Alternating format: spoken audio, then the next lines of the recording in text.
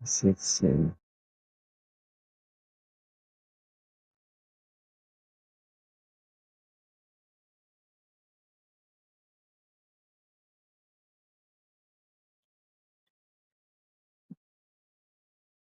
2, 3. You hear me?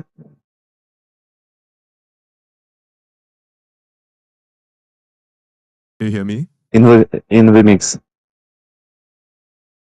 Yeah. Can you hear Uh-huh. me? Hello, Okay. hello. I hear you. Okay, nice.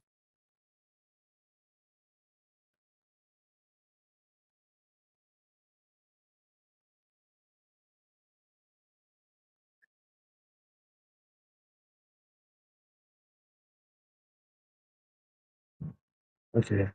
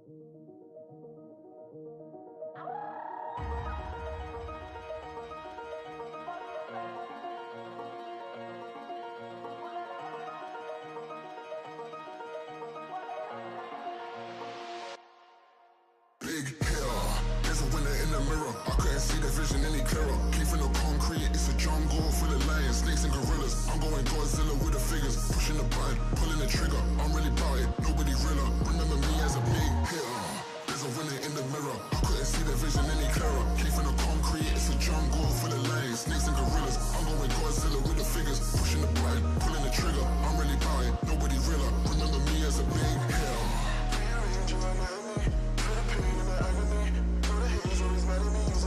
Like a canopy, been a villain and I'm glad to be. It's the biggest feeling cause I had to be. It's been a minute since I seen the enemy and stay wounded.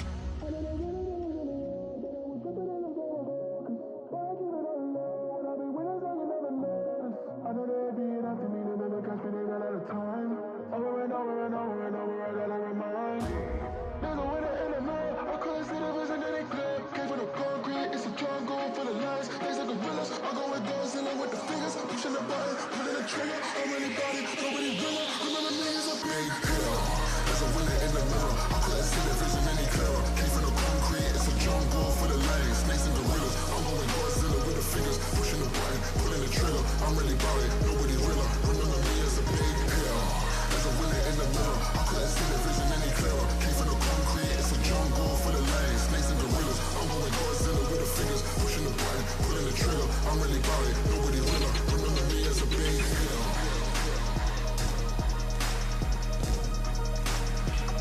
Remember me as a big hitter.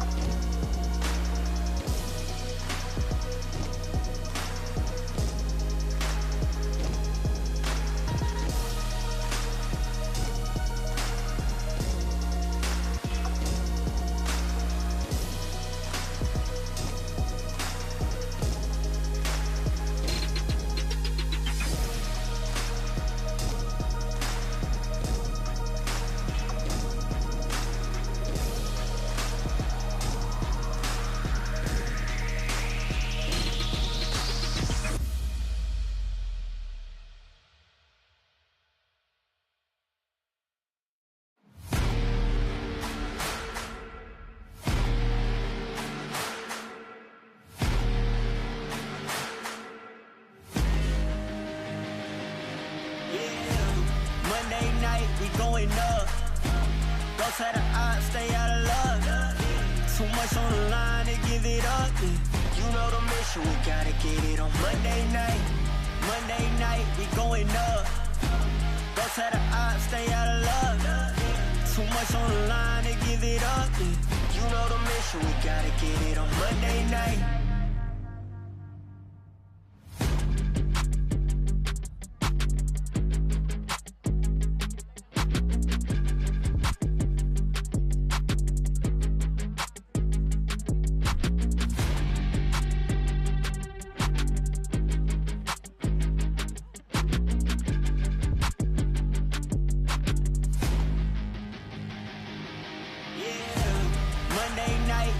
going up. Go to the odds, stay out of love. Too much on the line to give it up. You know the mission, we gotta get it on Monday night. Monday night, we going up. Go to the odds, stay out of love. Too much on the line to give it up. You know the mission, we gotta get it on Monday night.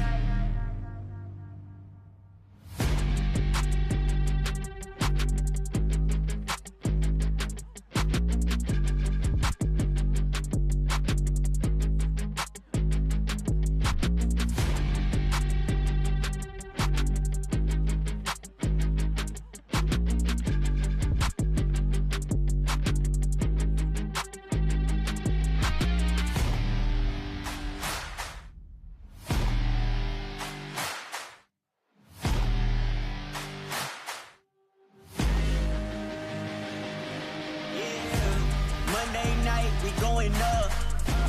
Go to the odds, stay out of love. Too much on the line to give it up. You know the mission, we gotta get it on Monday night. Monday night, we going up. Go to the odds, stay out of love. Too much on the line to give it up. You know the mission, we gotta get it on Monday night.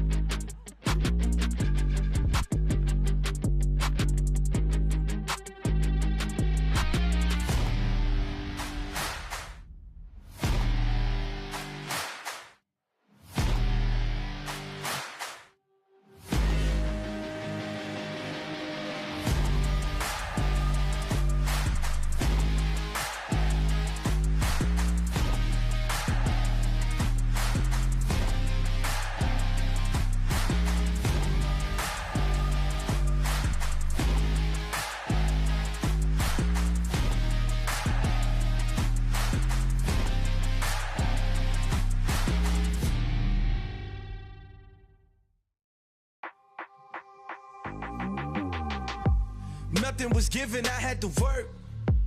I got no limits, huh? Short on the 15, back on the first. Either way, I'ma get it, Lord be my witness, Feeling pressure, but never let them deflect you from goals. You just keep your head up, we rose from nothing. Remember, we set them shop every member, contribute, get hit together. Plus, they know that we better, they know that we'll never let up. Fire within me, ice in my veins. Fire within me, ice in my veins. If I get cold, I'm about to heat up. Only that stress, I kick my feet up. Fire within me, ice in my veins. Fire within me, ice in my veins. If I get cold, I'm bound to heat up. I hear the noise, but no, they need us. I got that ice in my veins. Yeah, ice in my veins. Yeah, I got that fire in me. Hey, I got that fire in me. Yeah, ice ice in my veins. Yeah, I got that ice in my veins. Yeah, I'm about to heat up. Hey, I'm about to heat up. Fire within me, ice in my veins. Fire within me, ice in my veins. If I get cold, I'm about to heat up. All of that stress, I kick my feet up. Fire within me, ice in my veins. Fire within me, ice in my veins. If I get cold, I'm bound to heat up. I hear the noise, but no, they need us.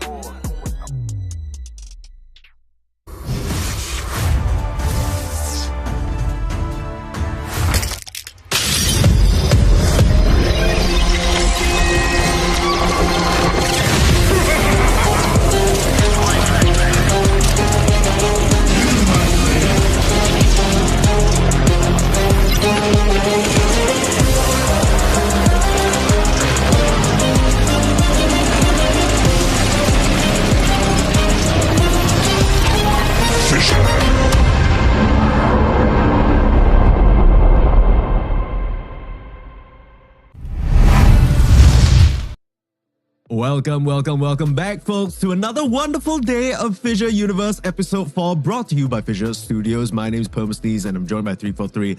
And unfortunately, we are going to be guiding you through some of the tougher times of this tournament. We're well into our group stage already. Of course, this is a Swiss format, which means by the end of the next two series, fortunately, we'll have to say goodbye to two of these teams. Adam, it's always gonna sting, but I guess I don't know whether it's a bright side or whether it's, kind of expected, but these are maybe the four teams that we expected to be here anyway.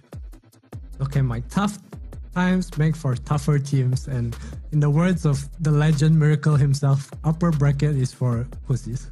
Yep, he did in fact say that. Well, this isn't even the bracket stage yet. They haven't even made it to the playoffs. So maybe Miracle, had a little bit more reason for saying that. But these guys, of course, coming through the regional qualifiers, again, no surprises. Our first match of the day is going to be between OneWin and M80.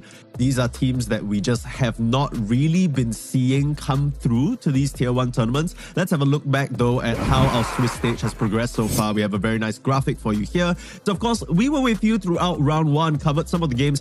A very stompy day, as to be expected, right? But then yesterday, we weren't in on the action, but a lot more 2-1s, a lot more even games here. And of course, that has resulted in our round 3 that we'll be watching today. And we're starting out with the 0-2 bracket here on this stream. Now, if you're interested in watching some of the 1-1 games, I believe that's happening at FISSURE_EN_Dota.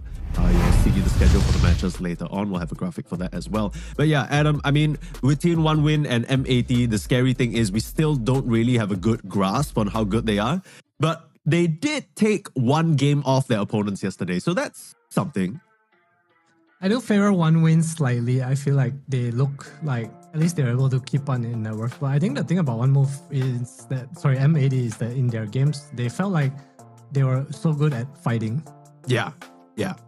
I completely agree with you. It's like when there's chaos, M80 emerge on top. But then when it seems like there's some sort of, structured game plan, I kind of am a bit more confident with OneWin to execute their strategy. There's a little bit of clash of playstyles, right? I think OneWin, a bit more team spirit, as I think most of the EU teams are like this, maybe because Spirit's at the top of the region. The playstyle's kind of similar. They're a bit, I don't want to say slower, but it's a bit more, they're playing for later timing, right? Yeah. Plus, you look at M80, they're very, very SCA, very SAS, very, I want to battle, which is, I think it's going to be an interesting matchup.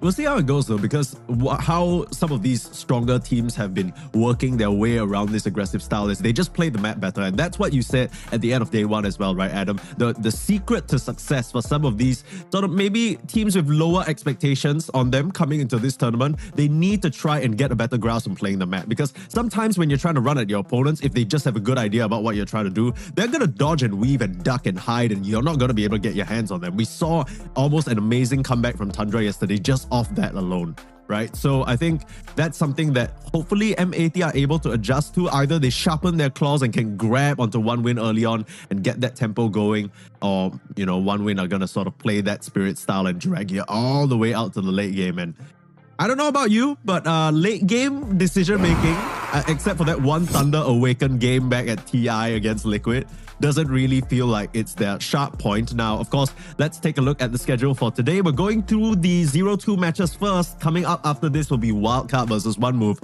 but we have some very hot 1-1 matches afterwards. Team Falcons versus Talent Esports. Of course, BetBoom versus Night Pulse. Two teams that you know what? Going into that, I might even favor Night Pulse. But of course, this is a schedule on the other stream. So if you're looking at any of these other games that you want to watch, you want to head over to FISSURE_Dota2. _EN. But yeah, you want to stay right here with us. We're going to have to say goodbye to some of these teams. So this might be the last time you get to see them play in a while. In a while, Crocodile. It'd be like that, it's just the part of the Swiss format. You get 0-1, obviously. Life on the line, we do expect to see the team's best performance coming out. That's why it's nice, right, in the lower bracket. I think you get this one chance, a bit of pressure maybe for some of the teams, some of the players, and it's just a chance to prove yourself.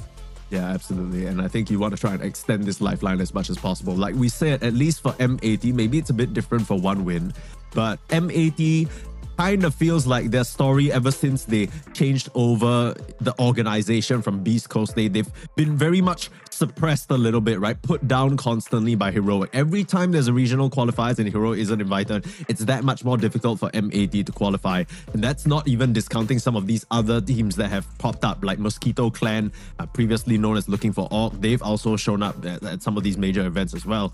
So yeah, I mean, Mosquito Clan were literally at PGL Wallachia because they beat MAT in the qualifiers, right? So it's no longer that old school, okay, K1 Hector, Beast Coast, you know, these guys are going to do well, even though they have a veteran in the form of Moose. You know, maybe Vintage, their coach, can try and help them through this sticky situation. What is the mindset, you think, coming into, you know, you're 0-2 in the group stage. Maybe you're coming in as a weaker seeded team or lower seeded team. You've made it through the qualifiers. What's kind of the thought process that's going to get you through to this maybe amazing 2-3 record to somehow qualify past the group stage? I mean, I think, again, the teams have different playstyles. I think you want to play to your strengths and just talk about like how you deal with your opponent. I think between OneWin and MAD, they both have very distinct ideas of how they want to approach the game. Like for MAD, you know, they like to fight a lot more, so maybe getting some tower damage, you know, able to force objectives, force the fights to come out more. I think that's like an advantage that could work for them. I know we saw El Misho kind of kick it on his Weaver, but again, I am not a huge fan of this hero. I feel like it kind of drops off in impact after a laning phase compared to like a lot of other things. I want to see them enable Dark Mago, enable their draft, because K1's also kind of a late game player, right? Similar to the way OneWin wants to play. So I think it's all about how you get there for MAD. And I think the laning phase and just ease of execution is what's going to help them in this series. Yeah, I think I was watching their game yesterday, and you know, the one win that they managed to get over their opponents was on Dark Mago Tiny, right? We always, I don't know about you, but I've been following this guy for a long time, and he always plays these 4-5 heroes, that's it. But when he's on those 4-5 heroes, that's when you kind of sort of got to be a bit respectful, right? He's got to pull out some crazy plays, he's got to run into situations where he's solo carrying, and then you're just like, hang on, what the hell?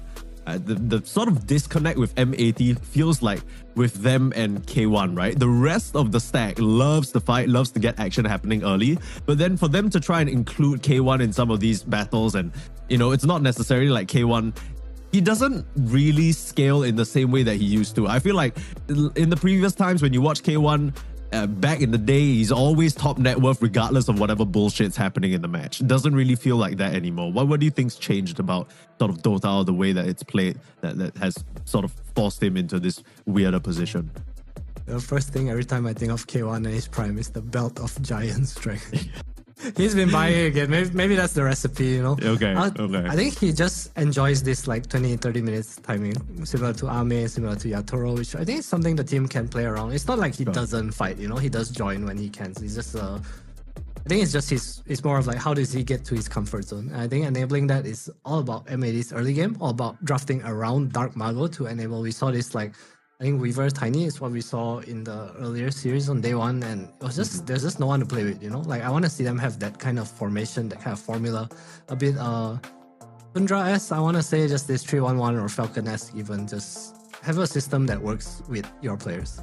Yeah, I mean, you talk about Falcon-esque. OneWin have a first-hand experience with that. They had to face up against that team, and we managed to cast that. It didn't necessarily look pretty, but there were some decent moments. Now, I will say, them bringing in Triple S from one move, of course, roster swaps right before a tournament, always a bit of a head scratcher, but of course, their perspective is probably that it's an upgrade, right? Because you're never going to make a roster change knowing that it's just, okay, yeah, we don't feel confident with this guy going in.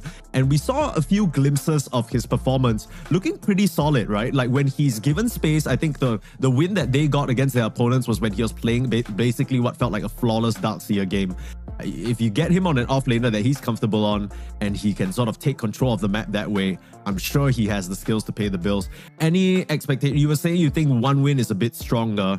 Why do you say that?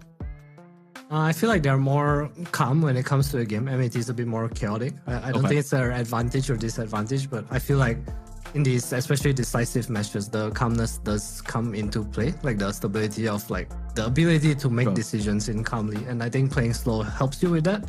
I expect to see the Darkseer removed because I feel like if anything, it enables Sweden Strong a lot. He likes his melee heroes, the Marcy, Night Stalker, Bounty. So I feel like the Darkseer being removed is a big deal. I'm not sure if MAD has a approach for that. I'm sure Mr. Vintage has done his homework. We'll have the draft and the coin flip status for you very, very shortly, folks, as we get into our first series of the day, Elimination. It's gonna sting, but at least these two teams, you know, they have a good chance at, you know, maybe adapting mid-series, try to figure out what's going on as we see the Darkseer banned out, Terrorblade taken out as well, and one win. 10 seconds remaining. Oh, excuse me, had a little sneeze there. Tinker, Tiny Abaddon. NP. Sorry, it's just too disgusting. You just, I see the Tinker, it affects me. It hurts me a little bit.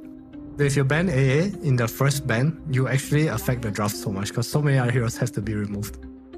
One wheeze. Is it just Why not because pick up suddenly the all tiny- these healing heroes are a lot more scary?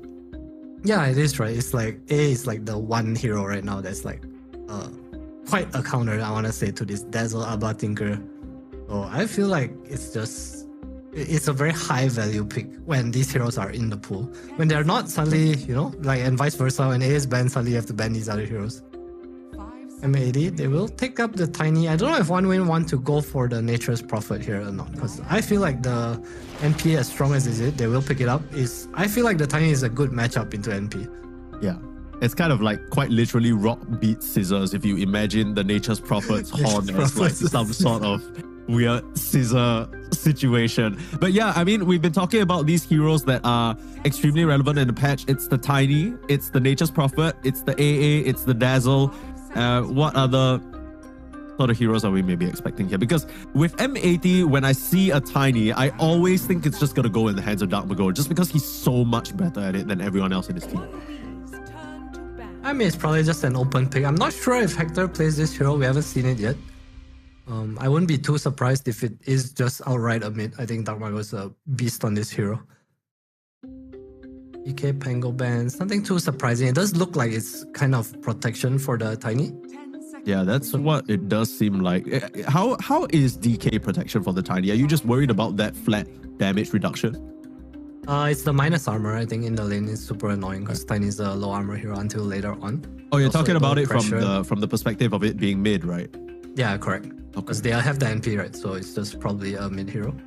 I think, what else is in the pool? Night Stalker is in the pool. Is it a priority for both heroes? I'm not sure, but I know Student Strong enjoys it a lot. There's still a Weaver, which both teams kind of like, and I think I'm the only hater.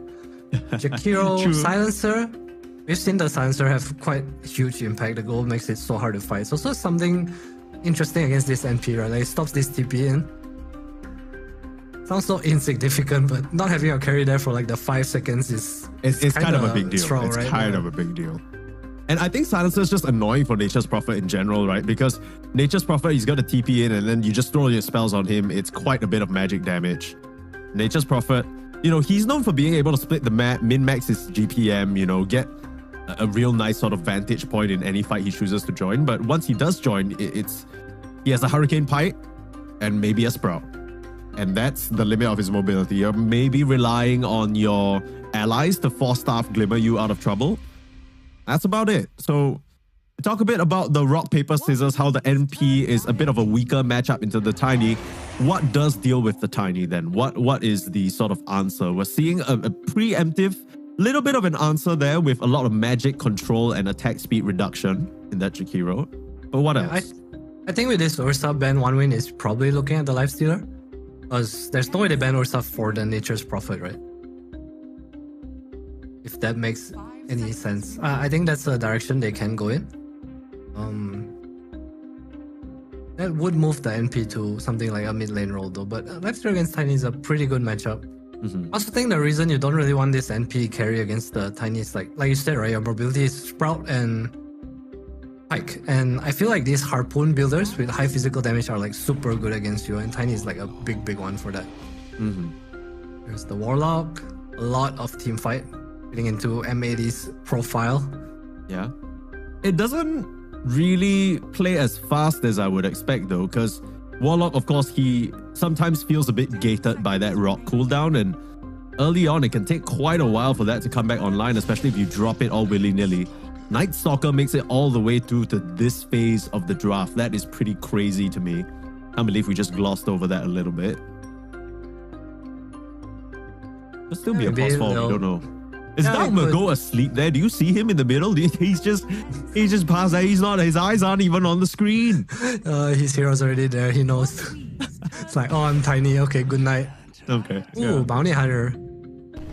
Alright, so this screams pace to me, right? One win. They have the battle boys, the Mars, Jakiro, Bounty. Like they have heroes that want to fight. So maybe trying to take advantage of this like long cooldown, double long cooldown support. I want to say for M80. Like you say, Golem's a long cooldown. Nature's Prophet generally seen as one of the better heroes against Warlock just because of the pace you can play at. And also against Night Stalker, right? I think it kind of goes both ways. Obviously, Night Stalker shard does eat your Treant at some point, which is kind of annoying. But at the same time, when you don't have Night, and it's so easy to set up moves as NP. What's the sort of idea with this bounty hunter? Because I understand immediately that there are two things at play here. Number one, the one win, that this team got so far, they played the bounty hunter. Sweden Strong loves his melee heroes, sure thing. Second thing that I understand is that when you track the Night Stalker, you get a very nice bit of night vision wherever he flies, right? So you can keep tabs on him. You were saying that it seems like one win are setting up for the Lifestealer, but M80 are the ones to snatch it away themselves instead. What is kind of the idea here behind this bounty hunter pick? I think it's just a comfort for Sweden Strong. It's also the vision, right? Vision is a high armor hero. You can mess with the waves in bot lane. Warlock is never really going to touch you. You buy Boots of Bearing against Warlock and Night Stalker, which is pretty nice, high value for staff game. I think it just fits their pace. And I personally like the hero a lot. I'm a big bounty player. Okay. So I'll be honest, I get that Bounty has some good stats and everything and he can trade in lane. But this kind of feels like one of those games where your lane isn't going to be a big priority. You're hoping that phase ends as soon as possible. And then you want to just get to that phase of the game where you're running around, maybe setting up kills for your Prophet to TP into. There aren't really any good kill targets though on the side of M80. If we're to assume this Night Stalker is a core, which probably not, but just humor me for a moment. You got three very tanky heroes. You got a Warlock heal. If you overcommit, you're running into a rock. Does this still feel good as the Bounty? It gives you the options, right? You get to choose your fights with the vision. Okay. That's kind of the whole point. You get to set up for his Mars, who is also kind of their only stun right now, which is probably why we see the Lifestealer come out from M80, right? He's just able to stand. Like, who's going to kick this Lifestealer out? Unless you pull a Liquid, maybe. The way Liquid deals with like these Lifestealer morphlings is they just bring numbers and they choose to make sure you cannot stand in their lane. I think that's like an approach that OneWin can look at as well. I also feel like this Lifestealer pick is really nice because you can rage and walk into arena, save heroes. If you look on the damage of OneWin now, it's kind of slow, and I think an Infest heal towards the later part of the game is going to be pretty significant. It's Tiny with 3k HP and Infest on top of him. That's kind of hard to deal with. Yeah, you talk about the Bounty Hunter probably building something like a Boots of Bearing to help them speed away from the Night Stalker or maybe even the Warlock Soup. Spirit Vessel feels so awkward to build this game because you want to throw it on the Tiny. That's some decent value, but the Lifestealer can always rage it off. You know, apart from that, it's kind of whatever. I wouldn't mind seeing the Orchid too. I think it's something that is, it just helps you set up, right? I think they need more setup, and the Bounty is on the path for that. There's also his world where he just buys like some pipe or something, kind of fitting of OneWin's pace they want to play at. Some drums pipe, I can totally see that as well. It's gonna come down to how Lord knows the Mars is not gonna buy it. Yeah, for sure. This comes down to how often they want to take team fights, right? Because if you're not trying to snowball this lead and build team fight items against this Warlock Golem, I think Fatal Bonds, it's gonna be hard to deal with this like Fatal Bond Radiance timing that will come out from M80. I just worry that if the Tiny doesn't have a good mid lane, the game is gonna get very hard because who on your team's gonna make moves? I guess that comes down to the last hero pick for M80. I assume we're looking at an off-lane last pick here because I can't imagine that the Night Stalker wants to lane up into Jakiro NP. And just looking at El Misho heroes, I can see something like a Bad Rider too, but I don't like the cooldowns. I feel like you can play Night Stalker offlane if you're able to enable him and have like some cheaper hero. Some like Clockwork-esque kind of Tuskar. Sure, yeah. Tuskar is like a common ban, right, that we see against this NP. Like, I won't hate the Tuskar here. I think the save is kind of crazy. OneWin's heroes do not get out of touch shards. I kind of like it actually. Yeah, but are you worried at all about just kind of rolling your allies into a certain doom? Because I feel like if I'm a Jakiro and I'm playing against a Tusk, I'm scared of the shots, sure, but as soon as I see a snowball, I'm putting an ice path down, I'm putting my macro pyre down, you know, this guy's gonna burn. Yeah, but you have tiny lifestealer cores, right? Nice Stalker as well. Like, you have time to save them. They're pretty tanky, and the damage again on 1 minute is kind of slow. It's not like some AA blast into anything. They go for a Dark Willow. A bit more team fight and setup, I guess. Okay, not really the hero that I thought would come out in the last pick. It gives them a bit more of the catch that they might have been lacking. So perhaps a follow-up to the tiny initial jump. And do you like this last pick here? 10 seconds remaining. It was not what I was expecting, that's for sure. Yeah. But no, I think they just want a neutral +4 that kind of helps the Night Stalker get through a lane, right? Like this Bramble onto anyone in this lane is might spell death. Ooh, Slaughter. Whoa. Heroes. Okay, well, that's going to be a mid Slaughter, and that is going to ramp up the pressure on the game by a lot. They're basically saying, okay, Dark Mago, we know you want to control the game from your mid lane Tiny. You're not going to have a good lane. Any rotation that you try and make Sweden strong, Chira Jr. will be there to try and beat you to a pulp.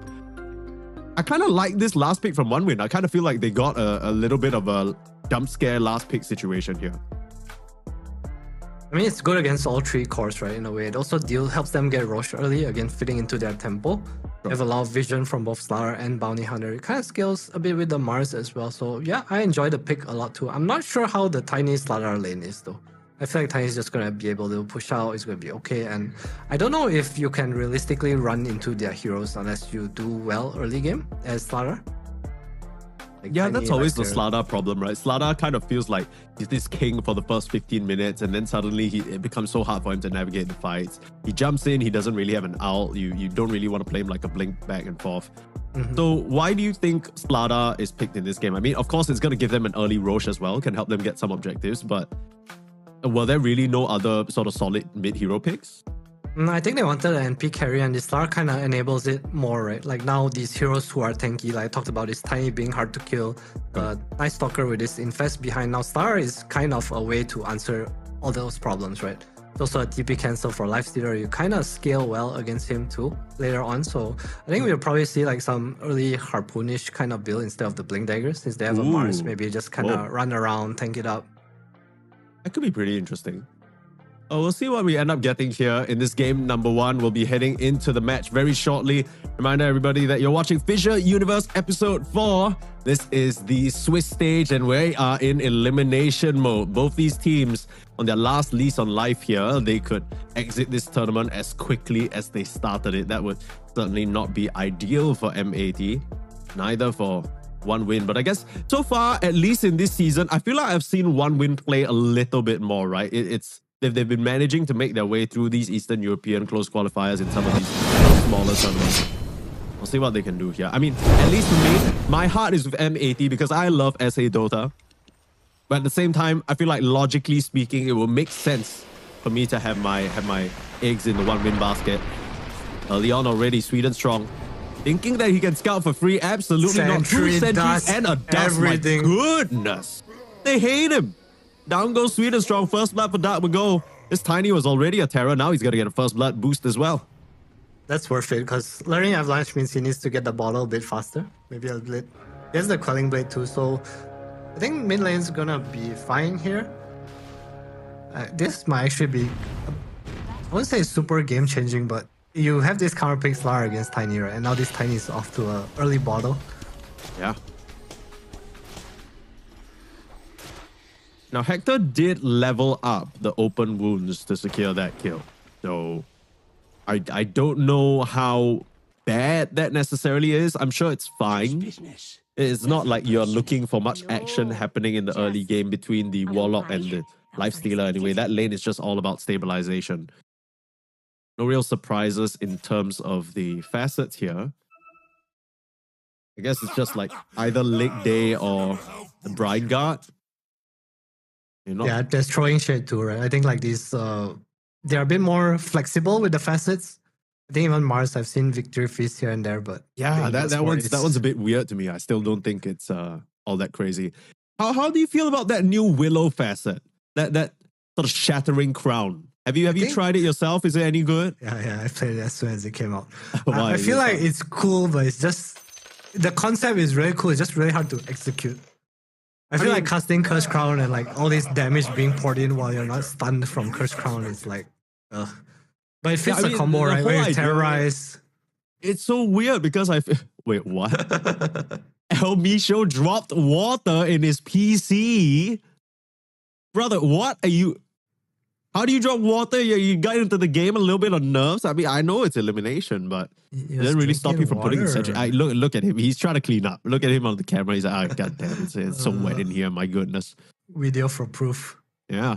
I mean, we can literally see him. So gotta drop it in the what did he do? Did he drink it up? That was so fast. Did he like lick up the water? So he just drag his tongue across the keyboard?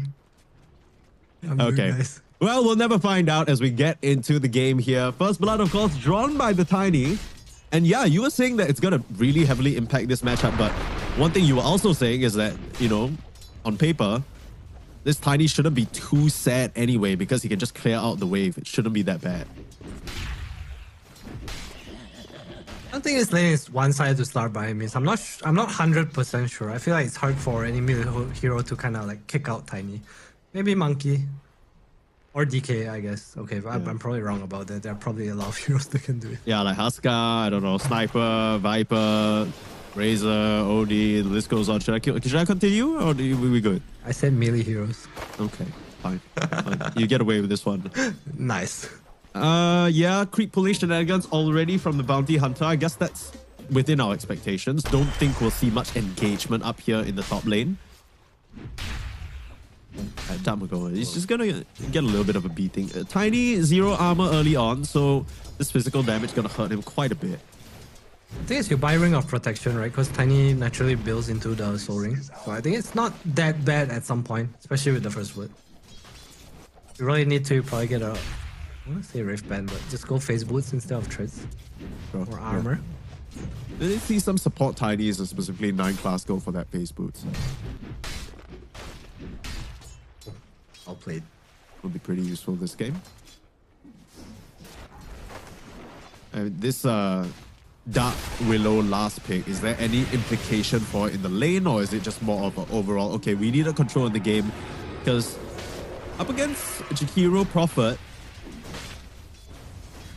it's a little bit tough. There's a lot of damage that comes out from this duo. Okay, I think that their heroes are kind of scared of Terrorize. They wanted a neutral laner with Night Stalker, like a ranged hero that can kind of set up and is sort of teamfight. And I think Dark Willow ticks all those boxes. Sure. I think it was like some, wow, Dark Willow is such a good pick. No, not really, but I think it fits the bill of what they want, right? You have setup, you have catch, you have a bit of teamfight. Nice lane with the Night Stalker too, so I'm okay with the pick. I don't think it's unreasonable by any means. I realized I didn't even ask you, which draft do you actually like more coming into this game? Which game plan are you sort of more behind? If I put you, Mr. Adam, into this game, which team would you want to play for? I like Dire's draft a little more, although I think the Slara is a toss-up for me. You like Dire's draft? Go big or go home. Yeah, I like that's surprising to me.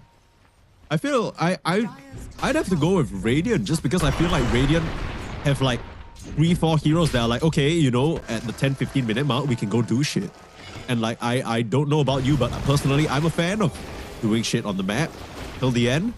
Dropping low, Illich commits for the kill, but he drops first. That is not good. And El Micho, if he's going to go down as well, that'll be very painful. Fairy Fire, Lotus, everything to try and keep him up. Even has self-swapped in.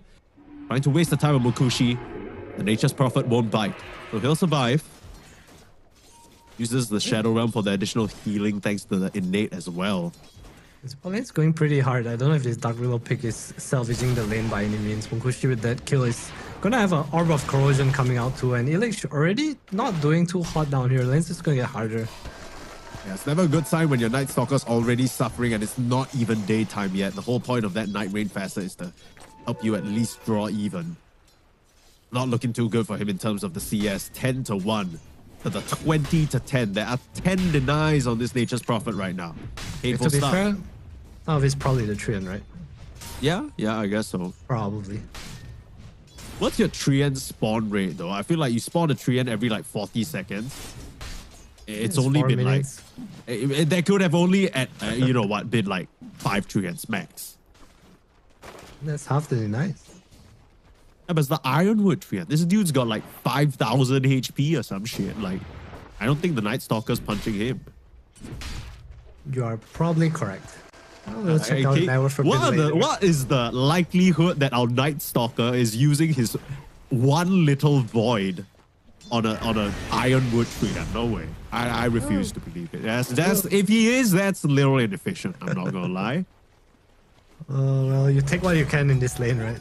So far, I think 17 CS is considered pretty good. This is not an easy lane, right? Jakiro with NP double range just kind of choking you down. Can't even run at them because you don't out-trade.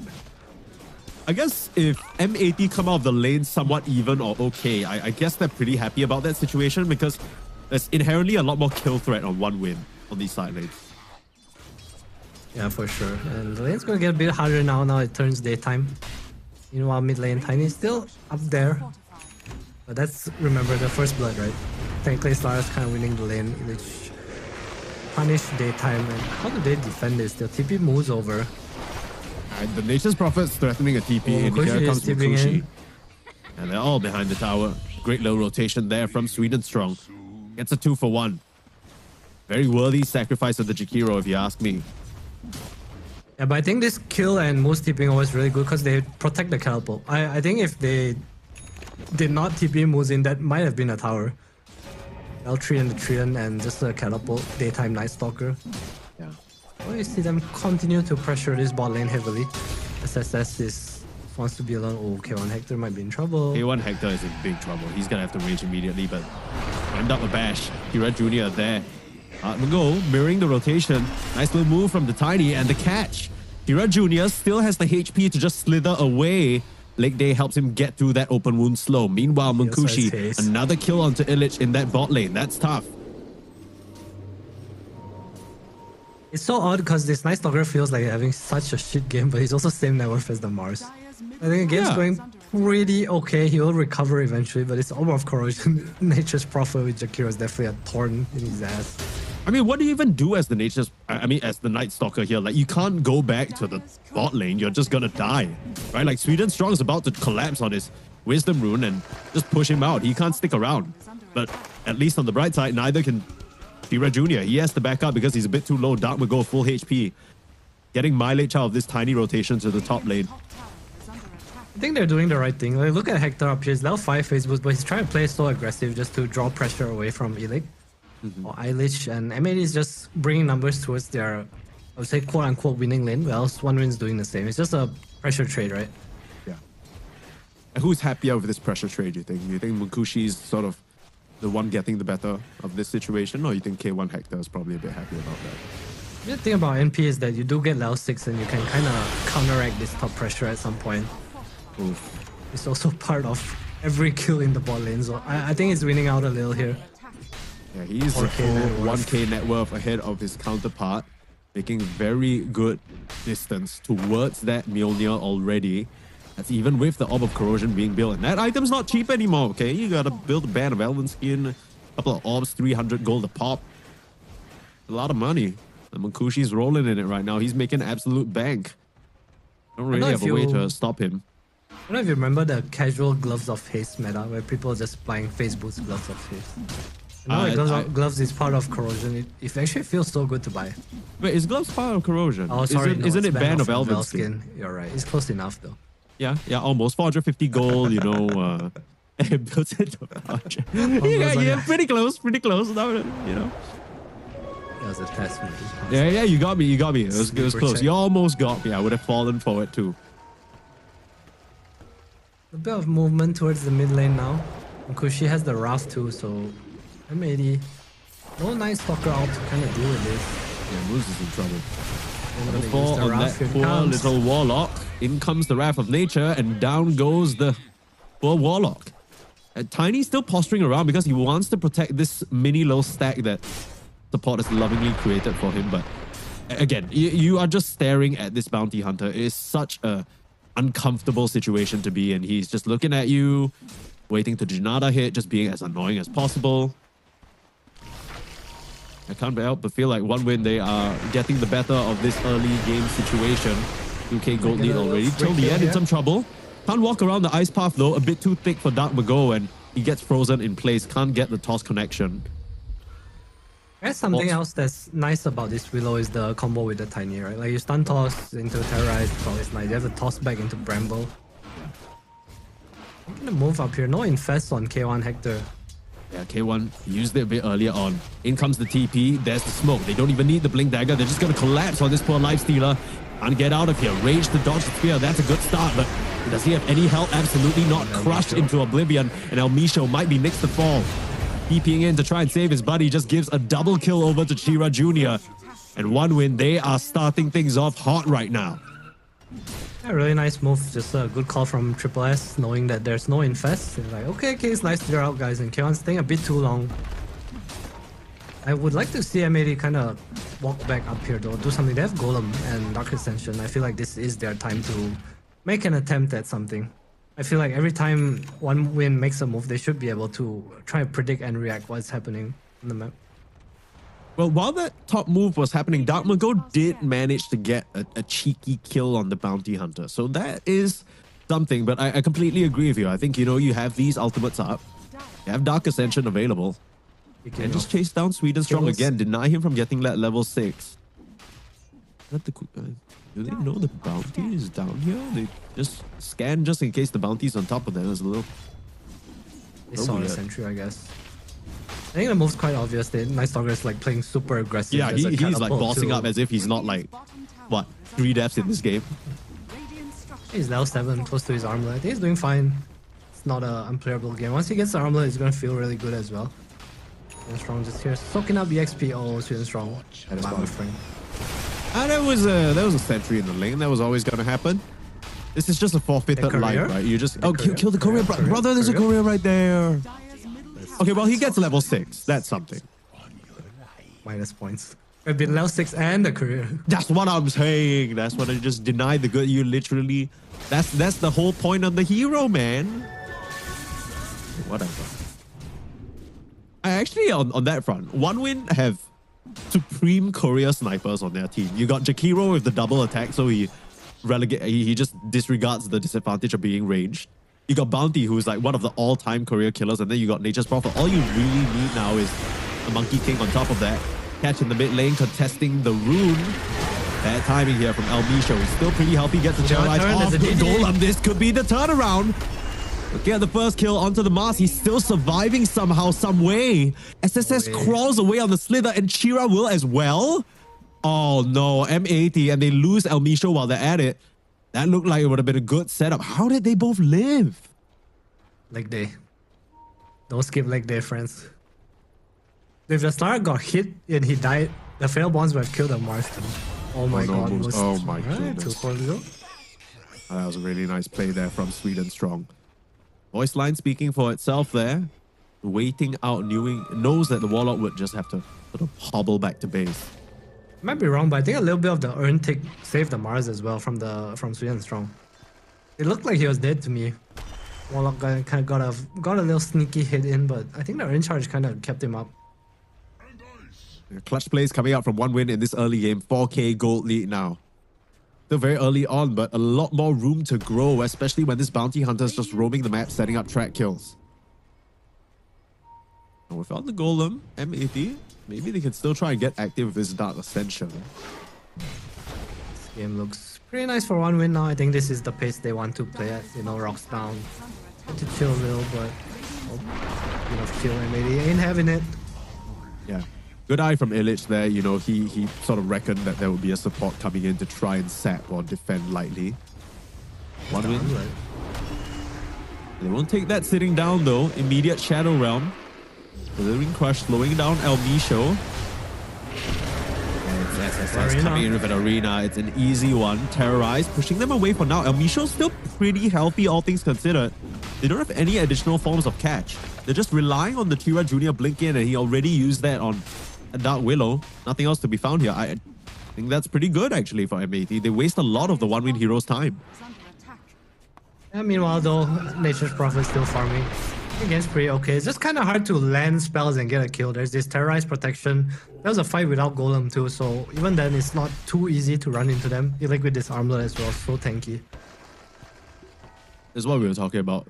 The MAD calls are so bloody tanky, and I guess that's the benefit of the Dark Willow as well, right? If you're fast enough on the reactions, which we've seen El Micho is, you get that Shadow Realm off, there isn't really much follow-up. Speaking of a follow, there are some people on the social media that you definitely want to follow, and that is FISSURE Studios. Right across all our different social media channels, you want to stay up to date with all the action and all the amazing events that the studio is putting on throughout the year. If you're a fan of Dota, if you're a fan of other esports as well, you want to type F in the chat so they can follow FISSURE on our social media. Like, we'll take the mid tower. Dude, this does not look like a nice stalker who had... This was like 0 of 10 in lane or something. It just looks so unkillable, especially with his lifesteal able to TP, his Terrorize and Golem behind him. One win again though, will take a nice trade, getting the shard for Sweet and Strong. Yeah, friendly Shadow. Additional ways for perhaps the Slada to sneak up on his opposition. Just so easy to get right with that Corrosive Haze. Even if your team doesn't really have a lot of inbuilt damage. You got the Prophet, you got minus armor.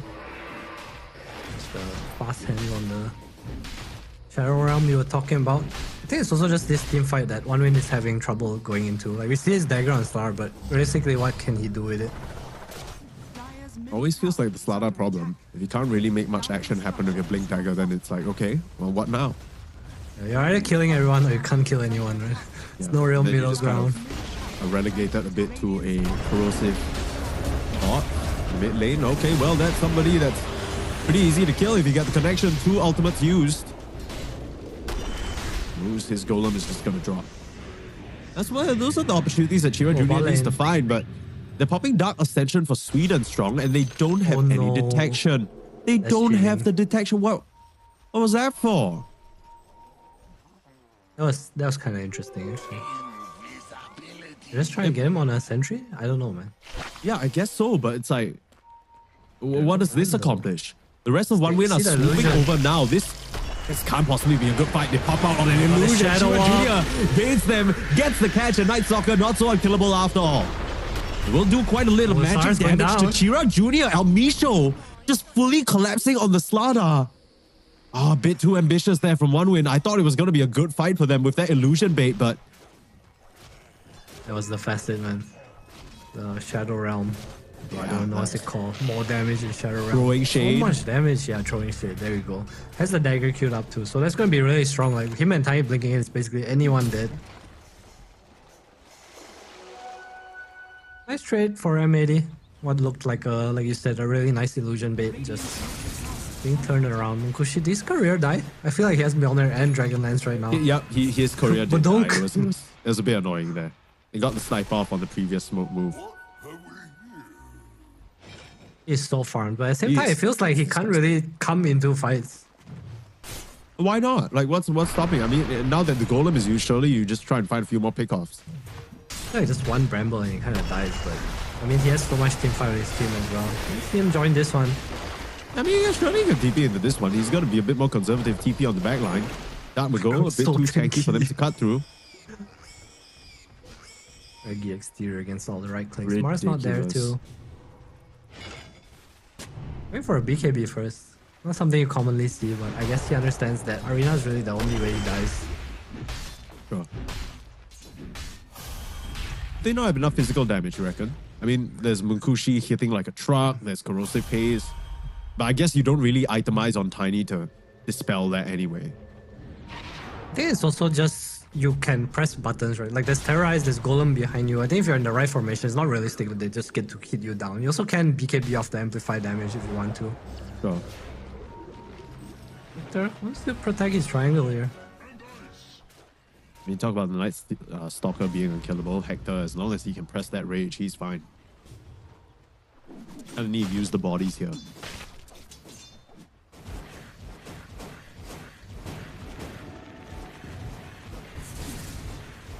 5k gold lead, 12-8 on the board. This is, I guess this is the upside, right? Because some people are like, okay, you know, this is a 0-2 match. You know, one of them is going to get eliminated anyway, and it's a matter of time before the next. Illich, nice silence off. TP in from Munkushi though. Illich is going to get caught out.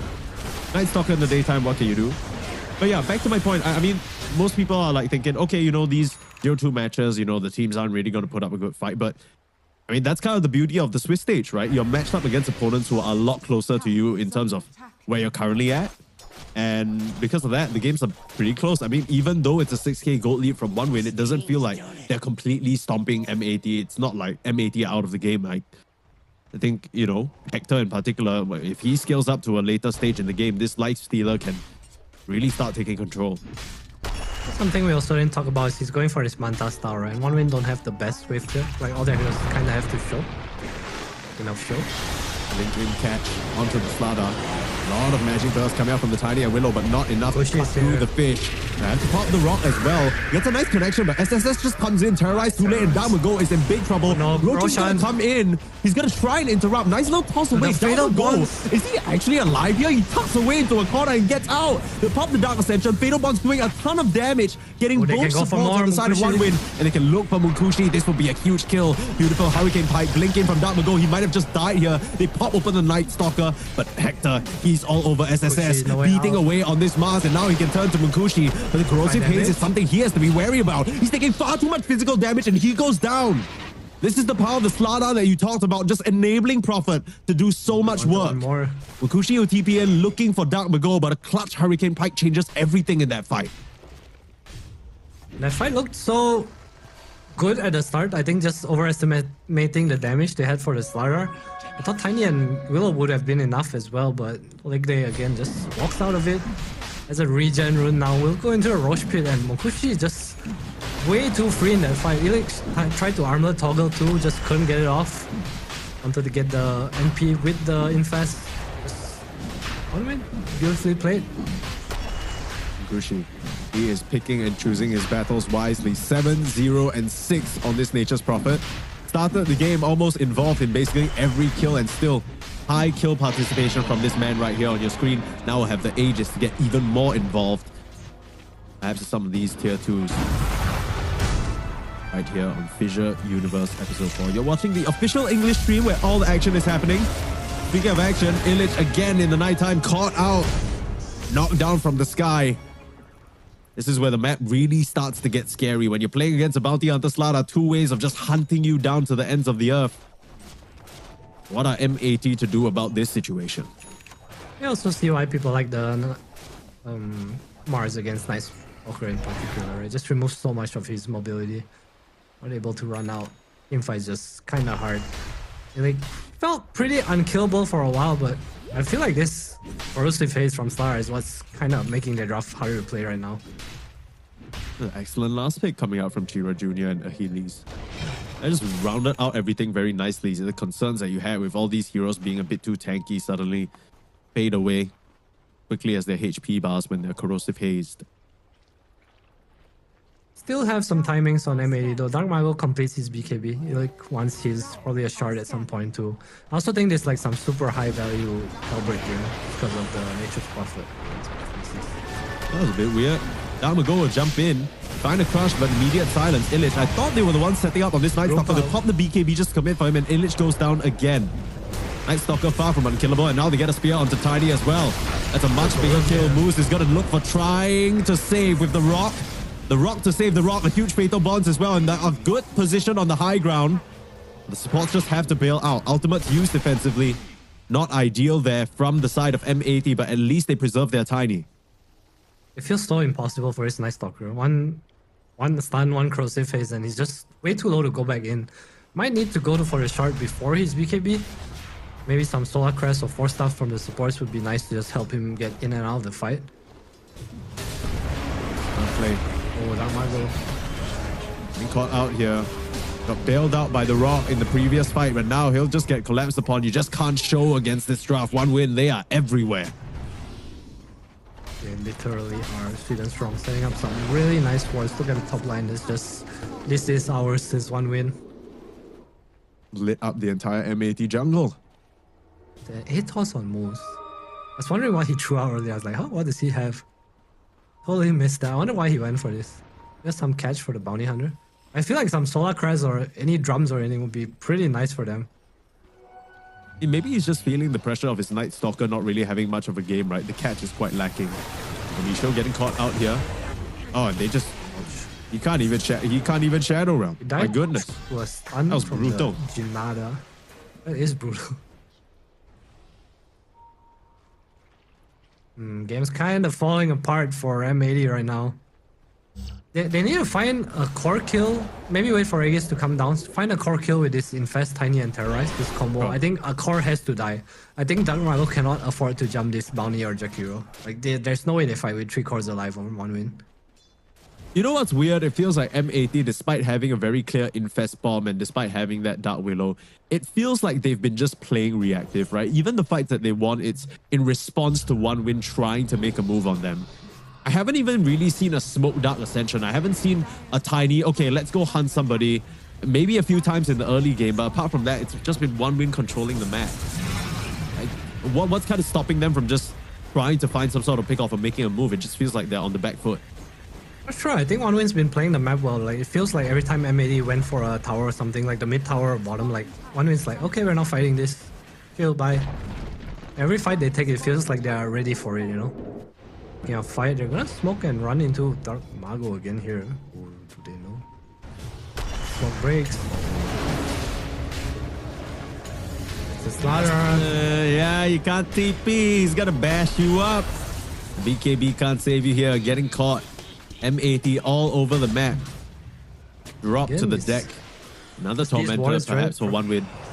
The war is tormented timing, everything. Just from Student Strong setting it up again. This Bounty Hunter having huge invisible impact in this game, I want to see. Just kind of scouting out everyone. M80, they need to kind of go together, I feel.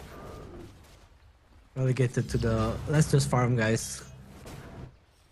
So annoying playing against these Invis heroes because you always just start to get PTSD. Oh, you know, it's a bounty hunter watching me right now. You try and adjust your play. Maybe you think, okay, the bounty's gonna think I'm gonna go to this camp.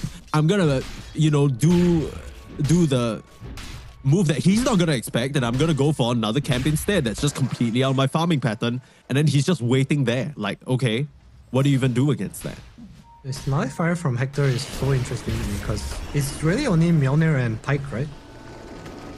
Kira has Solar Crest, I guess, and 4-staff from Student Strong. So just counter to the 2 4-staffs.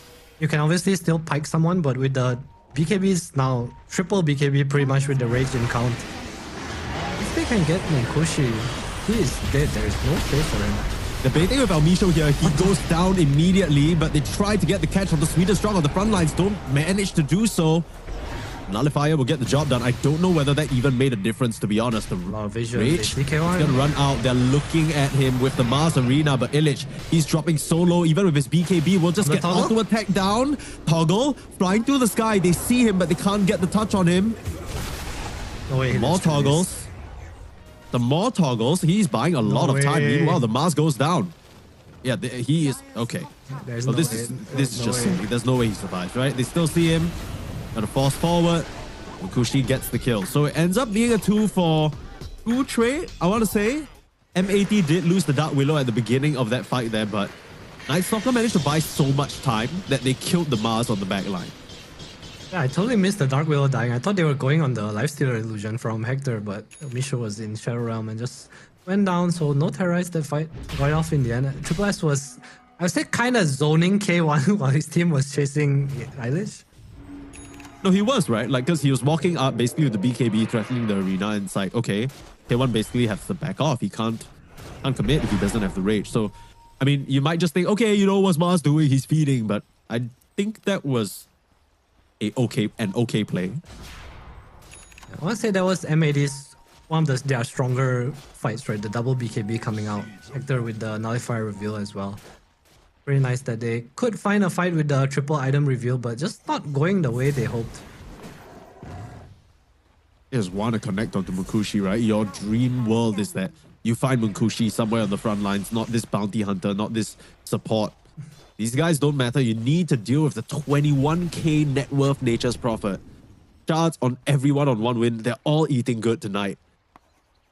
I think Munkushi is the most important kill for now before these like Hellbirds come out. I think once Lifestealer has eggs and like maybe Eilish will go for like some... Oh, he's going for Basher actually, so I think that's a nice choice too. They do like control, especially for BKBs.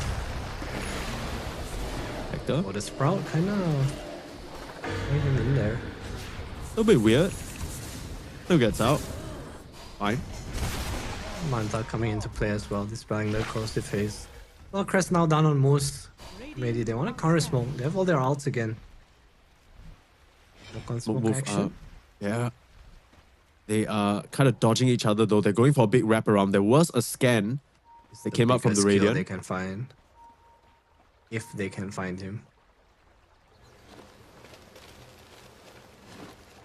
Oh, the timing. Push Okay. is showing. Uh-oh.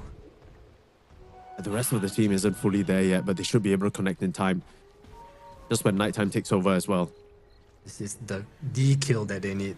This is the kill that they need, absolutely. Datmago on the Oh, front he lines. missed His him. smoke will break. Where does he jump to? A little bit off the mark, but they get into Mukushi. Immediate 4 stops away. He There's a BKBs. basher though. Hector has the bash. They're going to try and focus down this Nature's Prophet, but meanwhile, Mu is not able to drop the rock. He gets focused down on the back line. No buyback available. Sweden Strong does draw.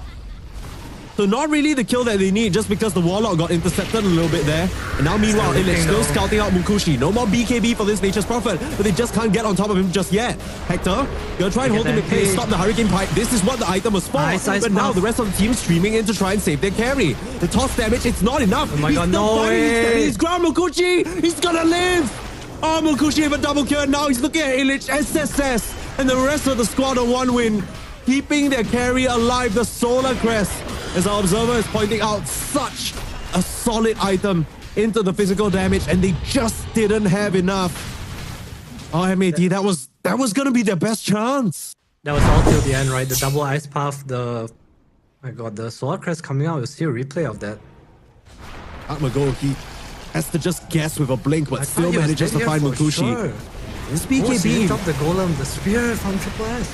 Yeah, Triple S just finds him, and Chira Jr., they focus him down. He doesn't have a buyback, even though the fight's so close to their base. And see this reinitiation. Illich, he's just on the back line scouting them out. Mukushi is aware. Look at this setup. Beautiful terrorize that cost El Misho his life, but sets up for a potentially amazing situation. Hector with the nullifier paying off, holding him there, but oh, that last minute little Solar Crest, you can see how much it does. Daves against the crash landing damage, allows Mukushi to just life steal up just even by a little bit. Now they are onto the high ground. Can't really afford to push for much else though. They managed to toss back onto Mukushi, but he has that second life. Not really worrying about a thing, just gun down Illich. A K1 is back though. Have to respect that. Terrorize. Another 4-star down to the low ground. Mukushi, yes, so many allies helping him, even the friendly Shadow. It's so hard to get on top of the Nature's Prophet. He has a butterfly now to fully complete, so a lot more EHP.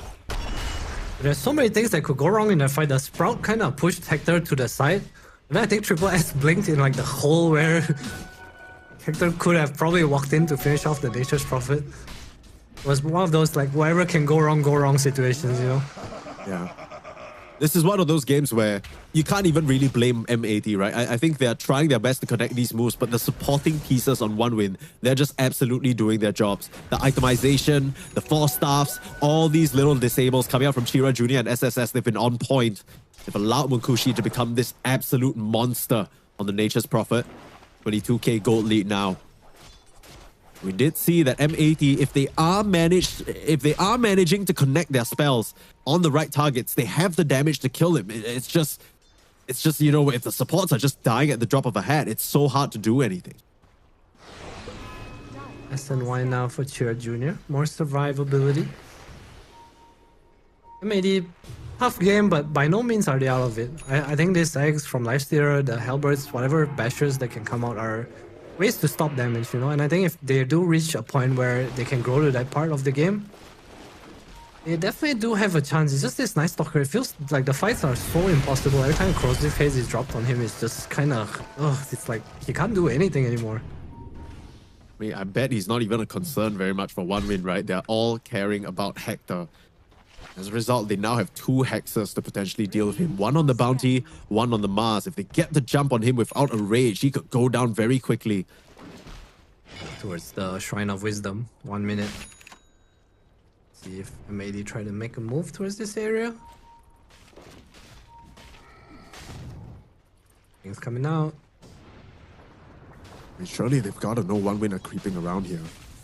They have that nighttime advantage for just under a minute left. Or the Invis on the side. Do they know Amisho's gonna spot out the hero?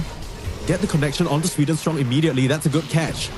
Roots as well. Curse Crown might just have to force out the BKB. Buyback will come back from the bounty, but he doesn't really have a good place to TP to. Let's still try and take this fight. 2 BKBs popped though. This is really good for M80 if they can find more heroes. Find the Jakiro. They need to get out. It's become a bit too chaotic. Everyone will safely TP out. So not too bad. You lose 2 supports. The buyback on the bounty hunter. No core. I can't believe El Micho managed to sneak into that area undetected and set that entire thing out. That was kind of crazy. It's under attack. I think they're just really hungry to fight, right? Like they put the orbs on the right and they were holding the left hill. I think that was like probably a bit of a misplan by them. Sure. 1 minute on Aegis. Kushi will have the Satanic ready for the next fight when this Aegis ends though. I don't really know if you can fight through this without the Infest Aghanims from Hector.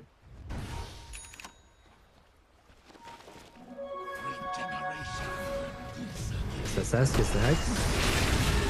That's the catch that we talked about. Instant elimination onto Illich, and they're looking for more. El Micho caught in the Sprout. Damage pouring out onto Dark Mago from Munkushi. Curse Crown will keep it in place. Oh, the chase though, tried for a covering avalanche. Nice little Yules, but can't stop the second jumper. They come in pairs, leapfrogging over one another. 1 win. Find 2 nifty pickoffs. Hex for Sweden Strong now. Like you said, double Hex. Satanic on Munkushi once this Aegis is out. And I don't really think there's anything from stopping them from going high ground right now. Nature's Prophet, so strong. 13-0-14. Definitely my MVP for this game, but I feel like it's so hard to just kind of give him the MVP because he's been playing very well, obviously, but the rest of the team, look at them with the setup. BKB on the Mars, Xing onto Dark Mago. This is an awkward location though. They can drop the rock, throw out the Fatal Bonds as well. Isn't looking as comfortable anymore. The Night Stalker is back up. They'll respect it. 1 win back up. No Golem. BKB is used. No rush. 5 on 5. Why will we give you this opportunity? Munkushi says, watch me farm, baby. Brrr. That's the sound of the money into his bank account every single time he gets creep wave. MKB Might as well just play it safe, right? Like just get your buybacks as well. It's like 700 gold off. Smoke move up though. M80 don't want to let them breathe a little bit. Not really gonna run into anyone, I said, but SSS. Alright, thinks better of it, turns around. You know his smoke's coming out. No one's showing in the waves for like the past 30 seconds or so. They feel the desperation from M80. Yeah, not to mention they literally hit a scan right on the head on all these M80 heroes coming into their jungle. So they know exactly what's going on. The pings come out immediately because they see that Trian has been mysteriously burned a little bit. From the goes wind, for perhaps. the BKB instead of the eggs, so trying to survive, kind of man up a bit longer. That's the best basher, so I think sticking on Munkushi could be a big deal for them. MKB for Chira Jr. I think that's a huge item against the evasion from the Lifestealer. As if he wasn't doing enough damage. 1 win. They've had an amazing sort of entry into this series so far. Definitely one that's going to build confidence. 24k gold lead up. They've Trian, just... Snell 25. Yeah, here we go. All right. Okay. All right. I don't even want to say. I don't even want to look. I don't even That's want shard. Can you not eat it if it's still 25? I'm not sure. I'm sure he can. I don't know why he's not. It's a creep still. I know you can eat the non-triple HP one. I don't know if you can actually eat 25. I don't know if it affects anything. It's under attack. There's no way you can't eat. It's the same. You can Midas it, right? Like it's the same thing. I mean, Midas has like no level cap, right? Oh, Yeah, there there it it is. is. Makan.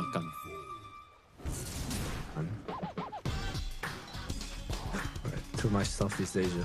But they've done a really good job nullifying this Night Stalker. It's been a hero that has looked so amazing throughout many of these games. A hero that teams have prioritized so much. But what happened to him this game? Was it the lane that just went too bad? Okay, I think he had this like really strong timing with Armlet, but they just couldn't really find the fights. And then there's this like 1 or 2 fights where they kind of went in onto Chira Jr. and just couldn't get the kill. And I think Munkushi came in when all the spells were used. They're able to turn with this Arena, this Corrosive Haze on top. It's just really hard for any of their heroes to stick onto fights just because of this Lara last pick. Radiant are scattered. I don't know a real answer, Mike. Yeah, I'm listening. It's probably because I said I like the dire draft more. Yeah, it's your fault.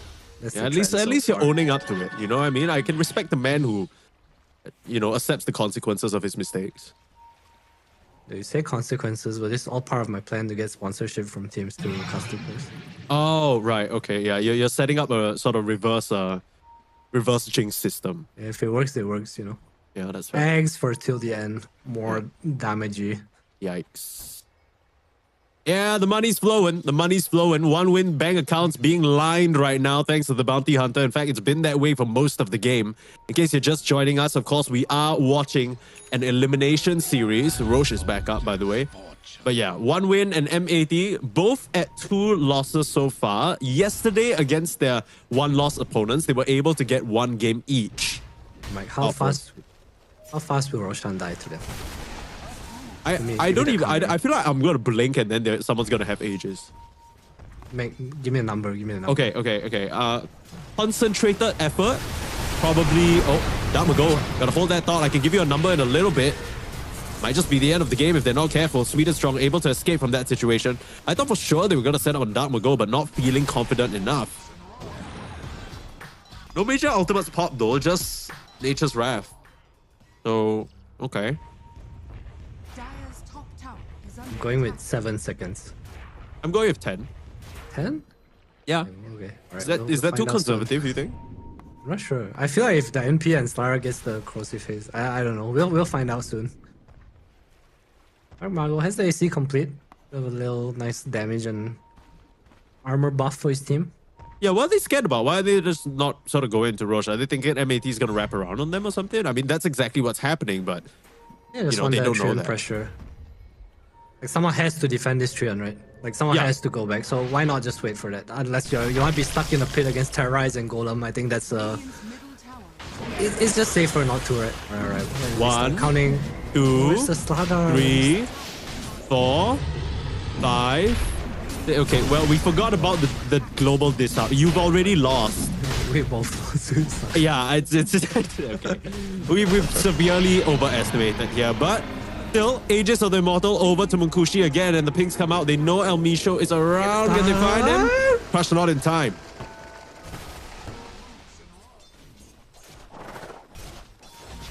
One win, just taking a very methodical approach, you know. Treant push in top, we wait, we get Roshan. Maybe even wait for a Slardar 25 if we want to. I think this corrosive phase dispel is actually such a big deal because K1 has Manta and BKB, right? And Rage. Yeah. Is Abyssal complete? They're like gonna front line here. Cheat the eat Treant. Probably the most useful thing he can do at this point. He's that raise silence up. Oh my goodness, K1. K1, brother. All about the haze. Hazy haze, baby. A little bit of Fast soup on onto the ground. Illig. Yeah, what is that about? Are they expecting sort of a jump in? Illich doesn't have a He has no blink though. jump though. Go kill the They're gonna Treant. try. Oh, instant that's- hacks, are you kidding me? Arena, the setup, it's all Two. there. M80, they get wiped apart. Hector can't even get his claws on Munkushi. The BKB Hector, he is Okay, healing turn. out though. It's a nice terrorize. Second round of spells, BKB's gonna run out for Hector now.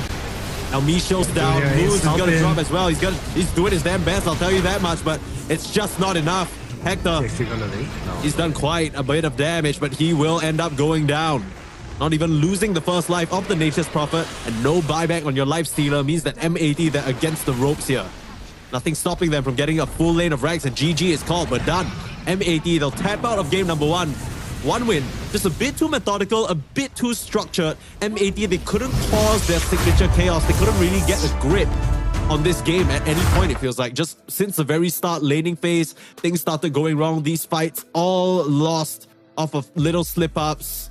It's tough, man. It's tough to be a SA Dota fan right now.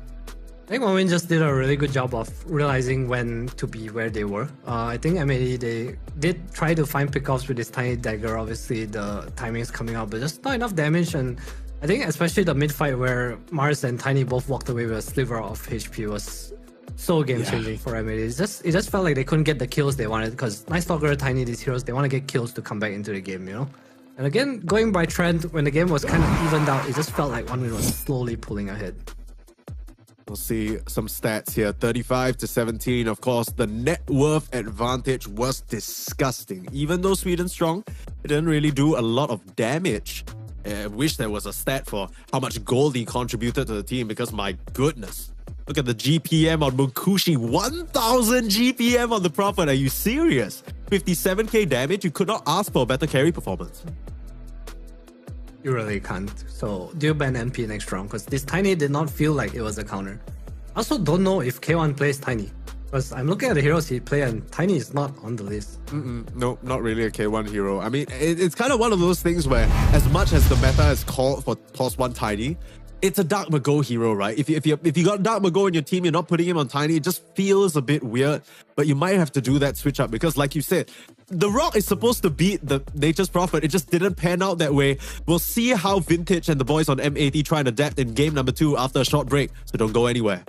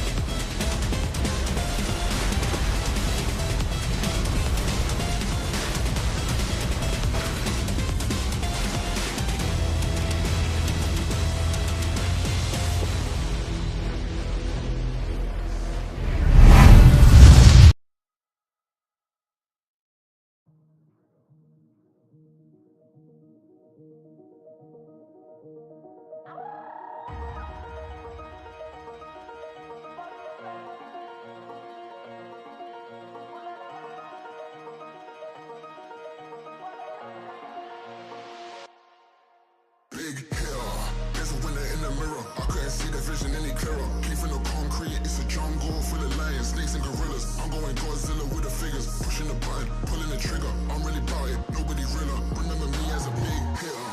There's a winner in the mirror. I couldn't see the vision any clearer. Came from the concrete, it's a jungle full of lions, snakes and gorillas. I'm going Godzilla with the figures, pushing the button, pulling the trigger. I'm really about it, nobody realer. Remember me as a big hitter.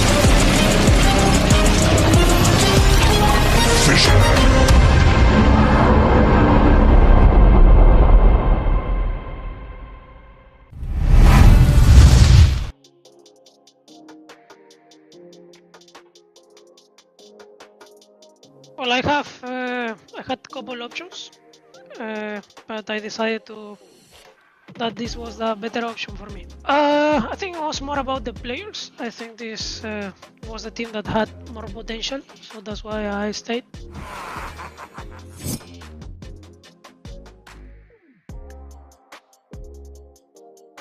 The toughest, I think it was against, I think right now they are called Mosquito team. They are kind of like the top contenders here in SA, so that was the toughest match. I think it was the semifinals. Yes.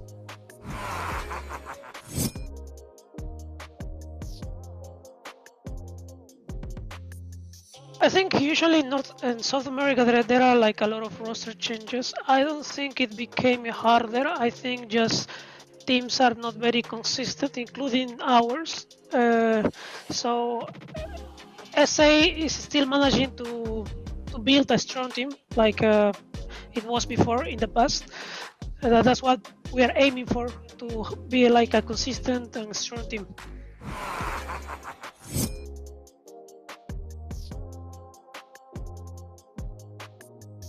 Yes, we're building here a strong team, so I hope the fans will enjoy that, and we are making everything possible in our hands to represent South America like it deserves. There is a lot of fans here that want the region to rise again, and that's our motivation every day.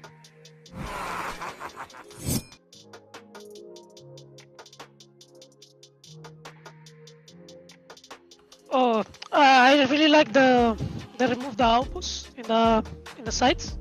It makes the game easier to exploit. Before it was like everyone just TP and respawn, but right now the team that actually make the first moves and control the tempo of the game, you kind of can keep controlling it. So I like the Tormentor too. At 50 minutes of the game, it makes the game a little bit faster. You have to fight at most of the times at that objective. So I also like Tinker is in meta right now. I love the hero. It's pretty fun to play as a position 5. So yeah, pretty far the map feels good. Thanks to the fans for supporting us.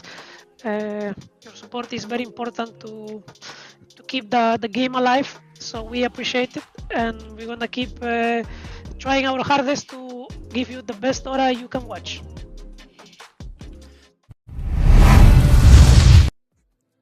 Very, very insightful interview there from the captain of M80, Moose. Of course, you are watching FISSURE Universe Episode 4, and you don't want to go anywhere because this might be the last you see of Moose, Permasneeze, and 343 bringing you the action. And even though he was talking about how he likes the new patch because it's fast, it plays into their playstyle, but they weren't the ones making the moves. In fact, they were the ones having to follow along. And speaking of follow along, you want to make sure to follow all of FISSURE's social media accounts. Type !F in chat to get up to date with all the events that are happening, not just this one. But while this is happening, you're going to get some nice bits of content, nice little behind the scenes. But yeah, Adam, back to my point. We have a draft for game number 2, 1 game away from elimination. They weren't the ones able to make the moves in that game, and I kind of feel like that was the problem. Alright, they got the Darkseer. Things will change now. Nature's Prophet removes a bit of a change up. Mr. Perma sneezed. Yeah, it has to happen. It's in my name. It's in my name. I can't avoid it. I'm not gonna sneeze on microphone, okay? That's premium stuff. You gotta follow FISSURE socials for that one. Okay? Share, like, and subscribe. Yeah, share legitimately. !F. Hit the link. I'm telling you right now. You wanna hear it? I'm sure it'll be there somewhere eventually. But yeah, they get the Darkseer. How does that really change things here? M80 choose to ban out the Tiny themselves and the Nature's Prophet. That fits their playstyle, right? Like, they want this fighting hero. Seconds remaining. Darkseer is nice. Removing the NP and Tiny too, so nothing really too hot against this. I wonder if they'll ban something like a Swen or... What else is there that's pretty common against Darkseer? Have to go through the list. Gyro, I think, another one of the heroes. Do you maybe want to go something like the Night Stalker position 4 now? It gets a lot more attractive with this Darkseer, right? Or is the Jakiro just making it not as attractive? Yeah, any melee with Darkseer is just nice. Yeah. So pick whatever you want. I just feel like it fits the M80 playstyle. You have this big team fight hero. The lane's pretty, I'll say flexible. You're able to cut waves. You're able to stack. There's no realistic scenario where you're like super poor. I think it's one of Ilex better heroes. Yeah. It just feels like one of the premier off-lane heroes as well. I mean, it's this, the Tidehunter, the Magnus. Some teams like the Abao Dazzle if they can get their hands on it. Just trying to think what OneWin will do against this. So they removed the Bounty Hunter. Maybe Student Strong was a bit too annoying. I think just having this Invis hero scout out all their moves and give information, these deep wards, was quite a thorn in their side for MAD earlier. Absolutely. 10 seconds remaining. I mean, it's gonna be a shame if we have to say goodbye to, MAD this early on. Like Moose was saying, this is, I mean, they're doing it for South America, right? And I know South America, but everyone's always like, oh, why does South America get slaughtered? Oh, why do they? I mean, they are still very much one of the prolific Dota regions of forever, right? I mean, they haven't really found that same success as many of the other regions, but still, there's a lot of fans there, like you said, a lot of players watching and putting their hopes in MAD. Haven't really come to fruition just yet, though, unfortunately. One will go for the Mars. So trying to match team fight. I think SSS played pretty well in the last game, reserving the post 4 pick for when they see more heroes too. I think also just trying to force out the carry to be shown by MAD here. They get the counter pick. I think still looking at the Swen possibly just because they ban out the Lifestealer. It is a Munkushi hero. Yeah, Munkushi's quite a particular carry player. There's some heroes that he likes. It's quite a niche thing, right? Like it's Luna and stuff. No one's really playing it anymore. Yeah, I can't believe they picked Luna in that previous series. Just they completely deranged. Don't know why they did that, but who knows, man? To each their own. I mean, I wonder if this Night Stalker is also like how dare you leave Night Stalker? Now you can't pick it. Yeah, it's a bit weird. I mean, this mask just makes it uncomfortable now. Illich had first-hand experience. He's gonna be playing the Darkseer now, so he's kind of like relegating it to El Micho duty. Like, oh, the Night Stalker's good for the team, right? Oh, you're gonna suffer in arena every single time. One of the heroes kind of ignored here is the Murta, right? Like, I feel like this hero, we were like kind of gapping about it and how strong it is. This hero's just not been picked or even looked at this series. OneWin have played it. They can still go for it, but maybe they are. I mean, what is there to worry about? The calling is pretty nice into the Darkseer, but maybe not so much the Night Stalker because you can't really hold him in place. In arena though, like you are held in place already. You just drop it inside. It's a pretty strong lane too. That's true. Not sure if OneWin plays it though. Student Strong definitely more known for other heroes, the Bounty, the Night Stalker, the Weaver. I want to say. No, Student Strong does play it. He played it in the match yesterday. Let's see if they choose to pick it up here. Still looking for a post 4. Warlock Night Stalker comes out again. So no support change. I guess it is a support change because Night Stalker was a core last game. But drafting order pretty similar. I think the Night Stalker is most likely gonna be post 4 right now. You like that they went back for the Warlock here? Because, I mean, last game, the Rock definitely had good counter-initiation potential, but it didn't really feel super impactful, right? It's not like completely crushed the lane for K1. I think it's also just because he's Lifestealer, right? Like, you don't have aggression in the lane. The lane's more like, I'm gonna be able to stay here and farm bless you. Thank you. Another one. Nice. They're choosing. This is an intentional choice, by the way. They're putting me up here, and like you're getting this content instead of the play. I think it just gives them more team fight. I think the Golem was nice. Yeah, I mean, obviously the game looked a bit harder in the last series because I feel like it was hard to find the fights, even though they were constantly looking. So I think the Warlock still fits their bill of what they want. Maybe with the Darkseer and Night Stalker this time, they'll be a bit more able to find the fights, choose their fights, and there's the Swen. No big surprise. What will K1 play against this? There is still a Terrorblade in the pool if they want to go down that route. It's nice to in lane against the Mars too. Warlock TV is pretty cool. There's another hero I was looking at. Ursa, there you go. Ursa is pretty cool. You just kind of get kited a little bit too much though. I see stuns on stuns on stuns. You status resist hero, you have Surge. I think it's not too bad. Gives you Roche too, which is something MAD likes right now. I know this is a bit of a deep reach, but I remember the days of when Sven was just all the rage and he was top pick in the meta, and people started playing this troll warlord against it just because of the mischance. You don't really want to get, MKB on Sven ever. Husk is going to be a very scary support to pair up with. And another Sweden Strong classic, position 4 melee hero. They go for the PA instead. So natural inbuilt evasion, a bit more sort of freedom to jump in and out of the fights. Yeah, I think it's a nice pick, especially with the Tusker coming out. It's a hero that can get out of charge, so never really in any threat. Good against Mars in the lane, and this Warlock PA is just a pretty strong lane. So I think it's nice. It fits what K1 wants to do. It's not like a super wow pick to me. I think the thing about Swen is that when he was at the peak of his strength, it was really only Faceless Void and Troll that could fight him, right? Because the only way to fight him is if he cannot hit you. Yeah. You gotta get that inbuilt evasion or like stop him in his tracks, quite literally. Dark Mago being last picked. How often do you see this? Yeah, I mean, yeah, that's a good point actually. Usually Dark Mago is the one sort of snapping his hero up as early as possible. They did have that game against Gaimin Gladiators where they last picked the sniper that worked out pretty nicely for them, at least in the early game. So that's something. Do you want sniper with Dark Seer PA though? It doesn't look very attractive to me. No, not last pick sniper. Just, you know. I'm going through a list of heroes now. There's Ember, Pango, there's Earthshaker left in the pool. And like you said, Dark Mago is one of those players. He has like 6 like WoW heroes, right?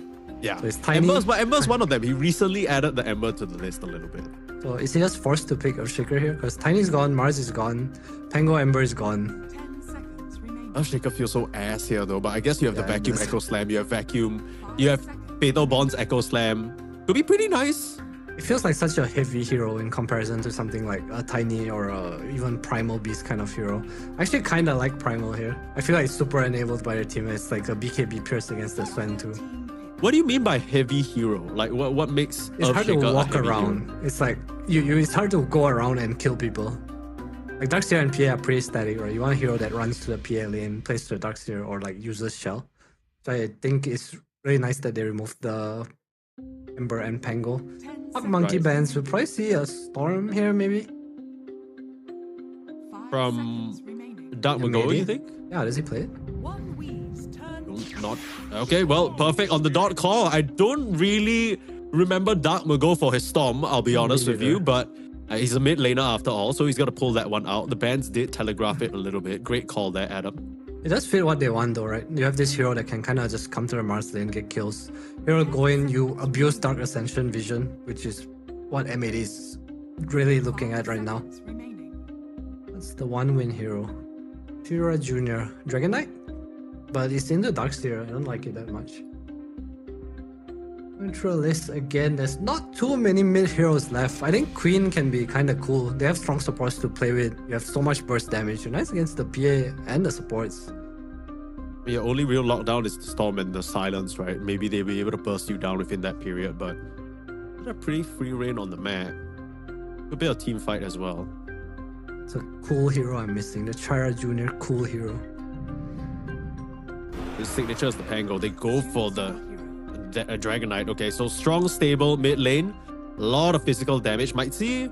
I don't know if we're gonna see that Frost Dragon come out. What do you think? Probably poison, right? I wanna say. Just good lane, a lot of early pressure, which is what they're lacking. I think the whole reason they picked this DK is just to apply early pressure, especially with this dual support. You have the Jakiro Tuskar, you can kind of run together. One stun equals death. And I feel like M80, even though they have this wall later against this DK specifically, there's arena to cover, there's a lot of AoE, there's Warcry. This DK actually has like plus 40 armor at 10-15 minutes. It's actually going to be kind of insane. Okay, well, at the DK, we saw what happened in a previous series where it got last pick, and this is M80's last chance. Looking at these drafts with the last picks coming in, Dark Mago Storm Spirit versus Chira Jr. Dragon Knight. Which lineup as a whole are you liking the most? I like M80 a bit more. I think this PA against DK is like I think the Phantom Nice break is actually pretty significant. I think this is a good Swen game though. So I think it's going to come down to how Dark Mago does on this Storm. Again, not a huge comfort pick for him, but I do like what their draft brings this game. Okay. And is there anything that the PA needs to be a bit afraid of this game? Because it feels like, once again, 1-win are in a pretty good position potentially to just take over that early game and steamroll. I feel like he'll have a good lane. Just gotta be careful with the pickoffs from the side, because if you look at 1-win's heroes, they don't really have heroes that move to the PA and kill him, right? And I think he will do pretty well in lane. Just make sure you keep protecting the safe lane, let the PA and scale up into his game. And eventually, I think he'll be in a pretty good spot as M80. Okay, well, we'll see whether they can get there. They need to be in a good spot. In fact, they're in an awful one right now. One game away from elimination here at FISSURE Universe Episode 4. To keep their hopes alive, to keep the hopes of the South American fans alive, they're going to have to try and perform a little bit of a reverse one win here. One game down. Game number 2. Already, Moose caught in a bad way. Still Fatal Bonds onto 3, but they can't really reflect enough damage. Moose will go down for first blood. M80 can't do much about that. That's a level 1 Fatal Bonds too. Not the most ideal spell to play with. Usually want the Shadow Word, but nice kill. Beautiful charge from Sweden Strong. See why they picked the Tusker. And we will have a Corrosive Dragon. Yeah, SSS going Victory Feast this time. Any sort of reason why that change-up might be relevant? Maybe just feeling like there's not too much value in getting the Bloodsport this game. There's no real save or buff for the inside the arena. I feel like Bloodsport is just always nicer anyway. I feel like the 20% heal is kind of insignificant, but I might be wrong. That's what I think too. I just generally think Victory Feast is a bit like, it's a bit like whatever, right? Like you get the heal off. It's not like... Oh, actually, I guess I can see the rationale, because if you're thinking about a team fight, when you put the arena down, you know for a fact M80 are going to come rolling in with the Fatal Bonds, Warlock Golem, and you're going to be taking a lot of damage. So it's kind of like a mini Night Stalker heal in a way, right? If you manage to get a kill, get some nice HP regen, maybe help you survive the team fight, walk away with some nice gold and EXP without losing much. See whether there's any applications of it though. I think it's not a huge... I don't think it's a bad fest. It's more like the activation for it is kind of odd, right? It's like, it's such a niche condition. It's like, oh, you need to get a kill in your arena. It's like, when it happens, it's like, wow, Victory Feast, but how many times does it really happen? No, it's not something that's super crazy. It's not like it can't happen, right? They have a good bit of physical burst damage. Let's see whether it comes into play here. Early doors though, Chira Jr. slapping the shit out of Darkmago. My goodness, this Storm taking a lot of damage. Lich already dropping low here, trying to trade out. Misho, again, this is a very similar situation to game number 1 where Illich drops, but it's Munkushi who survives, turns around with the stun. Can you actually fight this? Misho will get himself a double kill for Illich, but he ends up going down. Not sure whether that was worth it. I mean, no one gets the XP, he gets the double kill, kills Munkushi. I feel like if Munkushi threw a stun and just walked away there, he might have just killed a Night Stalker through tower hits. There's the Ion Shell that did him in there. A little bit of a miscalculation, but I feel like as Darkseer Night Stalker, you're really happy with that. Sure, Illich goes down first, but getting this Night Stalker ahead, now he's 1-1-1, he has the crippling fear, so probably going to see more aggression as soon as Level 3 comes out for the Darkseer. Okay, I'm going to need you to break this down for me, because you're the professional and I'm not. What is with this ward in the 1-win lane? Why did they just plant it right in the middle? Like, what are they expecting to see? It's just to aggro creeps against Night Stalker, I think. Because it's nighttime, right? You can't really hit as the Jakiro. So I think having a lane ward actually helps you like abuse this double melee. Otherwise, you need to play around trees mid lane. Oh, yeah, I mean, I didn't even consider that, to be honest with you, but that makes a lot of sense now that you've explained it. Well, it's good to have Mr. Adam343, former coach, former TI player, Southeast Asia legend, here with me. The FISSURE Universe. Alright, man. Thanks for the hype. Yeah, we gotta add to the accolades. What else you got? You got what other achievements we got on that sort of resume? Sorry, that's kind of it. Oh, damn. What would you say is your proudest achievement when you're playing Dota? Okay, you can think about that for a little bit, as we might see a kill until the end. Moose is down here. Moose is down here. They turn around, focus on Munkushi instead. And this is already going a lot better for M80. Now Sweden Strong's in here, but Sweden Strong is level 1 and he already used the one spell that he has. Double Ion Shell, that's the problem about level 3 Darkseer. That damage goes up by a long shot now. Can't actually find the task, and now Moose is in a little bit of a pickle here against till the end. One thing about Jakiro, you just don't trade well into him. Stun up into El Misho, we'll get the roll. Turn around, okay, well, he just goes till the end. That's a little bit of cloudiness going on down here in the bot lane. El Misho will get caught by the shots, and another kill over to Mukushi. Absolute bloodbath down here early on, but M80, they've got to be very happy with that. That's quite funny. It's such a long battle. This is the M80 special, right? I feel like this happens like every game they play. Most TP in mid to just kind of help out a Storm, and it's like, I'm not going back top, guy. I'm coming bottom, level 2 Warlock. Let's go.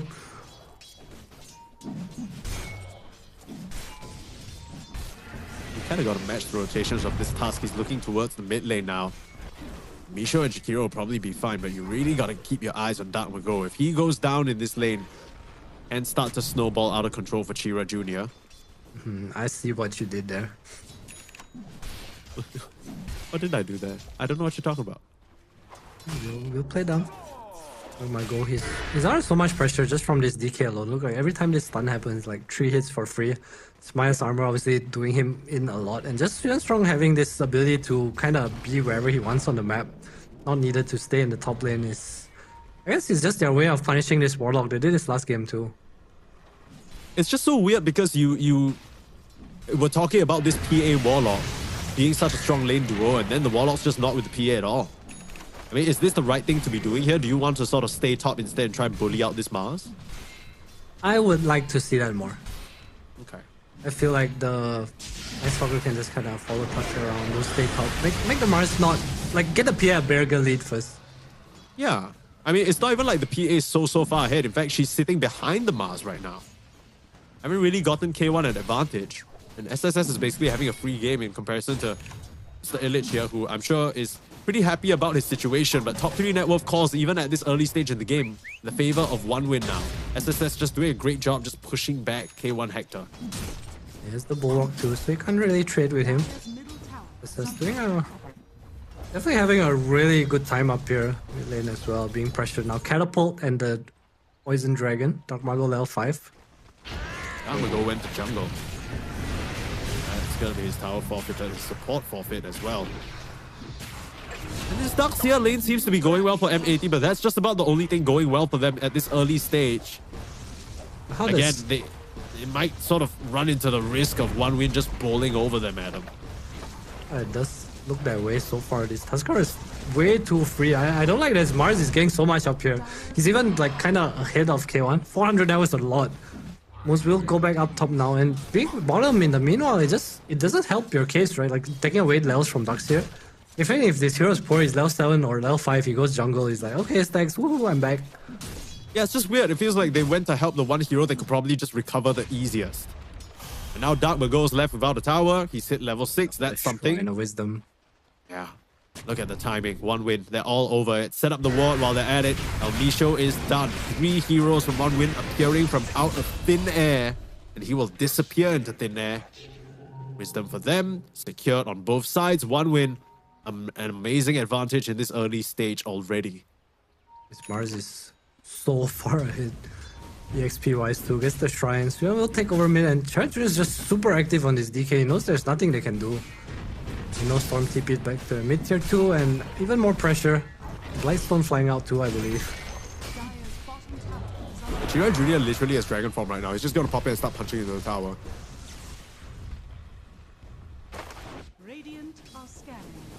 One thing we didn't really mention about M80 is that they don't have heroes that can wave clear safely, right? Like, your closest thing to that is probably like a Fatal Bonds. Illich is going to show himself in the bot lane over here, narrowly surviving with a big wand charge. Mago's here, just taking a little peek. Looking at this Dragon Knight now.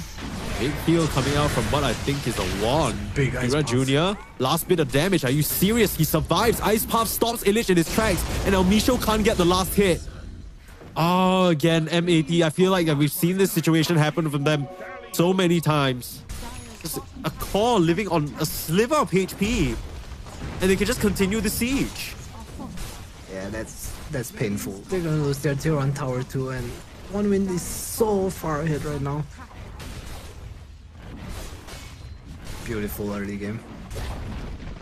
Dire's bottom It just tower goes back to Moose walking bottom instead of going back to top. He's level 4. No Shrines of Wisdom. That's also an issue with how the lane's playing, right? Like this Warlock and Night Stalker can't really contest a Shrine. You need the Storm, but Storm's also not having a good game. Neither is Darkseer. 1 win. Out for blood. Man, at this point, who's having a good game? Man, I don't even know who on MAD is having. I thought the Darkseer was having a good game. He's below the Mars in terms of net worth. Even Mukushi, all the pressure that he's faced down here, he can very naturally just go into the jungle and resume farming as he's doing right now. He's making good headway towards his items. Up on the net worth. Couldn't you have done this a lot earlier on Illich? Like just hit to the jungle, put some more pressure top. And look at SSS now. He's at the freest time of his life.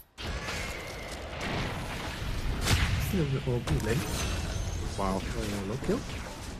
With the tip, multitasking at its finest. One punch. Damn, you do know your anime. I do. I'm trying to redeem myself from the transgressions of yesterday.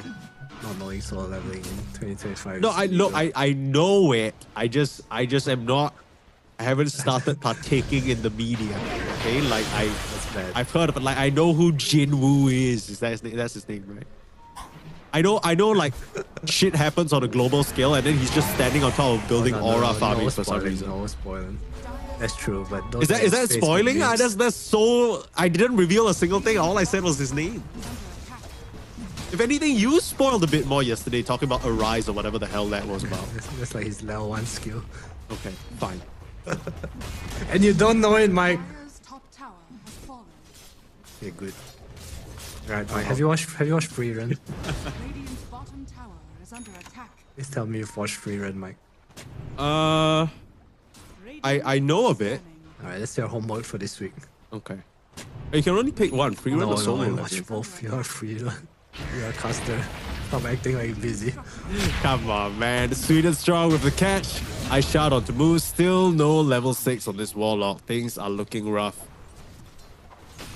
We were Maybe kind of it's holding just- out hope that these matches at this stage, round 3 of FISSURE Universe Episode 4, they'd be a lot closer. It certainly felt like the case that MAT had a fighting chance in that game number 1. Just a matter of execution, but as a byproduct of execution, one win are the one sort of trampling all over this early game in game number 2, threatening to put SA out of this tournament as soon as they joined it. K1, nothing to jump to, surrounded by heroes, punched up into the sky again. The S in Sweden Strong standing for Saitama there, his punches have been lethal. Nice dagger reveal from Chara Jr. as well. No real place the MA is safe to farm right now. One win just way too far ahead. Radiant's middle tower is under attack. The bright side for M80 is they do have mass team fight when the Warlock gets 6. I'd like to see them try to make a move, maybe just go as 5, use the wall against the DK. So I think this farm fest right now is not favorable for them. They need to Absolutely. take trades. I mean, your heroes are not out farming theirs, I'll tell you that much. They got a Sven going, they got a DK going. Alright, here it comes. They need more than 1 kill. They need a team fight. Oh, Sweet and Strong. Invis Rune, that's convenient for breaking a smoke if he's in the right position. They need the Dark Sure, is Seer, that level though. 7? They saw the Dragon Knight, did they? A sentry there. I mean, this... I mean, so aware of this. Yeah, what are they... Oh, no. Okay. Well, that's not happening, right? Down we go. He's going to go for the support instead. Not the ideal kill, but the blink punch Dagger. already. Wall onto only a Jakiro. Again, you're using just about everything for this kill on a pause 5. You gotta get it. Killing spree. Swim Strong Pretty is a costly, blink. though. That's such a pain in the ass, actually. He has dagger now. It makes it so hard for even the Storm to play. When you go in, you just get chain stunned up. Radiant's middle tower is under They will turn it into a little bit of a mid-tower pressure. One win looks like they want to defend. There's a TP coming out from Sweden Strong. Yeah, why wouldn't they? No Dark Ascension, no wall. All you have to worry about is a rock. From a level 6 Warlock, so he only has 2 points in the Fatal Bonds. Dire are scanning.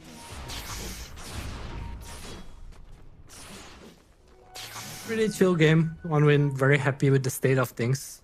And they meanwhile feel like they need to use their spells, but Are scanning. it's not easy when your 3 towers behind, your map's kind of small. It feels like all your moves just get red. Especially painful because it's nighttime, right? These are precious minutes ticking away for LD Show that he's sort of feeling a bit more confident to go out on the map.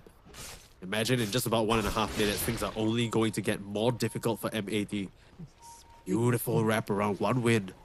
Off of the deep ward that they placed, they're gonna spot out K1. Another blink, another kill.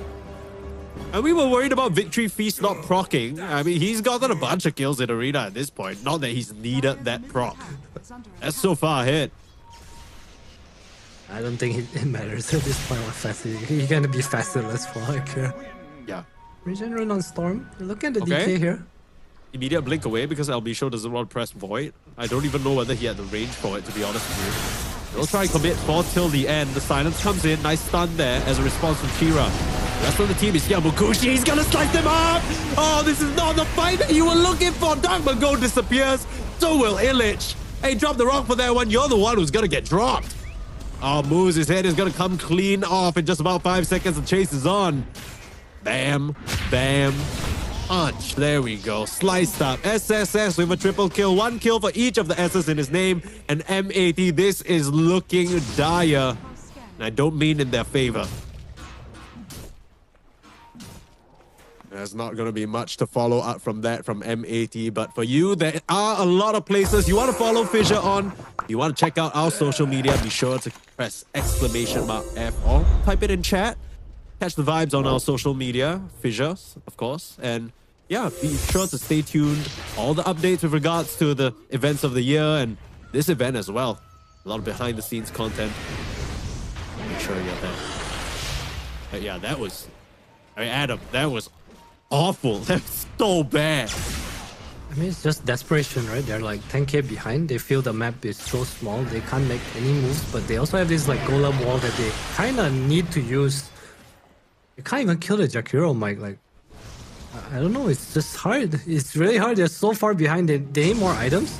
They need a way to kind of scale on the map. Maybe protect your area, sacrifice some farm on the storm, possibly. I mean, everywhere you pop up, rest of 1 win ready to pop your head open. SSS is wicked sick, and it all comes down, it feels like, to that micro decision made by the Warlock. It ends up just kind of screwing them over in such a significant way that I don't think Moose probably even expected.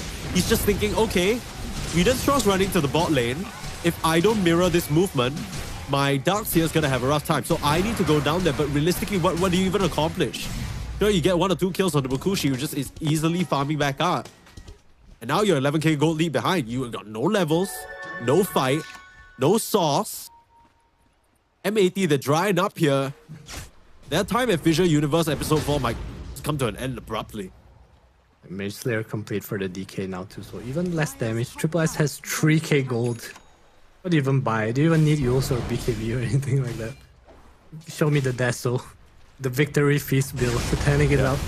At that point, why not? Radiant's bottom tower is under attack. 1 win. So comfortable, 1 win. Able to just choose what they want to do here, and they'll choose to take the tier 2 tower. Goes down really fast. Poison Breath. Sorry, Poison Dragon. Erosive. I need to stop saying poison.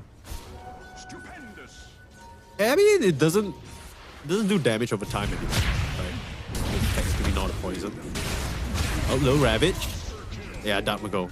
I was gonna say he might have a little bit of time to zip out, but no. Too quick, and Mukushi will just slice down the free moves there with the tail end of his God Strength. Darkmago having a really shit game here. Edenstrong almost catching up in net worth to him. Cursey gets the shard from the Tormented too. I mean, I think this is one of those games where I don't even know whether you can necessarily blame Darkmago. It's just a tough matchup since the start, right? And with the Tusk angling towards him non-stop, it's so hard. Dire's bottom tower is It's one of those games where you question, is Darkmago a Storm player? And then you watch this game and you still don't know if he's a Storm player or not. Yeah, it's kind of hard to tell. And in fact, it's hard to tell. I mean, you could sort of tell the intention from M80. Dark Ascension going to come out. Hector still completely mauled though. They will try and focus down Munkushi. This is possible. This is doable. They get the kill. Darkmago, a nice injection of gold. Okay, trade carry for carry, but definitely more in M80's favor. They're hanging around here though. Amisho's gonna see them. Not sure who this favors though. No wall.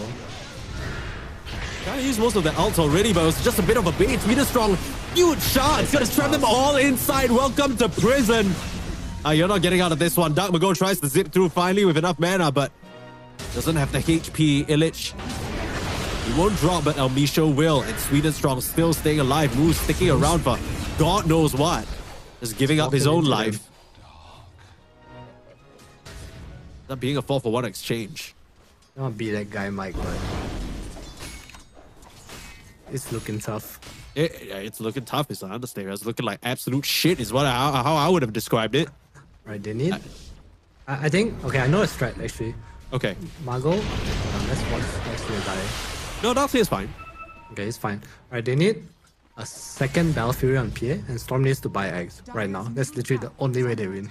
Wait, what the hell do you just say? Do you say Storm Egg second Battle Fury PA? Yeah, you need the Cleave Vacuum. That's literally the only way you're winning this game. If you get a vacuum, they're not even standing together on one win. You don't know about the build?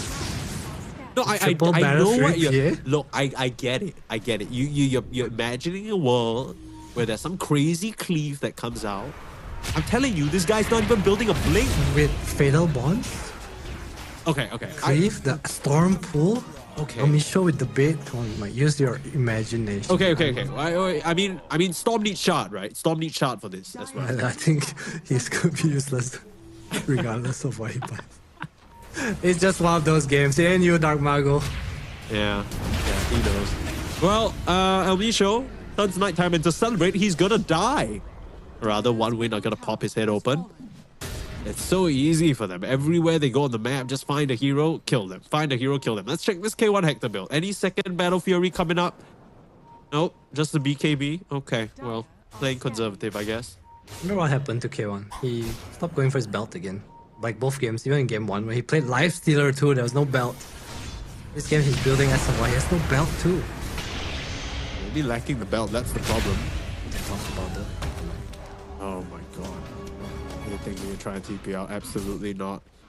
Meanwhile, a free kill onto Mago, 28-6. They can just walk into the pit if they'd like, but I think they're stopping them. 12 seconds. Dude, how is this game even more stompy than round 1? Like, how is that even? It's just laning stage, right? And the lack of damage coming out from their heroes. All of Night Stalker, super under level 2, they lose both Wisdom runes. One was like level 3, minute 8. Yeah. How often do you actually see that? M80 managing to get a win off of BetBoom, but it seems like that might just be the end of their road here. And of course, just a reminder, everybody, you are watching the best Dota that's happening right now. FISSURE Universe Episode 4 brought to you by FISSURE Studios. And then more behind the scenes action, of course. Exclamation mark F, guys. Exclamation mark F. But yeah. He's going for eggs and kills. I mean, why not? He's rich as shit. Oh! A little bit of a miss there. Okay, everyone's missing. That was a little monkus. What do you call the bowling term when you go right down the middle? Split the what? I think that's a split. I'm not too sure. I'm not the most familiar with bowling. Maybe if you ask Sweden Strong, he can tell you. He looks like a bowler on fire right now. Well, sometimes just miss every tree in the world. It happens. BKB for K1 now. I feel like he needs shard, but I also feel like he needs 4 more items or 4 more battle series. Yeah. It's a classic. It's the classic. Oh, you know, if they were all 6 slotted, they could probably win this game. Yeah, no shit. You ain't wrong. Heroes would be nice with items. Unfortunately, one win ain't gonna let that happen. And Kush is barreling it down with the Aegis with the God Strength. Mago is cutting creeps. I mean, they are cutting creeps. M80, they're trying their best to buy some time. Unfortunately, Mr. President, a stack of creeps has hit the base. In comes the rock. Nice little combination play there. Silence up on the backline from Elmisho. This is pretty good. Damago has to sacrifice his life for it, but that means SSS is not in the fight. And Makushi's in trouble. He's going to drop with the God Strength. They're looking at Chira Jr. now. Surrounding him. Any way of cancelling the TP. He's still going to go down. And they're looking at the Sven. Makushi turns around, blinks into them for the stun. Maybe resigned to his fate a little bit here, but the arena was used by SSS to kill Mago. Elite with the heal, still looking nice, but K1, he is gonna drop to the damage, still managing to blink out. Narrowly saved by his Warlock there, and they're still looking at this Sven. They're still hungry. Don't really have a lot of damage for him. The blinks away. One win. They safe just yet. El Misho still wants to hunt for more spots. SS around the tree line. That's a gem. Get this kill, that'll be huge. That's the gem. M80 not ready to keel over and die just yet, but the buyback coming out from Sweden Strong. This is looking scary now. You've committed pretty deep. Now this Night Stalker's gonna go down. Nice TP away from Moose. Gets a ward before he goes off. I mean, that's not too bad. That's pretty okay. Amazing. That's the most amazing teamfight M80 could have ever hoped for. There's just overconfidence, right, from one win. DK no dragon standing in front. Munkushi pops the God Strength pretty low from the Golden Fatal Ball, and just the initiation from M80 comes in. Misha doing a nice job of just cutting off the backline too. There's hope, Mike. I mean, also, SSS basically used his arena on a solo storm, which, you know, has been amazing for them this entire game. But then he's not at the fight, and they know that. So that just allows them to just completely run over. Oh, what? They're telling me that. Okay. I'm not sure what K1 was doing showing on the wave there, but what he's gonna end up doing is die. Well, M80, they chained that pretty amazing team fight and hold with an absolute nothing burger of a situation, with K1 just popping his BKB. Standing in the mid wave and farming, and now they'll lose a Rax. Why did he tip Dark Mango? Also, I need to make my joke. God damn it, Hector. Okay, let's hear it. So you're telling me that SSS assessed the SS. Thank you. Yeah, no, that's exactly what I'm telling you. Actually, you got that on the money. I love that you're such an active listener, Adam. Second game, second lane of Rex will go down. MKB complete for Munkushi now, so even more bad news for Hector. Well, it's been nothing but bad news for Hector this entire game. This entire series, this entire tournament might be. That's the Golem onto the BKB of Munkushi. Meanwhile, El Misho chasing down the Jakiro on the side. Not really sure what that's about because he just gets punched.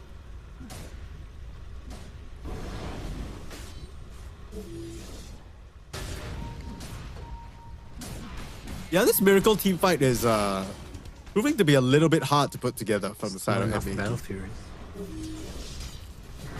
Going for the Yasha. Doesn't know. He doesn't know. Offer your coaching services to them. Look like they could use all the help they could get. Arena, SSS, another catch, another victory feast perhaps. Oh, no, denied. Comes BKB, calls him with the spear anyway. Let's disappears. Nice spear, slice. There they go. And yeah, I mean, this is the elimination game after all, so I understand the M80 are still hanging on, but there's not much left to grasp onto.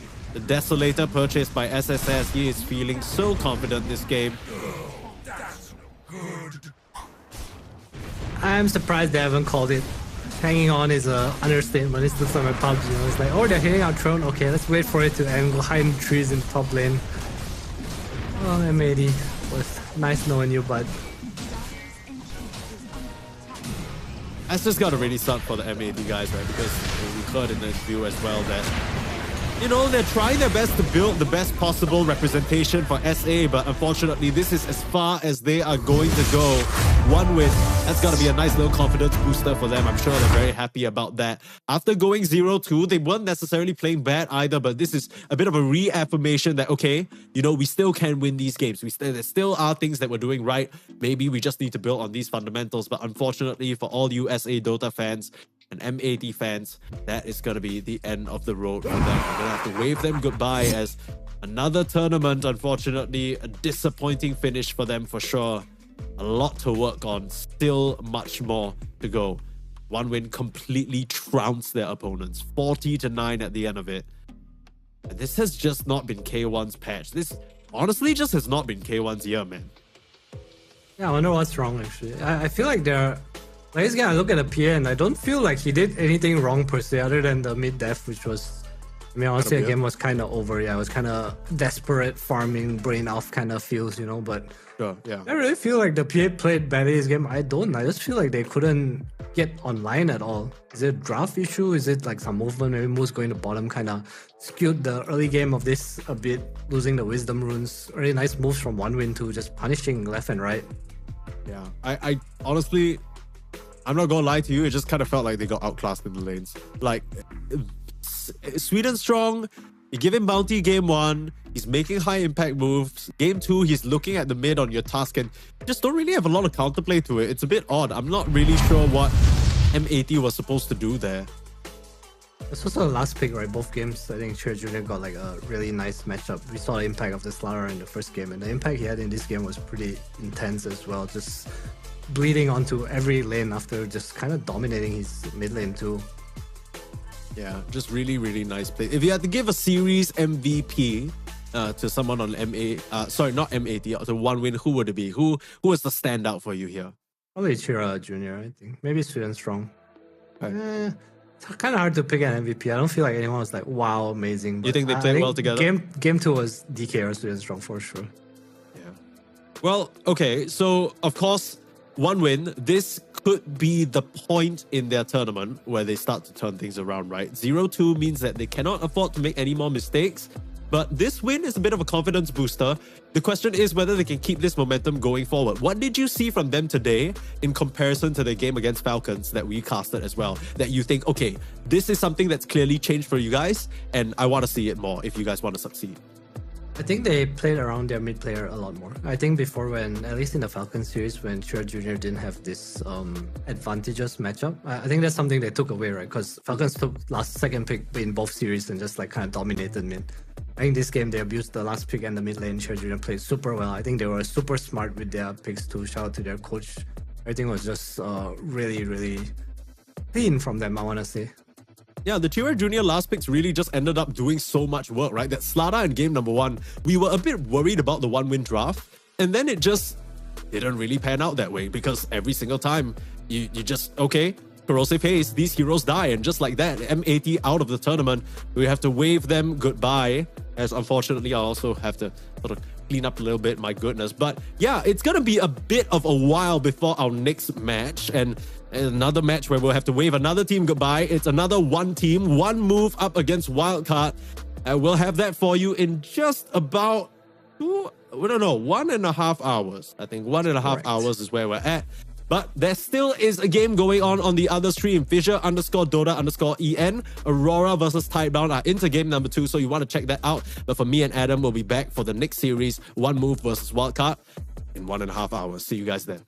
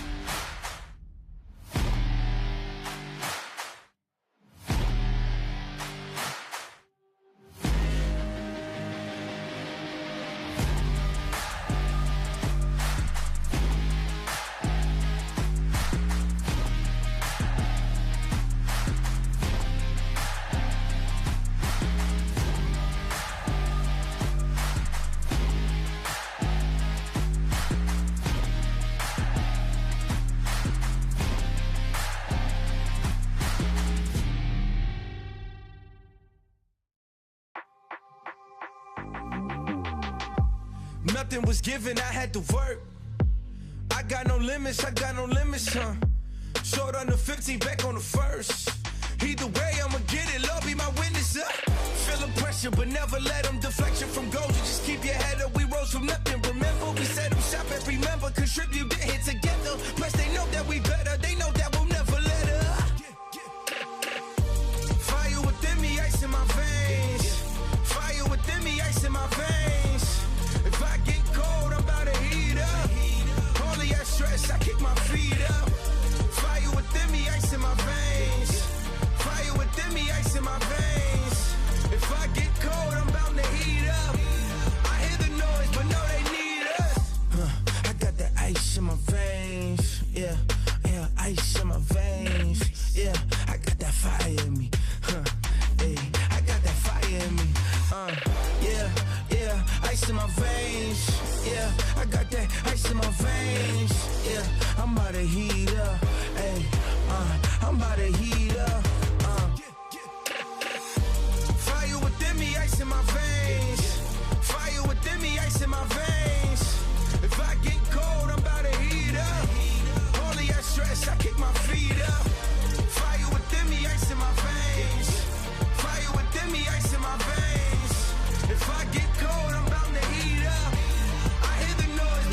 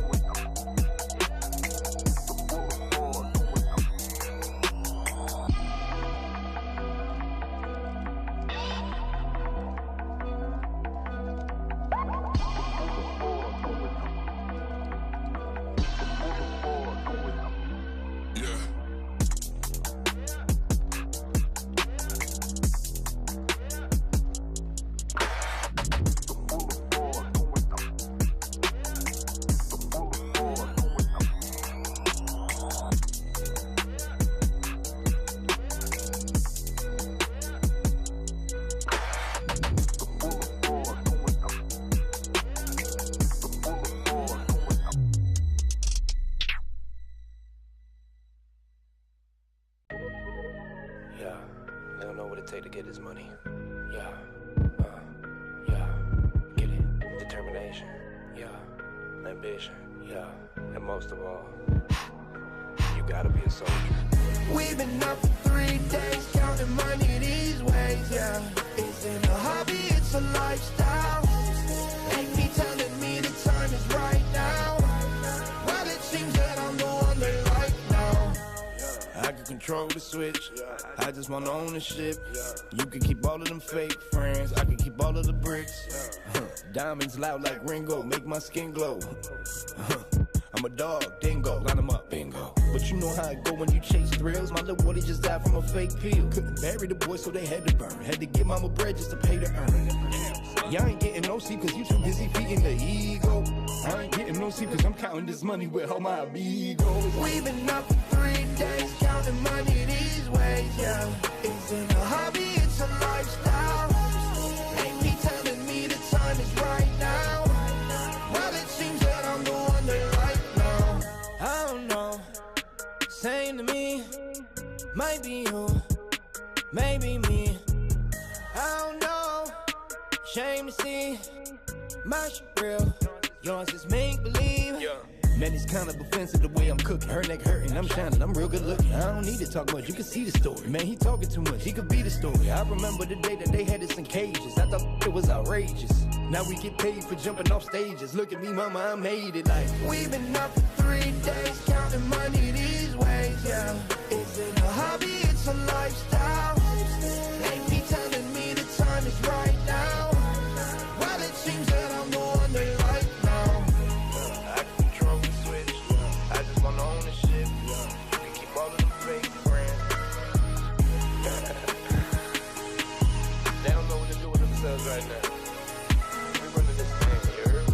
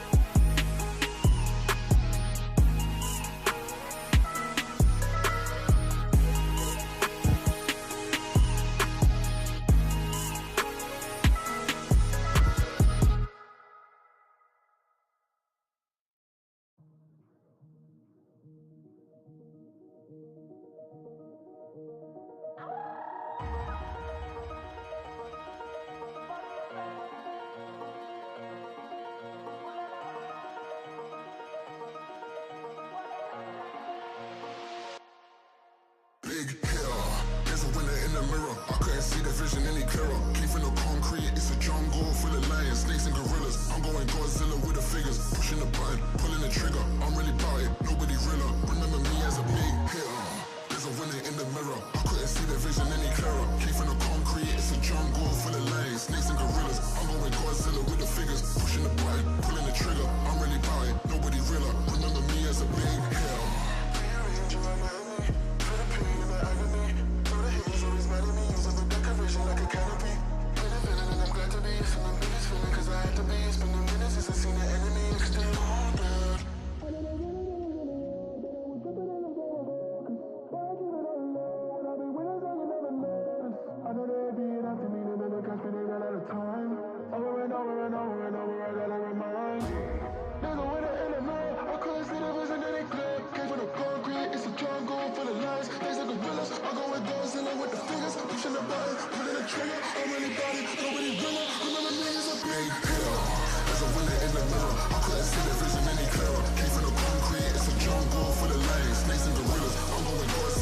fingers, pushing the button, pulling the trigger. I'm really about it, nobody realer. Remember me as a big hill, as a willet in the middle. I couldn't see the vision any clearer. Came from the concrete, it's a jungle full of lions, snakes and gorillas. I'm going Godzilla with the fingers, pushing the button, pulling the trigger. I'm really about it, nobody realer. Remember me as a big hill.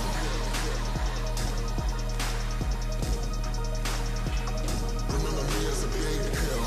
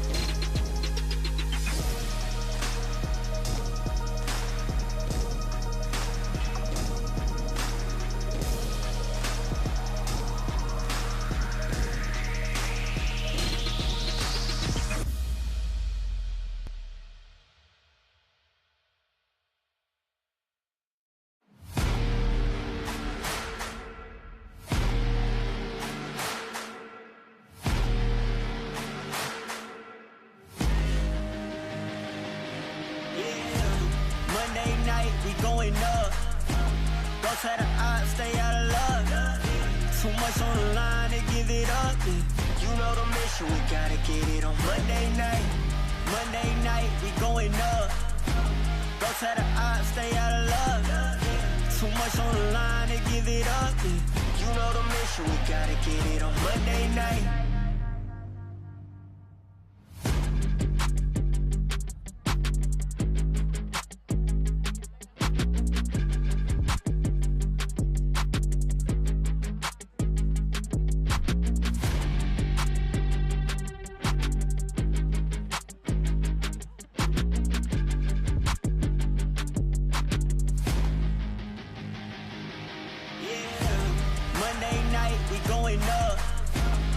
Try to stay out of luck. Too much on the line to give it up. You know the mission, we gotta get it on Monday night. Monday night, we going up. Don't try to stay out of luck. Too much on the line to give it up. You know the mission, we gotta get it on Monday night.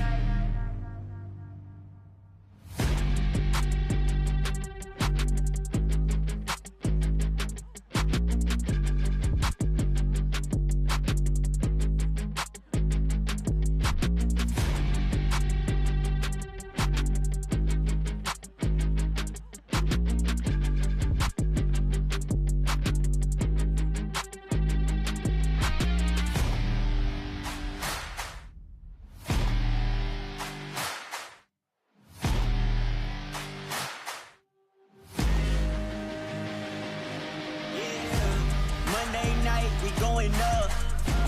Don't try to stay out of luck. Too much on the line to give it up. Yeah. You know the mission, we gotta get it on Monday night. Monday night, we going up. Go to the odds, stay out of luck. Too much on the line to give it up. Yeah. You know the mission, we gotta get it on Monday night.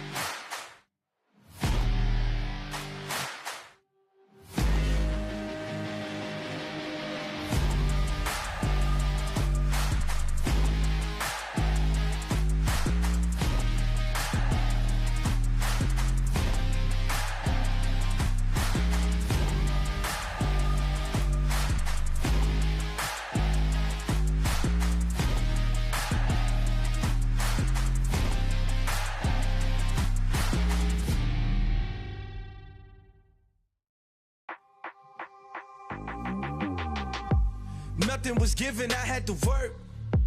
I got no limits, huh? Short on the 50, back on the first. Either way, I'ma get it, Lord be my witness up. Feeling pressure, but never let them deflect you from goals. You just keep your head up, we rose from nothing. Remember, we set them shop and remember, contribute, get here together. Plus, they know that we better, they know that we'll never let up. Fire within me, ice in my veins. Fire within me, ice in my veins. If I get cold, I'm about to heat up. Only I stress, I kick my feet up. Fire within me, ice in my veins. Fire within me, ice in my veins.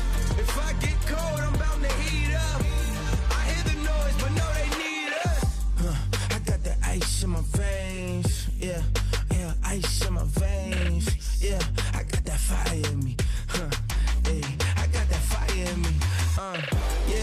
Yeah, ice in my veins. Yeah, I got that ice in my veins. Yeah, I'm about to heat up.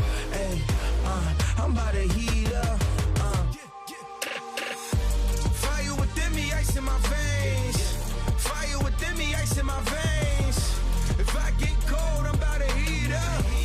Only I stress, I kick my feet up. Fire within me, ice in my veins. Fire within me, ice in my veins. If I get cold, I'm bound to heat up. I hear the noise, but no, they need us.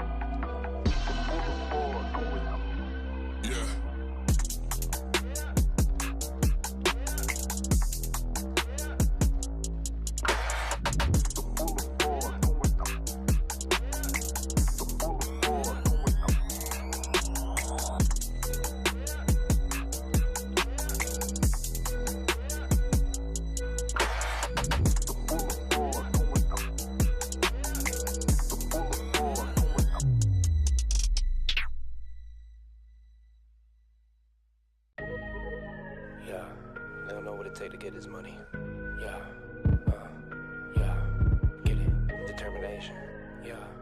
Ambition, yeah. And most of all, you gotta be a soldier. We've been up for 3 days, counting money these ways, yeah. Isn't a hobby, it's a lifestyle. Ain't me telling me the time is right now. Well, it seems that I'm the one they like now. I can control the switch, I just want ownership. You can keep all of them fake friends, I can keep all of the bricks. Diamonds loud like Ringo, make my skin glow. I'm a dog, dingo, line them up, bingo. But you know how it go when you chase thrills. My little boy just died from a fake pill. Couldn't bury the boy, so they had to burn. Had to give mama bread just to pay to earn. Y'all ain't getting no sleep cause you too busy feeding the ego. I ain't getting no sleep cause I'm counting this money with all my amigos. We've been up for 3 days, counting money these ways, yeah. Isn't a hobby, it's a lifestyle. Ain't me telling me the time is right now. Well, it seems that I'm the one they like now. I don't know, same to me. Might be you, maybe me. I don't know, shame to see. My shit real, yours is make-believe. Man, it's kind of offensive the way I'm cooking. Her neck hurting, I'm shining, I'm real good looking. I don't need to talk much, you can see the story. Man, he talking too much, he could be the story. I remember the day that they had us in cages. I thought it was outrageous. Now we get paid for jumping off stages. Look at me, mama, I made it like. We've been up for 3 days, counting money these ways, yeah. Isn't a hobby, it's a lifestyle.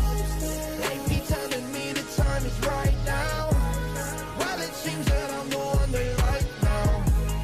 I can control the switch, I just want ownership. You can keep all of them fake friends. They don't know what to do with themselves right now. We're running this thing, you heard?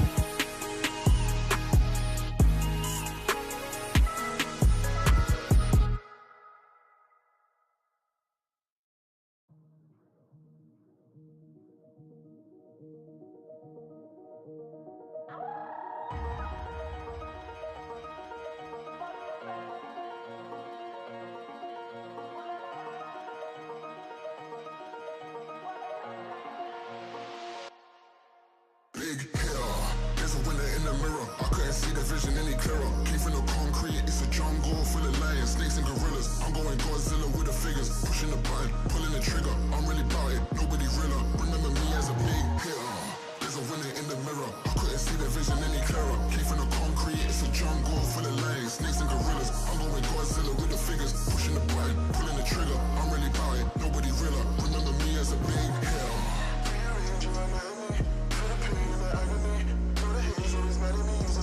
Like a canopy, feeling and I'm glad to be. Feeling this feeling cause I had to be. Spending minutes since I seen the enemy and stay haunted.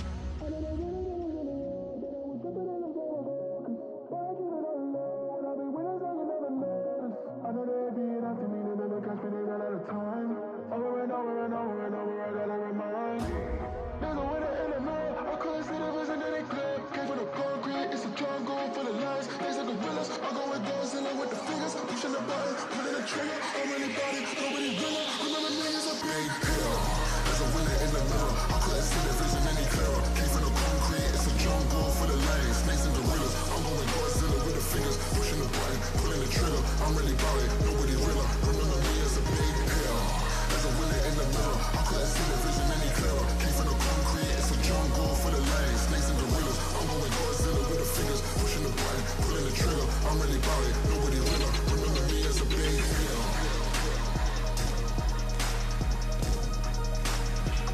Remember me as a big hitter.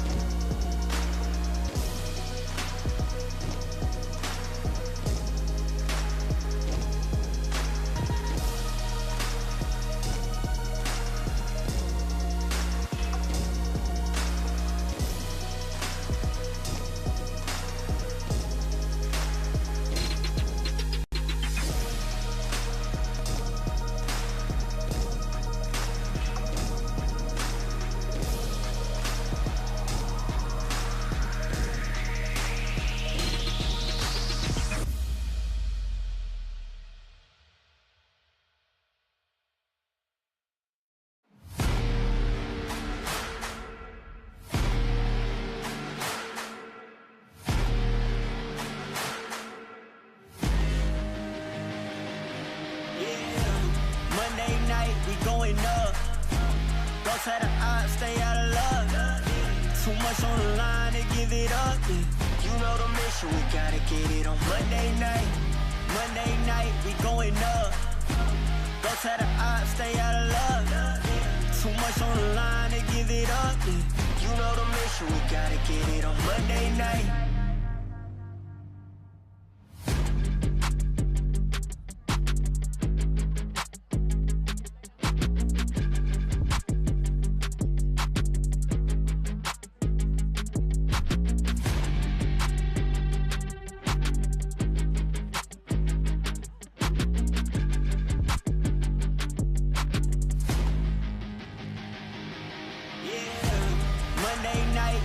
going up. Go to the odds, stay out of love. Too much on the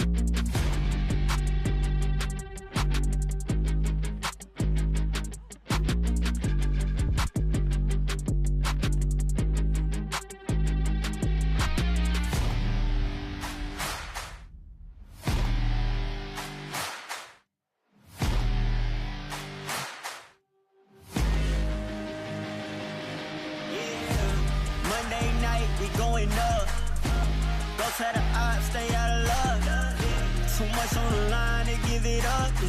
You know the mission, we gotta get it on Monday night. Monday night, we going up.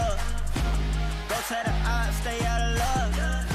Too much on the line to give it up. You know the mission, we gotta get it on Monday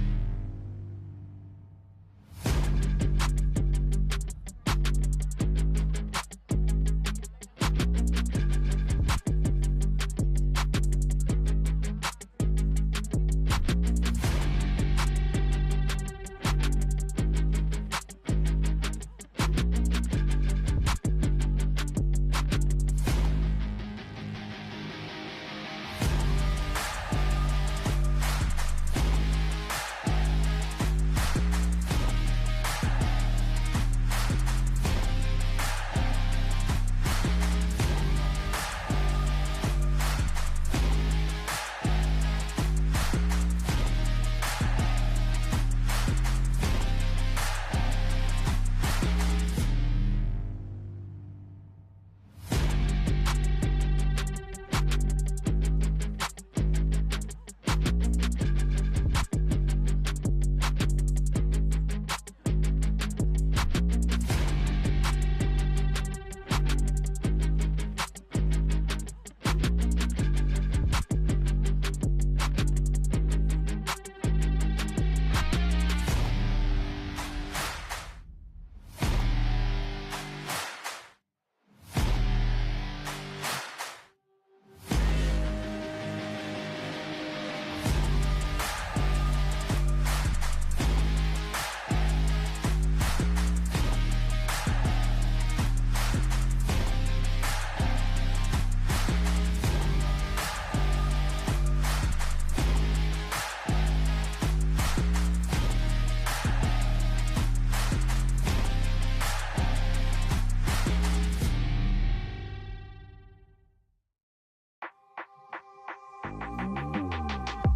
Nothing was given, I had to work. I got no limits, huh? Short on the 15, back on the first. Either way, I'ma get it, Lord be my witness, Feeling pressure, but never let them deflection from goals. You just keep your head up, we rose from nothing. Remember, we set them shop and remember, contribute, get hit together. Plus, they know that we better, they know that we'll never let up. Fire within me, ice in my veins. Fire within me, ice in my veins. If I get cold, I'm about to heat up. Only that stress, I kick my feet up. Fire within me, ice in my veins.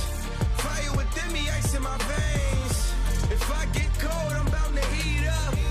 I hear the noise, but know they need us. I got the ice in my veins. Yeah, yeah,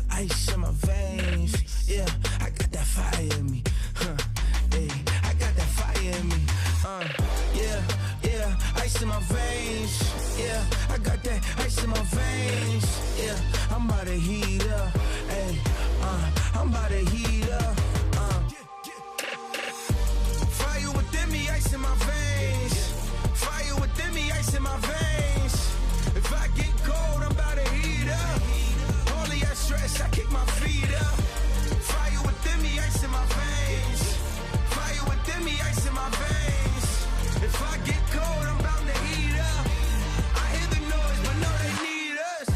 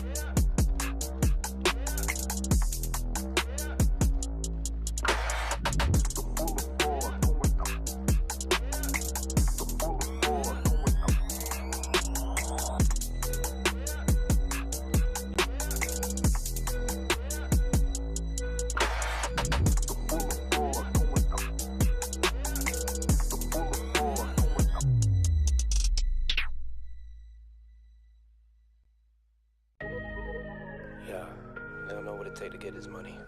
Yeah, yeah, get it. Determination, yeah. Ambition, yeah. And most of all, you gotta be a soldier. We've been up for 3 days, counting money these ways, yeah. Isn't a hobby, it's a lifestyle. Ain't me telling me the time is right now. Well, it seems that I'm the one they like now. I can control the switch, I just want ownership. You can keep all of them fake friends, I can keep all of the bricks. Diamonds loud like Ringo, make my skin glow. I'm a dog, dingo, line them up, bingo. But you know how it go when you chase thrills. My little boy just died from a fake pill. Couldn't bury the boy, so they had to burn. Had to give mama bread just to pay the earn. Y'all ain't getting no sleep cause you too busy feeding the ego. I ain't getting no sleep cause I'm counting this money with all my amigos. We've been up for 3 days, counting money these ways, yeah. Isn't a hobby, it's a lifestyle. Ain't me telling me the time is right now. Well, it seems that I'm the one they like now. I don't know, same to me. Might be you, maybe me. I don't know, shame to see. My shit real, yours is make believe. Yeah. Man, it's kind of offensive the way I'm cooking. Her neck hurting, I'm shining, I'm real good looking. I don't need to talk much, you can see the story. Man, he talking too much, he could be the story. I remember the day that they had us in cages. I thought it was outrageous. Now we get paid for jumping off stages. Look at me, mama, I made it like. We've been up for 3 days, counting money these ways, yeah. Isn't a hobby, it's a lifestyle.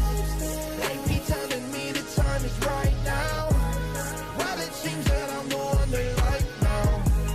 I can control the switch, I just want ownership. You can keep all of them fake friends. They don't know what to do with themselves right now. We're running this thing, you heard?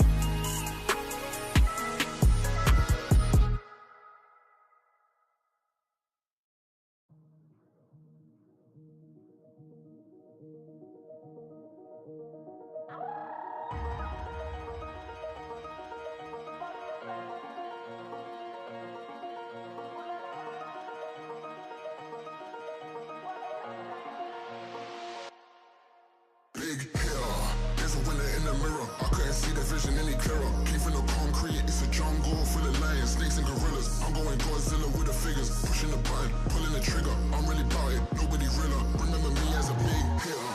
There's a winner in the mirror. I couldn't see the vision any clearer. Came from the concrete, it's a jungle full of lions, snakes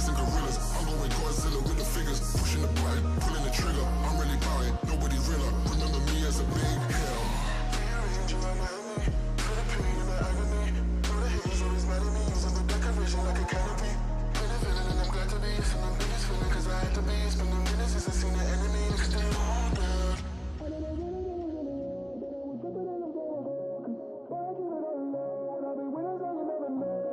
I know they being after me, they never catch me, they ran out of time. Over and over and over and over, I gotta remind. There's a winner in the night, I couldn't see the vision that they clear. Came from the concrete, it's a jungle full of lies. Things like gorillas, I go with Godzilla with the fingers. Pushing the button, pulling the trigger. I'm really body, nobody realer. Remember me as a big hill.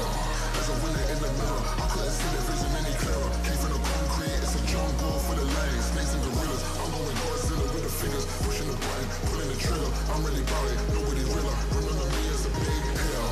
There's a winner in the mirror, I couldn't see the vision any clearer. Came from the concrete, it's a jungle full of lions. Snakes and gorillas, I'm going Godzilla with the fingers. Pushing the button, pulling the trigger. I'm really about it, nobody realer. Remember me as a big hill.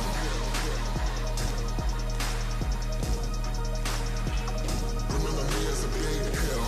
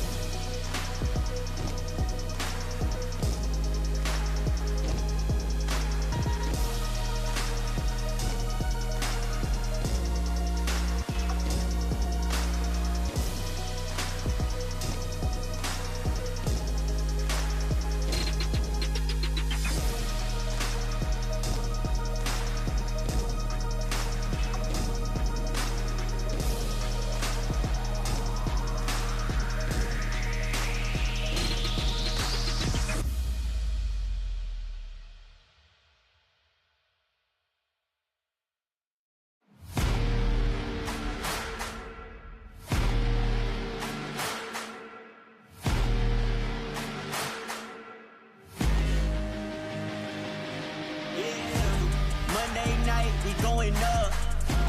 Don't try to stay out of love. Too much on the line to give it up. You know the mission, we gotta get it on Monday night. Monday night, we going up. Don't try to stay out of love. Too much on the line to give it up. You know the mission, we gotta get it on Monday night.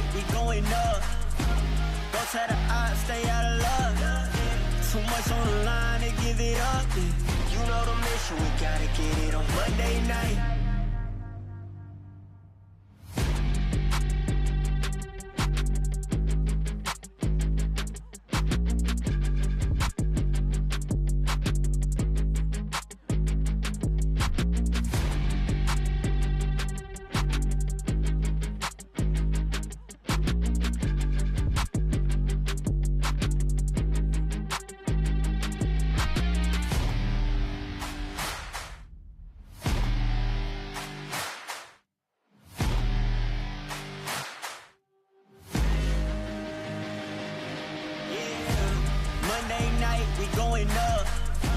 Don't try to odds, stay out of luck. Too much on the line to give it up. You know the mission, we gotta get it on Monday night. Monday night, we going up. Don't try to odds, stay out of luck. Too much on the line to give it up. You know the mission, we gotta get it on Monday night.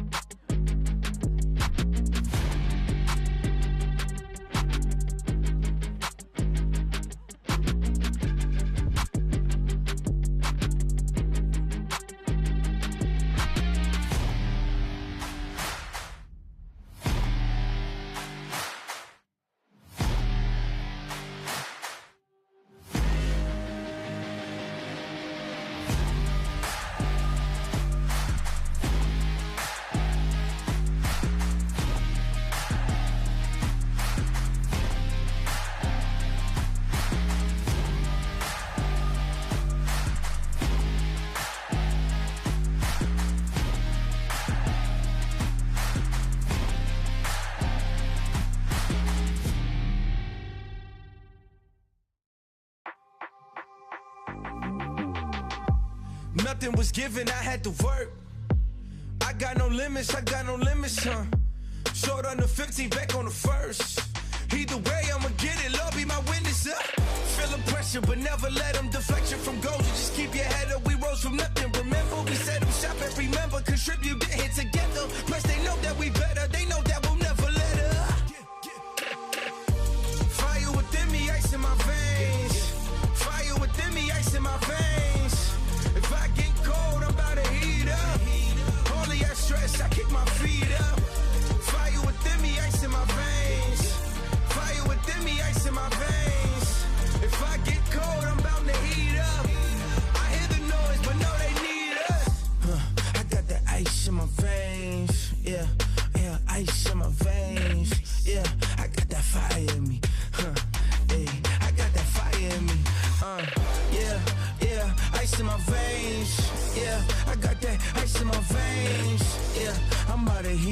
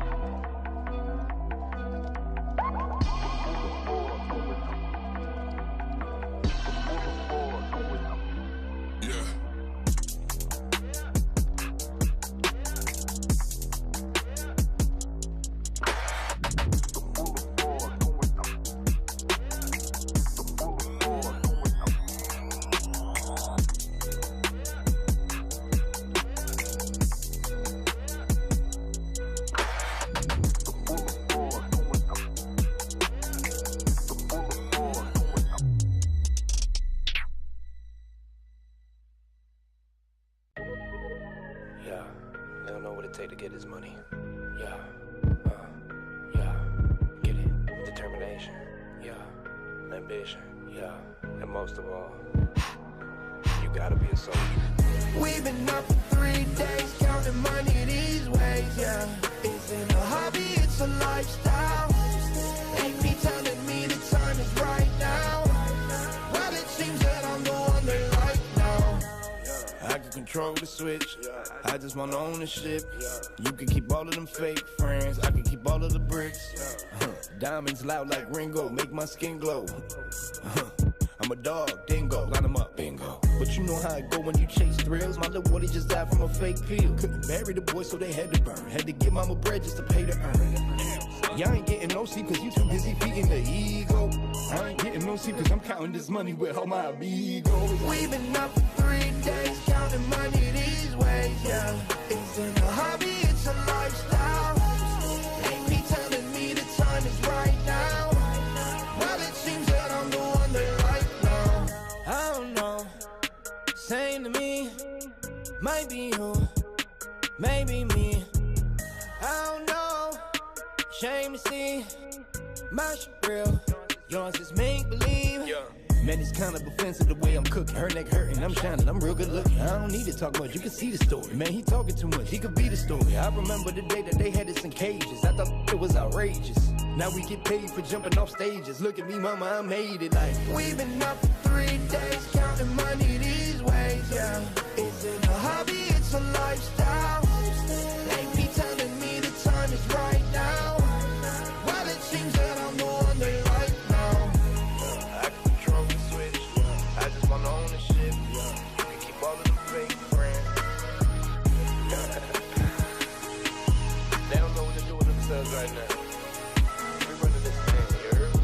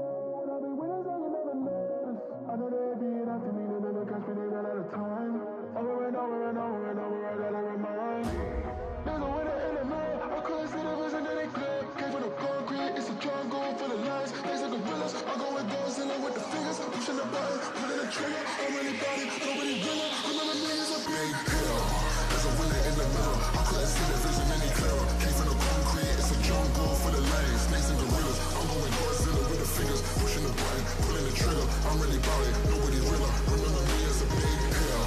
There's a winner in the mirror. I couldn't see the vision any clearer. Came from the concrete, it's a jungle full of lions, snakes and gorillas. I'm going Godzilla with the fingers, pushing the button, pulling the trigger. I'm really about it, nobody realer. Remember me as a big hitter.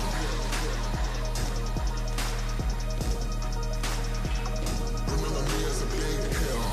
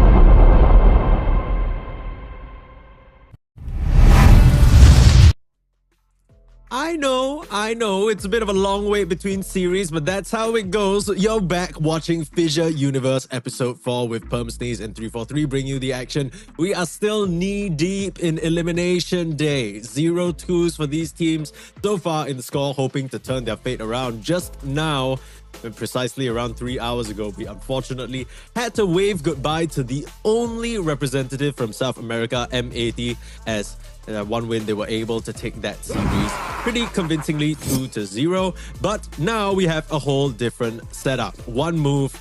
The other team coming out of the Eastern European qualifiers have not been doing too well, and part of that reason might be because, well, one win kind of stole their offlaner. They are playing with a replacement now in terms of Chodex. They haven't really been doing the best, but same situation for Wildcard. This is the NA representation, and yeah, it hasn't been looking too good, Adam.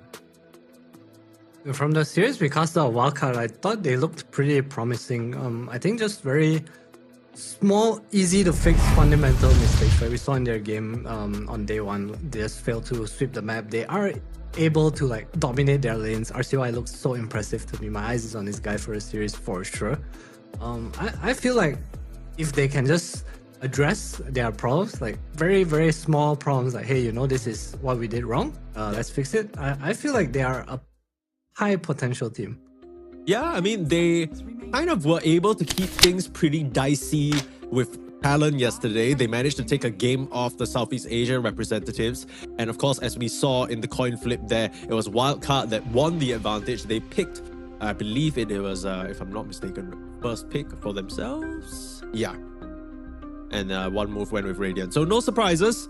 Again, no surprises when it comes to the bans as well that we have on your screen right here. When you're playing against Wildcard, their sort of signature style right now is playing that speed position 5 jungle Veno. So take that out of the pool. That does leave the Tiny in potentially, and the AA as well. 5 seconds remaining. Again, I feel like this A, without Ebba, Dazzle, and Tinker in the pool, I don't know how strong this A is. I might be completely wrong, but I think they'll probably go for, oh, no Tiny, Magnus. Okay. The hero has been kind of, we haven't really talked about it, but it has been banned a lot. Yeah, just perpetually. And I think part of the reason why is its immense flexibility, right? It can be played in all 3 core roles. And even in fringe cases, if you really wanted to, you could probably play it on 4 as well. also want to mention that I think Fate is like a really, really good Magnus player. I think it just he was playing it before it, even before this patch. Like he's just big on the hero. I feel like it's one of his probably the best heroes he plays. So I can see why Wildcard go for this over the Tiny. Maybe just comfort. They ban out some counterplay to the Magnus, perhaps in the Ice Blast from the AA as well as the Silencer. So no convenient little global silence to stop the Magnus from his initiation. So I gotta ask you though, what makes a good Magnus player? Because I know you're gonna say, okay, you know, let's take a look at TI-10 Collapse, right? Like amazing setups, great catches, good positioning. But what are some of the details that set these Magnus players a tier higher for you in your eyes, Adam? I think at an overall level, it's your patience and your ability to fish, honestly, like finding angles to get the small little pickoffs, repositions. On a more minute scale, I feel like it's the ability to have a game. Because I feel like these early pick Magnuses, they're not like some super strong laner most of the time playing against counter picks, but you also have the ability to scale. I think these players who spam Magnus a lot, they understand how to come back from a bad game. Magnus is not one of the best heroes at that, to be honest. It does feel like you need a lot of leverage in the game to make the most out of these skewer catchers, because you're skewering an enemy hero, but they're so strong, they're just gonna beat you to a pulp.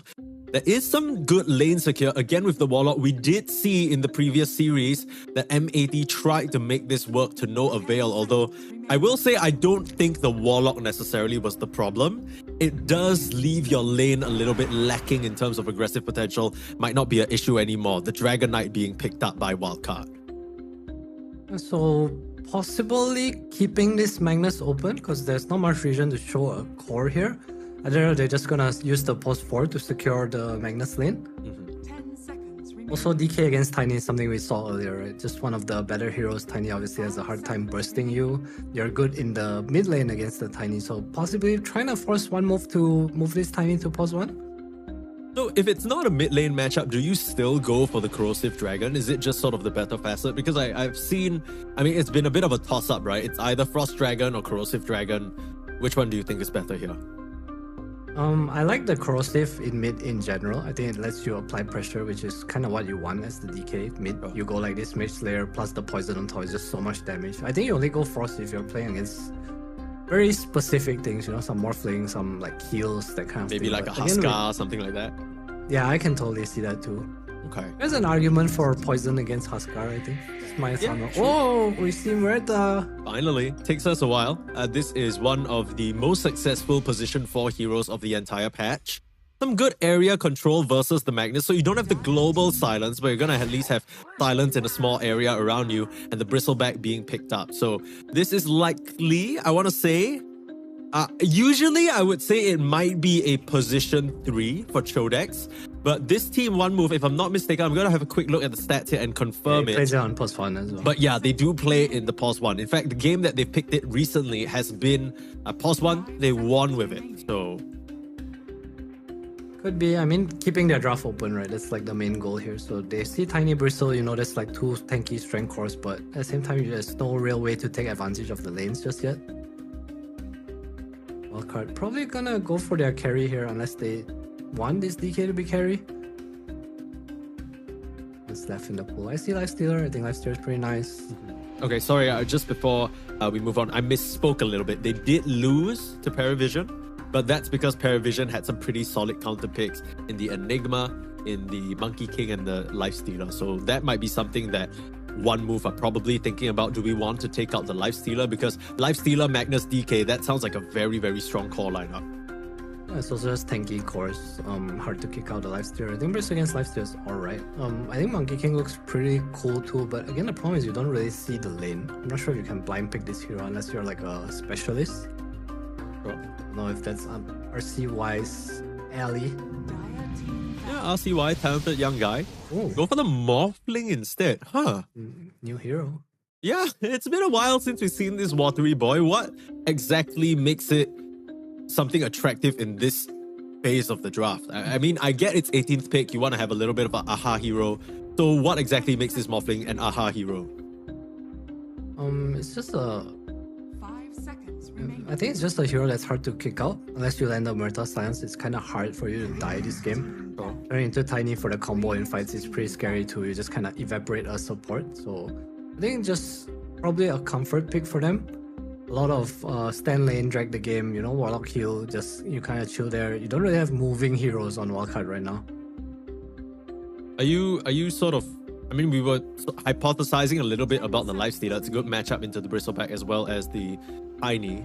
Why do you think they sort of picked the Morphling over the Lifestealer? Because you talk about wanting this hero to be able to stay in the lane and not get kicked out. Lifestealer kind of fulfills that as well, or is that different because of the Bristleback? I think the Bristle does change it a bit. I don't think Lifestealer is like a straight up counter to Bristle, but I think this Morph is mainly just comfort. Sure.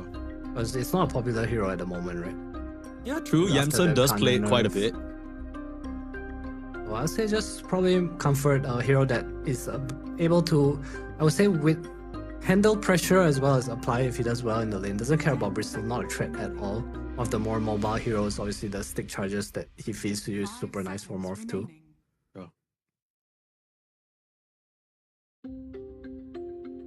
Taking some time on the ban. Lucian and Nigma ban. Monkey King's removed. So assuming the Tiny is a carry, probably. Yeah, they could still switch it up. I think that's kind of what's the interesting thing about both these draws. One move, they have one final little Uno reverse card they could pull with their last pick once they see what hero comes out. My gut feel is that Wildcard are gonna last pick a position 4 here, something that can give them some good catch or maybe follow-up damage to the Blink Stun from the DK. I do think Fade is probably gonna be the one piloting this Magnus in the offlane. I'd be surprised if it's anything else. I can probably see some Dark Willow-esque kind of hero, that type of archetype. Something else I think they can do that's pretty cool is maybe they can go for some Necroforce here. I think against Bristle and Tiny is super nice, although I don't know how greedy that is. Oh, what the hell is this? Okay, quick look New back champion. at the recent games from Wildcard. They have not played this hero yet. It remains to be seen where they're gonna put this. A lot of why we've been seeing this hero lately is because of the kill shot, right? The ability to execute a hero from a certain percentage. I mean, I get that it's a good way to deal with these tanky heroes, but I'm not really convinced, Adam. Yeah, me neither. I don't know what this Wind Ranger pick is. Just some long range nuke, I guess. Maybe they know something that we don't. Sure. Just to see why they pick it. We'll see what the Wind Ranger is able to do this game. Yeah, if Slacks was here, he'd be cursing already. It's an elimination game, brother. You can't be... I mean, he made a whole video about it. Apparently, elimination games, for some reason, these teams, they all just flock to the Wind Ranger like flies to a piece of meat left out to dry. And don't know. I mean, there is a good amount of magic damage. I guess the idea is you can wind run away from the Tiny. They last picked the Sniper. Okay. Well, this is a pretty solid lineup from one move, I must say. There is, of course, the repositioning potential from the Magnus in this game. But other than that, the backline jump, you need to make quite a forceful commitment for it. I kind of like the one move lineup just because I hate that Wind Ranger last pick. Yeah, I hate it too. Honestly, I feel like one move has like a very good formation, right? They have these AoE protections in the Calling and the Ice Path, and then you have these two very beefy boys. It's not easy for Wildcard's heroes to melt through this Tiny or Bristle, not until they have items at least. And I think this Sniper last pick makes it like a bit more complicated. There's like just too many problems, you know? So you solve one problem, there's another. Yeah, what it looks like for me is that Wildcard, they've just decided, okay, look, we're 2 losses in this current group stage of FISSURE Universe Episode 4. Whatever we've been trying to cook up clearly hasn't been working. Let's go back to some comfort that our players can rely on. You get the Fate Magnus, and you last pick that Wind Ranger for Big Num. This kind of feels to me like maybe something Big Num's playing in his own pubs that he's feeling good about. He's like, okay, I feel like I can out-trade the Jakiro and the Tiny in this lane. Maybe we can get some sort of advantage there. Because other than that, I'll be honest with you, I don't see the vision. I don't get it. He just wants to go towards mid, you know, throw 1 or 2 power shots just to help out the lane, you know, DK pressure too. It's very cheap damage, right? The power shot. It's long range artillery. I think that's like Wind Ranger's biggest strength. Right. I also don't like the lack of stuns, I think, on their side. Let me say, he might not even go for power shot. You see what he goes for. The Shackle Fest is pretty cool.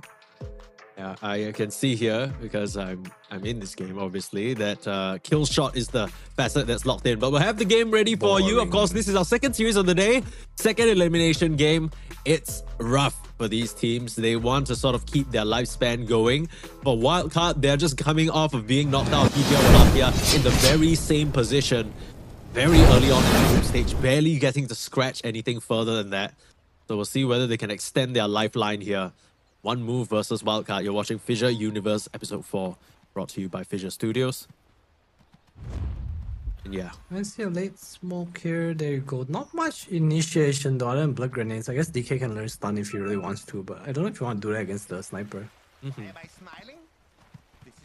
Hot rocket on the bristle, corrosive dragon on the DK. Other than that, no real flexibility on the facets, and I guess the ghillie suit, of course, for the mid sniper. Yeah, we did see, I believe it was Dark Mago go for the scatter shot, helped him control that early game up quite a bit. But I guess this game you want that information from the extended shrapnel, and maybe on difference you're hoping to scale up into sort of a pseudo carry yourself, so the ghillie suit's going to be very useful to help you from getting jumped. Yamsen, he slowed down here. Uh-oh. Well, this is a lot of damage. He's pretty dead. They still have a dead shot. First blood will be drawn on Rain though, but Yamsen will be the trade. That is not worth it. By the bright side, that last pick, Wind Ranger, gets a nice chunk of change. So let's see what Big Num can do with it. But Yamsen going down first. I think it's fine. You know, like, it's kind of... These kind of early deaths always happen on the Morphling, it feels like. Rain went down first. He also got the bounty rune on Yamsen. Bought a tangle before he died. Didn't lose any gold. So other than TP, I think it's not too bad. He has stick charges too. So yeah. I think it could have been worse, honestly. Very fortunate they get the kill on the Jakiro first. So first blood going to Big Num, I believe. Yeah, Big Num was the one to secure it. So maybe additional resources to help him trade against the Jakiro, because Lord knows he needs it. I guess the one sort of small little interaction that I don't even know whether it'll matter is, technically you can win run the Liquid Fire, Liquid Frost. No way, that's why you pick... Yeah, right. I'm grasping at straws here, Adam. You gotta help me out a little bit. I'm trying my best to theory craft this. I'm coming up a little bit empty. Maybe it's like a power shot at such a long range that Big Num knows the angle to somehow stack 3 camps at the same time. Oh, you know what it is actually? Yeah, he could stand from one position in the lane and then just power shot and stack 2 camps at the same time. Yeah, I'm sure. I've cracked the case. I'm pretty sure that's what. Right, and his Magnus farms, eh? You empower the DK? Yeah? No? Yeah, I totally can see it. I just don't know if that's the reason you should pick a hero, but I definitely can see it. I just feel like if he's some Dark Willow or something down here, he'll feel much better. I think his team would feel better too, but let's not be too quick to judge. You know, if you hit cycles like Seb, I think you can play Wind Ranger every game you want. Woo! Maybe Big Num is about to show us a little bit of a magic here. He has the Wind Run skill. Will he do it?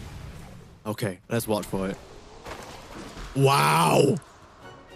Look at that. That's double value because technically Jakiro attacks twice. So you're dodging 2 attacks, which is crazy stuff.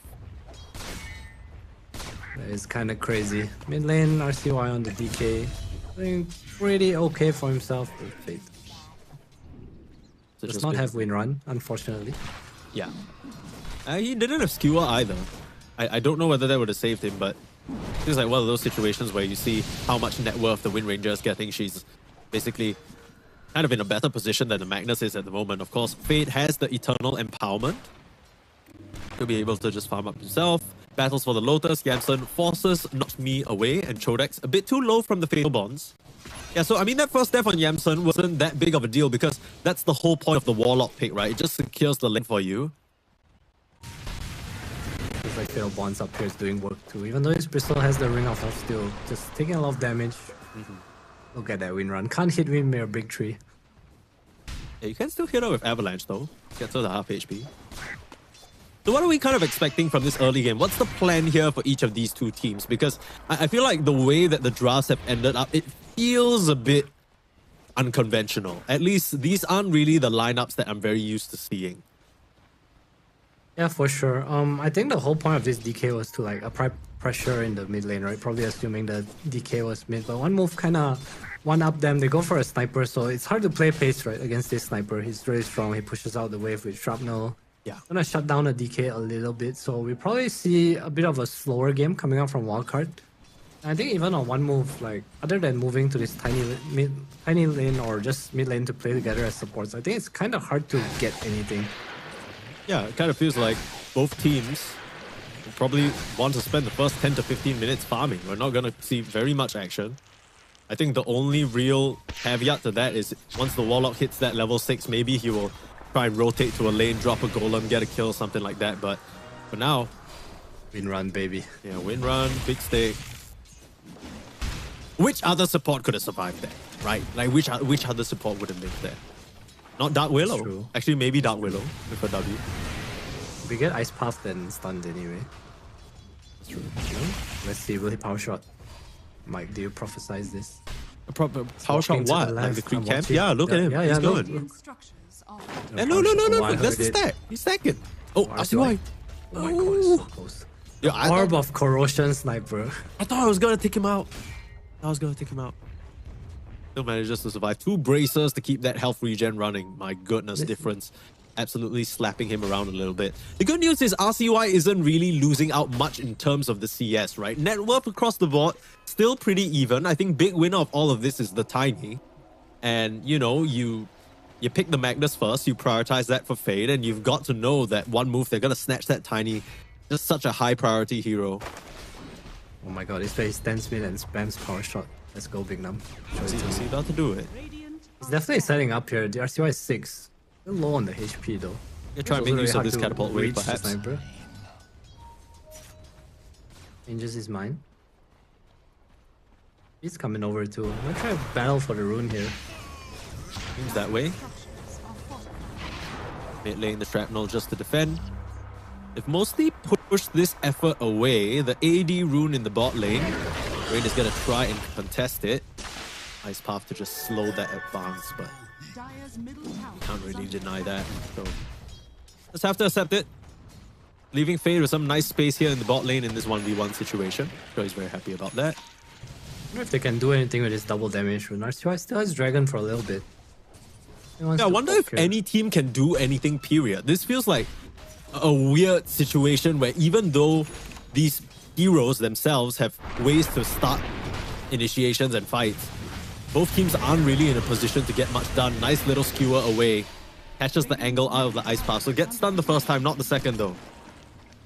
Nothing really happening. Both teams gonna make a move for their Shrine of Wisdom. Jakiro trying to go contest here. And he's coming as well. They need more heroes down here. They don't have him. I mean, they're not in position. The scan comes the through. Ranger. You Wildcard are going to realize they're a little bit late. Skewer just in the nick of time, but Fate might just give up his life for it. They're trying to come through with the heal, trying to sustain through the damage. It's not going to be enough.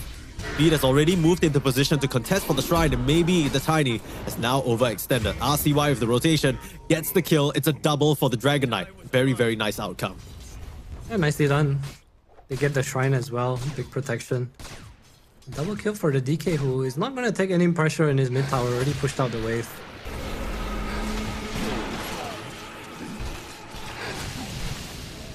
Let's try a little bit off the mark. I don't know whether that would have killed Yamsun anyway. Still better safe than sorry. RCY staying in the bot lane now. They want to push this out. And try to force the rotation from Sniper here. Fate takes over mid lane. You can't put pressure into Shrapnel, so what do you do? Okay, bot lane, hello. They want this DK Tiny matchup anyway, right? It's so beneficial. I like this move from Wildcard. Blightstone. This patch is just about who can buy Corrosion. That's your tier list. Can you buy Corrosion? Yes. Up, no, down. True. DK can't buy Corrosion. What's making him so strong? Is it because he got Corrosion? yeah. Blightstone plus Corrosion is basically what he has. True. Mid lane from a nice path. So I like that one move can play around mid. I think the sniper is really strong, but it's also very hard for them to initiate in the mid lane because the dash shot is really hard to hit from the sides. Yeah, the 3 heroes that they have, or rather 2 supports that they have to play around the sniper, kind of rely on long-range artillery. They don't actually have a way to stop Wildcard from simply walking away or disengaging or just avoiding them altogether. Doing quite a good job putting pressure onto this tower though. Chodex will show up as well. Level 6 on the Bristleback. This is likely going to be a mid tower going down. They'll try for the deny. Fate gets the last hit. Very sneaky stuff from the Magnus. At least snatching away some of the gold from under their noses, but it's a nice objective to get. Big power shot. Nice trade from one move. Good move from them. Bringing in Chodex as well just to secure the tower. Game's pretty even so far, and like you said, it feels like no one can really do anything right now. This is one of those games where you think Yamsun can reach the point where he can solo carry on the Morphling. Is it one of those Morphling games where you run in and then, you know, at a certain point, Tiny and Sniper can't deal with you? It's definitely possible. He has a lot of backup too, right? There's like this RP, there's a DK on his team too. He's going for Dagger first. I guess this is pretty common if you play Corrosive. I was wondering if he'll go for like some Shadow Blade build instead, but I guess they need the reach for Sniper because it's a pretty good Silver Edge game, right? Against Bristle, sorry. Yeah. And allows you to play the map. Fate's gonna be the one to buy Dagger anyway. I'm not sure if you really need it, but it is not uncommon. I guess the timing for Wildcard is going to be once both of those daggers come up, then it's going to be pressure on them to try and make something happen because as it stands, the way they're farming, the DK is having a swallow time. RCY with the rotation to the bot lane, getting that double kill. He's the one on top in terms of the net worth, but right behind him, all 3 cores on one move scaling up. You got a little bit of a tri-core situation into a pseudo hyper carry on the Morphling, into sort of part-time carry on the Dragon Knight, plus supporting cast. Don't forget the Wind Ranger. Don't forget. I'm not forgetting. I just there's a difference between forgetting and ignorance. I'm ignoring the Wind Ranger is where I'm coming from. It's a different thing. RCY has a dagger. We might see a smoke up now, or maybe they'll wait for a speed 6. Not sure if he wants to do 2. Okay, he gets 6. A little bit of a connection here heading towards the bot lane, where Woe is gonna show a little. No, he's down here. With a nice ward there. He's playing safe though. Smells that there's no movement on the map. Doesn't see anybody in the mid lane. Oh, he used his stun. You gotta know something's coming. Whoa. A bit too late. Smoke's gonna break. You see him. Holding forward. There's the stun. Big Num setting up the power shot, but where's the follow-up? Imagine if you were a Dark Willow or something like that. Unfortunately, you're Wind Ranger, and then all you can do is power shot. So that was an entire smoke move blink reveal for absolutely nothing. You ain't wrong. Probably wanting to connect with the Magnus and Warlock, or needing to, more like it. Not the most damage between these 2 heroes, especially with that tanky Tiny, right? Yeah, this is the hardest target to kill in the entire game right now. Do get a Jakiro TP down here. Let's go World 2 kind of. Jakiro TP. 4 heroes movement just for Jakiro TP. Jakiro TP all day if that's what he could do. You ain't wrong, but technically it was a 2 hero movement. They secured the rune for RCY as well. Wow. So next dragon would be up much faster. Wonderful. So that they can continue to hit creeps because they can't push into the sniper, right? That's true. Here at FISSURE Universe Episode 4, we focus on the positive. Okay. And so what's positive here for Wildcard at the moment? Is it that everyone's still farming? Yeah. And it's positive for one move too. Both teams want to farm. Clearly the game plan is very clear here. And we talked a little bit about Wildcard's timing with these double blink daggers. It feels like they're the ones who need to make things happen. But you also mentioned that later on in the game, Gamson could get to this late game hyper carry point that one move probably need to be a bit concerned about. Or do you think one move, they don't care? They're fine taking this late as well? I feel like both teams are happy with the pace of the game right now. I will think that pace will pick up once the daggers come out. I mean, they try to move with the DK, but it's hard to force bigger team fights without the Magnus RP. Another smoke will come out. Probably Fate's dagger on the way as well. Let's try to slow down the game. This was the high-value arcane rune that you talked about. Now the dragon form is up again. For them to find nothing, because not me, aware that a move is coming. good vision coverage. Take a look at the wards placed by One Move littered all across the jungle of Wildcard. I wouldn't be surprised if Wildcard's smoke actually got spotted out by one of these nicely placed wards. I guess their goal was to try and smoke over, maybe catch someone farming in front of the tier 1, get the tier 1 and then time that out with a nice little wisdom rune. But at these timings, they're a bit too telegraphed, right? Both the teams know exactly what's going on. They even scan on the side of One Move to make sure no one's coming, at least from the north. So many things. Wildcard is just trying to hit but missing. They don't see them though. Oh, RCY on the front lines. You can't blink out. If you get stopped like this, they gotta look for a rock drop, but RCY in between a camp and a very hard place in terms of the Bristles Quills will get shot down by difference.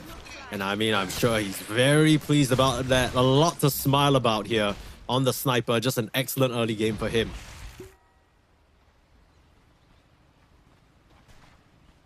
It feels like Wildcard feels like they need to move, but they also cannot move.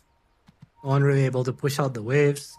Yamsun's been kind of in this top jungle, just living life. He is top of the network though, so still slightly ahead. Here at FISSURE Universe Episode 4, we look at the positives. What was positive about that DK dying there? I think it's that Yamsun's top of the network because DK died. Sure, right.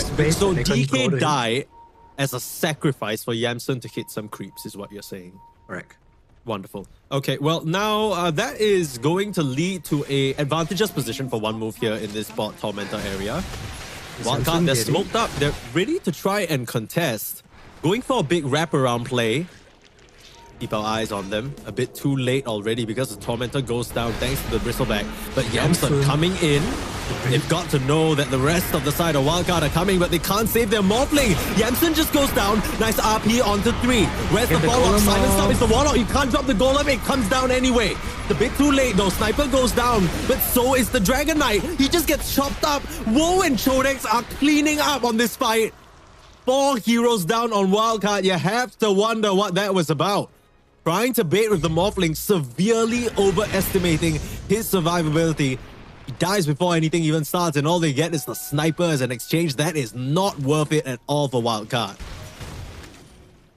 Well, I guess the bright side of DK dying was that Wildcard made that smoke move. It's the bright side for One Move.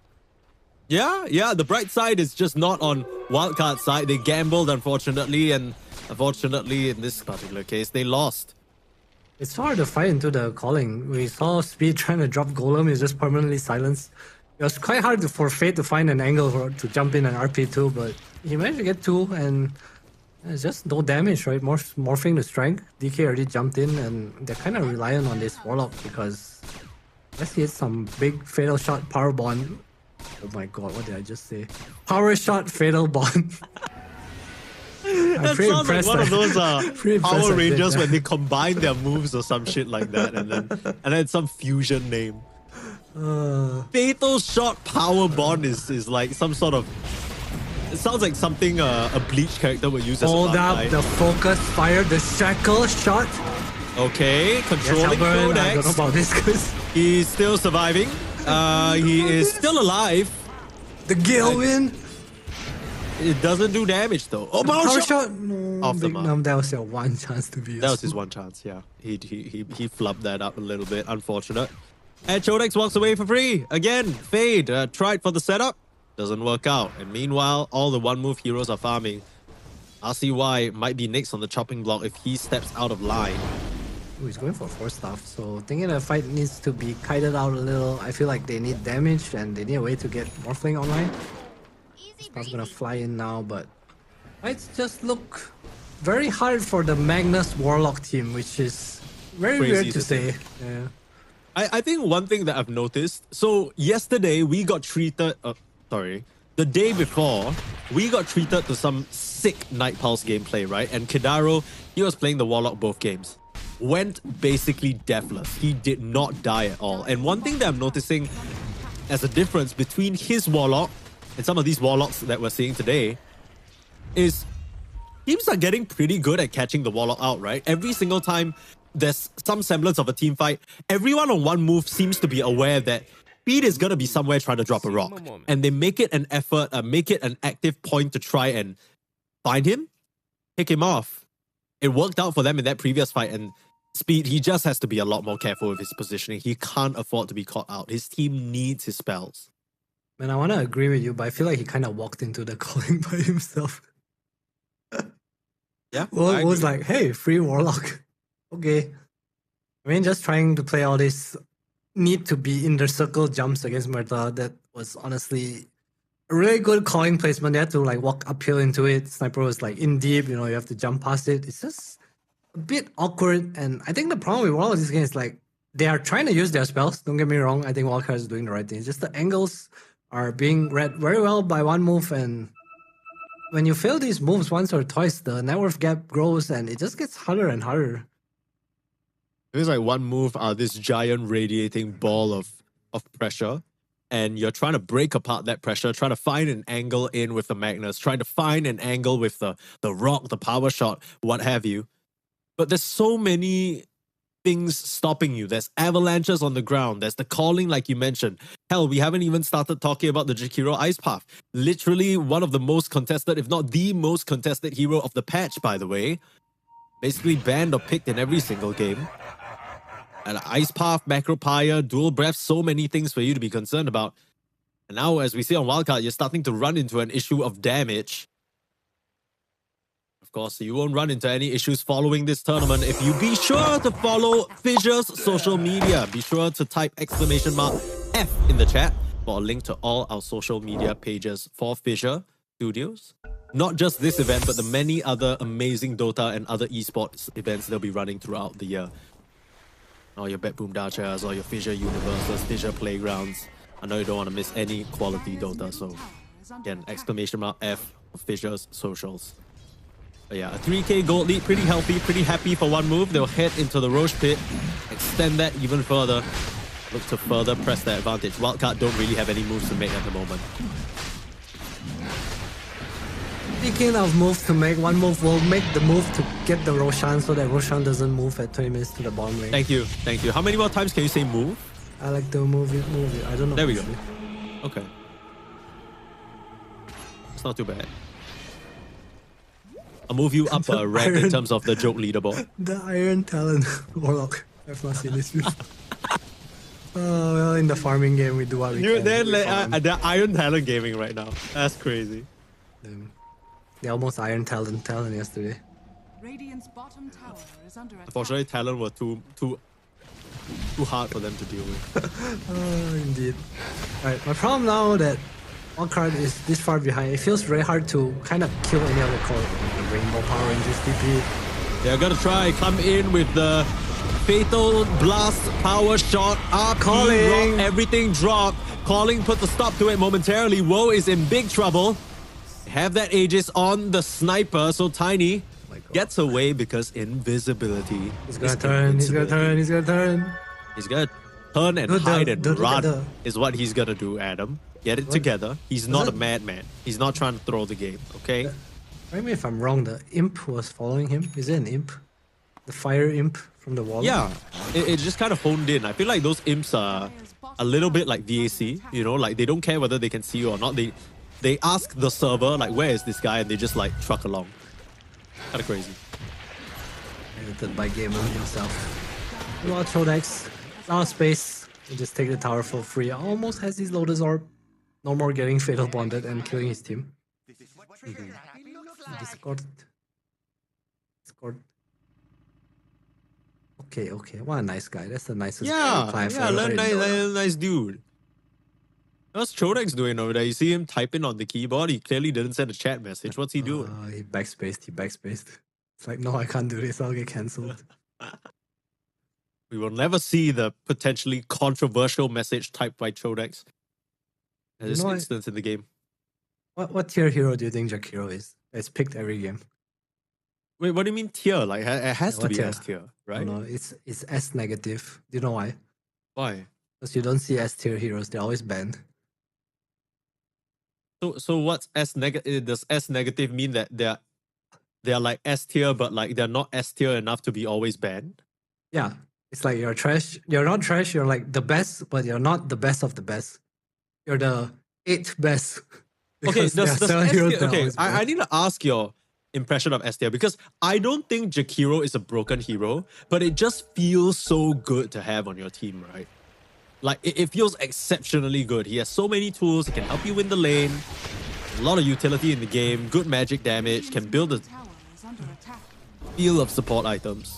But he's not like Abaddon. He's not like Tiny where it's like so ridiculous that if you don't counter him, he just wins the game for you. Okay, I have another next part of the question. Every time Jakiro is picked, it's after AA and Silencer are banned. So what tier is Jakiro now? Radiant's middle Still S tier, in my opinion. It's S negative. Okay, whatever you say. And looking at Not Me in the mid lane, pops to pierce the veil. Uh-oh, boo-hoo, no magic damage. What you gonna do? Walk away and cry. Wildcard, no other options for themselves. Again, Coming in. you wonder what it would look like if it was a Dark Willow instead. Gale Wind pushing them away. Maybe the Dark Willow couldn't have done that. I mean, she has terrorized, but here comes the toss in. Whoa, looking for a target, and it's gonna be Big Num. Try for the TP. Ice Pop says no. Mega kill streak for Woe, and another one picked up by Difference. Very, very nice set of kills. In one move, immediately respawn. Dire's middle tower is under You walk into a forest and you see Muerta.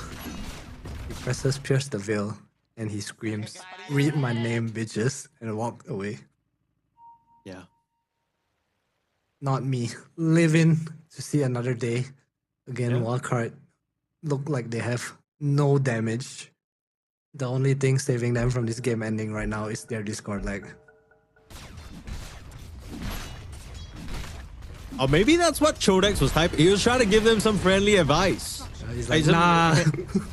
Some handy tech support is like, yeah, these excuses aren't going to get you more time. Just change the server, you plebs. You don't know this? First time using Discord? Codex has the IT nerd name. Agree or Chodex disagree? an IT nerd name. I don't know. If I was good at software, I might name myself Chodex. Anything with feel like- Dex. I feel like those a name like 343 is a nerdy name. Like, what do you mean your name is just numbers? That's true, actually. I can't deny that. Yeah. It was too hard to think of a real name. No, you know my story. My IGN was Fly. What? Yeah, it was Fly. But Fly was a professional player that was winning tournaments, so I couldn't use Fly. Yeah, of course not. You could have joined the entire family, the Fly family, the Yeah. Flyby. Fly, and what's the third one? Always want to Flyby? fly. There you go. There was Flyby as well. there's too many There are a flies. bunch of them. The joke is after I changed my name to 343, Fly became Simba for like a year. Oh, I remember that. I'm so glad he changed his name back. Oh, the fly Simba art was not really the prettiest, I'll be honest with you. He was the offlane player of Team Secret. Would you believe that? That's crazy. Wait, so how do you go from Fly to 343 then? So I couldn't think of a name. It was So you someone's just- name. Yeah, no, I get that part. But then what made you settle on 343? I don't know. Okay, so you don't even have a cool backstory to your name. It's just a Right, bunch the of random reason numbers. the reason is 343 is because I'm a 10 baby. Is that the actual reason, or did you No, just it's make that? it's someone's name. Oh. All right. Is it? Right, is so it your from name is real Mike. life? So Mike is four letters. Ah, okay. So this is like some low key love confession thing going on here with your name. Back in the day, perhaps. Okay, well, we'll save the sob stories here. RCY initiating. They found the sniper. Yamson's in, popping the BKB, threatening Difference, but I don't know whether this is gonna work out the way that Wildcard expect. Fate is still trying to find an angle, looking for the sniper. We'll just skewer in, forced to use the RP. They managed to get Difference. They get Not Me as well. Not too bad of a start to the fight by Wildcard, but Fate likely gonna go down. They get the return onto Rain. Codex still on the front line, still a problem. Has his Lotus Orb, and Woe still looking for an angle on the side. Tiny biding his time, hoping for the Bristleback to be able to bait in his opposition. Codex saying, come on, look at me. You know you want me. I'm a Bristleback. I was giving you IT advice. Surely you're gonna come punish me, slap me around a little bit. Wildcard, don't fall for the bait. Not too bad of a fight. Excellent play from Yamson there, just singling out the sniper and heading straight for him. Difference, he couldn't do a thing. That was all the Gale win onto Sniper. That's the only reason that fight shut over. the It's because hell- he yeah, really, couldn't you run shut away. It's true. Watch the replay, man. We'll have a replay real soon. Okay. Wait, let's get a replay of that fight, and then tunnel we'll see vision on exactly what Sniper. happened. I won't doubt you. If we can see it in the replay of the fight, I'll admit defeat. Come on, help me out, guys. Help me out. Let me But don't show you my think a card. Dark Willow could have done that as well with, I don't know, a Bramble that doesn't cost her 1.4k gold to buy? You see, you can't argue with that. It's just Wind Ranger. We'll see it. So difference, he tries to start the fight. It's not even that his positioning is bad, right? It's just RCY starts that fight out with a blink out. It looks bad, but the Gale, Gale Force stops him from running a bit, but Yamsun decides to turn around, punch into not me a little bit, and rely on... Okay, I don't know whether that was truly just the Gale win situation. What I do know is that Wildcard were able to split up the fight in a very nice way. Woe was completely cut off to the left, and he couldn't actually come in and do any damage. So very nicely executed from Wildcard. The jury's still out though. I don't know about that Gale Force. It kept him there. He died. Okay. Give Big Nam the credit where credit is due.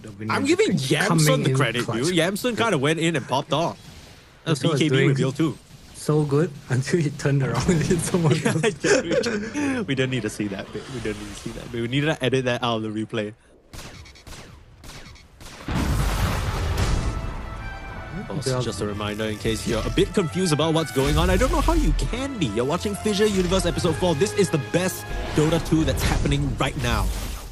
The only other place that equivalent Dota 2 will be happening is on the other stream, FISSURE_Dota_EN. And if you haven't already, type !F to follow FISSURE on all their socials so you don't miss a thing in between the games you want to keep up. A Wildcard, they're doing a better job, I think, at this stage in the game. Maybe they've reached the point where their cores can actually try and put up a fight and stand up to one move. They're completed on Muerta. Wildcard showing signs of life. This Morphling, you talked about this like one hard carry and one semi carry. The profit is kind of coming true, right? Based on the net worth. Yeah. I mean, that kind of felt like we should have seen this one coming since the double Iron Talon gameplay. Like, Warlock was even trying to farm up that net worth, right? So, it's clear Wildcard know that they missed an initial window to try and exert dominance on the map. They need to try and play for this late game chaos. Try and catch the sniper out. Because there aren't very many saves on one move. The closest thing you have to a save is perhaps a toss back. Ooh, a little bit of a accidental rendezvous in the jungle there. Don't think either of those heroes really wanted to meet. I'm not sure if this game is still in one move's favor right now. Really? Yeah, Wildcard's doing pretty well. I mean, the game's stable, right? I think when the net worth lead stops growing, generally the game kind of stables up. Once this morph hits like 2-3 items, or maybe 3-4 items, I should say, the game is definitely winnable. I talked about this before, like it's like if you have 1 item versus 0, you are way stronger, or 2 versus 1, you are way stronger, but 4 versus 3 is like 3 is enough to kill a hero, you know? Sure. I mean, I guess the main point that you're trying to make is Gale win, baby! Gale win! Pulling in Woe! Are you serious? Are you serious? There's the setup that they were looking for. Wildcard! Get the connection onto Woe! Yamsun streaming forward, doing the damage, and now Difference and Chodex, they just have to run. Okay, Gale Force, this is what they were picking it for. Okay, I'll be honest. More. Dark Willow would not be able to do that. Nice little concussive grenade pushing away Fate. That Magnus is in trouble, but Sniper might be as well. RCY, he's found him. Nice Lotus Sword from Chodex, denying the stun, keeping them both in place. Difference, he's held in place again by the Gale Force. He has nowhere to go. That poor little short man, the winds just blow him to shreds. And they're looking for Not Me, stunned in the tree line. Big number with the connections. And Wildcard. This game is definitely in their favor now. Would you look at that? Roche is gonna spawn. That is convenient. They're gonna get themselves a big win. What now, haters? What? Why are you talking to me? What now, haters? What now, Slack? What now, Slacks? I hope we get a replay of that fight because that was so sick. I mean, you kind of saw it happening in slow motion. It almost felt like Wildcard. They knew that type of a move was coming from the Tiny. Setting up the sentry in advance. The Gale Force just to put him out of position. And that beautiful setup from Fade. Hey, he pinged the Roshan banner, but everyone's like, no. Get back in Let's there see with that the again. Gale That's the inside Gale out. Force. My goodness. I thought Fade was going to be able to clip Chodex as well, but he wasn't trying to get greedy with it. He knew his job. And they just burst down that Tiny. That was so quick. The Fade Upon's damage as well, starting to lay a number into these one-move heroes. What a play. Back to life though, Chodex.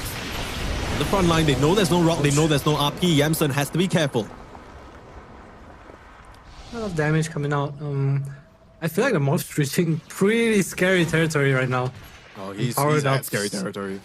So much damage. Wondering how the Tiny actually went down so quickly there. It was the Morphling with his silver edge reveal, broke up the Tiny. No more craggy exterior for you. I think it was just a Shadow Blade at that point. But Was it again, not? yeah, just Okay, Fatal Bombs. well. Yeah, he just got a Silver Edge after Roche. I feel like the Tripping. what's happening now is that Wildcard is showing off their team fight prowess. Right? It's this RP and this Golem. The fights that they couldn't find before now, it's coming to them one move. Kind of hard for them to make moves. See how dependent they are on the Tiny to kind of walk in and find something, but if you're ready for that, well, Tiny's just kind of feeding.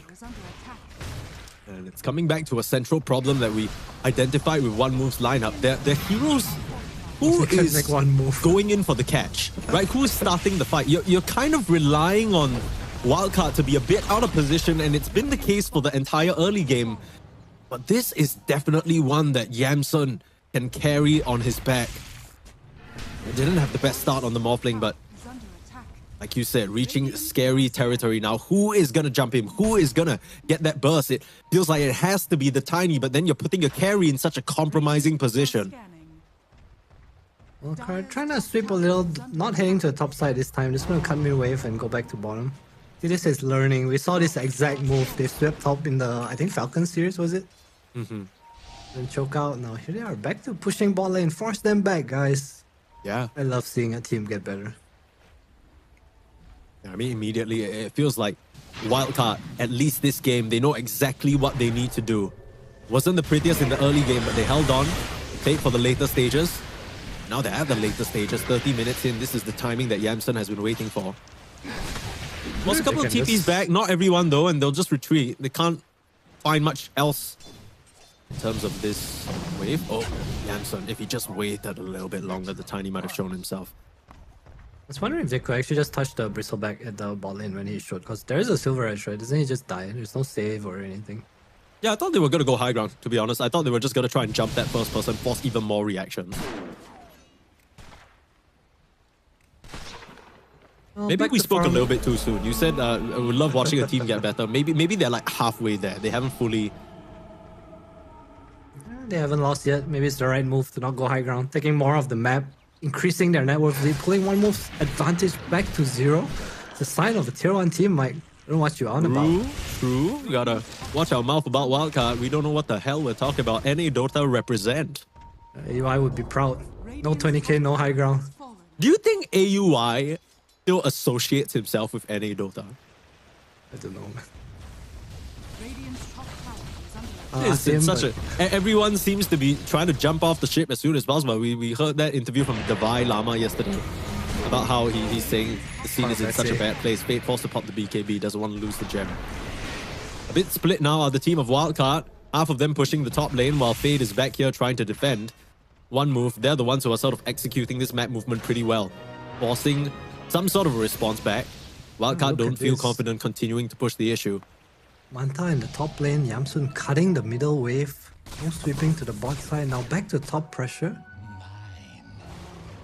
You love to see It's a it. sign, man. It's a sign. I believe in Wildcard right now. Alright, truth be told though, I want some battling. Come on guys, sweep the map. Give me some kills. Come on, give us another Gale Force beautiful team fight, man. That's what we want. Ooh, Tiny's going for Barfly. That's a Uh-oh. new one. That's because Bristol can go for AC, so he just has the second option. Yamsun, 20 seconds on Aegis, wants to poke a little. MKB is an item that Morphling can buy. Just, you know, just kind of annoying because it takes up the slot. It has eggs. You're looking For a fish. for a cooking. Fortunately, kitchen's empty. That's the Titanic there. It's farmed. Oh, yeah. Super carry, yeah, Yam. Yam. I remember a period of time he went by Yammy Boy or something because he was playing with Sandy. Yammy Boy. That's fair. Okay, back up to the high ground. No Aegis, no problem. Gonna make quick work of these racks. Trying to keep him in control, but with the strength morph, it's a very hard target to go on. Not like you have the burst for him under extended control. The Tiny still split pushing bot lane. He's not back yet, but now he'll TP, join the team. Maybe at this moment is where one move will try and smoke out and get a catch. Find their opponents unsuspecting. The scan does connect, so they know where wildcard are situated. I think they know now. Shodex just shows in the mid lane. It's pretty damn obvious right now. They also have a lack of initiation, right? Something we talked about. Like Tiny has to walk in with Shadow Blade. Don't walk into speed. I don't know if you can actually take the fight. This is just going to be a method and a bit of a test for both these teams about how they choose to split and play the map, right? So one move have already shown in the mid, like you said, that makes the smoke move a little bit obvious. Wildcard are now choosing to try and force them back by threatening this second lane of Rags.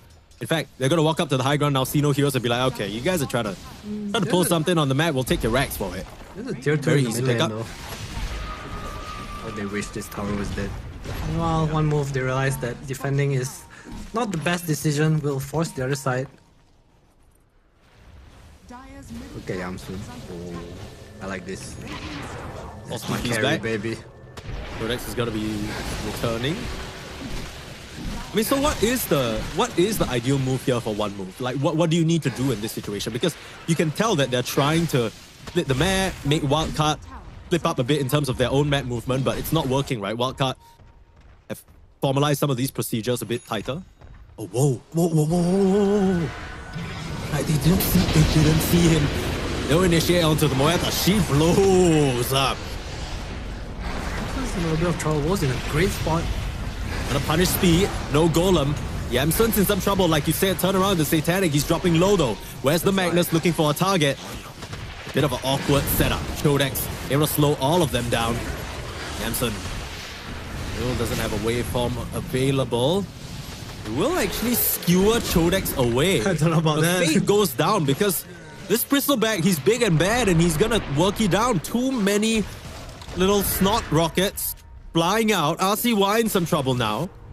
Link Dagger out to safety. That was close. As the gem, so wouldn't want to lose that, but a little bit of a fumble there from Wildcard, and honestly, they thought they swept through that location on the map, but Woe just happened to sneak in right behind them, get the catch onto that poor Warlock, and there wasn't much of a team fight left to be had. It was in such a precarious spot, but ended up winning them the team fight, I want to say. And Fate was pretty far too, so no golem, no RP. Yamsun also had to kind of initiate in on the Murta with his team, and then he was just being poked by the sniper all the time. Titanic onto the Tiny West. Butterfly didn't help a lot too. D-Rune. Who they given this to? Gotta beat the Tiny. It's the bottle. Just to take it though. Yeah, just get it. Just get it, man. Kill the illusion. Nope. I wonder where Tiny went, guys. Oh, guys, so maybe he just went back to base because that's where you use your AD rune, lol. Okay.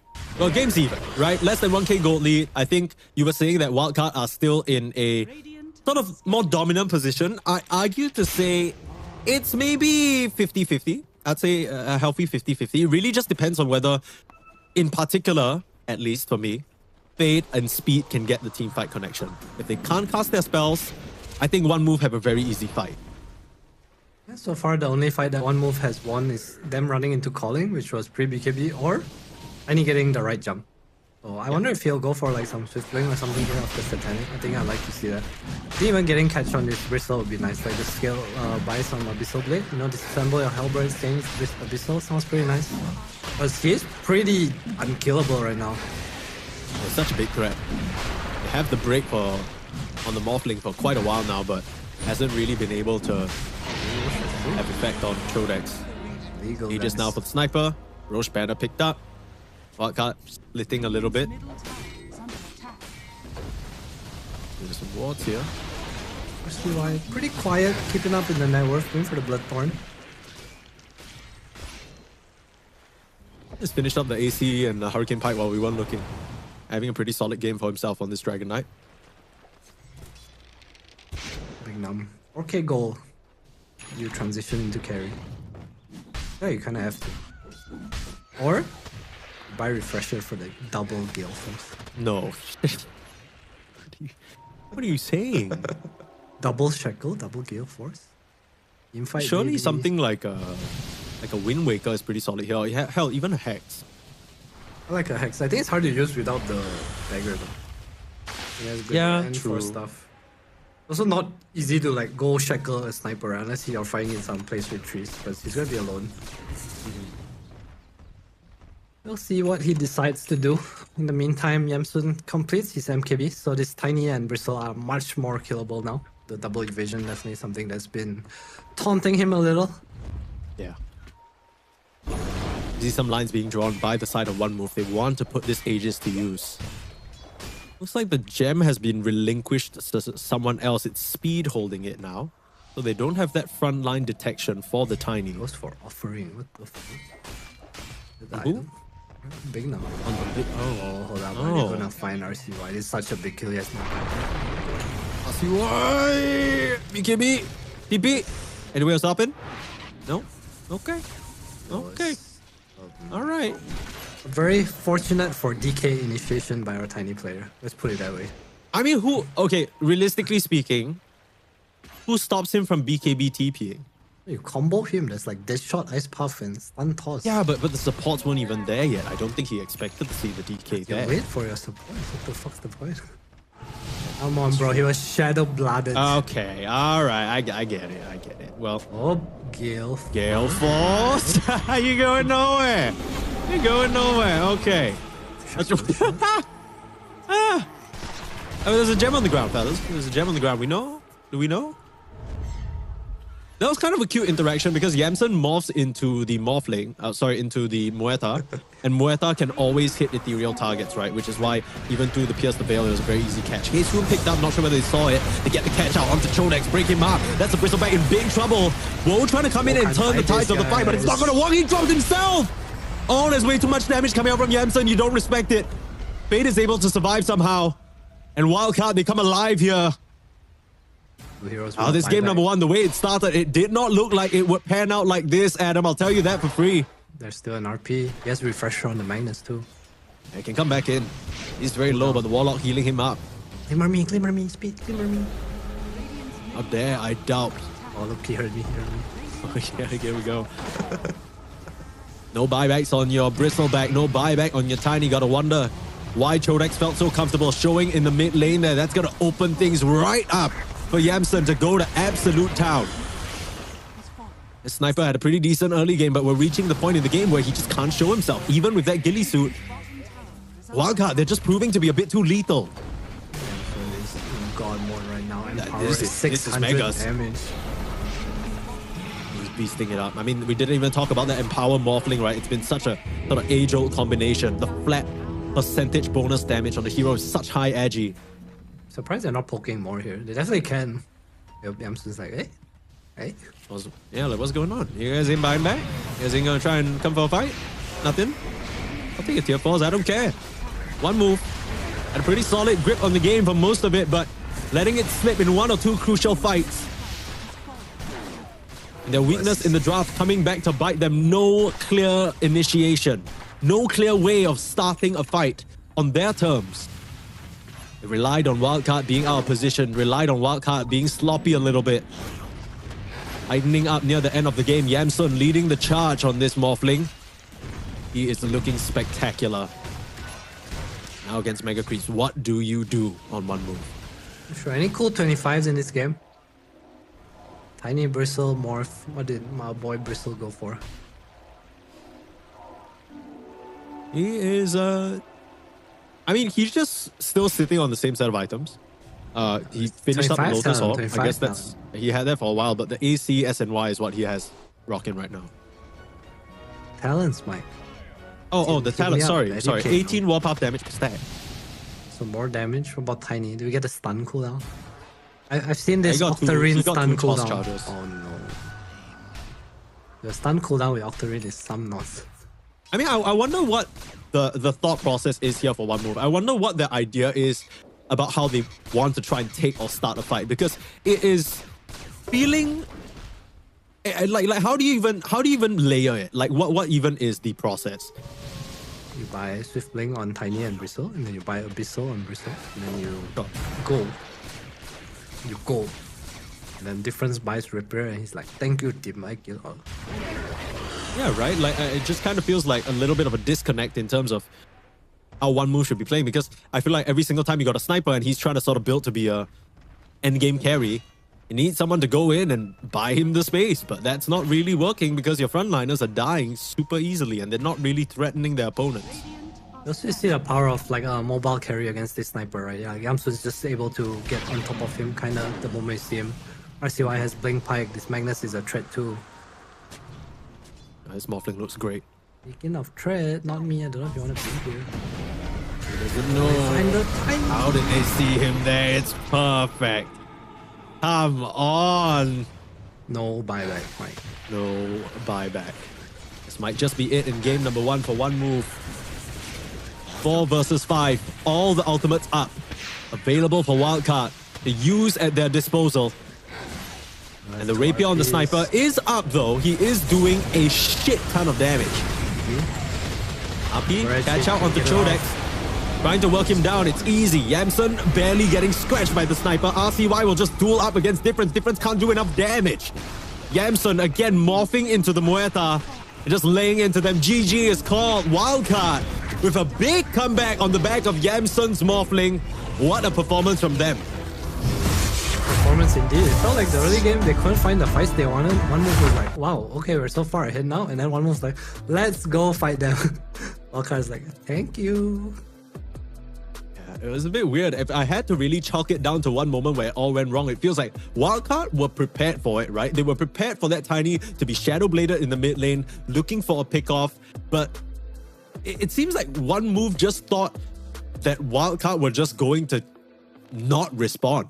It was a very weird situation where they were just kind of walking around as if one move were invulnerable and Wildcard were not going to try anything. They have a Magnus. They're always going to try and fish, right? I guess so, but it's really they were trying to go back, but no memes. The Gale Force actually kept them there, right? I think there were 2 or 3 fights where it actually looked like it had so much impact. I mean, I know you think I'm trolling, but I'm actually so serious. I feel like no, I believe you. I believe it. Look, we were kind of memeing about it throughout the entire game. We're like, oh, what is this Wind Ranger pick? But I get the value, right? Because you're looking at a team on one move with no saves whatsoever. They had like a pike, the concussive grenade to get out, and he was still just stuck there after. And Yamsun, when he was that strong, Fade as well, just being really patient with a lot of these catches, just simplified the game really once they had the damage to kill whoever was skewered back.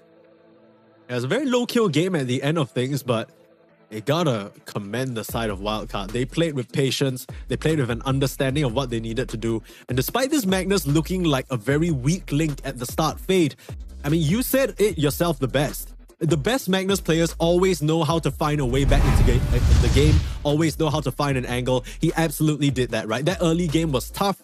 Somehow he comes up with a blink. Somehow he comes up with the game that he needs for his team to succeed. And that's going to put Wildcard at a 1-0 advantage to one move. One last move for this team, unless, you know, they're happy with being eliminated. I can't imagine that that's the case. They have one last chance in FISSURE Universe Episode 4. We'll see how they respond in Game 2 after a short break. Don't go anywhere.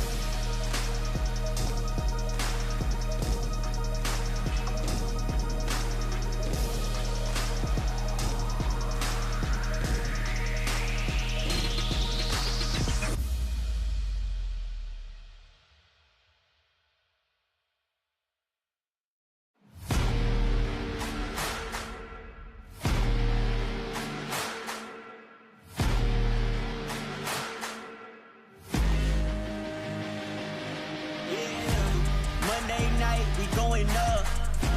Don't try to stay out of love. Too much on the line to give it up. You know the mission, we gotta get it on Monday night. Monday night, we going up. Don't try to stay out of love. Too much on the line to give it up. You know the mission, we gotta get it on Monday night.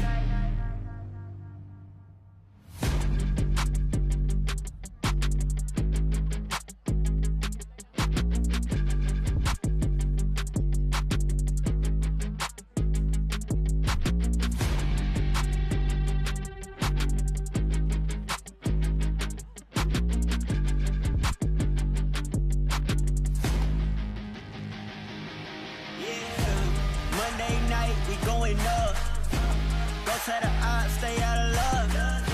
Too much on the line to give it up. You know the mission, we gotta get it on Monday night. Monday night, we going up. Don't try to stay out of love. Too much on the line to give it up. You know the mission, we gotta get it on Monday night.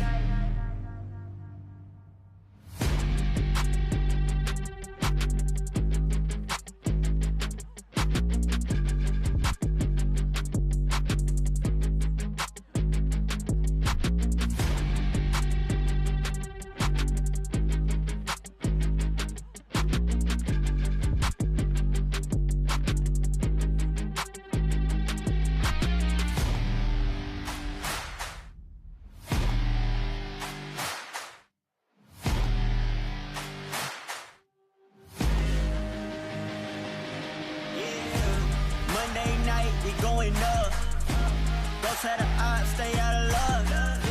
Too much on the line to give it up. You know the mission, we gotta get it on Monday night. Monday night, we going up. Don't try to stay out of love. Too much on the line to give it up. You know the mission, we gotta get it on Monday night.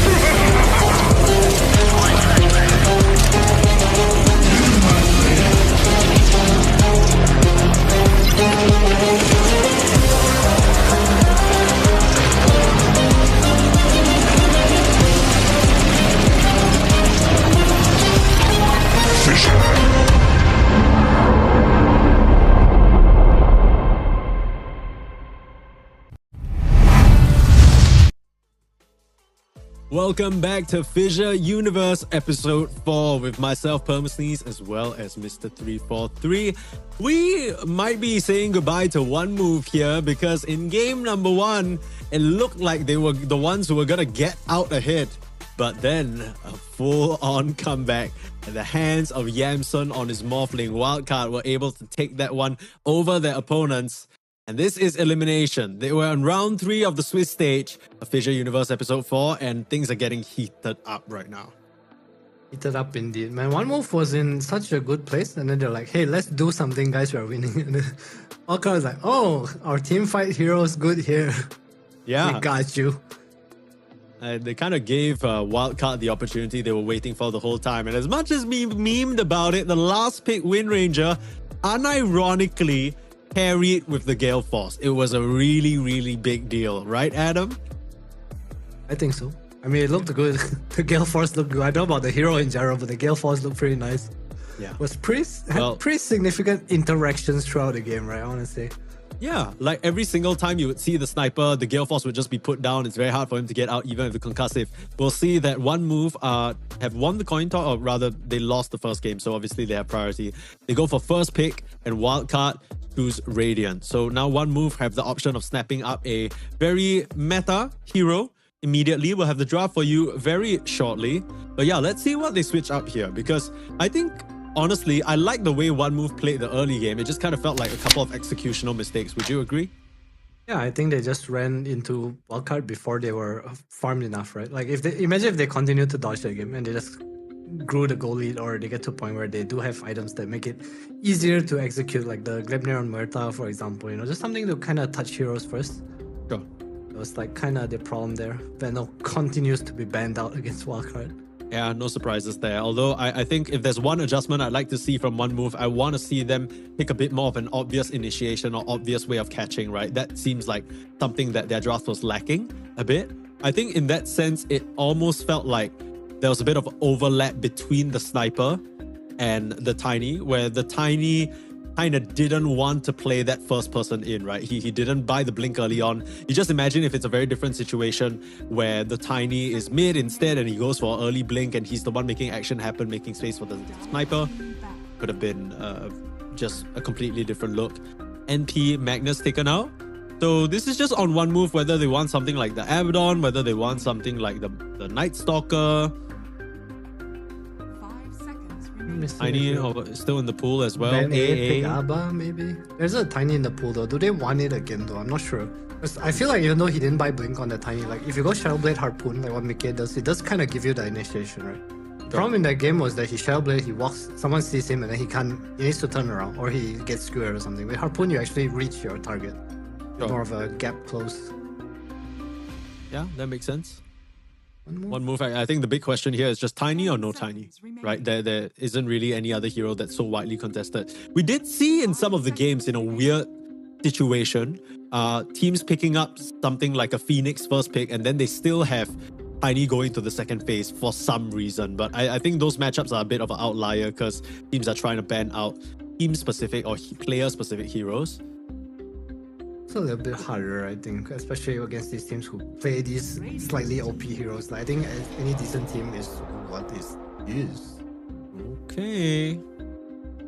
Well, I think this is going back to a bit of something that they're probably comfortable with. They have played this Monkey King, at least throughout their run recently.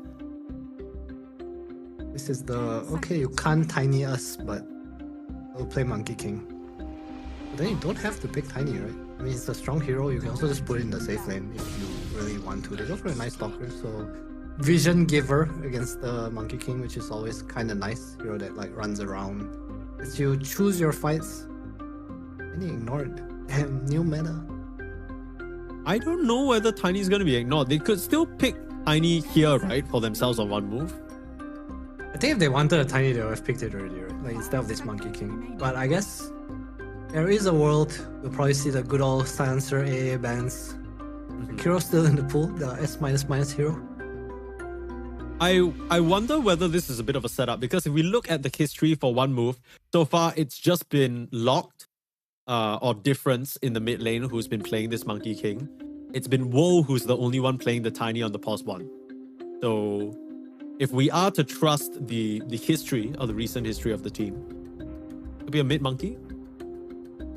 Probably, right? But what do you ban for it now? I'm curious. Also, RCY is one of those players that he can be very dominant in lane, right? He had quite a quiet game last game playing DK against the Sniper. Obviously not the easiest of lanes, but I think he did pretty well for himself. When I think of RCY, I think of this like Queen, this Tinker, heroes he plays a lot, very a bit more flashy.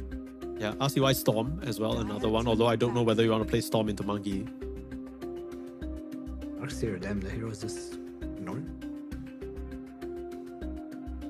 They take it out because they're worried about this Night Stalker, the potential of it being 4, and then you pair it with the Darkseer. It's just a bit too much, eh? There's also a lot of team fights, a Fade hero. I feel like one move are a bit at a loss right now. Taking so much reserve time to just pick their heroes. Yeah, they're the crawling through. bans. I mean, they've only picked one hero. They're just worried about what to ban right now. Reaver ban. Okay, so just a lot of priority on the laning phase, I guess. Not too sure why they banned the Weaver. Maybe they are looking at the AA. I think that's the most common hero that is responded to by Weaver for whatever reason. Probably just the laning phase, if anything. Don't you feel really bad picking something like an AA into Night Stalker though? I'm not sure. Maybe the hero's just that damn good. Irma ban so far. Marcy ban. What is happening, guys? Interest profit. AA. Okay, there you go. And AA is going to deny a lot of that Jingu healing coming out from the monkey, but in any case, I can say this myself as an AA player, if you get found by the Monkey King at any stage in the game, you just instantly die. Like, there's literally nothing you can do. So, hopefully the Night Stalker vision is good enough to cover for him. We'll see how it pans out. Like, that's AA against most heroes that get on top of you. That's true. The second you see the AA, he's likely dead. But if you get Ice Blast off, the monkey probably dies too. That's worth. True. One move. Continuing the trend of taking their time. What do they want here? I see some double support silencers in the pool. Not the best against Night Stalker or AA. I mean, it's okay against AA, but it's hard to globalize Blast. I mean, I guess you would pick the silencer because you want to cover for the monkey jumping in and setting up Wukongs, right? It's not necessarily the most obvious follow-up. You want something like a stun or a way of keeping them inside the Wukongs. Jakiro. Yeah.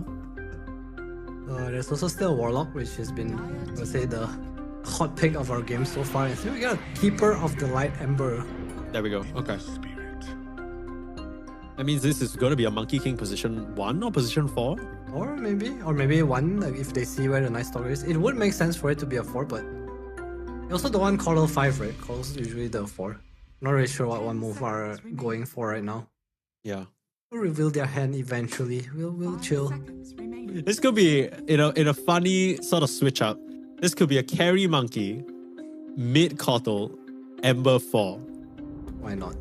Yeah, why not, right? Everyone's trying to point. cosplay 9 class apparently. It has its uses sometimes, but I think with the Coral, you definitely want the Ember on core. Sure. That being said, though, aren't there a lot of picks here that just kind of mess with you? You also have the A on your side, right? Like you can Huskar if you want to, as well against both Monkey and Ember. They'll go for a Storm. More blue heroes, more fling. Let's go. Yeah, why not? Bring it Blue, back. blue, blue, blue. You also kind of own the hero. I also didn't know that if you morph into a Pierce the Veil Murta, you have Pierce the Veil. Yeah, you get that innate basically. So You just hit the Murta down. no, as in you don't get Pierce the Veil, but you get Muerta's sorry. innate where I don't Can even know hit what it's through it, called right? actually. I need to look that up. I want to sound smart right now, but I forgot. It's called Supernatural, There as you in the go. TV show. The Katy Perry song. Yes. Katy Perry? Yeah, right? Yeah? I think so. I think- Alright. Anyway, pick against Night Stalker Storm. They see the chorus. They need to decide where they want to put the Monkey King right now. I assume it's gonna be in the safe lane, but I don't know how I feel about Monkey Carry. They go for Brewmaster. Okay, so What the hell? disruption against the supports. It's really nice against both A and Murta. Obviously, they're heroes that don't really run around. Then neutral lane with the Coddle, I want to say you just push pull. No one really cares, but I will say that their heroes are hella niche right now. Yeah, they're kind of scraping out of the non-meta barrel, I must say. There is... I do agree with you though. I think there's a lot of benefits to this Brewmaster right now. The Ember is a very good way of proccing that magic damage from the Cinder Brew. You have Void Panda to potentially save an ally from the silence of the Night Stalker. You know, the Brewlings are quite hard for the supports to deal with. In general, I think it checks quite a lot of their boxes, and it's a good way of them... last draft, we were saying, oh, you know, one move don't really have a way of starting the fight. Now they have like a bajillion ways of starting the fight. They can just Solar Bind you, they can Slide Chains you, they can Boundless Strike you. It's not too bad. It's looking pretty good. Just try to figure out what kind of carry you want to play against Brew. There's still PA in the pool. I don't know if you want a PA AA lane. Sounds kind of ass. There's a Sven. So and obviously not the best against the Brook before he splits, but when he splits, chomp. Yeah. Oh, Silencer Jakiro. His heroes are just there's just 3 supports and you choose one and you ban the other 2. That's just the trend. Yeah. Hot stocks on the rise. Now, the Brew could run into some issues with the silence coming out from both the Muerta as well as the Night Stalker. But it feels like the way Wildcard have to go about it is they need to throw so many things onto the Brew to burst him down. And I think Todex, he's one of the Brew specialists, right? He is one of the players still bringing this hero out regularly. It's something he's very comfortable on. Not entirely a surprise to see him go for it here. Even banning out some carry heroes to protect himself in the lane. I'm actually gonna ban on pots 5 now. Right, they go Lion, so a bit of catch for Storm. Interesting. Just more stun. Yeah. They told their coach the feedback from last game. There's no way to start fight. Coach like, fuck you, go fight now. Yeah, he's like now none of you, literally every single one of you can start a fight. And why not? Why not? Tiny's still in the pool. Why not? Why not? How could I forget the Tiny? Sometimes you're just so used to these heroes being banned. You're like, hey, it's there. Oh, it's a mid. Wait, it's a carry Ember. Okay. Oh, Ember Coddle safe lane? Yeah, Ember Coddle safe lane. Okay. I don't mind this. Yeah, I guess they just want the monkey into Storm matchup. Yeah, probably that's the best out of the what 3, they're right? I'd say so. You're a fan, Mike? I just like Ember Coddle. I just think it means that they can actually keep up with the pace of the game and make sure they are, following whatever sort of pace Wildcard want to play at. But you want to make sure you're following along with everything happening for Fissure Studios. Not just Fissure Universe Episode 4. We have a ton of other tournaments happening all the time. Fissure, follow them on their socials. !F in the chat. You'll get the link to all the juicy Fissure pages and you can keep up with some behind the scenes content. Keep up with whatever events are happening next. You don't want to miss it. But yeah, let me turn the question back on you, Adam. Which draft are you liking a bit more? I Wildcard's draft a lot more. Okay. That means we're probably going to a game tree, but I do like to draft a lot more. I feel like there's so much talk vision. to me. What's up? Why you like the draft more? Is it just because more meta heroes on one side? I think it's a pretty good Tiny game. Obviously, 24 pick Tiny is kind of rare. I want to say that the AA with the Storm or Tiny is just free kills, is what it looks like to me. I think their draft is a little more harder to execute, a bit more. I'd say 2013, like this Monkey Ember, like some OG 2016 TI run at you kind of. Yeah. I see what you're saying.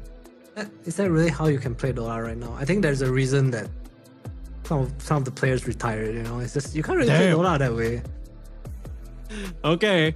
Well, we'll see whether that's the case. We'll see whether that sort of OG run at you Dota style, maybe that's the one move they have left to make. And this might be the last game they play. This is elimination on the line, folks. One move. They're one game away from being dropped out of Fissure Universe Episode 4, while Wildcard, one game away from keeping their hopes alive here in this Swiss stage. We have the game ready for you and we'll be hopping into it right about now. But yeah, I like this AA hero so much. I just think it's so great. I completely agree with what you're saying. I think anytime you have a hero with any semblance of individual kill threat, the AA helps out in that regard so much. But a late smoke comes out, catches up Big Num. First blood drawn by Rain. Not ideal, but still a good way to start out perhaps the last game of your tournament. A kill is a kill, a first blood is a first blood, and one move with the one move get the one kill. Any advantage they need, they take. Yeah. And will make any move needed to get the advantage. Does that work? Was that a good one? Any move, yeah, I guess so. Yeah, okay. Well, we need to enjoy it while it lasts. So everybody's saying that or flaming us for making that obvious joke. Might not get it in a couple of hours, okay? So we sort of got to milk it.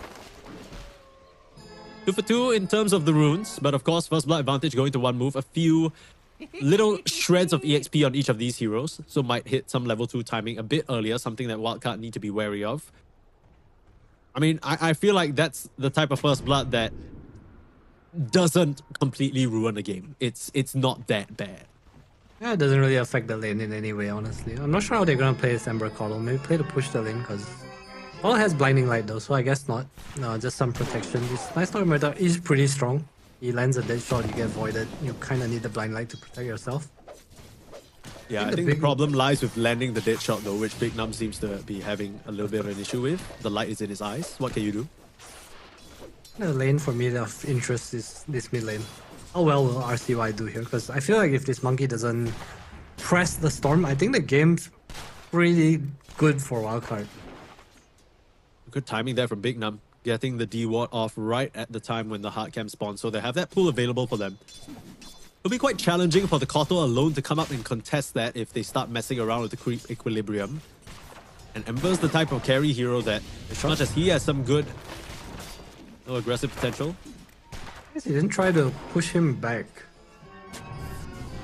Like Faye? Push him like closer no, like to the like the dead shot him back instead of dead shotting the Koto himself. Maybe a little bit of a misclick. Yeah, I mean, I told you, the light's in his eyes. He can't see.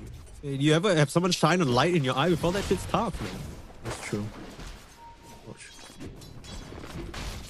Soon and get out too soon. Might see a goal here. Or not. I'm not a Brewmaster player at all, I'll be honest. I'm not Chodex.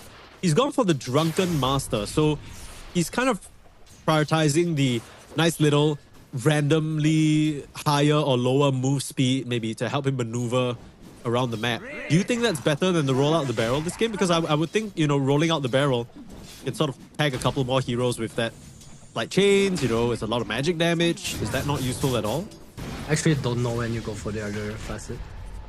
Big Num, level 1, no calling. That's blinding Also, light. yeah, from what you see from the Brewmaster, it's always this Drunken Master facet, you reckon? Oh, is it always this? I actually don't know. Who plays this hero? Yeah, that's just good. That's good. That's a good question. I think you just Chodex, apparently. We're gonna have to ask him. Yeah, top lane, whoa, in some big trouble. Level 2 spike, like you said. We're worried about it in the bot lane, but it's top lane that they have to be careful about. This is your concern, right? The Ember Koto. Like, how are you gonna try and maneuver this lane? Not well, apparently. Stalker doing super well up here. High armor hero, high regen. Doesn't care about the slide too much. Also, Ember Coddle. The reason you don't see this Ember in the safe lane with the Coddle is because Ember wants levels to abuse the max slide. But with the Coddle in his lane, you kind of just want to push and pull and play for a bit more levels, I want to say. And we're kind of seeing why Koto is mostly played on the position 4 instead. It gives him a lot more freedom to do things on the map, maybe start setting up some stacks. The Ember, you can't leave the Ember alone here in this lane. He's gonna get run down, especially at this early stage where it's still nighttime. You can see on Wo's face, he's not necessarily the most comfortable or happy about this situation. He's hoping that his sacrifice has paid off in the mid lane with difference, getting that favorable matchup for the Monkey into the Storm, but it doesn't really seem that way, at least not in the CS at the moment. Okay, RCY is doing good. Pretty even. Num will go down. Nice little slide there. He has to walk into the calling. He's gonna walk into the... Oh no. Well, you can't really do much about that. Nice move from Wo there, holding the chains until the very last moment. Gucci gang, Gucci gang. Ball lane pretty even as well. Nothing really gonna happen in this lane unless Lion gets out of position. Chodex, I wonder if the facet actually helps you like walk away from Cofield. Yeah, that could be a consideration. Also, probably walk away from the silence, right, from Fade. Walk out of the falling as well. See that fast, I don't know. Maybe we go like phase drums, I can see it. Hold that thought. Wo is just gonna get run down, unfortunately. No more wand charges and no support there to help him. That's tough. I mean, this top lane not really going the best for this Ember Spirit. He's still keeping up in terms of net worth, but he is feeding a lot of kills and a lot of gold and experience over to Fade here on the Night Stalker. Move your Monkey King away from the Night Stalker where he probably can do okay. We'll put an Ember there who is now losing to a Night Stalker. A worthy trade. Not sure, honestly. I also feel like there's a point in this game where Tiny is just like pop up and the heroes kind of die. Yeah, I can see what you mean. I mean, that literally is the reason why Tiny is such a strong hero in this meta, right? He can get to that stage, even against some of these other sort of strength calls. And you're looking at one move, we've been talking about how tanky core seems to be the whole sort of ploy in this current meta game. Not a single shred of beef on them. The closest thing you got to that is maybe this Brewmaster who can get reasonably tanky. I wonder if you'll go for Wrestle, see if they play pace. Big Num's here. I anything gonna happen. Being chill in both teams. They know the Storm is weakest level 5 to level 6 difference, trying to press his advantage, but no cigar. 300 gold lead for the Monkey King over the Storm right now, but nothing that the Storm can't recover through some stacks. So that's farming the jungle out a little bit. Rune is going to be bought. Haste snagged out by the spots. I will commend Big Num because I know, look, you're going to say, of course, you know, he's a professional position 4. This is his job. Of course, he's going to be there. But I think so far, one thing I've noticed from Wildcard, at least from last game, is that he's been pretty on point with the rotations. He's making sure that RCY is never left alone on an island when it comes to these rune situations. I think that's so important when you have such a star coming out from the mid lane. You don't want it to be dampened. I agree. That's the Big Num. Alright, Mike, what's your favorite Dota hero? What's my favorite? I mean, you know the answer to this question. What? You know the answer to this. I love me some Ogre Magi. You know, I'm Cantonese. Oh, Gambling's in our blood. You know, I love rolling. Cantonese. In Singapore, they don't allow gambling. It's actually. Yeah, dude. You know, on Twitch, you know, every single time I'm watching a Fissure Studio tournament, they have all these super cool things happening in the chat, and you know, I want to participate. I want to have fun, but then, you know, I'm trying to predict who the winner's gonna be with my Twitch points. They don't even let me do that. They put 0-0. I can't even wager, man. So it's just banned from getting Twitch points. Yeah, I just can't. Even if I have a good idea about who I think is gonna win the match just based off draft alone, I'm like, oh, Adam told me this. You know, this team's gonna win. I can't put points on it. I just need to slowly farm up my Fissure channel points so that I can respect Fissure production slowly but surely for 1,000 points apart. Dark Ascension taking advantage of the fact that the Ember is still level 5 and they should be able to punch him down. Fade, a terror in the skies and might look for more. Bots out Not Me to the right side of this lane.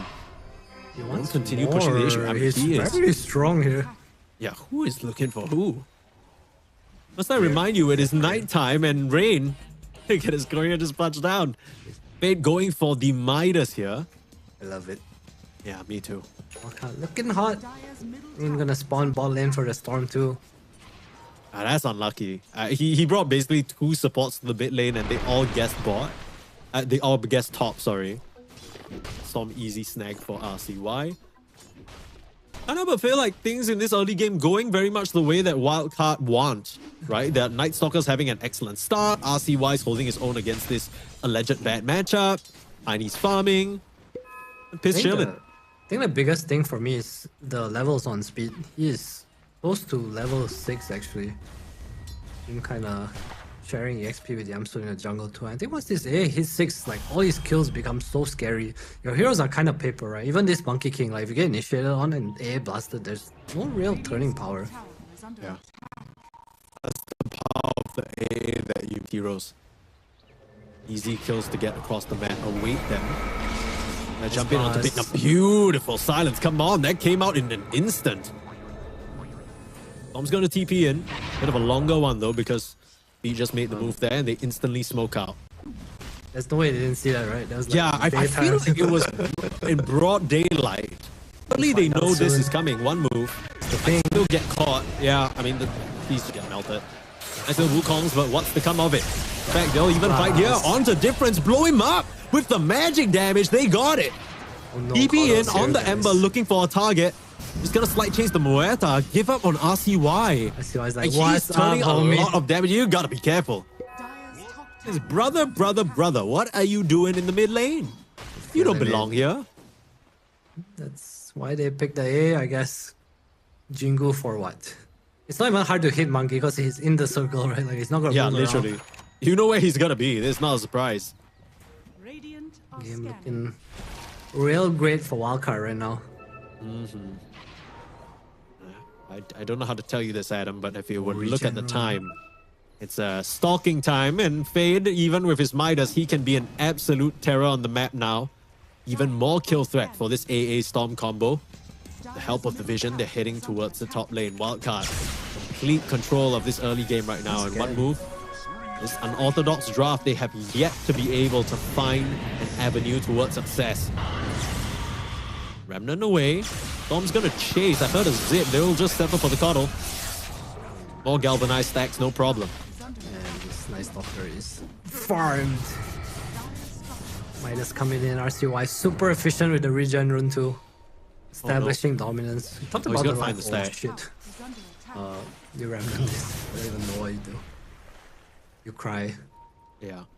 Most of those creeps got farmed up by the Storm Spirit. Jeez, look at the net worth. Even with all of that, it's Fade.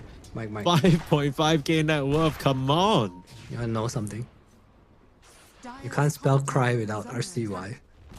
That's true. That's true. I wonder what RCY stands for. Is that just the initials to his name? I'm gonna have to look that up. Could it just be an anagram, perhaps? Maybe. Because that's what his opponents end up doing. Speaking of anagrams. Nah, I got nothing. Yeah, where were you going with that? I don't know, man. Do you even know what an anagram is? Yes, I do. Okay, explain it. Explain it for the class. When you get a text from Anna from OG. Ah. Anagram is okay. That's you almost so close to short it. It's actually when he sends you a abbreviation post on for- Instagram. Yamson though might be sent straight to hell. Nice Wukong's command set up. They will commit just about everything here, and I think Wildcard they're fully aware that there's no saving this Tiny. That's Take a Wukong picture, and send that Split. to Anna from OG, and call that an anagram. Every time you message Anna on Insta, it's called an anagram. Yeah, literally. Wildcard create the tower though. They are not gonna fall into the trap of rotating over here. They will do so now after getting the objective, and it is still nighttime. No ultimates available for one move. They now need to be extremely careful. You say you shouldn't even walk here, you just throw blast. Yeah. They Is will it recall recall? in the Why Ember am I- though. Here comes the zip onto Chodex. Ice blast on top of his head. This Brewmaster is likely gonna get bursted down. There's no more response there. Nice boundless strike onto 2, forcing the Pierce the Veil out from Big Num, but Woe just has to retreat. He just got recalled to this bot lane to try and participate in a fight that they knew was coming, but they just didn't have the chops to defend themselves for. No spells, not much lockdown. Remember, level 7. Oh, the Chakra is gonna come into play. Second slide of Fizz. Oh, this would be a huge kill. Fate. He's gonna drop for a lot of Second HP chance. gold here. Going over to Woe, that is a really, really nice pickup. Oh, RCY? Yeah, you gotta be careful. Finger's not available, but the Hex is. Gonna slice you up. Wildcard getting a bit too big for their britches there. Not sure what they're doing inside the opponent triangle. Give over 2 kills for free. Yeah, that was quite big kills. That was like your 2 top net worth heroes. I guess Tiny's up there too, but... Well, our card feels a little too strong. Specifically RCY, I think, just walking into 3 heroes. Like, hey, what's up? I'm here. I did a bit of research. I'm not sure whether this is of any relevant information to you, but we know RCY is pretty young kid, right? 18 years old. It's not his name, actually. Apparently, RCY is his brother's account. So he's just been playing on his brother's account, and because his brother stopped playing, so he just kept using his brother's account, basically. Cool. Yeah. That sounds like the Illidan story. I guess not really. You know Illidan's story? No, tell me. His IGN was Illidan, and in an interview he was asked why his IGN was Illidan. He's like, I met some guy on Reddit, and his name was Illidan, and I thought it was cool, so I stole it. Isn't Illidan literally the... oh, Yamsen goes down again, that's it. Okay, well, one move, they're starting to get some pretty high value kills here. Isn't Illidan a character in Warcraft? He's terrible. Like, he's that... I'm sure he's a character of significance, right? TV. Yeah. Yeah. But he stole it from someone else, because someone else... Ah, was okay, using like the a name. literal person, not TV. I mean, I don't know, that guy probably took TV's name and then pulled down difference. On to Right. difference. Ice Blast not even needed, but it will still secure the deal. You guys don't look at explosions. They just backed the fuck up. They didn't care. Hey, Blast will, I want to say, give one move the opportunity to take the Tormentor, but Dire are scanning. they're moving up here. They want bring down, I think. Woe is hunting. I think there are no big numbers around the area. If they get Not this kill many fast, the up. Tormentor's gonna go their way. Pretty hard He's to take coming down. in. Ooh, Pierce the Veil. Rest of the TP's coming out. Primal Split actually committed. Here comes Oh, the RCY. Cyclone saves him. Thrown up into the sky while he's hexed. I'm not sure whether that's what you want. Now Fade will just collapse onto the Koto on the backline. They will Finger of Death. That poor Night Stalker, they can't feed him the Lotuses in time, but RCY still full HP. Codex is about to run out of the Primal Split duration, and the rest of Wildcard are streaming in. I can feel him going back in. It's gonna happen. RCY. He's chilling. He's chilling. Yamson isn't part of this engagement. He's farming the bot lane, so they'll chill for now. Yamson's so farm too. Short complete now. permanent Battle Fury. The trend of the carries. Whoever has permanent Battle Fury is top of the meta. Next, baiting here. Also Radiance.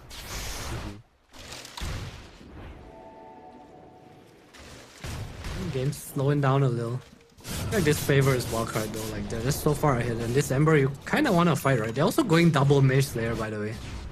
Yeah, is that bad? Is that good? I've never seen it before, but if you have Monkey Ember, I guess you kind of have to, right? What else do you buy? Yeah, that's true. It just kind of feels like the only item build, especially if you're seeing what everyone's building these days. It's just kind of, especially in the days of Dota 2 Pro Tracker, you just follow along. Speaking of follow along, you see Yamson go down there. You want to press !F into the chat to get all the links to Fissure's socials and follow us there. If you want to keep up with the action, get some juicy behind the scenes content, make sure you don't miss a thing. Just like how we didn't miss that Yamson kill. One move, I'm not going to miss out on this commenter. Get himself a shot. I mean, things slowing down. It kind of felt like Wildcard were all over it, right? It felt like one move, they were dropping the ball, they were losing these fights, it didn't look too hot. But now one move have made it towards their first few items. Starting to put up a bit of a fight here. Gold lead shrinking back down to 2k. Game's a lot more even than it was 5 minutes ago, I'll tell you that much.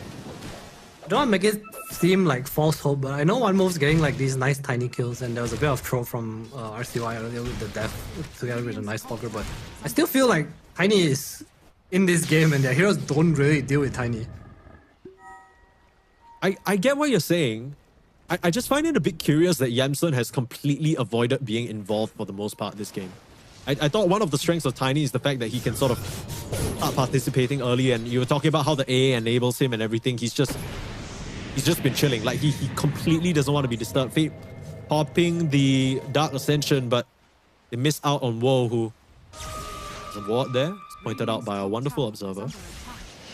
I Not feel from a like I like Tiny play this way the most. I think you come out at like 25 minutes and kill everything. What's the point of trying to do anything? You get Shadow Blade, maybe you play the map a little if you want to, but I feel at the same time like if I know at this game if I farm and I win at 30 minutes, what's the point of doing anything? Yeah, that's true. I guess you're basically introducing a variable that doesn't need to be there. Yep. One move with no nighttime are gonna look to make a play. Use the recall a little. They're playing very aggressively with Ember. You have to be careful though. There's silence there. Do you have a save? Vimmer in. RCY the silence. The connection. It's there. Way too aggressive there from the Ember. Thinking in broad daylight he's safe, but absolutely not. Big Num there with a silence of his own. The Atos reveal. If Night Stalker presses silence inside the calling, there's 2 circles of silence. Oh, speaking of run, Fade is gonna die in the... That's a nice tree cut. Cool. RCY will just settle for the Lion kill. Monkey King will be able to TP out. So not too bad. They save difference. Could have been a lot worse. I'll blame Big Num sitting up. That's the Atos. I'm not sure they can get this kill though. Did he not just see Big Num behind that tree? What was that? You know that Shaquille O'Neal meme where he's like hiding behind the tree? What's he doing? It's broad daylight. They can see you. I know you're dead, but like... Oh, that was pretty funny. He just like... He like reveals himself behind the tree and then he just kind of looks away as if like... It's a real life interaction where you just avoid eye contact and the guy's not gonna notice. Oh, that was pretty silly. Alright, back to the farm. I mean, we still haven't really seen this Brewmaster. Okay, maybe that's a bad statement to make. Let me think about how I want to rephrase this. I think this Brewmaster has yet to feel like this. Oh, it's really terrorizing the supports, or oh, it's really helping them win these team fights. It does have to be the one to push the waves though, I think, for their team, because Ember and Monkey are the ones that they need to kill. They will see RCY who has the BKB, but oh shit, I interrupting BKB, they explode, man! Oh no, RCY onto the backline, so just focus down the Ember Spirit. Recall? Did he just pull Chodex into his death? He did, but Chodex was beside him. Yes, oh, that's a nice shot. Silence, the invisibility. Protection. Primal split. Guys, I mean, that's probably gonna help him survive. That's about it though. Is it gonna help him survive? Yeah, I mean, he still has the Earth Panda. It's just walking away. What can you do? Oh, big stun. Not even. Not even. You know, when he hurls the boulder at the Tiny, it's a draw. Yeah, it's true. It just kind of bounces off. Look at like, that gold change. Dude, that was supposed to be the fight for one move. You gotta... I mean, if you're in a situation like them, that has to be a little bit of glimmer of hope. So quickly snuffed out. That's got to sting. That was painful. I mean, it's just hard to initiate, right? Like, the counter initiation comes in, again, there's silence on silence. Fade has this dagger too, so if you don't get him, he kind of cuts off the back line. Yeah. Hard to cast Wukong as well if he shows. I think that's something like Difference has to be really careful about, because they actually cannot fight without Wukong. It's like their biggest spell. Things don't really feel like they've worked out the way one move have intended, right? You're thinking about this Monkey King that was picked to have an advantage versus the Storm in lane. They even sort of put the Ember Spirit on the pause 1 for it.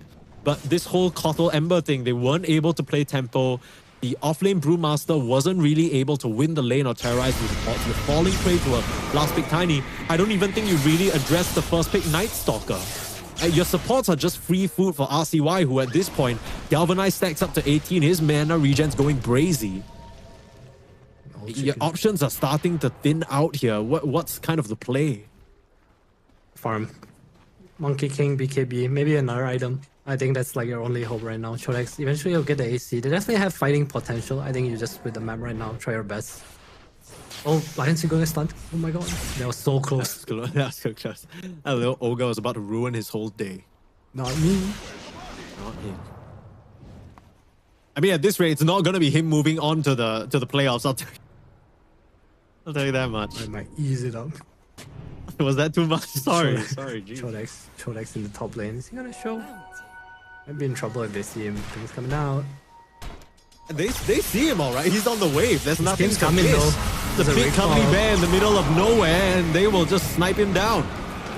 Hiding away because of that glimmer. More than enough. I say more than enough, not enough. And now the Hex, RCY in some big trouble. Can't pop the BKB in time. They jump forward, get that last touch. RCY goes down, Big Num drops as well. The response is there. Now these Brewlings, they're doing their work. They get the kill onto speed. A much needed fight from one move off of a missed execution on Chodex. That was such a nice play by them. The Wukong coming out. RCY kind of greeted the BKB, right? He went for the... Oh, sorry, no, bye. Don't even need my avalanche. You're him. I mean, I'm going to be honest. I feel like that entire fight is completely decided by the fact that Kotal had that Glimmer Cape and was in position to save the Brew. Because if that didn't happen, no way in hell he gets off that Primal Split. No way they turn things around. The chain stun is kill potential. RCY does have to be careful. Nothing. So I think RCY was trying to be cool. He tried to illusion rune the whole boulder, and then Lion came in and hexed him and he died. Then when he could zip away, I think it was last hit, he popped the BKB on the thing and Monkey King got the last hit in. So I feel like that was just RCY trying to be a bit too greedy with his BKB there. Otherwise they might have just lost the break. He's trying to bet his best to use his resources in a smart way, and it ends up... It's one of those things where you try to be a little too smart and then it comes back and bites you. That's true. I mean, it is his strength as a player though. Some players are just too smart. We'll still have 67% win probability. I believe this is because of the Tiny. BKB complete. Looking at that Silver Edge now. And what are you trying to break? You trying to break the Jingu or trying to break the Brewmaster? I don't know actually. The reason to buy this. To just buy Harpoon or MKB. Maybe he just wants the crit SNY to build up. I guess so. I don't know. I don't think there's a huge purpose to buy it. I guess Jingu, if any. But there's the A Blast, right? You don't really need to deal with Jingu. I don't know. Yeah. The upside as well is that one move with some of these, rotations that they've made, they are getting close to that BKB, right? They almost have it on the Monkey King. He's gonna finish up this camp and have it flying out on the courier. And the Ember, he's a little bit further behind, but he has that in one more component. I don't think Wildcard are gonna give them the time though. They want to start a stranglehold on this game. Moving towards the top lane. If they can't find a hero, they'll settle for the tier 2, it seems. Wait for the brooch on the Tiny instead now. It as well has his new BKB, really wants to use it. Yeah. It's the smoke from Wildcard. Probably gonna sweep down here, but they need to be careful where they break, because Tiny is... Oh, actually, I look behind, be fine. Things on the top tower. No sweeping, guys. That's what Wildcard has learned in these past 3 days. Or rather, maybe sweep towards the enemy base instead of back towards where they're trying to drag you. Force them back before you go into the area. Sounds pretty smart. Playing around here. Roshan is alive in the bottom pit, so that means at least at this moment, one move will have the positional advantage. This is the fight. Will they see the Monkey King? Sky's up right now, onto the high ground, instant silence. Oh my god, no, they pulled him in! They pulled him in, that's not where you want to be, difference just goes down. Both supports Eliminator and the Monkey King down as well. They absolutely saw that Monkey King. They knew where they were hiding to a T. This is gonna be a very easy Roshan. What stopped Monkey King from pressing BKB? I think at all. Yeah, I don't know. We're gonna need a replay on that one to see what exactly went wrong, because I don't know how Faye just had such a clear idea of where his opponents were. He blinked up as if he knew. Someone check him PC. PC. You are watching the official English stream of FISSURE Universe Episode 4, and right now you might be watching one move exit FISSURE Universe Episode 4 at the way this game is going. Yeah, that's a good question. Not sure what stopped the Monkey King from popping his BKB immediately. Maybe just a bit of greed, maybe just not expecting side of Wildcard to collapse so very quickly. Wondering if RCY broke a tree or something. Because I feel like you can just BKB TP out, right? Like you see your lion getting jumped, it's like the fight's kind of over. Yeah. Right, a little bit of a counter smoke, no Dark Ascension. Orm has Aegis and BKB though. Maybe just the reaction speed's not quick enough. Like maybe he didn't have it in mind that, okay, if Lion dies, we can't fight, right? Because you need to sort of have these thoughts in place beforehand, and you know how to sort of instantly nightfall out there. Wraparound of the wraparound. The tree is different. Do they know? Imagine he jumps backwards. Oh my. Bro, chill, bro, chill, bro, chill, bro. Bro, it's chill. I think it's gonna happen. Stay up there. I They feel don't know. it. They don't know. I feel it. Why did Big Num just ping? Oh, he pinged the. My goodness, thank God, he pinged the shrine. Okay, so now after a double mage there, they both have Radiance crewed up. Wonderful. Even though Brew Wonderful. has a Radiance, just one move, guys, one item. Yeah. It's all by Everyone Radiance. get BKB. I want to see Radiance on the Coddle. I want to see Radiance on the Lion. We're all together now. This is what OG meant when they said slay together, right, guys? Build Radiance together. Coddle. More serious note, 10k ahead on Wildcard, looking really strong right now. Storm Aegis is giga strong. Brooch complete for Yamsun, so no more Silver Edge. Going for MKB next. The triple Radiance counter. Og. Once to I the will high say that Wildcard looked amazing coming into this series. Oh and my God. What the heck? How does he keep ending up there? ground. He landed as Woe was sliding, so he ended on the tiny. That's actually crazy. That's kind of funny. It's a Woe moment for sure. Yeah, I wanted to say that this game, Wildcard are clearly outclassing their opponents, at least from what we're seeing. And I only say that because it feels like one move are only getting dubs when Wildcard are just kind of making mistakes or playing a little sloppy. Other than that, it's been very tight, very clean from Wildcard. They've done a great job. Kind of a bit of a role reversal from the circumstances of game number 1, where Wildcard were the one sort of being beaten to a pulp a bit. Yeah, but I think it's because they have this Ember collar, right? They're playing from so far behind. You've seen the impact of this Ember. Sure, you fight by Ember. Very nicely done. Final chain stun. You gotta wonder whether that even matters. Ice Blast. Oh my god, the damage is so easy. Easy, too easy. Easy, not easy. Unless you can keep you out the nice top ground, my friend. Glide. Gets the kill. Skibbity glide. 3 one-move heroes dead. Easily. The Trodex is trying his best to split push these waves with this Radiance Brewmaster, throw his Manta, illusions out and be annoying, but I don't know what this does, I'll be honest. I have no goddamn clue. Like at what point do we start to see this Brewmaster start to contribute? It always feels to me like this very sort of early to mid-game hero, and then later down the line it feels like it starts fading in terms of relevance. He's just pushing the waves. I mean, it's also hard because of his team, right? It's like Ember Monkey playing from behind. You have this Coddle, you want to run at people, right? Like that's the draft. But unfortunately, to run at people, you need to do well in your lanes, and he lost all 3 lanes kind of. He's also playing Monkey King into this AA, which is kind of a pretty hard counter.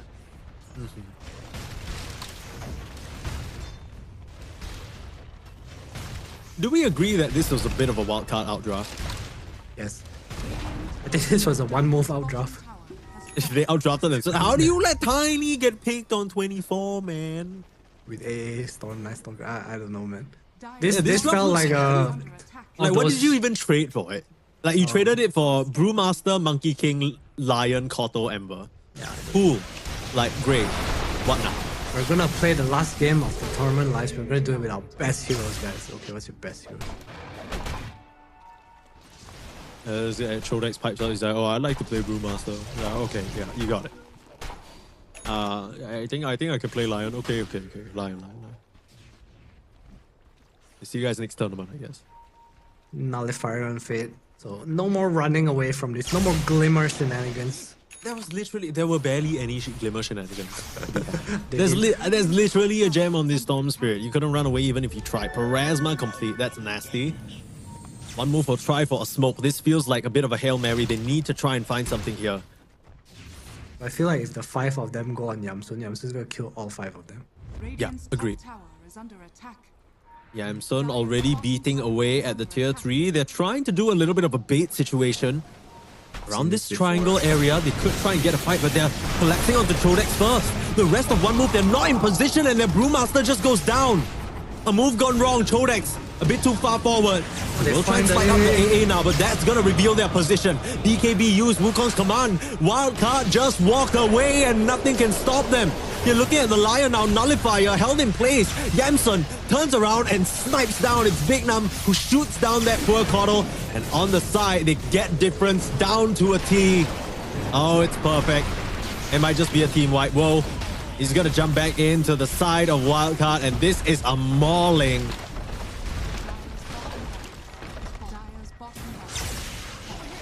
That was just painful. It's almost like we watched that happen in slow motion. They were so close to getting the wraparound, then Chodex just shows. It's like, okay, you know, it's fine, I'm baiting for my team. You kind of baited your team, brother. In all honesty though, I don't think it would have changed anything. Unless they come from behind and land some 4-man Wukong, 4-man Lion stun, I don't think the fight would have been any different. Tiny is just so strong, so is RCY, so is Fate, so is Big Knife. Really only Speed that can probably die. Yeah, even then, they tried to initiate onto him through a slight chains. In any other even game situation, that would be an AA on the last shred of his life, but not to be. 1 move on the last shred of their lives here at FISSURE Universe Ep.4.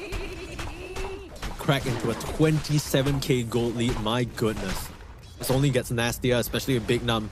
Now with that Aghanim Scepter, the fear. A couple more levels until 2 Deadshot charges. You ain't going anywhere. You're not going anywhere, not me. He's not going to the next stage of this tournament. Too soon, Mike. We don't joke about tournament eliminations. You heartless monster. Sorry. 31 to 28k gold lead. I'm sure there's a chance of comeback, right? Especially with Wo getting caught in the mid lane, just standing by himself. Ice blasted down. Okay, now you're looking at the Coddle. Ghost Scepter will save him. They're trying their best. We only focus on they are trying their best. It does FCY is not look very good though, I'll tell you that. Positively killing everyone right now. Yeah.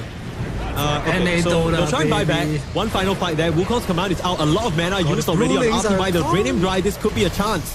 Trying to get the connection, but the BKB pop, then Lion is gone. That's your dieback. Chodex looking in big trouble. Doesn't have the split. And all you have left are 3 heroes. Ember trying to play around the back line. There goes Wo. Too much damage. GG is called as the rest of 1 move will fall. That Coddle to drop as well. It looks a bit too easy for Wildcard as they're able to clean up this series 2-0 over 1 move, eliminating the Eastern European qualifiers, contenders, and keeping the NA dream alive. NA. How do I do it? Oh my god, I didn't get it right, but it's There's okay. No you guys get okay, my look, point. I'll do. Okay, you know what? We're not gonna do this. Let's not. We're not doing this. And Is that? There you go. No, you got it on the wrong side. Okay, well, yeah, okay. I'll Shout out to practice it all the tomorrow. 3NA fans watching in the chat. Congrats, guys. Your one team has continued to survive. Let's go. At least the Americas is still alive here in this tournament, even with M80 being eliminated. But of course, with that, we do have to say goodbye. Bid adieu to one move. They had a pretty exciting... I don't know if you've caught the close qualifiers for FISSURE Universe Episode 4, but they had a very, very exciting grand finals. 3-2 Asakura at the end of things. And so it was quite tight. But yeah, I mean, they're just not matching up to wildcard, it feels like. And I think a large part of it just feels like it's a little bit of a disconnect between Chodex and his Brewmaster this game. I feel like a couple of moves, I can't necessarily blame him. But at the same time, like, especially that last one, it just like, okay, what are you doing showing there? You know what I mean? Still don't know if it would have made a difference. I feel like he had to, but he also... I don't know. And he split in the last fight and Tiny went pump and there was one Earth Panda left. Yeah, literally. I wonder exactly what they were thinking. I wonder whether they thought, you know, for some reason with these unorthodox picks, they'd be able to best the Tiny, or maybe they just forgot about it. That's a very real reality. And for us here, that's going to be the end for them. So probably a disappointing finish. I'm not sure whether they expected more from themselves here, but a sigh of relief for Wildcard and that team. They live on to fight another day. It's still going to be a tough battle here on out. And I think, to be completely honest, as much as I'm happy for them, happy for my boy Yamson, life expectancy for Wildcard, I don't know whether they're going to make it out still, right? These qualified teams, what do you think, Adam? Do you feel like this is a team that has a chance to sort of punch through their ceiling? I feel like continuing in the tournament means more room to grow. And I think today's wildcard might not be tomorrow's wildcard. You know, that's the reality of tournaments. That's the reality of people trying to get better. So I want to say I have hope. Obviously not the most hope, but I have hope. Yeah. I mean, there still were some moments where it felt a little bit sloppy. They just kind of got a bit carried away, but you could see the intentions. And I think, at least for me, the baseline fundamentals were a lot more solid than the first game we saw them. I think we can agree on that.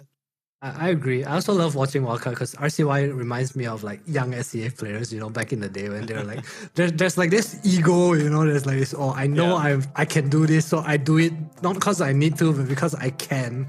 I feel like that kind of personality it just makes me a fan, you know. Yeah, for sure. How can you not cheer for him, right? He's I sort of read up on his backstory a little bit. Moved to the USA from Philippines at a very tender age, picked up Dota and has been sort of kicking for a couple of years now. He started playing very, very young. So it's not even like he's 18 years old and he's just trying Dota and he's amazing at it. He's been grinding, he's been putting in the work, and you can kind of see it. He's very much a respected mid laner and able to best his opponent.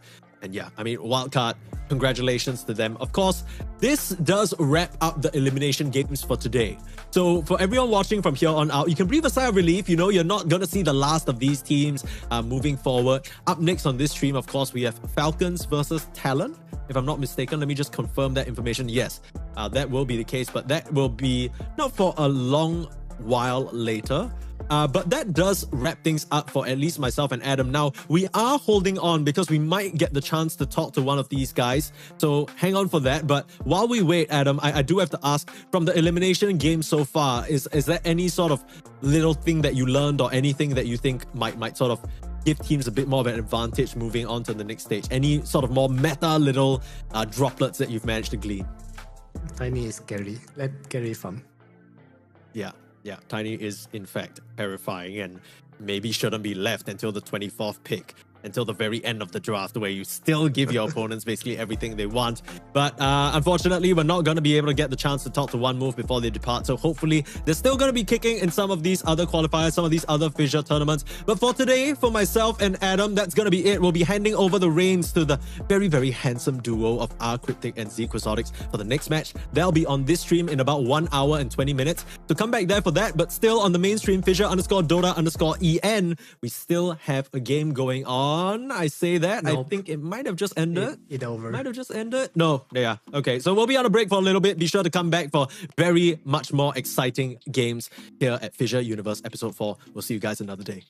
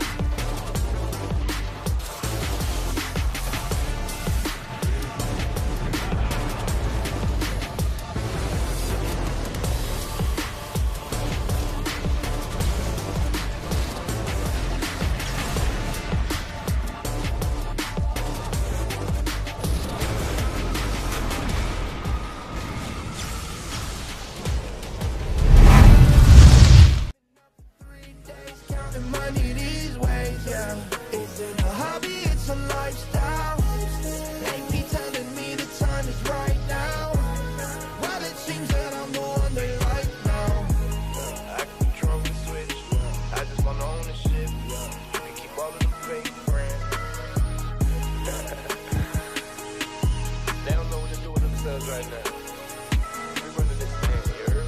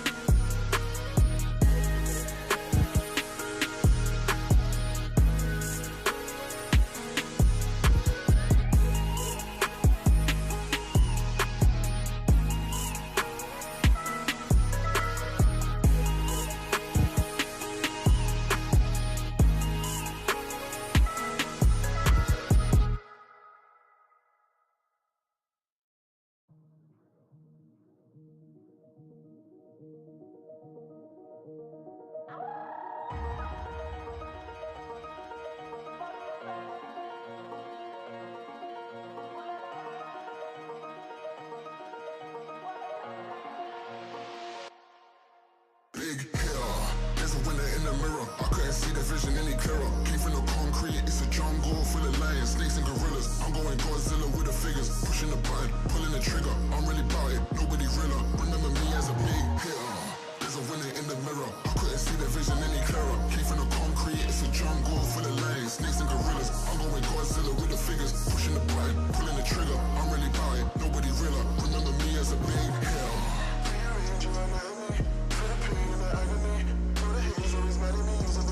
Like a canopy, been a villain and I'm glad to be. Some of the biggest feeling 'cause I had to be. It's been a minute since I seen the enemy. Look still on dead.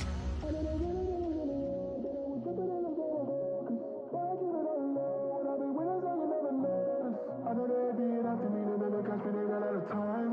Over and over and over and over, I gotta remind.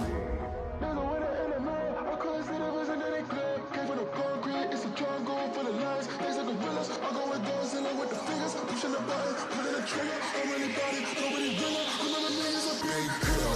There's a winner in the mirror, I couldn't see the vision any clearer. Came from the concrete, it's a jungle full of lions, snakes and gorillas. I'm going Godzilla with the fingers, pushing the button, pulling the trigger. I'm really about it, nobody realer. Remember me as a big hitter. There's a winner in the mirror, I couldn't see the vision any clearer. Came from the concrete, it's a jungle full of lions, snakes and gorillas. I'm going Godzilla with the fingers, pushing the button, pulling the trigger. I'm really about it, nobody realer. Remember me as a big hitter.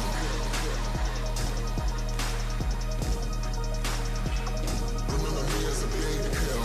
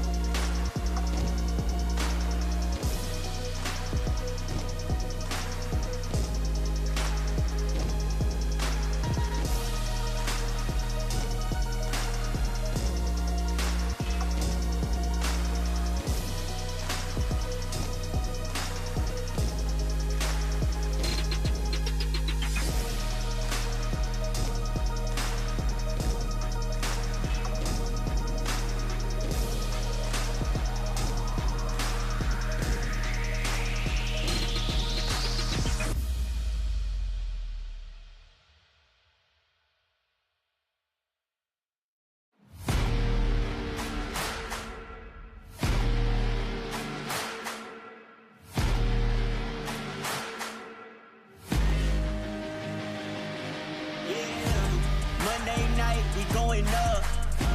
Go to the odds, stay out of luck.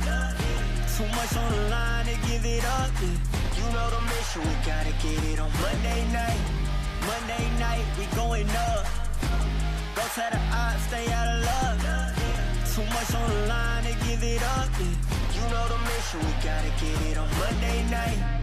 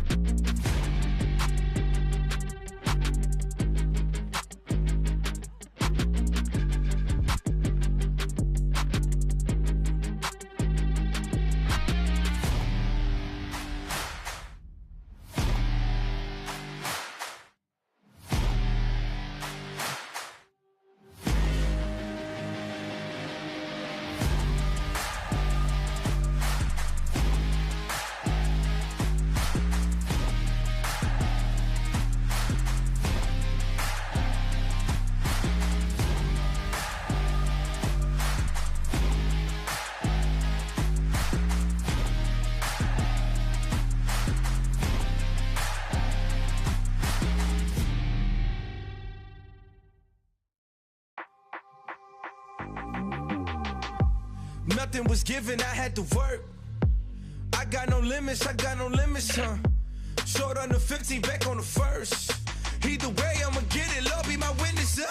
Feeling pressure, but never let them deflect you from goals. Just keep your head up, we rose from nothing. Remember, we set them shop and remember, contribute to hit together. Plus, they know that we better, they know that we'll never let up.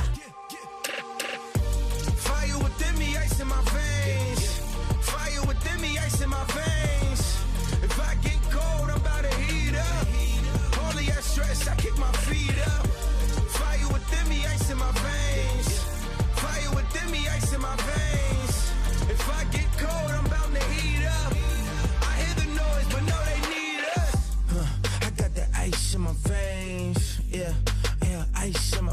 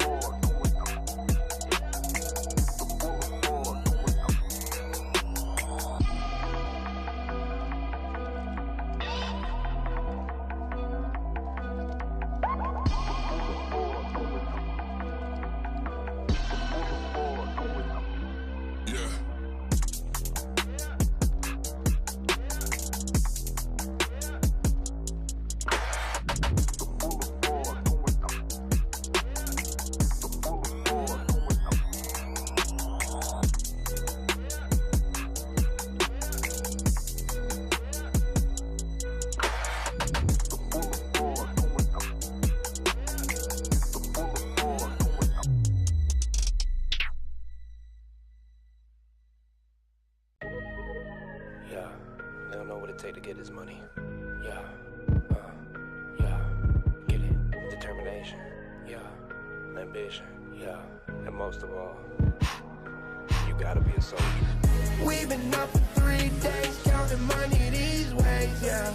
Isn't a hobby, it's a lifestyle. Ain't me telling me the time is right now. Well, it seems that I'm the one they like now. I can control the switch, I just want ownership. You can keep all of them fake friends, I can keep all of the bricks. Diamonds loud like Ringo, make my skin glow. I'm a dog, dingo, line them up, bingo. But you know how it go when you chase thrills. My little boy just died from a fake pill. Couldn't bury the boy, so they had to burn. Had to give mama bread just to pay to earn. Y'all ain't getting no sleep cause you too busy feeding the ego. I ain't getting no sleep cause I'm counting this money with all my amigos. We've been up for 3 days, counting money these ways, yeah. Isn't a hobby, it's a lifestyle. Ain't me telling me the time is right now. Well, it seems that I'm the one they like now. I don't know, same to me. Might be you, maybe me. I don't know, shame to see. My shit real, yours is make believe. Man, it's kind of offensive the way I'm cooking. Her neck hurting, I'm shining, I'm real good looking. I don't need to talk much, you can see the story. Man, he talking too much, he could be the story. I remember the day that they had us in cages. I thought it was outrageous. Now we get paid for jumping off stages. Look at me, mama, I made it like. We've been up for 3 days, counting money these ways, yeah. Isn't a hobby, it's a lifestyle. Ain't me telling me the time is right now. Well, it seems that I'm the one they like now. I can control the switch, I just want ownership. You can keep all of them fake friends. They don't know what to do with themselves right now. We're running this thing, you heard?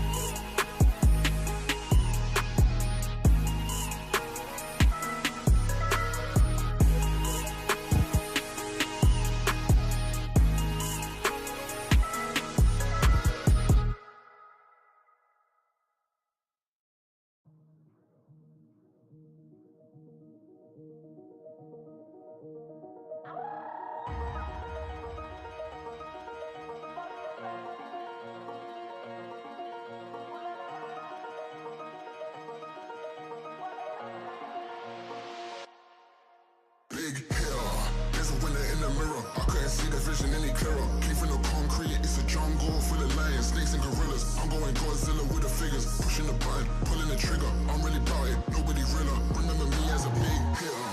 There's a winner in the mirror. I couldn't see the vision any clearer. Came from the concrete. concrete, it's a jungle full of lions, snakes and gorillas. I'm going Godzilla with the figures, pushing the button, pulling the trigger. I'm really about it, nobody realer. Remember me as a big hill. Rearrange you in Miami, for the pain and the agony. Through the haze, always mad at me, using the decoration like a canopy. Been a feeling and I'm glad to be, it's an biggest feeling, cause I had to be. Spending minutes since I seen the enemy, cause they all dead.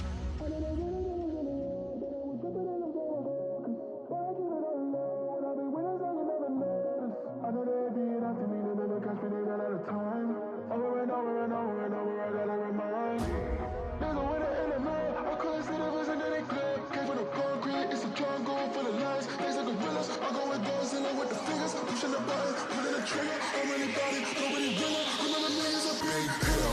There's a winner in the middle, I couldn't see the vision any clearer. Came from the concrete, it's a jungle full of lions, snakes and gorillas. I'm going Godzilla with the fingers, pushing the button, pulling the trigger. I'm really about it, nobody realer. Remember me as a big hill. There's a winner in the middle, I couldn't see the vision any clearer. Came from the concrete, it's a jungle full of lions, snakes and gorillas. I'm going Godzilla with the fingers, pushing the button, pulling the trigger. I'm really about it, nobody realer. Remember me as a big hill.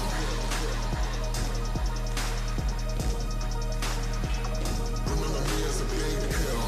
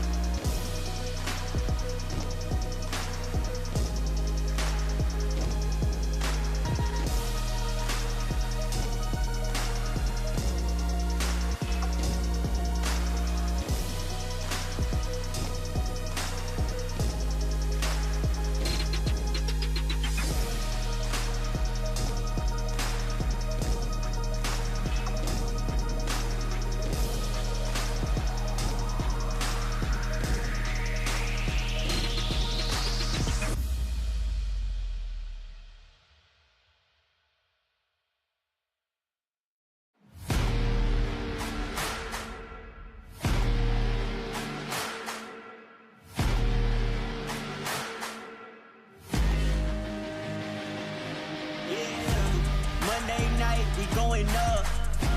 Go tell the odds, stay out of luck. Too much on the line to give it up. You know the mission, we gotta get it on Monday night. Monday night, we going up. Go tell the odds, stay out of luck. Too much on the line to give it up. You know the mission, we gotta get it on Monday night.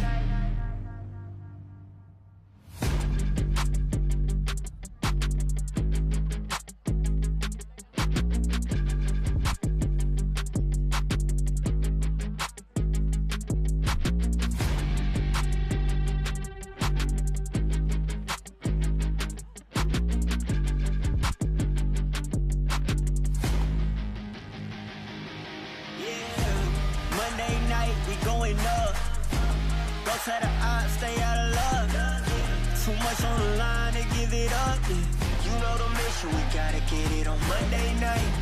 Monday night, we going up. Go to the odds, stay out of luck. Too much on the line to give it up. You know the mission, we gotta get it on Monday night.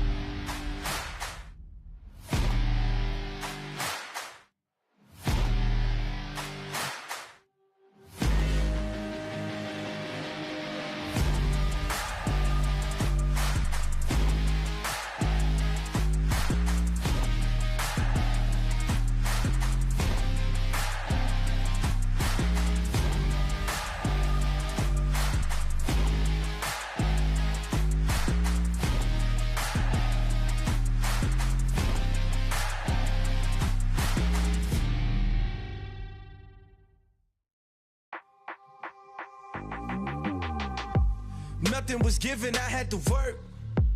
I got no limits, huh? Short on the 15, back on the first.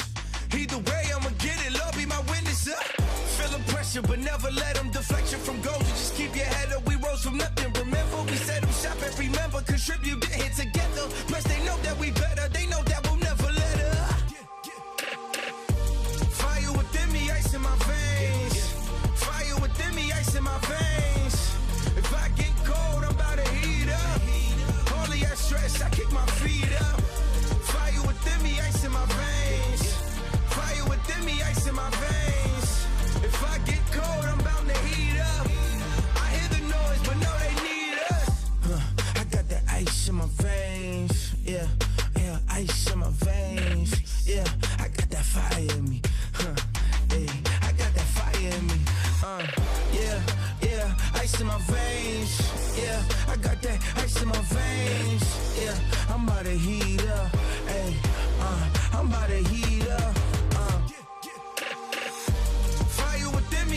my veins. Fire within me, ice in my veins. If I get cold, I'm about to heat up. Only that stress, I kick my feet up. Fire within me, ice in my veins. Fire within me, ice in my veins. If I get cold, I'm bound to heat up. I hear the noise, but no, they need us.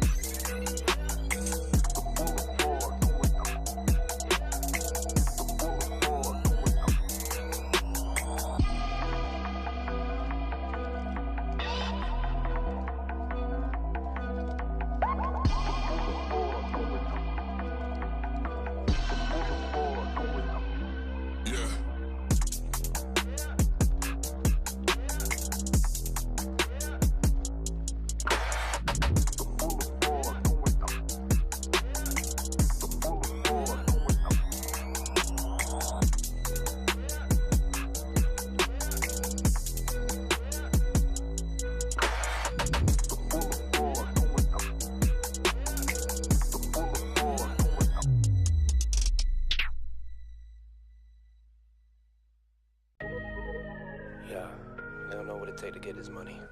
Yeah, yeah, get it. Determination, yeah. Ambition, yeah.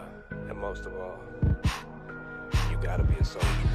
We've been up for 3 days, counting money these ways, yeah. Isn't a hobby, it's a lifestyle. Ain't me telling me the time is right now. Well, it seems that I'm the one they like now. I can control the switch, I just want ownership. You can keep all of them fake friends, I can keep all of the bricks. Diamonds loud like Ringo, make my skin glow. I'm a dog, dingo, line them up, bingo. But you know how it go when you chase thrills. My little boy just died from a fake pill. Couldn't bury the boy, so they had to burn. Had to give mama bread just to pay to earn. Y'all ain't getting no sleep cause you too busy feeding the ego. I ain't getting no sleep cause I'm counting this money with all my amigos. We've been up for 3 days, counting money these ways, yeah. Isn't a hobby, it's a lifestyle. Ain't me telling me the time is right now.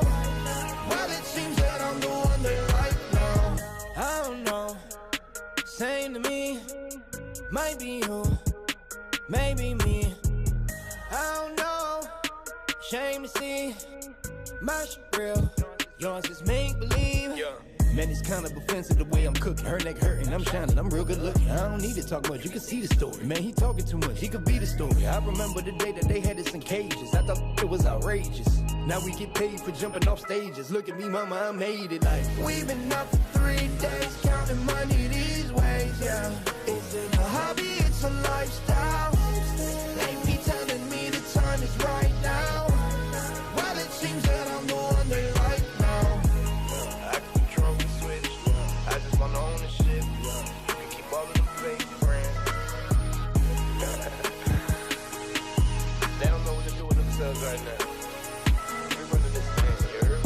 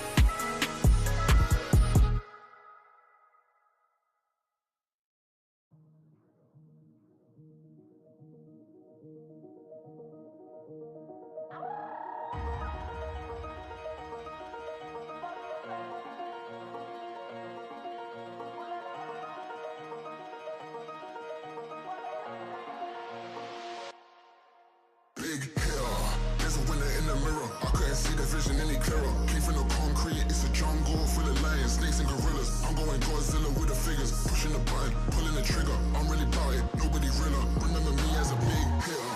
There's a winner in the mirror. I couldn't see the vision any clearer. Came from the concrete, it's a jungle full of lions, snakes and gorillas.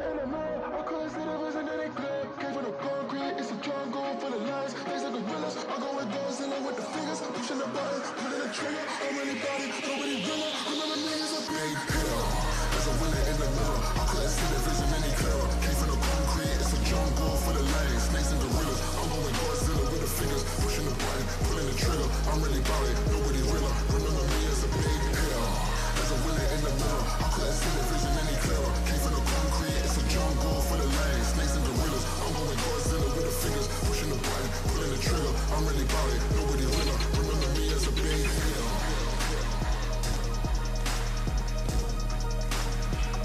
Remember me as a big hitter.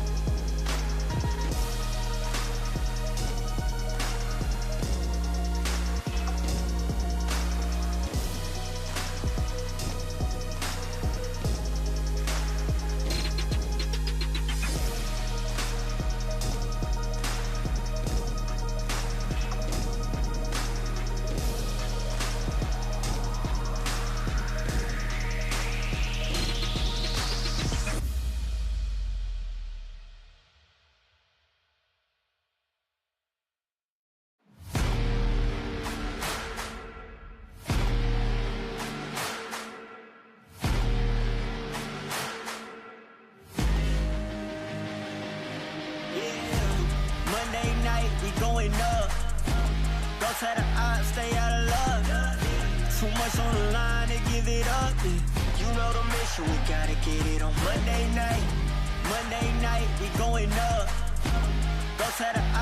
out of luck.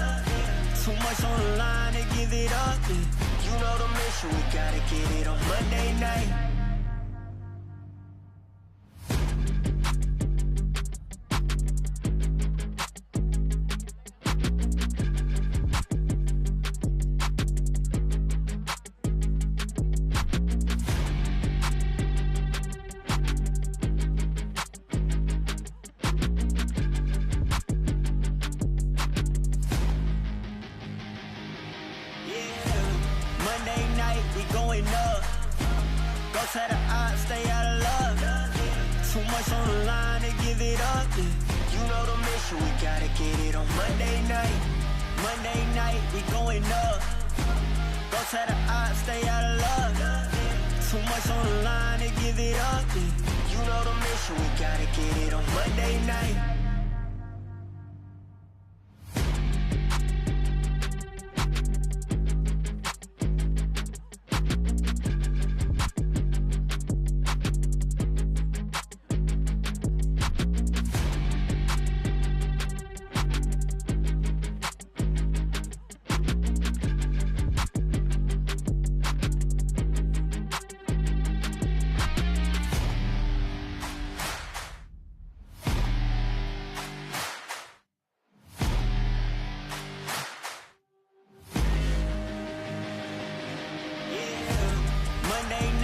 going up.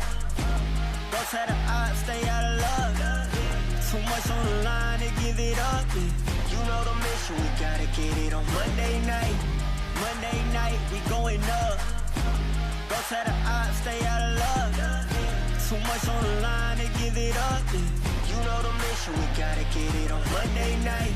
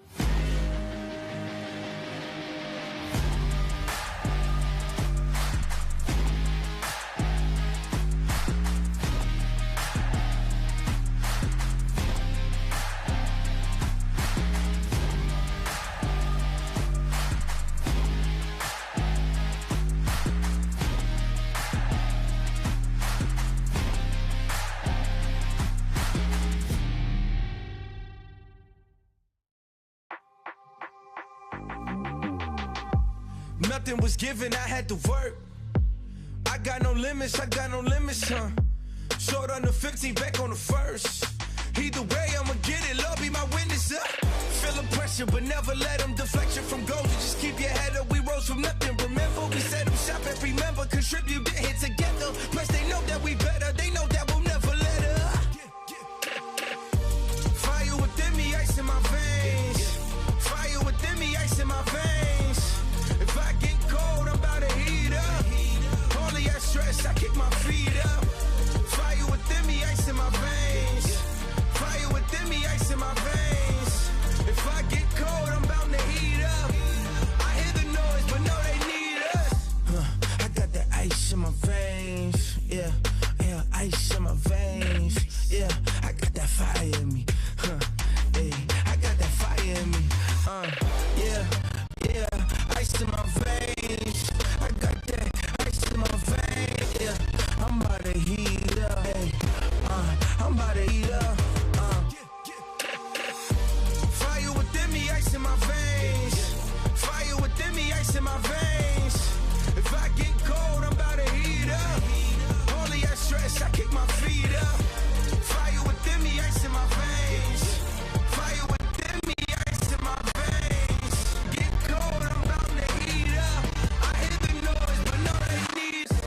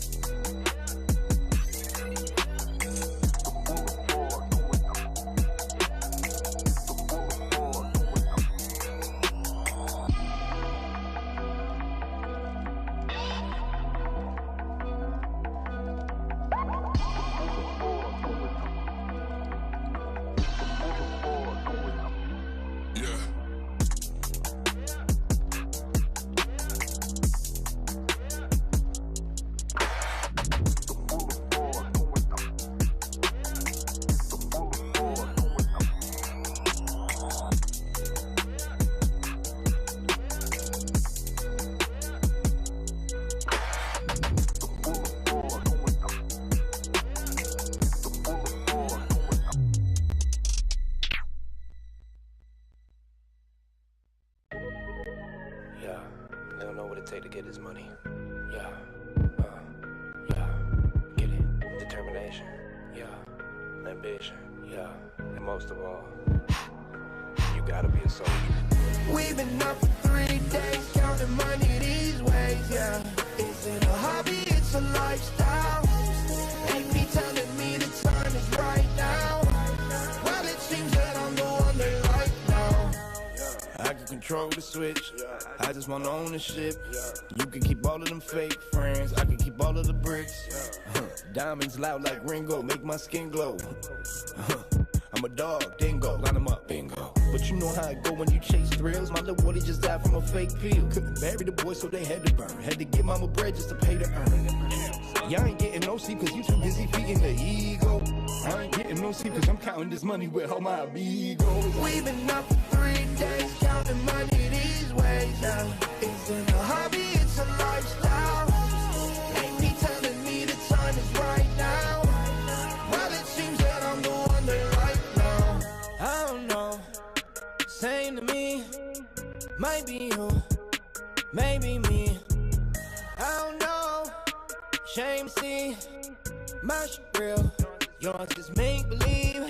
Man, it's kind of offensive the way I'm cooking. Her neck hurting, I'm shining, I'm real good looking. I don't need to talk much, you can see the story. Man, he talking too much, he could be the story. I remember the day that they had us in cages. I thought it was outrageous. Now we get paid for jumping off stages. Look at me, mama, I made it like. We've been up for 3 days, counting money these ways, yeah. Is it a hobby? It's a lifestyle. Ain't me telling me the time is right now. Well, it seems that I'm the one they like now. I can control the switch.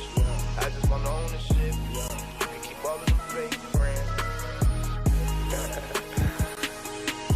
They don't know what to do with themselves right now.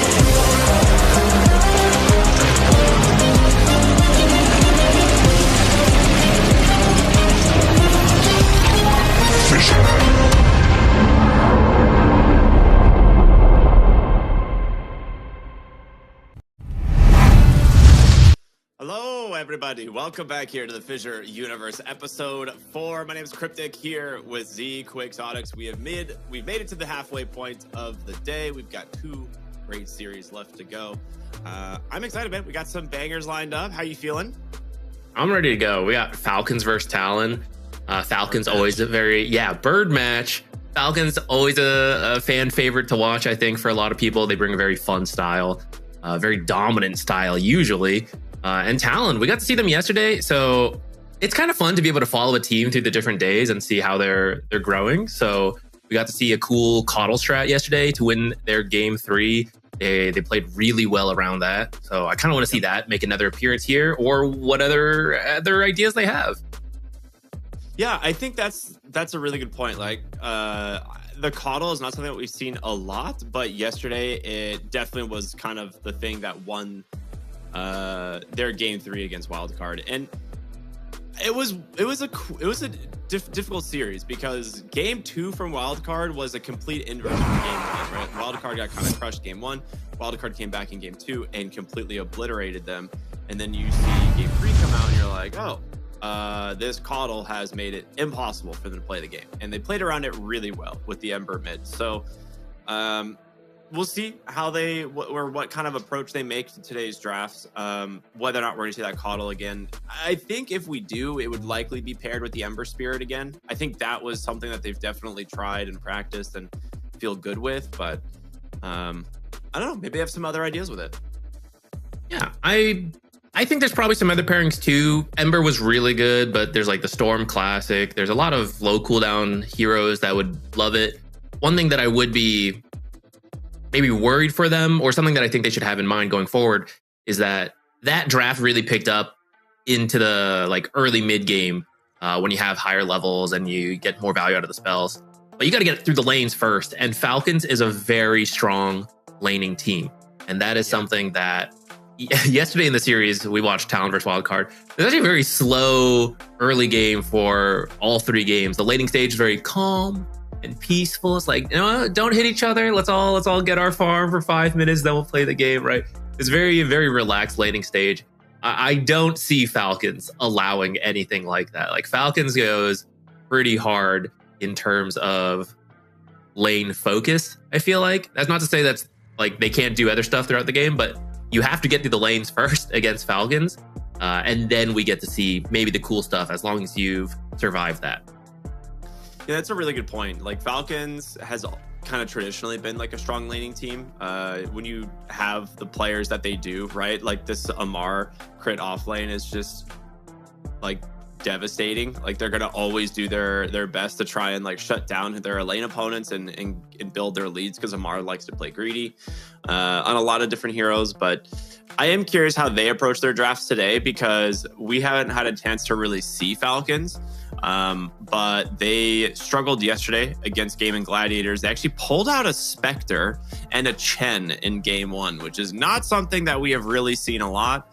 And then they were actually given the Dazzle in game 2, which they did not manage to win with. So possibly Gaimin Gladiators just having their number. They've also been on a burner themselves. They looked really good so far. So we'll see how Falcons kind of handle this draft here today.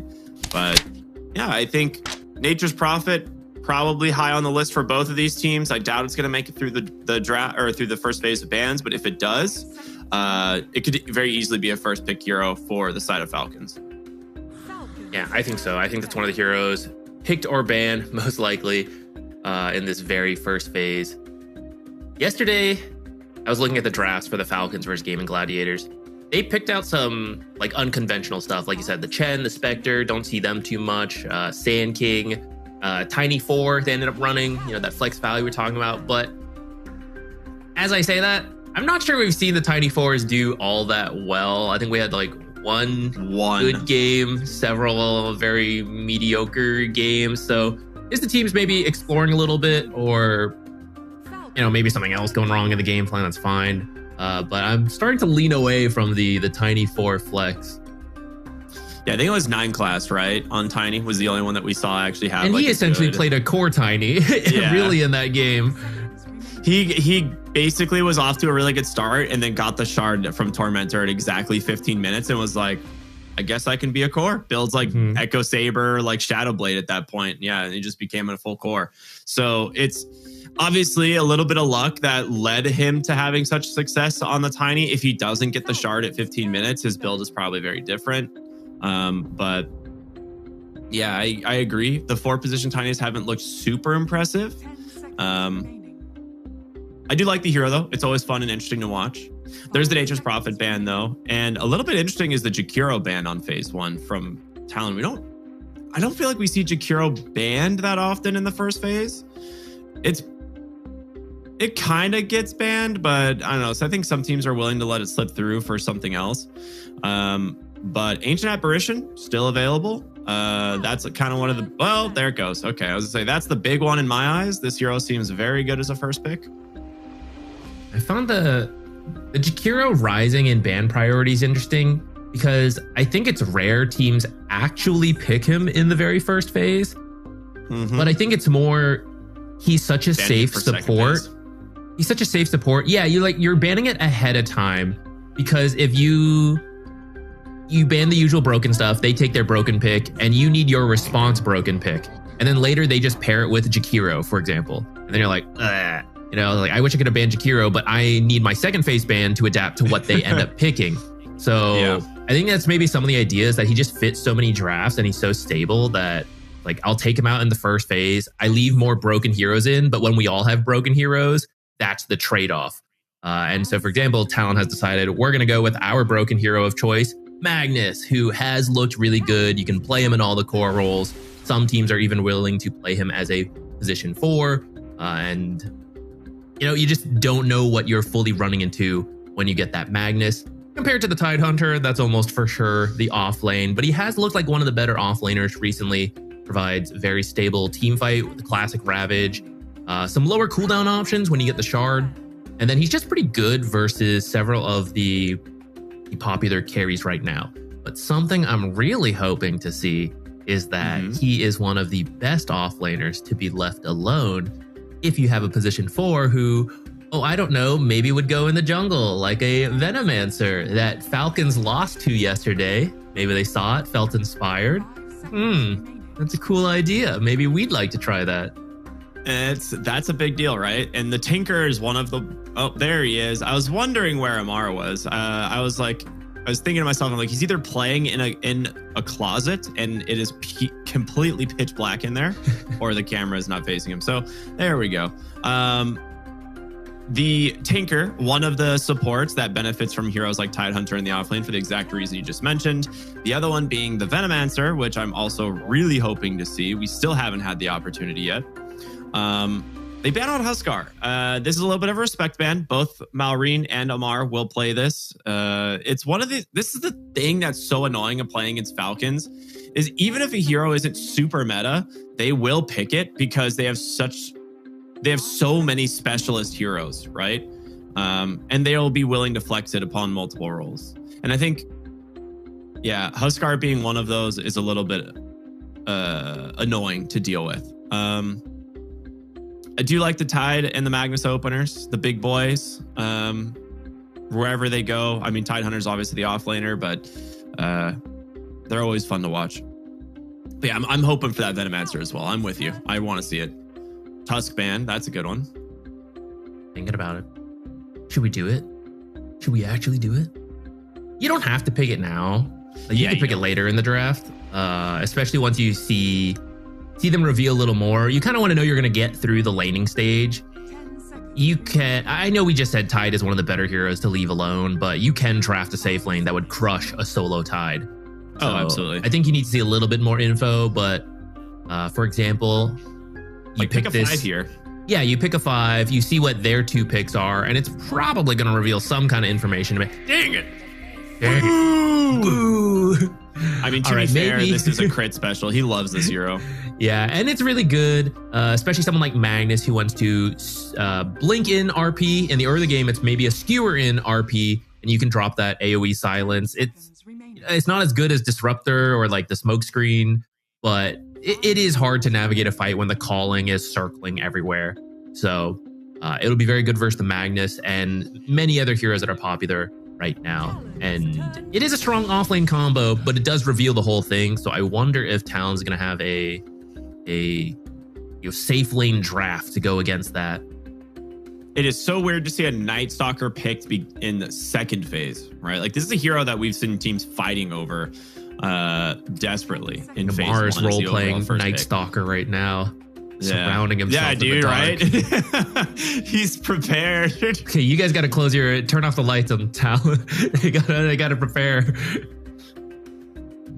The other thing though is Night Stalker a lot of times is better on Dire side than Radiant. So it is a little bit weird to see the Night Stalker on Radiant.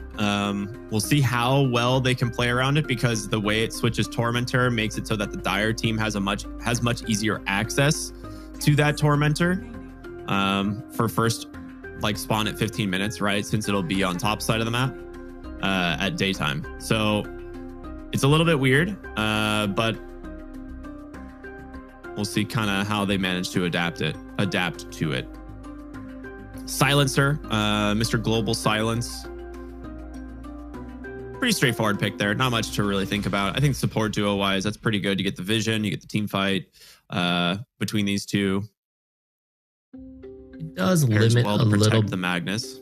Yeah, it limits a little bit some of the mids you might want, like the Embers and Storm Spirits, Pucks that have been popular, because they don't really like dealing with the silence. Reverberating silence especially is quite annoying. You know, you buy your BKB, you buy your Lotuses, and it's like, I still got to deal with this 1 second of silence. And that can be enough to get you killed, especially versus Magnus. The follow-up RP can come and stun you for a much longer period of time.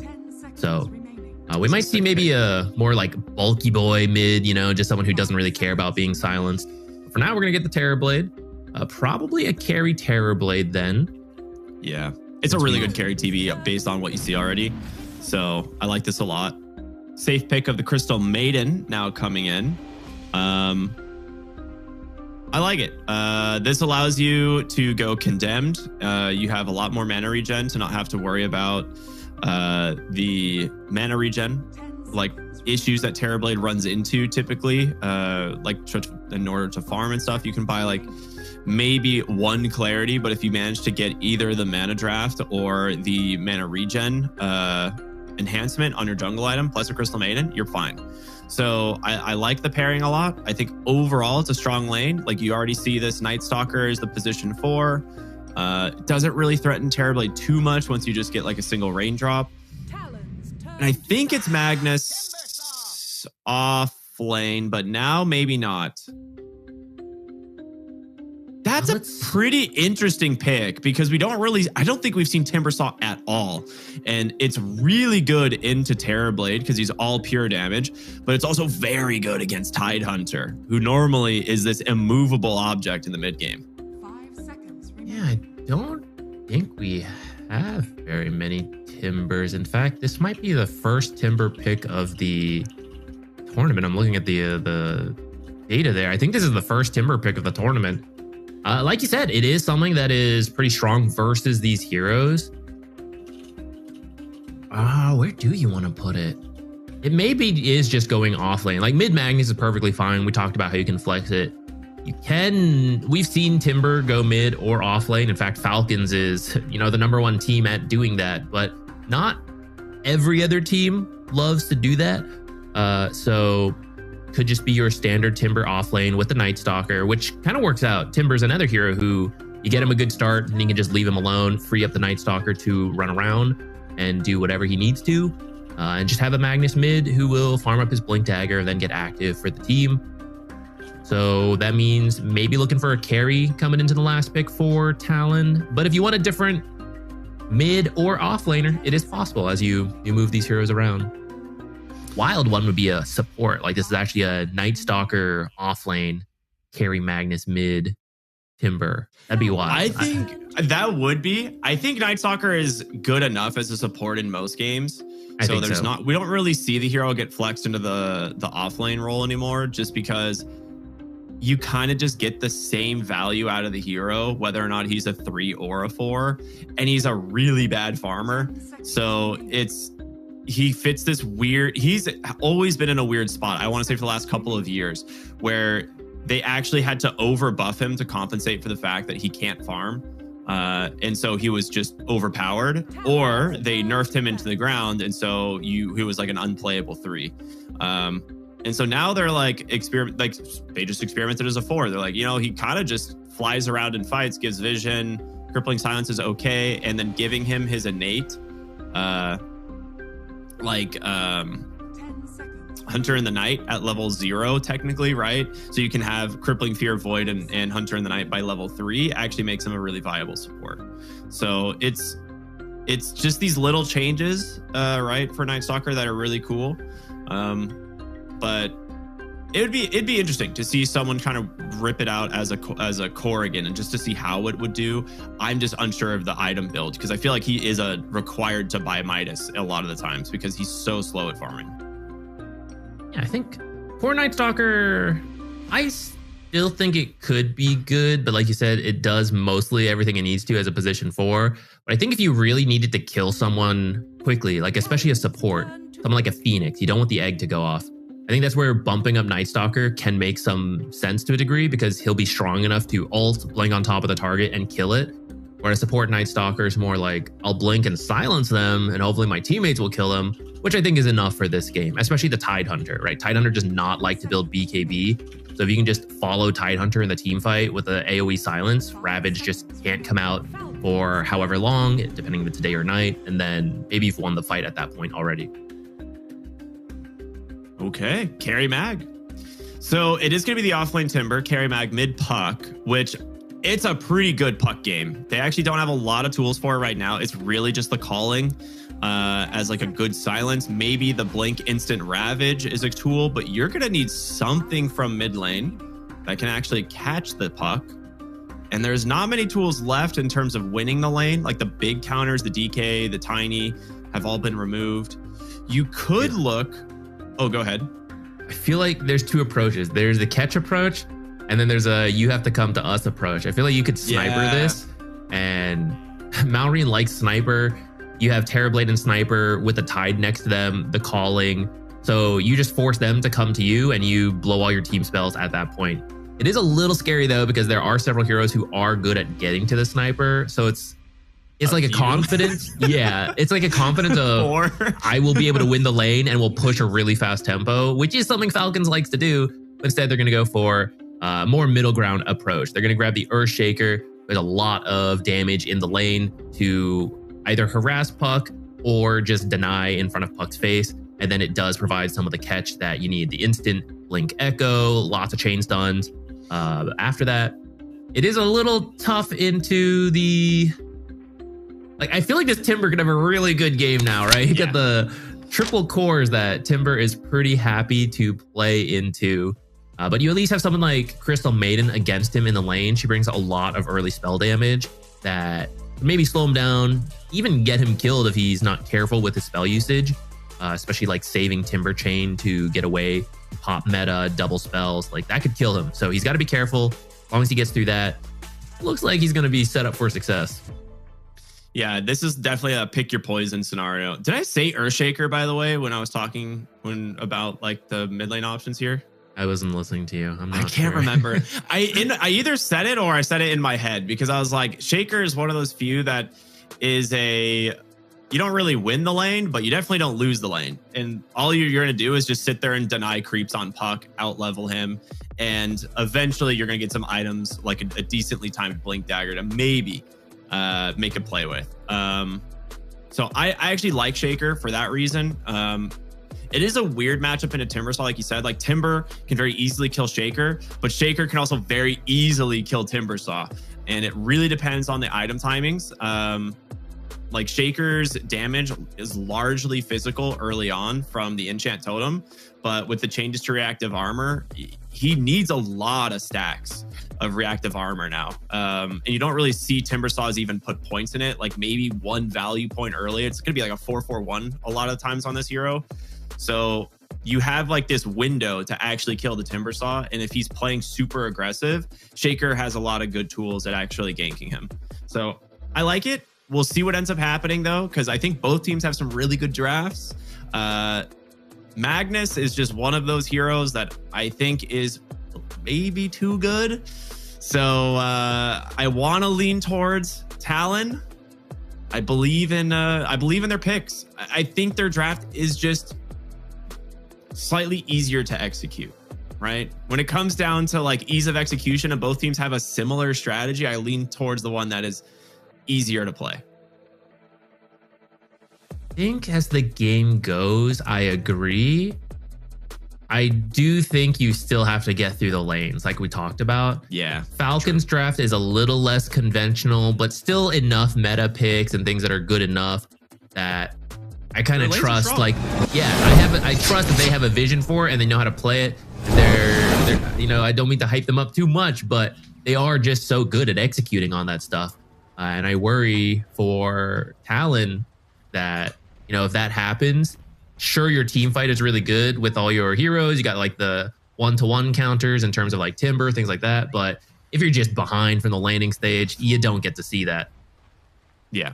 We're gonna take a look at all of the facet choices here really quick as the smoke pops, so they know they are on the high ground there. WS definitely not gonna walk up there now. Yeah, everything looks as expected. The Condemned Terrorblade, typically the carry option 99% of the time anyway, but it's amplified by the Crystal Maiden, which makes it so much better because you spend so much mana on this hero as an agility farmer. So having that Crystal Maiden aura will do wonders. The tiny Tidehunter, he's just so cute. I love it. Krill Eater got a massive buff at the beginning of the patch. I think it's been nerfed actually slightly, but it's still the premier talent for this hero. Having that much strength gain on Tidehunter is wild. And then late game having like a 600 AoE anchor smash is not that bad either. I think Krill Eater didn't get nerfed, but some of the other stuff did, like Dead in the Water and Anchor Smash. I forget the exact numbers, but... Oh, did they not actually touch the Krill Eater itself? I think that one's still the same. The only other facet I think is interesting is the Timbersaw one. I think both are viable. The Shredder versus Twisted Chakram. Shredder gives you a little bit more lane pressure, but we were talking about how Timber seems so good versus all these cores. So I like the idea of Twisted Chakram, like better scaling later on versus these heroes that he's good against.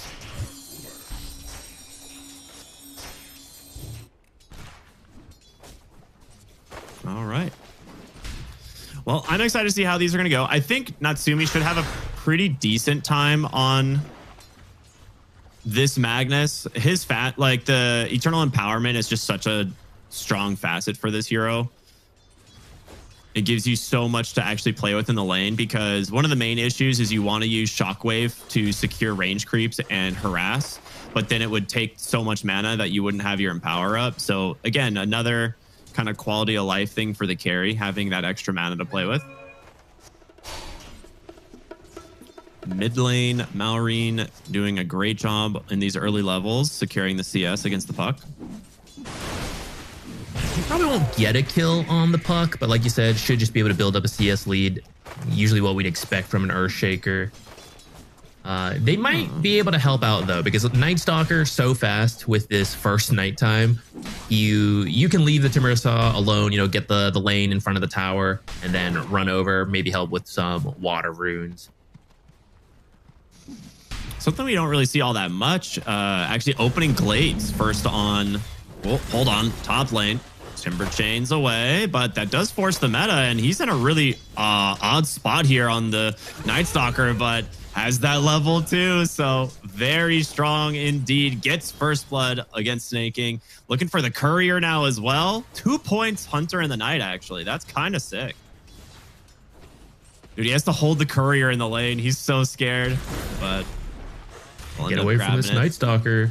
Yeah, he can't protect it. That's an interesting idea. Hunter of the Night gets a lot more valuable when you put another point in it. So opting to decide, like, I don't want the silence, or maybe I don't have the mana to use the silence too much. I want to just right click more someone weak like the Crystal Maiden.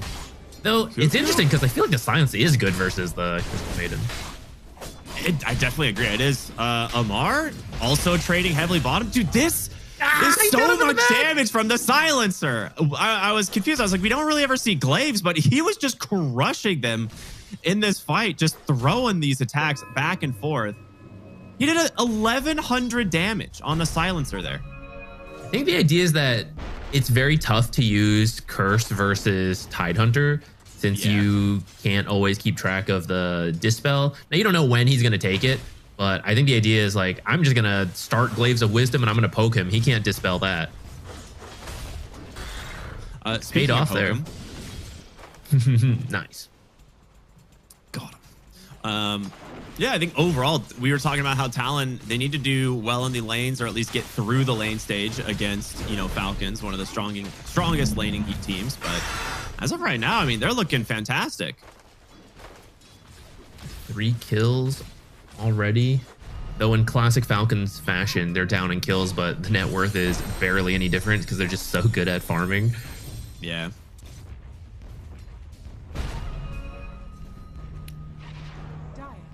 They actually TP mid here on the Night Stalker. They're going to look for Malrine. No, I mean, they don't even care. They just want to get the kill. Do they have the damage? That was the question. Great dodge on the Fissure. Enchant Totem doing a lot of work. The Jaunt pulls him back in. Okay. The Enchant Totems are adding up. Need to be very careful. That ends up being a pretty good win there for Malrine. Gets a lot of damage into both of these heroes, but bottom lane, it keeps Amar alone here. They're going to have to TP back on the Muerta to try and get back in this fight. Crit, calling is out. Gush is there. The fear, they got him. The damage more than enough. Well played. Radiant's courier has been killed. Ooh, that's a big courier. That's like 1,000 gold on that. That is painful to lose, especially he has no more regen on him right now. So that mid literally rotation, half his net worth on that courier.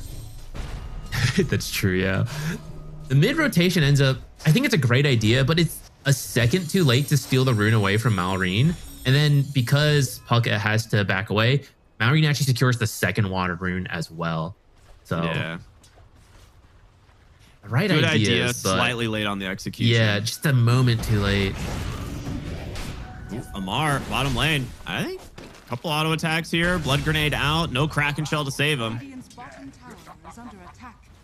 They get some revenge. Cuckoo up to 3 on the big smile on his face after that one. He's having a fun time. Silencer is the most fun for the first 15 minutes of the game. You're just like, yeah, give me your intelligence, nerds. Brain drain. And then after that, you're like, I just wait and press R. Okay. Ooh. They tried to go for a dead shot into the Echo from behind, and Makoto dodges it completely. And now a lot of damage from Cuckoo as he makes his way over Malrine. Gonna get a nice Fissure block here. Should be able to just run him down. Needs a little bit of mana for another Enchant Totem, but with Crystal Maiden getting dove in the mid lane, maybe they'll back away. Regen, though, picked up for Malrine. He's happy about that. He gets the rune.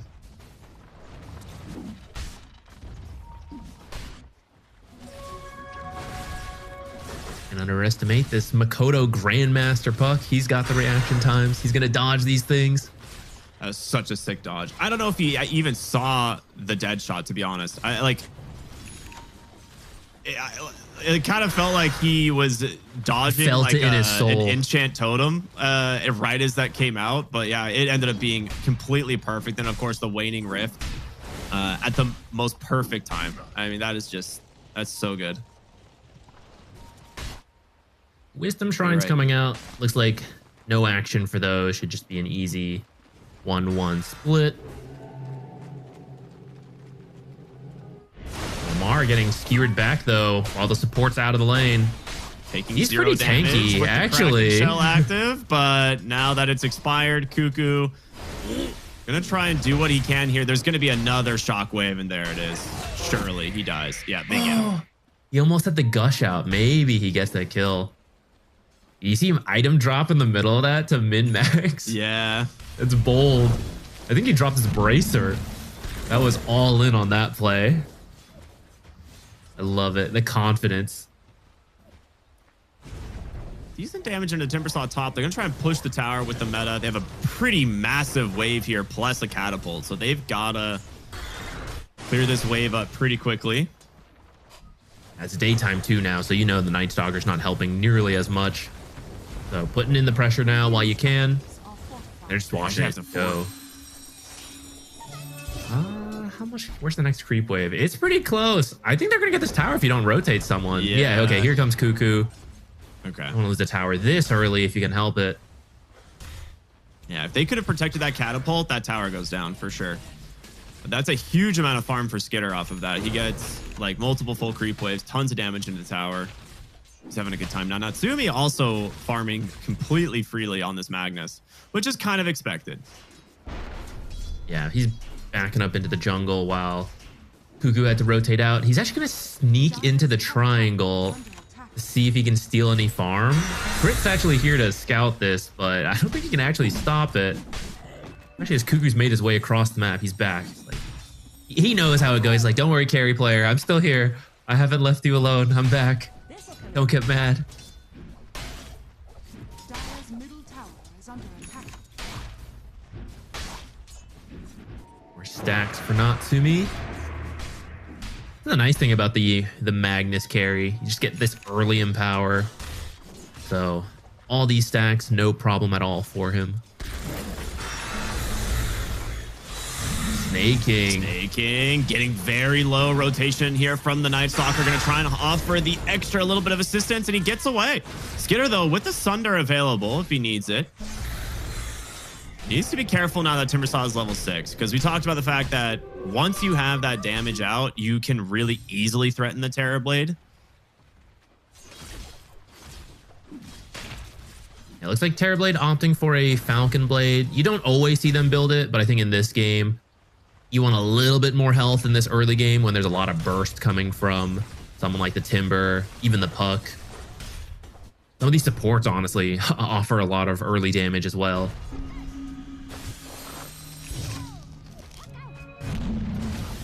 Haste Rune top.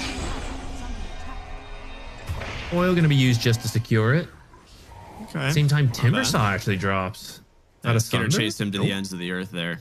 They are wrapping around, it looks like, to maybe find an opening here with this Puck top side. Crit does manage to see him. They actually TP'd out on the Night Stalker, so no one's going to get caught here.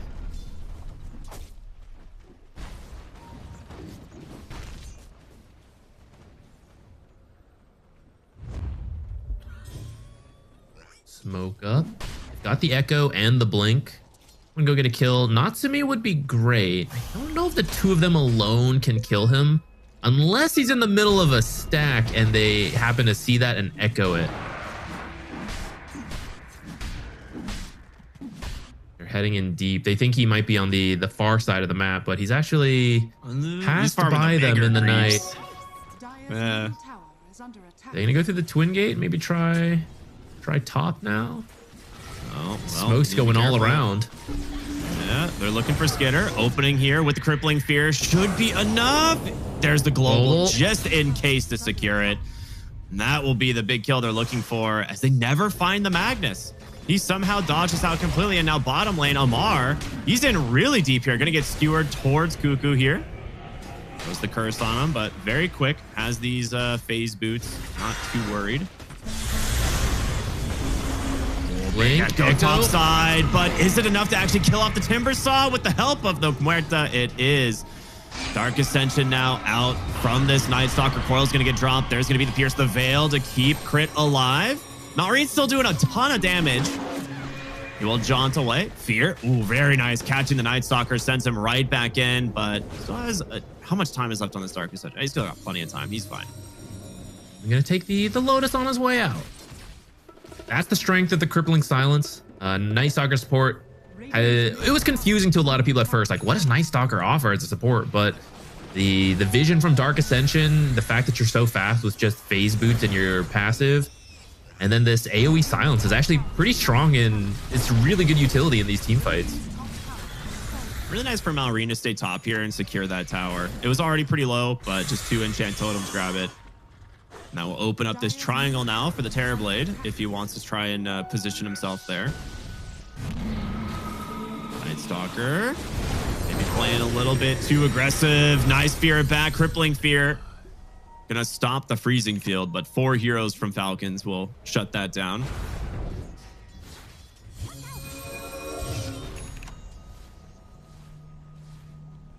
Mar just left to his own devices down here. Unfortunately, can't farm as fast as the Magnus, so Natsumi pretty happy with this exchange as a whole 8 other players do things everywhere else.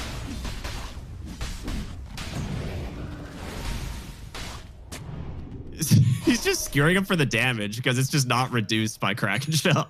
It's actually kind of funny. It does way more damage than his auto attacks.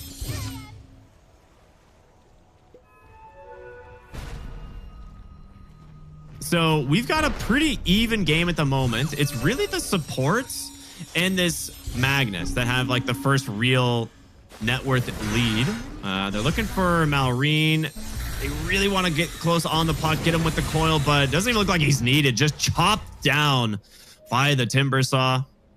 And yeah, that was kind of the worry of the Earthshaker pick that you were talking about earlier. They even steal a triple stack too. WS, he may not be the top net worth, but he feels like the scariest hero on the map right now. Maybe yeah, Night Stalker at night, also intimidating, but I don't know who you bring to WS. It has to be an Echo in the middle of a creep wave, and then you need like Crystal Maiden. Yeah, like Freezing Field on top of that. And that's difficult to just create in a vacuum. He is pretty low off that fight, though. Okay, that one was I'd very like to clarify, greedy. We're talking about full health Timber Saw, not 200 health Timber Saw. Not a single enchant totem to kill him, Timber Saw, you know? Yeah. Yeah, stuck around just way too long. Gets found out. There's actually a ward on the Watcher to the right there that scouted his rotation back to the low ground. So, yeah, very happy to trade. Global Silence as well as Timber Saw for your Crystal Maiden. That's quite worth it.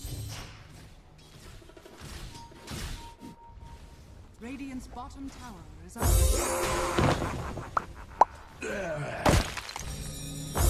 Quick reminder, everyone, while we see Falcons come back to the top lane, you guys can join us at all the Fissure events this year by typing !F in chat and staying up to date with what they are doing. It's going to be Hokum actually walking right into the trio of the Falcons heroes. And the kill just going to be given over to Snake King. He's coming to set up for Tormentor, but Falcons just a little bit faster, already in position for it. Shard, not bad for either support, but I think you want it on the Crystal Maiden first, which is exactly what they're going to get. This is exactly what I was saying. Night Stalker on Radiant is kind of a grief for first Tormentor. It's so much easier for the Dire team to set up for it, whereas typically on the Dire side, you have direct access to it. So Blink Echo in the mid lane, that is a very dead silencer. Should be enough gold to... Looks like he's going Kaya, actually, on this Earthshaker. I don't usually see that right after the Blink in the last patch when we saw a lot of Earthshakers. I don't know the new age build here. It's a sick build. I'm okay with it. But yeah, it is definitely not as... There's no global for this. Silencer is currently dead. They're going to use the Crippling Fear to secure this one. The Dark Ascension as he just flies over the tree line. Well set up here from Makoto.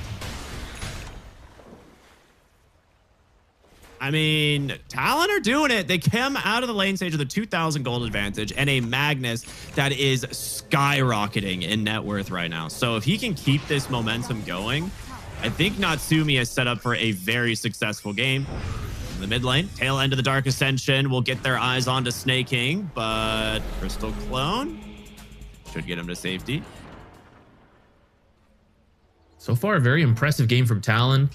They've skillfully navigated through what we thought might be the hardest part for them, is just getting through these lanes. Like you said, Natsumi looks like he's set up to be one big RP away from, you know, like an ultra kill, but it might take a moment. Like, I don't think you start just beelining it now. I say that they smoked. I thought you might wait a little longer because things just seem to be going well. Like, keep growing the lead, get your BKB, but they want to start using some big abilities. Big global silence into the RP. They've caught him. Stuck way behind the tower. And now Natsumi the spear away, gets his hands on the Crystal Maiden, but there's the Ravage. That's going to find them a nice trade. 3 for 1 at the moment. Still a little bit afraid of Skitter if they can protect him. There is still a coil available, a crippling fear coming off cooldown. Can they actually get the Terrorblade? No, they turn their attention back on over to Amar. The damage has to come out from the Timber Saw. The silence connects. They got him. Silence after silence to secure the kill onto this Skitter Terrorblade and eventually leaving the big fish himself for the last kill. Well played from Talon. A 5 for 1. That is insane. The Silencers are doing so much in these fights, not just from Silencer. Puck has one, Night Stalker has one, and Terrorblade opted for this more upfront health build, the Falcon Blade and the Dragon Lance, to survive through some of this burst damage. But it means he doesn't have his Manta, and it's still quite a ways away. So he was in prime Sunder territory to maybe turn the fight, but he has to deal with so many different silences. He never gets it out. I don't think I've seen a Sunder this entire game. No, not one yet. There's been a couple times where he was ready to Sunder, but Talon just not giving him the ability to, right? Like playing really far away. And that was a perfect example, right? It's just like the Waning Rift into Coil to hold it down, and then Global. Oh, there's the Blink, the Echo. Gets the Crippling Fear off. Fissure. Oh, that is not what you want to see. You don't have nearly as much chase potential when you don't build an Aghanims. Understandably, he's going for the BKB first because there's so many silences we talked about. You wouldn't be able to hop around with the Aghanims, but does mean kills like that you would usually finish do get away from you. Cuckoo not getting away. Yeah, very dead. That being said, Harpoon Skewer back into a massive tree line here for WS to start this one open, trying to finish off Amara. Nice little frostbite into the freezing field. They're going to turn. That's the damage you need to kill the Timbersaw, and they got him. Well done by Snaking. Bottom lane, Maureen in some trouble. Blink up in 1. Gets into the trees. He's out. We'll keep chasing if he can guess right. Okay, never mind. He's going to give up on it. I thought maybe he could keep going, throw one more orb. It might snipe Maureen. But Dire's bottom tower is under attack.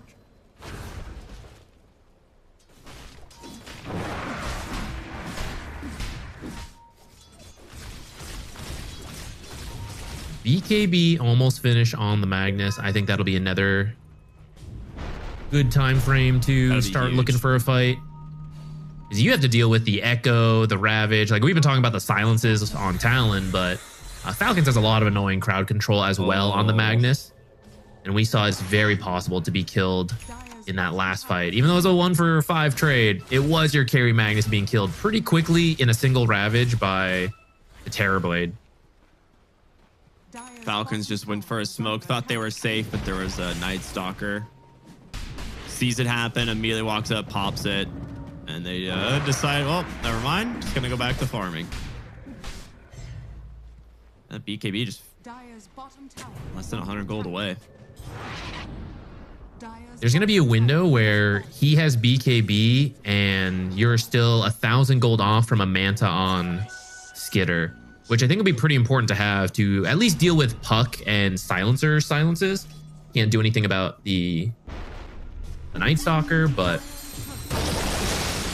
Ooh, Blink Ravage. He's not gonna be able to get out of this one. The chain stuns are there again, really late on the Echo or on the global silence. If you want to bail out the Puck here, so very similar to what we saw earlier. You get a big kill and global now spent. So Falcons green light to push whatever they want.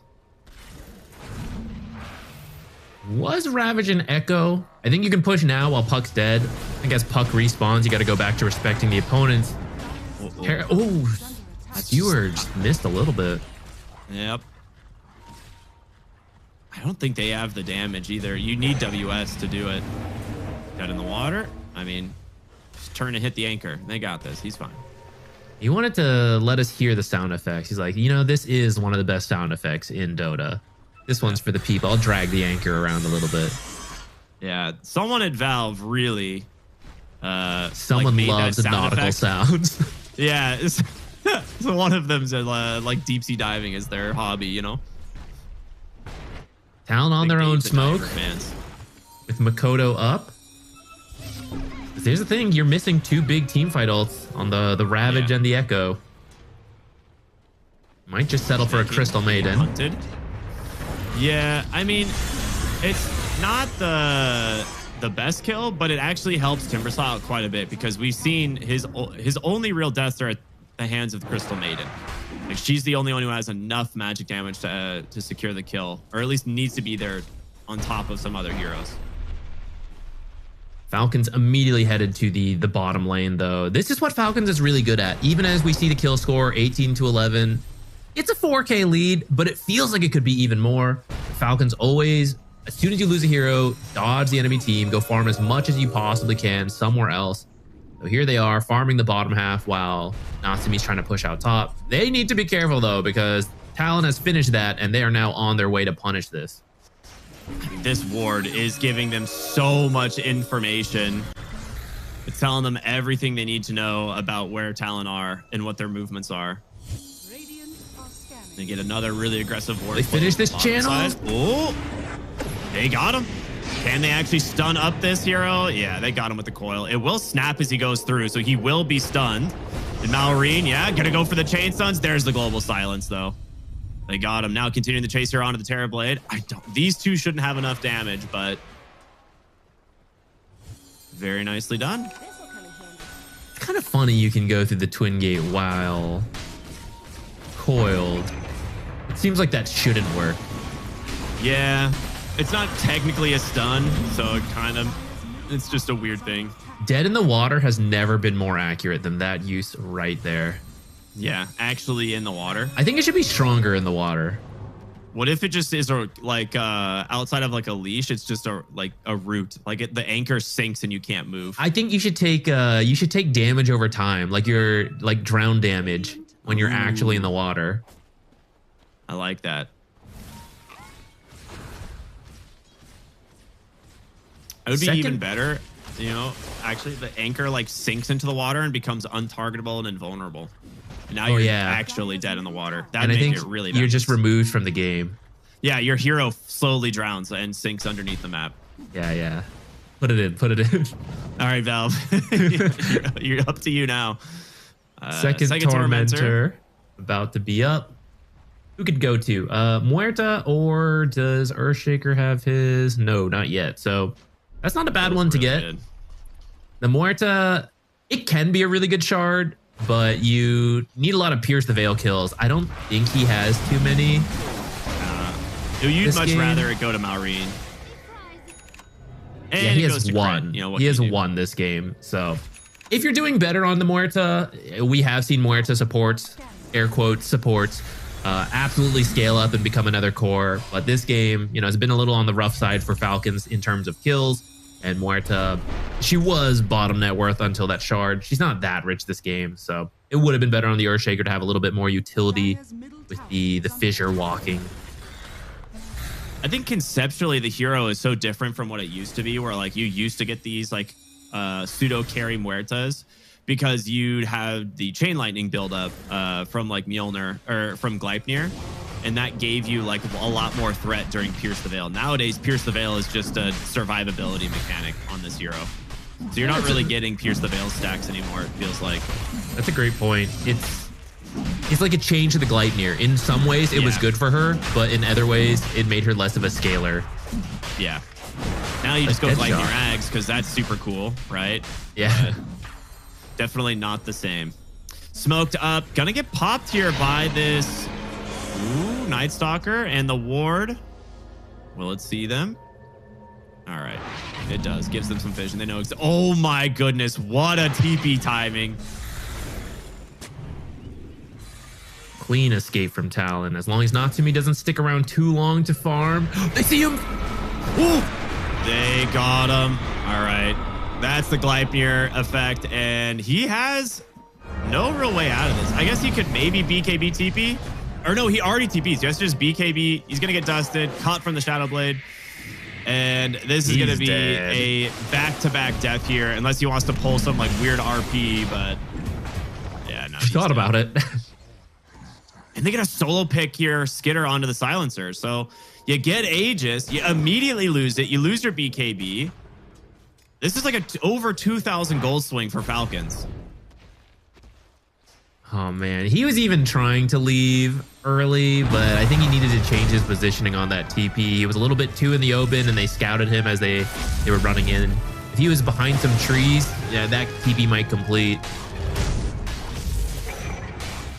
Fighting over the Wisdom Shrine. Not going to be very good here for the Night Stalker. Amar just bullying him at that point.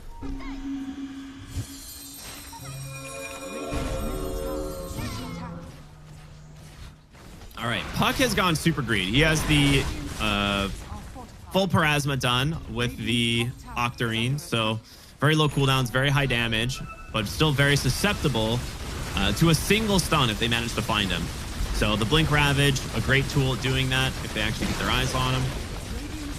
But now, I mean, that net worth lead you had built on Natsumi is completely gone. And that's a lot of it due to those back-to-back deaths that the Roshan. Yeah, it was looking like a good build-up for Talon. They're certainly not out of it. It's just back to an even game, but they had a sizable lead. Just a little bit of a mistake there. It's such an easy mistake to make, but boy, is it costly. Yeah, I mean, they're up, I think, like 6,000 at the Roshan. I'll have to double check. Yeah, and with that, you could start pushing the tier 2s, grow that up to like maybe 10,000, because Magnus has a much safer time with that Aegis. Yeah. And now all tier 2 tower is still standing, and you don't really have a good way of pressuring them until nighttime. So you have that coming up here very soon, which will give them some advantage. But losing both Tormentors is also really problematic for them this game, because the supports on Falcons would be so far behind net worth wise compared to Talon. If you factor in that they got both Tormentors already this game. That's true. The 6K lead we were talking about could have actually been like a oh god, man, like 8 or 9. Take 4K away from Falcons, give it to Talon. Yeah. 12K, something like that. I don't know. But yeah, it could have been huge. And we were talking about Night Stalker has poor farm speed. The shard helps a lot, actually. Just stay on the map with health and mana, and it's like a free mini Midas every was it like 35 seconds? Yeah. Do they have the Silver Edge done? I don't think they do. I think Magnus still just has the Shadow Blade. So you don't have the break tool for the Tide Hunter.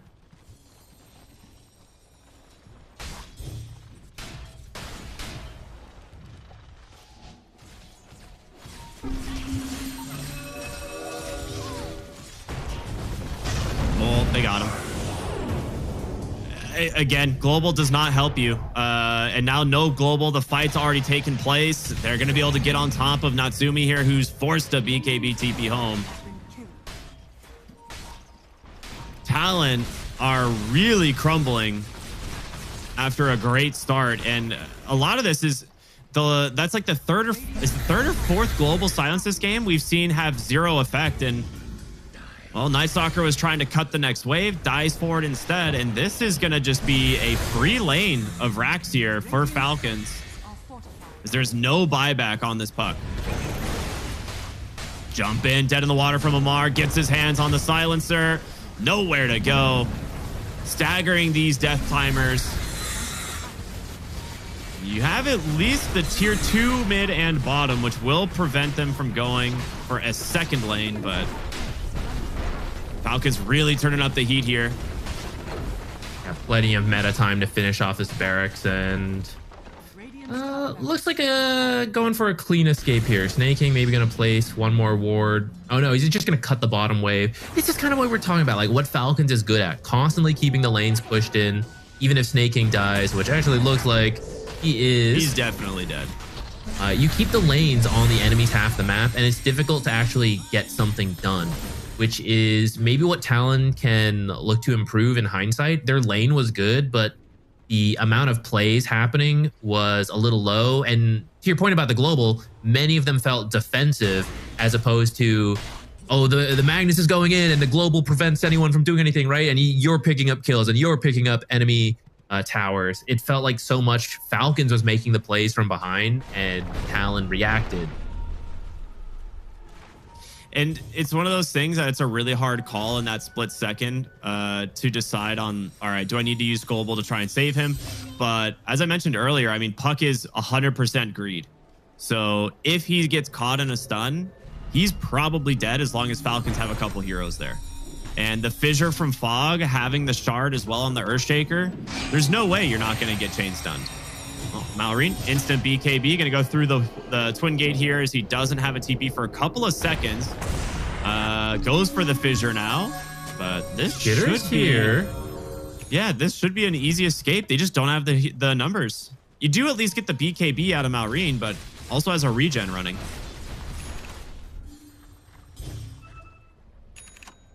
I don't want to count Talon out because they are one big RP away from a team wipe. Oh, yeah. That is the strength of Magnus. So as long as they're trying to make plays, right? I feel like they're being a little bit more aggressive with this Night Stalker. They've picked up a gem to try to get the vision advantage. They feel like Falcons has been watching them in so many of these plays, and they're right. There's been a lot of wards that have thwarted Talon's plans. I think we're building up for a fight right in the mid lane. Smoke's gonna pop. They see crit. They get their hands right on top of him, trying to take this Muerta out immediately. There's the global. Nothing to do at the moment on the side of Falcons. You have to wait that one out. The question is, can they escape on the rest of the heroes? So much vision being provided from the Night Stalker, but fissured up in the trees. A second global. This guy's got a refresher. Okay. But it doesn't lead to Didn't do much. anything, though. Yeah, I don't think they were turning to kill your Night Stalkers, so both refresher and both globals now down for the support Muerta. Now, I wouldn't have thought of this ahead of time, but looking at it from our caster perspective, I wonder. Okay, well, I'll continue this thought in a moment because we got stuff happening mid. Oh, we're gonna see the fight break out here. WS goes in. They get their hands onto the Crystal Maiden. There's a gem, however, that's scouting a little bit on the backside. The BKB out from Skitter. Can they finish off Crit? How is he still alive? They finally get him. Coil.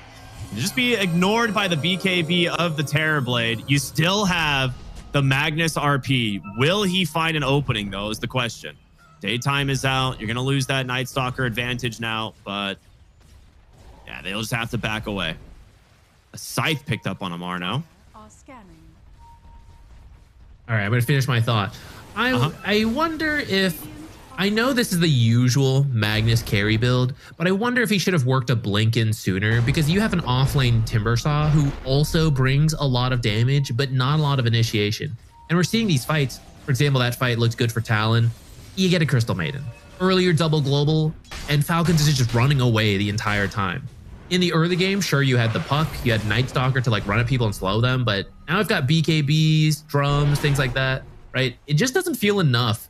And yet we still don't have a tool to really catch them. Like Magnus just has to walk in with the Silver Edge and then harpoon someone. And that gives Falcons time to react or just cut their losses. One hero goes, but everyone else gets out. I'll be honest, I had kind of assumed he had a Blink Dagger by now on the Magnus. So yeah, that is... And he's even going for a Revenant's Brooch instead, which is the usual Magnus carry build. Like you actually skip the Blink. Blink is more for mid and off lane, but Dota's pretty flexible nowadays, and you can have this carry type offlaners. And I feel like that's what Timbersaw is this game. So maybe your Magnus carry needed to actually build more like an offlaner in at least getting the Blink, and then you go back to being a regular carry. Yeah, you need some way to take a hero and just kidnap them and kill them. And right now, your only tool is Harpoon Skewer, which maybe you get lucky and you find the correct hero. But a lot of these times, we've just seen the positioning from Falcons is superb. And okay, hold on. That's the right hero. That is definitely the right hero. Aegises are not lasting long this game. All right, Echo Slam from Malrine. Managed to catch the backside. There's global #1 refreshers available. Can they get out on Falcons? All right, I'd love to see the average duration of Aegises in this game compared It's about 10 seconds. Yeah. We cast our curse for the first one, and we cast our curse for the second one, so I'm proud of us. Let's get the third one too. Dead in the water. The hero's deleted. He's actually just at the edge of water. Oh, he's in water. He's dead. He's so done. He's in trouble. Has to pop the BKB. There's your second global, but no RP though. There's no damage. He thought about RPing that Terrorblade, but where's the follow-up? And Malrine just deletes the backline, takes out the silencer. Ravage gets the Magnus, falling one by one here on the side of Talon. Falcons a 3-for-0, and they're looking for more. Makoto stunned up for one. Fear comes out. Dead in the water is on the puck. And there's no way out of this one. 4 dead, no buybacks, and a Terrorblade at your front door. It's not looking good. He doesn't have too much meta duration left at least. But you've got Demon Zeal, which is also a huge boost in damage. You can't get megas because the bottom's not there, but I think you just go tier 4s. You at least just get 2 lanes, but yeah, no, they just call it out. Actually. It's so hard. I think the biggest issue we saw this game was what happened off that first Aegis, but also the global silences didn't accomplish much this game. Like the first refresher reveal, the double global silence, which we didn't even realize, and definitely Falcons had no idea he had this. It completely fell flat, and Falcons at that point, they're like, all right, well, first global is done in this next second fight. Just bait out the second. We didn't have to spend a single BKB or dispel during that first global. So second global comes out, they have BKBs. Natsumi fissure skewers in under his own BKB and realizes that there's nothing that they can do to kill this Terrorblade. So it was a little bit of maybe miscommunication on Talon or some struggles in these team fights, but Falcons looking as crisp as ever. Yeah, they even win the game with 1 less kill. Right? Funny to see, but I feel like that's one of the strengths of Falcons. We talked about their laning prowess, but they're also really good just tactically on the map, avoiding the enemies, making plays. And if we think back to the early game when Talon had the lead, yet they lose the first Tormentor, they lose the second Tormentor, the Aegis falls. This is Falcon just navigating the map really quickly, knowing what objectives they want, knowing what they want to look for on the map, how to continue farming despite being a little bit behind, and they just keep the disadvantage minimal so that at some point they get the opportunity, like that first Aegis, right? They get that, they're straight back into the game, and from there, even game, and that's funny to say, even games are usually favoring Falcons. Yeah, I mean, they absolutely are. And I don't want to harp on it too much, but this is the real disadvantage of Night Stalker on Radiant side. It is way stronger on the Dire, and we see it predominantly on the Dire side for this very reason. Not being able to secure your Tormentor causes some huge problems, and it got Falcons, like you said, they are probably favored in an even game.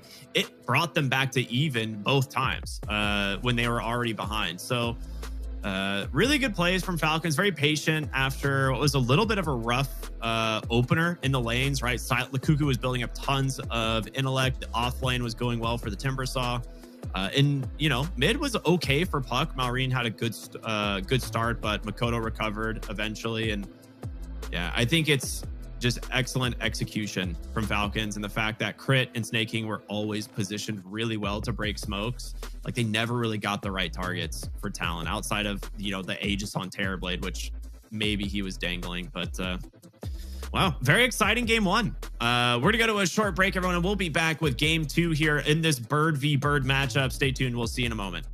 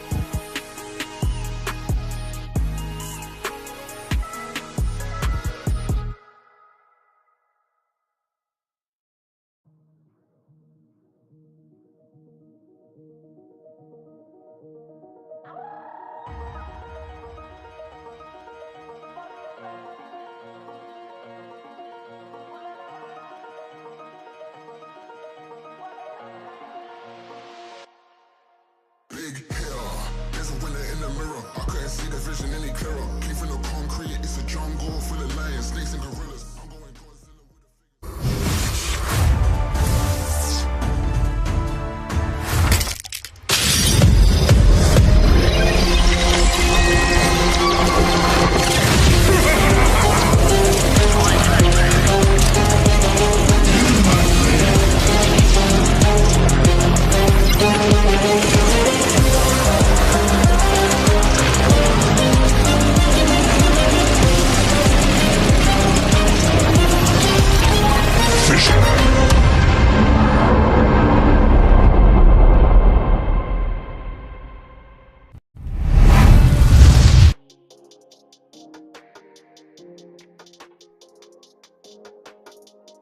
I don't think the contract really affected the team dynamic that much. I think we have been pretty committed to each other and we want to solve the problems because we all know we're very capable players. And the only thing, when times are not right, we just have to talk with each other and figure out what's wrong. And I think we've done a very good job. But recently, our results haven't been as great. So there's more trouble in the team and we're working out to fix it. We had a lot of heart-to-heart conversations individually and as a team to see how we can fix them and get better.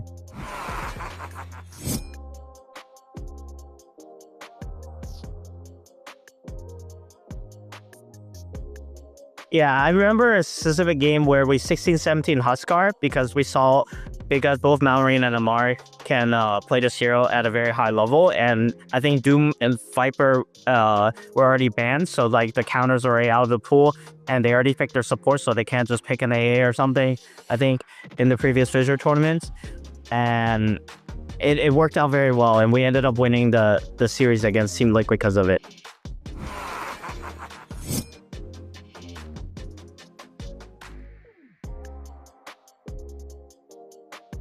AI is a very structured coach. He has a lot of set things he wants to do and fundamentals that he tells the team, and then we try to follow them and do it to the best of our ability. It's like having a default play in like a soccer game. You would just call out a play and then everyone will understand what that means, what each individual person has to do. And he's really good at with that type of structure and teaching the team that.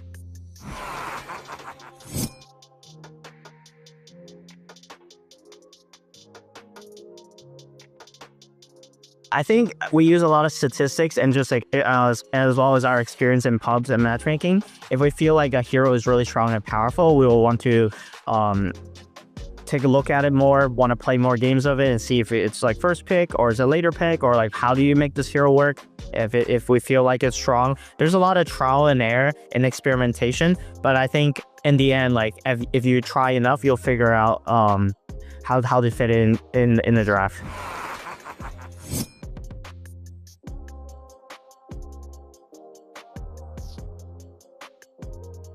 I think over the years, the things that has changed the most is people's willingness to learn and copy from each other is drastically faster than before. I think before, like, you would have pocket strategies or like some Visage draw lineups before, and like no one, like you would run it for like 10 games straight and no one else would bat an eye and care. I think like Cloud9 did that for a long time. And then like people just never copied it, even though it's like such a simple and straightforward strategy. But nowadays, if you run a strategy once, and like people will be aware of it, they understand it, they already thought of ways to counter it, and they will maybe even play it themselves. So I think people have learned and just thought about the game a lot more than before, and I think it's driven the competitive scene at a much higher peak because everyone who desires to win has to work that much harder.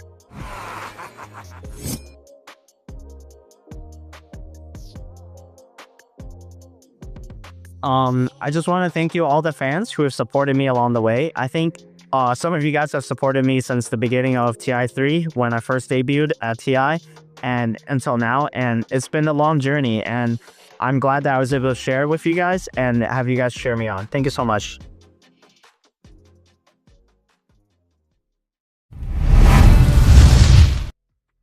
Dude, as a longtime fan of the King, I can say he's got some he's got a lot of love behind him. Like, he carries the NA scene for a long time. You know, he's a former, NA Dota player. But yeah, he's always been very humble, very smart, very tactful about how he plays Dota. And yeah, he's earned the respect of a lot of people. So it's cool to hear from him.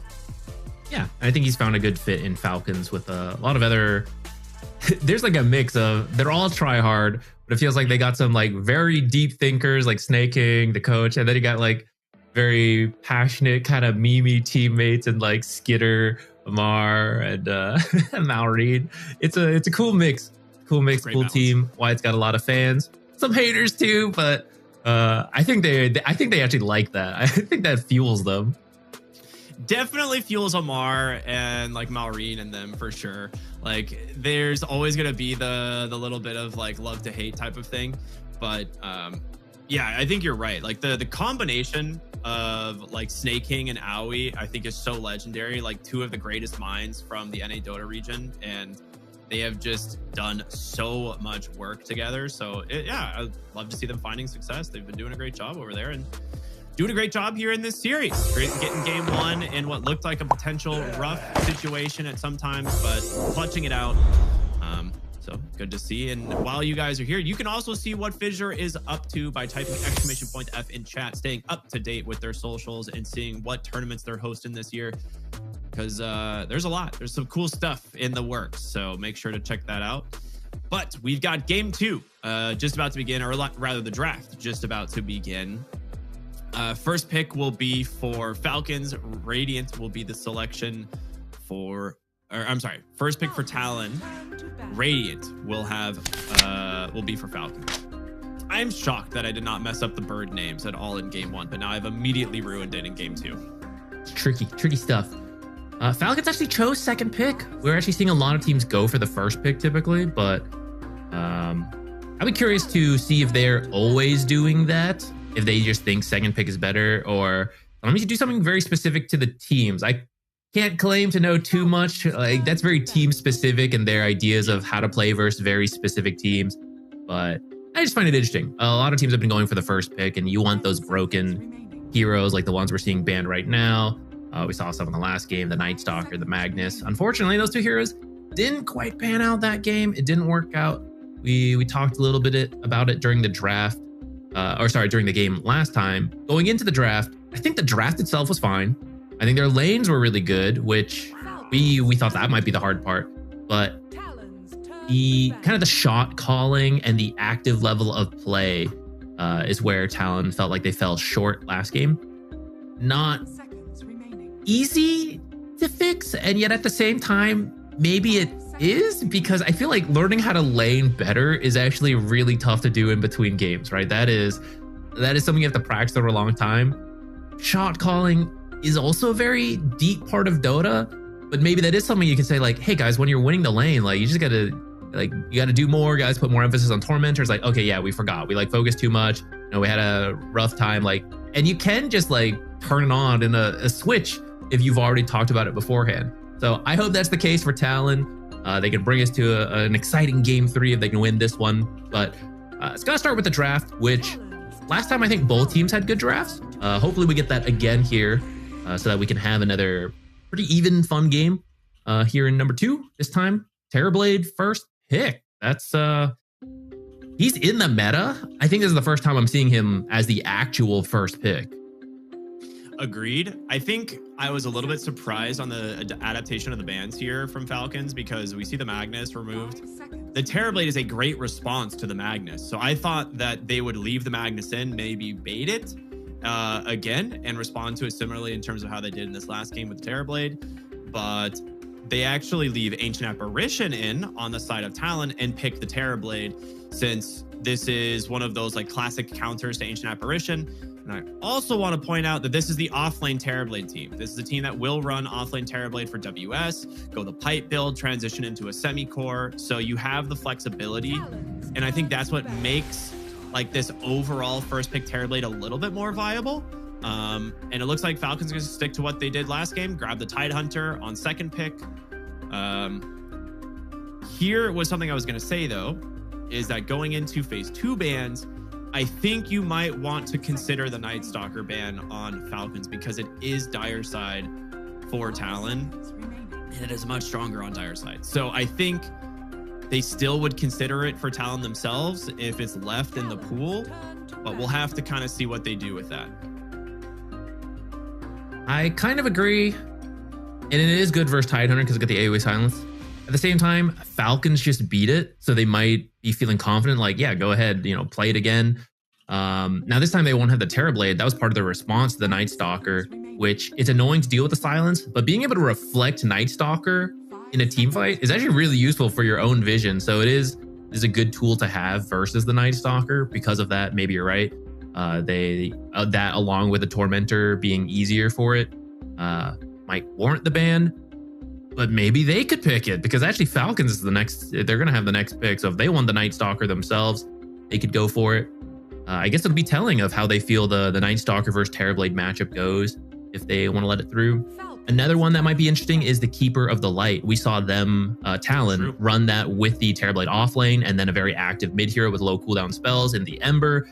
There's other mids you could go for that. I think step one was the strong lane with Terrorblade Coddle being able to spam out tons of spells, get the meta on lower cooldowns, and they were very, very effective with that. I would like to see it again. I thought it was really cool, and it might encourage them.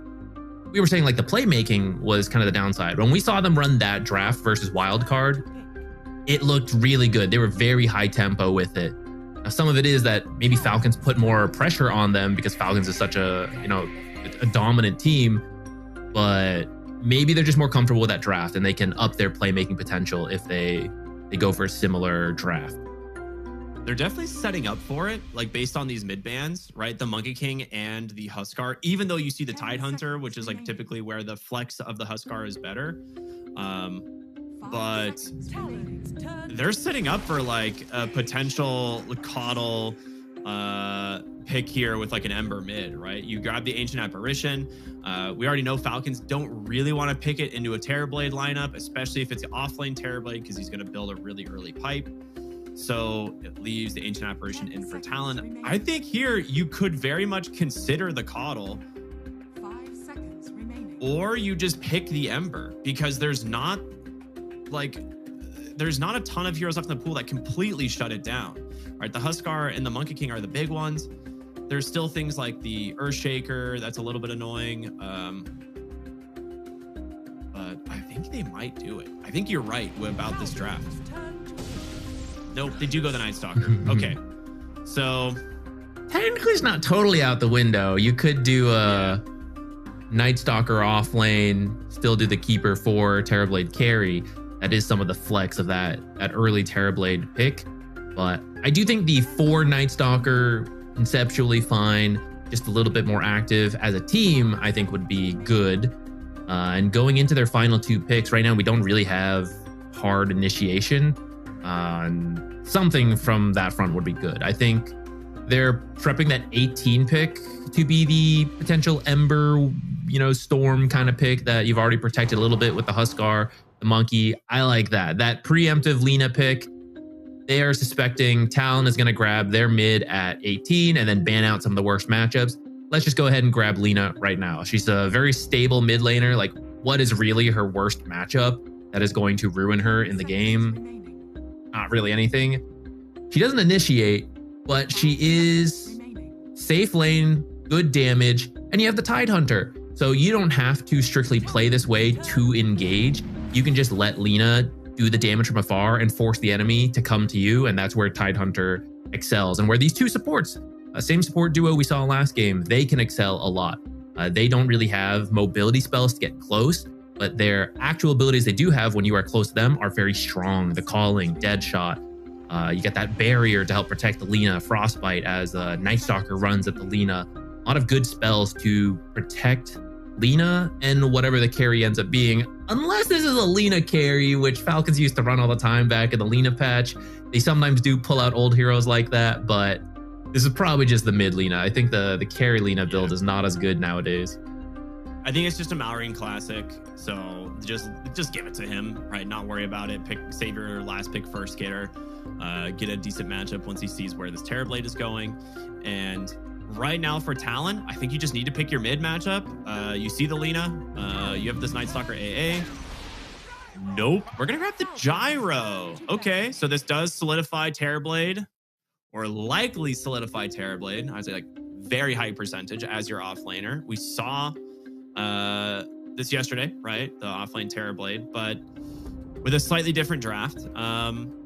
Gyrocopter's good into the Tidehunter. This is one of those matchups that I think overall is pretty positive.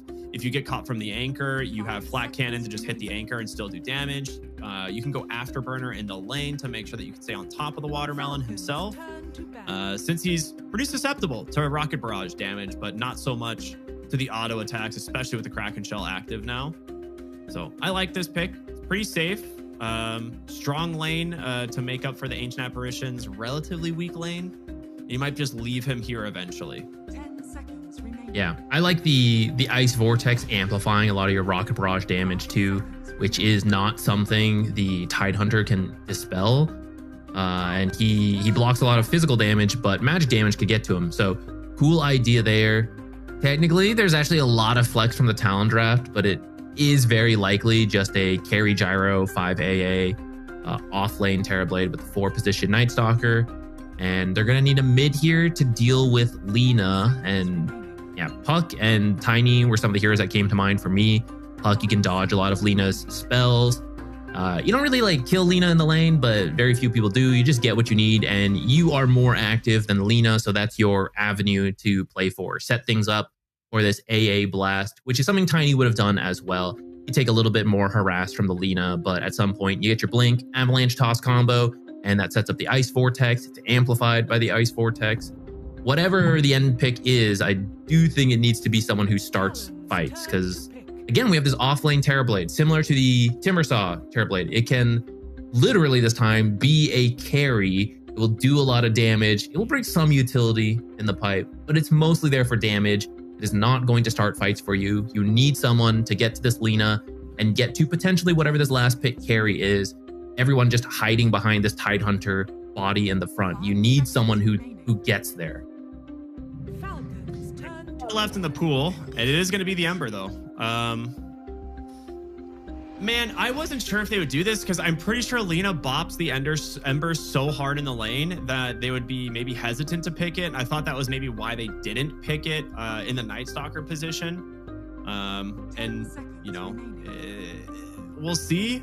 As the game goes on, it's okay, right? It's similar to the matchups where it's like you lose the lane, but the game matchup is pretty good for the Ember. He's very elusive, great at actually getting the Searing Chains applied to the Lina and allowing your team to gap close.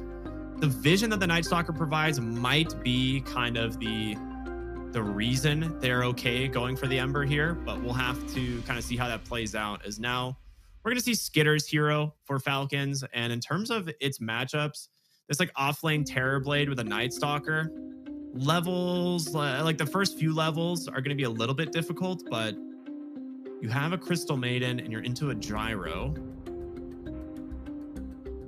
Is it too weird to say Medusa? It's just not a hero we see that often, but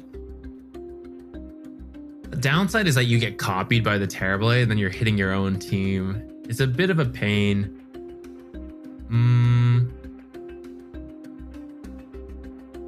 Dragon Knight is still in the pool. Does he still play Clinks?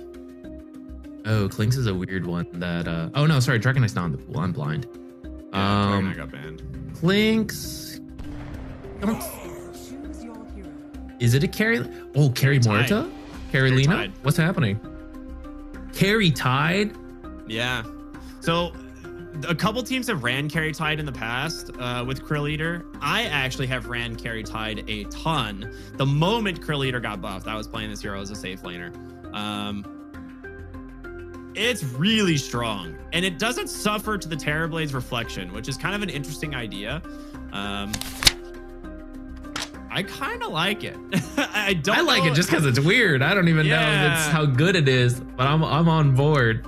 I kind of like it because Tidehunter is really safe this game in general. Like, he's not really susceptible to a lot of the damage from Talon outside of the Gyrocopter, which in terms of the direct lane would be a little bit annoying. But now you've dodged the lane. You have Amar on his Mars, which really good against Gyrocopter.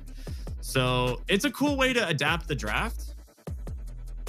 Dude, I love We'll this. see if it has enough damage, though. That's the main thing for me, is whether or not it's going to have enough damage, because Tidehunter needs a lot of items as a carry to start doing enough damage. That's the nice thing about having your Lina mid, though. She is a damage dealer. Yeah, she doesn't really have like a utility build. She is either one shot or constant right click harass damage. We'll see what Malrine ends up going for.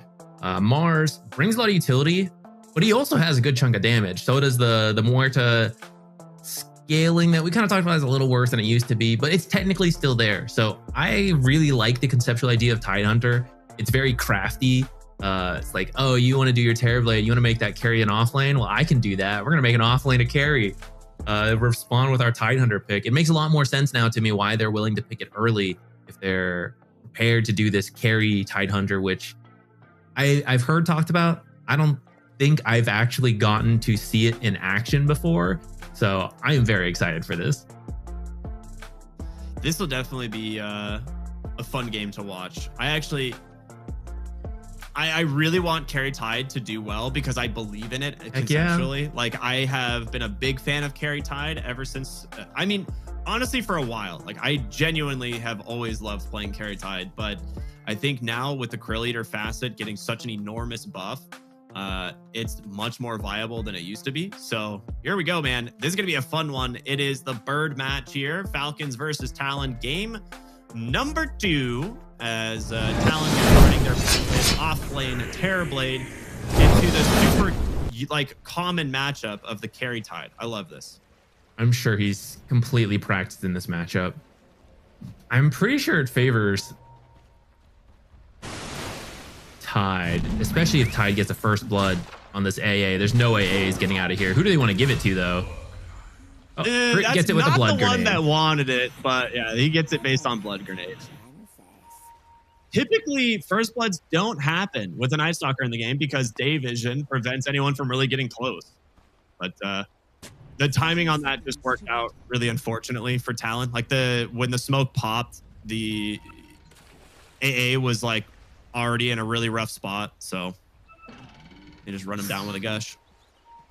I gotta say, Crit picked up the first blood and got the D ward off of that, so he is set up with a ton of gold. And as I assume they'll get at least 2 bounties coming up here. It looks he's gonna buy, he's gonna buy really early boots, and that's very annoying for the Gyro. Gyro wants to get close to do the damage, and now you can just constantly poke away and be faster than him. Don't think this is a kill, but he's gonna lose a lot of health. How long until the next Frostbite is the question? Or not Frostbite, yeah. I was like, if he doesn't TP, he dies. So he also does not have regen. It's on the way, but this is a very bad start for Talon. The first blood to crit, and now your offlaner losing all his health. And I didn't even get to finish my thought earlier with that. I feel like Tide is fine versus the Terrorblade because Anchor Smash removes so much damage. Now you don't do as much damage because it's physical, but I don't really think that's what. I don't think you're picking Carry Tide like, oh yeah, super aggressive carry here. We're gonna get a bunch of kills, right? You're fine just getting through the lane, getting the items and the farm you want. Yeah, that's kind of what I was getting at. Is like you're dodging a really rough matchup in the offlane, and Reflection does absolutely nothing to Tidehunter because he doesn't do damage to himself either once he has a couple points in the Kraken shell. So the matchup is completely free for Skitter. He should be super high net worth coming out of the lane stage, and honestly, once he gets closer to like level 3 and level 4, I don't think they can really pressure him much at all. But we'll see what ends up happening. It is, Night Stalker for the first 5 minutes. Always generally a scary hero, so gotta at least try to respect that.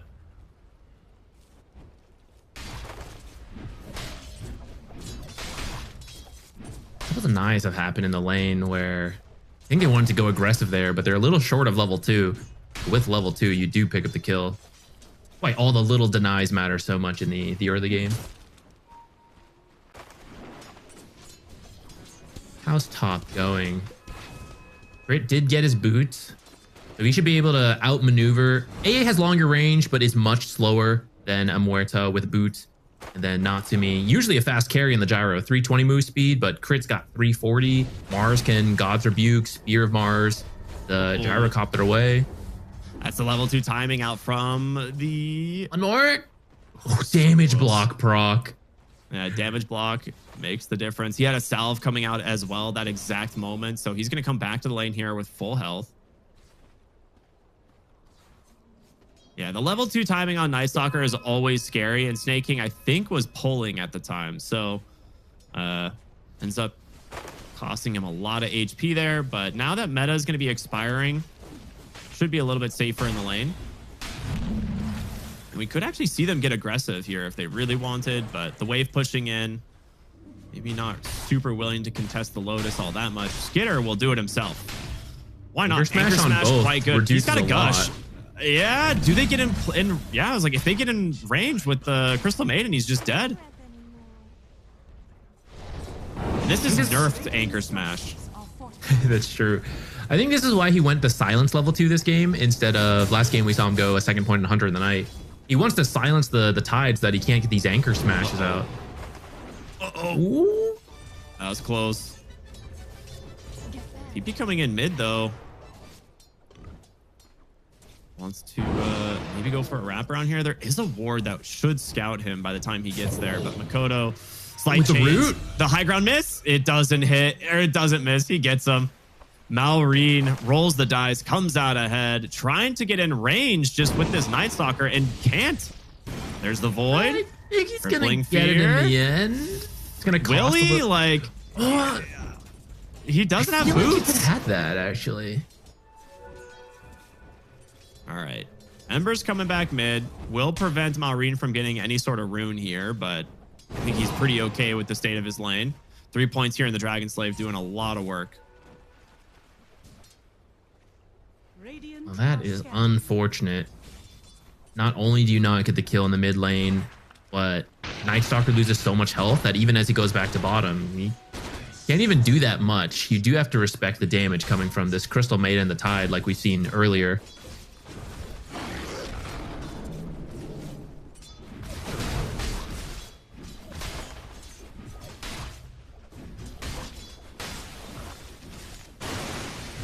Gosh, yeah, there's the damage combo you were talking about. WS, he's not going to die here, but we'll definitely have to back off from the lane as the Night Stalker comes back in to try and help a little bit. Well, I say that, the Frostbite. Really? One more gush if you want to No tower gush. dive. Yeah. Crippling Fear at least preventing that gush. And Snake King now out of mana, so not a lot left that he can do. Well, I say that, and here he goes. Trying to just dive here at Frostbite. One more auto attack. Is it going to be enough? It will not. This is such a scrappy bottom lane. Did he There's give so him a much Lotus fighting. or something? Is that what happened? It might be. They did get the Lotus earlier at the 3 minutes, so that could have been what it was. I think Skitter just force-fed it. Get in there, buddy. Use your spells. Oh, this bottom lane has so much fighting that the last hits are a little on the lower end. They're both picking up a lot of denies. Gyro is doing pretty well. He can't play as aggressive as he maybe would like for the reasons we talked about earlier, but he's still farming well thanks to the flat cannon harass. We're going to pop the meta and go to the jungle on the Terrorblade as this lane's getting a little bit too difficult. Meanwhile, Invis Rune bottled up here from Malrine. Wants to maybe find a kill onto Makoto before he gets level 6, but or at least rather a second kill. No Laguna Blade for another 20 seconds, but does have a lot of damage. And bottom lane, Night Stalker. It's daytime now, so very difficult for him to sit in this lane. All right, Makoto's level 6. He'll have regen back in the fountain. The carry hide build so far. Just phase boots. Phase boots and a bracer. Oh, Cuckoo looking pretty dead here. He's super dead. Just God's Rebuke, yeah. They can actually turn. They have a spear for Natsumi. Blood Grenade's going to hit. The question is, can he find the angle to pin him? He just has to make sure to dodge it. Oh, never mind. A dead shot from Crit on the money. As we see the 7-minute Wisdom Shrines come up. They look bottom. Malrine, beautiful rotation here on the Lina. Now, the Night Stalker will secure the room, but that is another kill onto this offlane Terrorblade, who is having a really rough game. 7-0 now for the side of Falcons. I believe he was there to steal the Wisdom Shrine. Okay, Hokum still at least got the Wisdom Shrine, so It's not a... It's kind of a worthy sacrifice if you die securing that. Still rough though, and this tower is losing a lot of health. I don't know if they're doing this intentionally or if it just works out based on the opportunity. But last game, they put a lot of pressure on taking the offlane tower. This game, that safe lane, again, the offlane tower is down. This is where the Tormentor is going to spawn at 15 minutes. There's now no tower to teleport to. So I feel like this might be part of their plan where they're putting a lot of pressure on the tower where the Tormentor is going to be to make it easier to secure that. It's like 2,200 gold for your team at 15 minutes. And a potential huge power spike for a hero, right? Like some heroes' shards are much better than the others. Like getting crits shard this early would be essentially a negative value for the side of Falcons. But at the end of the day, if it ends up on Crystal Maiden again, which is what happened last time, you're very happy. It's such a good shard in general. And this game, you're against Ember and Terrorblade. Even a Night Stalker running at you, you could maybe Crystal Clone away and then he gets frozen. It's a very good shard this game. Yeah, you called it the mini Midas in a way, right? Like you just farm entire creep away. It's way better than mini Midas. Night Stalkers is the mini Midas. Oh, yeah, Night Stalker's a mini Midas. Snake King's on the Crystal Maiden. His is AoE Mega Midas. You can like walk into enemy stacks and just farm the entire thing in 2 spells. It's insane. Yeah, it's pretty good. Pretty good. Look, he's stacking his jungle. Is it for his teammates? Is it for him? Who knows?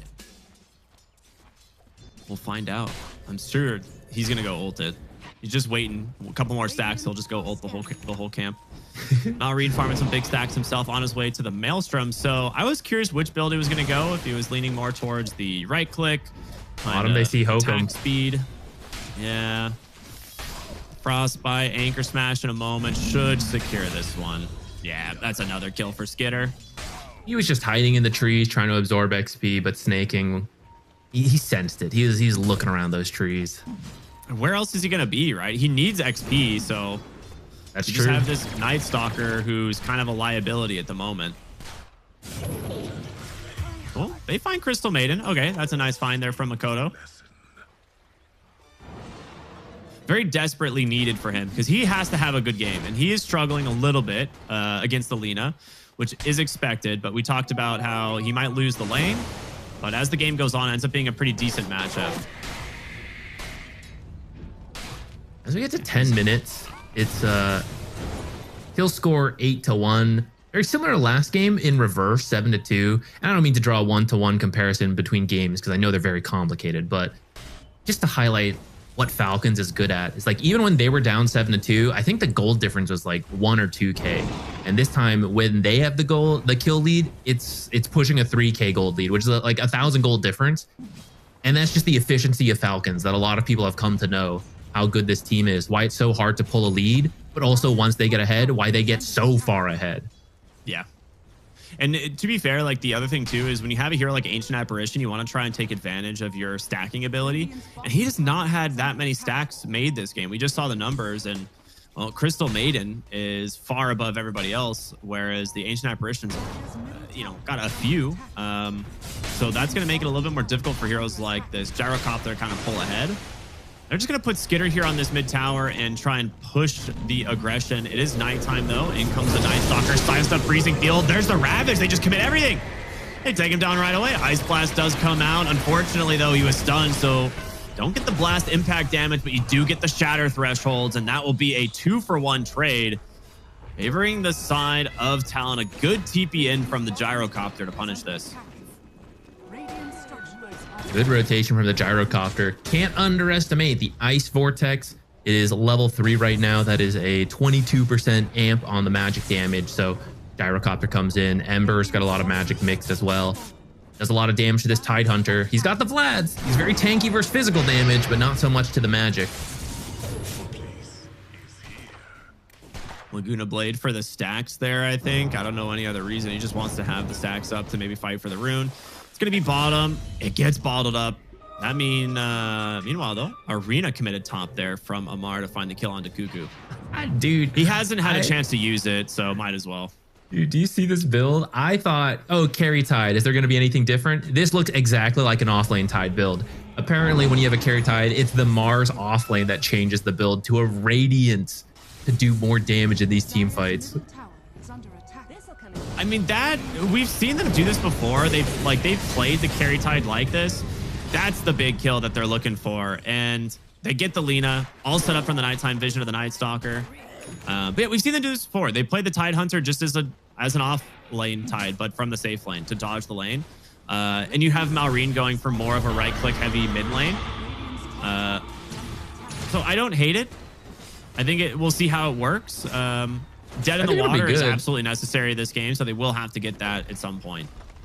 Oh, he did change his mind though. He bought a blink instead. First, which I think makes sense. I think you do need someone to catch things, and then maybe you can go the Radiance after. It's good versus the Terrorblade. Terrorblade doesn't like to build the MKB. If he has to, he will, but if you can make them miss, it's better. That might just be a full death here on Omar. That is plenty of magic damage. Not expecting the rotation in from the Ancient Apparition. And that blink reveal, not really getting what he wants out of it.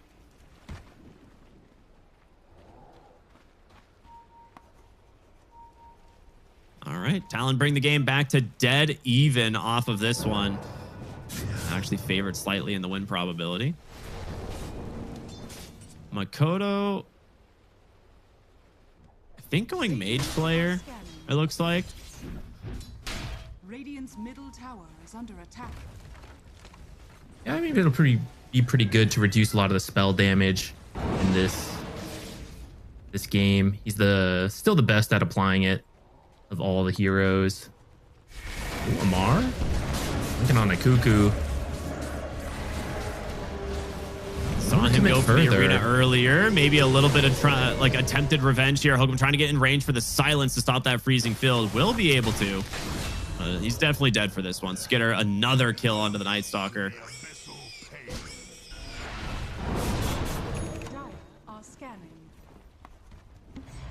Let's say just a little bit off the mark. Maybe that's an Ember kill right there. All right. We are 20 seconds away from Tormentor spawning on the top side of the map. And we're seeing an aggressive movement here from Falcons. Ice Blast, though, is going to connect onto 3. They're both so dead. Can Omar get out? Absolutely not. A double kill for Cuckoo and a missile on the way to Crystal Maiden. Skitter, now the big target here if they can actually find him. A lot of magic damage coming in from this gyro. Call down actually completely whiffed. So Skitter might be able to escape here. And they will just settle for the Crystal Maiden instead. Big plays for Talon right there. They were going for a smoke looking up top. Maybe wasn't expecting to run into the Mars and the Muerta right where they did, but it was perfect to set up the Ice Blast onto both. And then even Snaking turns out to be there to get hit as well. Searing Chains into Ice Blast is really strong. And it's so simple. The cooldown is extremely low, and you have a ton of damage to follow it up. Ooh. Great timing on the... Potential issues here. It looks like some teams get DC'd. We got DC'd. We'll see what's happening, but this is a good time to remind everybody to follow Fissure for not only this event, but for all the future events. We've got a lot happening, so make sure to type !F in your chat to get the details on that. Yeah, the entirety of Falcons got kicked out of this lobby, so they're all reconnecting. I think 3 of Falcons players got disconnected. They're all reconnecting. We should be back in just a moment, so stay tuned. Zach, how are you feeling about the game so far? It's pretty fun. I mean, Falcons had a 3K lead, and then suddenly with that last fight, Talon is back to a 2K lead. We're all over the place here. So it is a very, very back and forth game. It seems to be coming down to the execution, the Ice Blast hitting, things like that. The next objective as we get back into the game here should be Tormentor. See Falcons starting to head their way over, but this time it's Talon who is in position first. Not everyone is quite there yet. That smoke gank fails. Yeah, Makoto dodging out the Atos there to get the smoke gank, and now this will open up Tormentor. Again, this is why the Night Stalker is much stronger on the Dire side. You're way more likely to secure first Tormentor. The shard goes to Cuckoo as well. So he is super happy to grab that. He's already having an amazing game, net worth wise. Cuckoo shard is pretty nice. You get some stun on the ultimate. Gotta land the ult, of course, but that makes the follow-up from the chains even better. Pipe is done on the Terrorblade. He's got the shard queued up. And after that, Terrorblade just turns into a core, right? He goes things like the Manta or the SNY. He gets, you know, actual damage. You lose the top tier 1. You have Dark Ascension cooling down, so maybe you're a little bit afraid to fight until that's up. But I'd have to imagine Talon are more than capable of taking a fight with this Ancient Apparitions shard upgrade. I think a BKB is on the way. Oh no, he needs, yeah, he's like 100 gold away from BKB on the gyro, so maybe not wanting to push it too soon. They want to finish the items, make sure they're lining up all the power spikes. All right, so that's big. BKB coming out. The smoke is going to miss just by a few moments. They had a ward up on the high ground trying to scout it and make the rotation in time, but Gyro is really strong. Gets that stack cleared out. And they are walking into Amar. The smoke breaks. Makoto with a slight chains does not connect. Now Amar will tag up with Snaking there to get smoked up himself. Trying to bait Skitter. He's got the Vlads. Have to see. There's going to be the big Dark Ascension trying to silence up the back line. They drop everything onto the Night Stalker and they get the kill. The BKB out from Natsumi looking for this Tide Hunter, but doesn't have the damage. The creep wave absorbing so much of this. And the freezing field still zoning out the side of Talon. With that BKB down, they're going to look to try and maybe get aggressive onto the Gyro. The anchor comes out, but it's not enough. A 1-for-1 trade at the moment. Lamar. Not going to drop the arena there. Knows the Sunder is still up. They don't have Laguna anymore. Okay. A lot of spells for almost no kills. Ends up being a 1-for-1.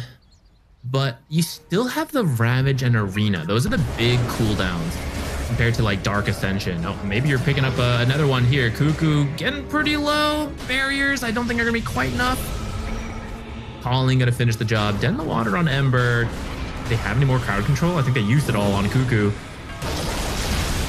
There's the Ravage. Ravage connects onto everything. There's the Laguna coming back. The Sunder to save him. Gyro back to full HP, but it's not going to be enough. The damage from Malrine is too high. They get themselves the kill. The Ato is going to connect now onto the Night Stalker. The spear to connect as well. Executed by the side of Falcons. A very, very slick play.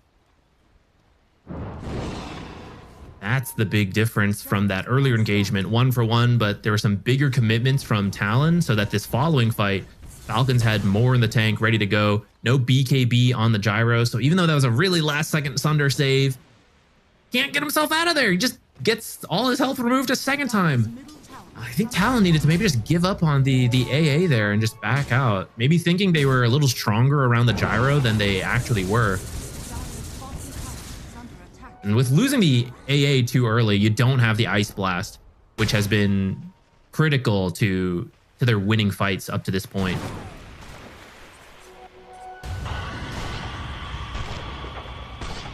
Fred popping Pierce the Veil there just to try and farm what he can. Actually kind of cool that the Searing Signet procs on the auto attacks. Oh, I didn't realize. I guess that makes sense. It's bonus magic damage. In this game, he's going straight for the Ags after the Atos. Last game chose to finish the Gleipnir. Kind of interesting. I thought Gleipnir would actually be pretty good this game, but I guess he wants the effects of the Ags a little sooner. They got the Mars right before the 21-minute Wisdom Shrine. That being said, Crystal Maiden's already set up on their own, so Snake King's going to get this. 1-for-1. So very good find there on Tamars. He better start running. Makoto's coming down here to deal with his lane. See, look at that. Mega Midas value. And he's out. This kind of play, it seems small. It seems like Crystal Maiden just farming, and it is. But now as Talon moves over there, it's like, oh, we want to farm these camps. We just TP'd some heroes here. They're gone. They're not there. And that's how you just keep stealing gold from the enemy's half of the map.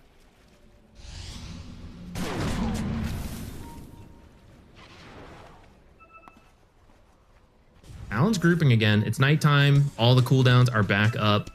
Unfortunately for Falcons, their cooldowns are also back up. This play maybe needed to happen just a little bit sooner. I don't know if they were waiting for an item that was almost done, but we're now in another big 5-on-5. Oh, it looks like maybe the SNY for Ember. They find Malrine. That'd be a huge kill. They have a ward over here. He's out though. Feels it coming. He's Or there a out. scan. Dude, the fact that he's TPing out in the one piece of fog as well that they actually couldn't see. Otherwise, Cuckoo could rip the Ice Blast and stun him. Completely dodging that smoke. They're heading mid. Maybe they can get Skitter instead. He's pretty tanky.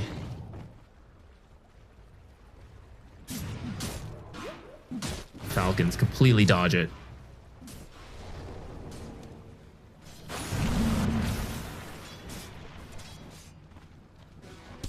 Coming back top here.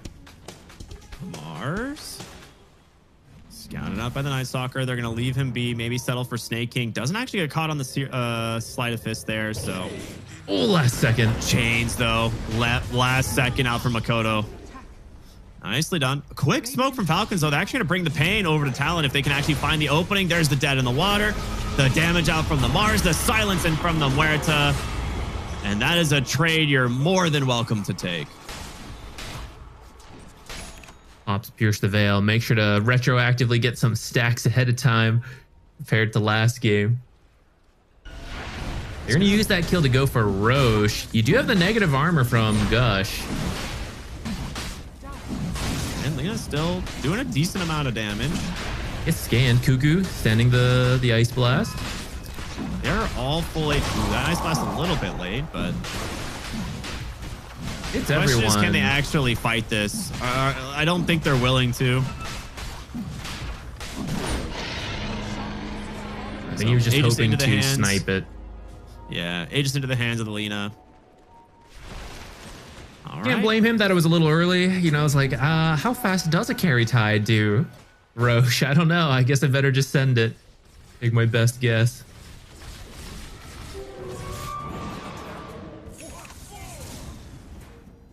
Ooh. Invis for Mars actually scouted right there as there's a sentry in the wave. So they know he's got this. See if he can find an opening though. Radiant's bottom tower is under attack. Dire's middle tower is under attack. Now it seems like Talon does not want to get involved. Maybe wait for the high ground before they fight. Is under attack. This Lina's Aegis is too scary. Right, like Tidehunter is such a hard person to kill in the first place. He's got the Vlads, the Blink, even a Glimmer Cape just to be sure.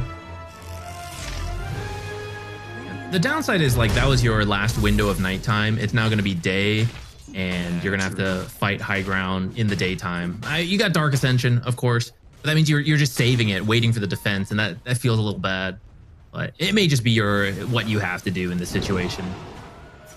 And on top of this, Falcons has been playing top side of the map here, so they're the ones who are going to have the ability to maybe pressure the Tormentor. I say that, and Ember's actually going through the Twin Gate right now, so he'll be up there and ready to go. None of his team can connect on this, though. They'll have to just shove all the way down the lane, or he has to start cutting top. There's really no option. Mid lane, though, Malrine getting work done on this tier 2. Skitter, no problem tanking this one. Pops the Kraken Shell active. He's gaining health. The tower's healing him. Yeah, it's pretty good. Ooh, WS gets found bottom here from Amar. Did he get ravaged by the creep? These river creeps use their spells more than any other creeps. I don't know if they follow different rules, but they do ravages all the time. I mean, maybe he gets a Sunder off. He still dies, but that's even funnier that the creep just mini ravages him.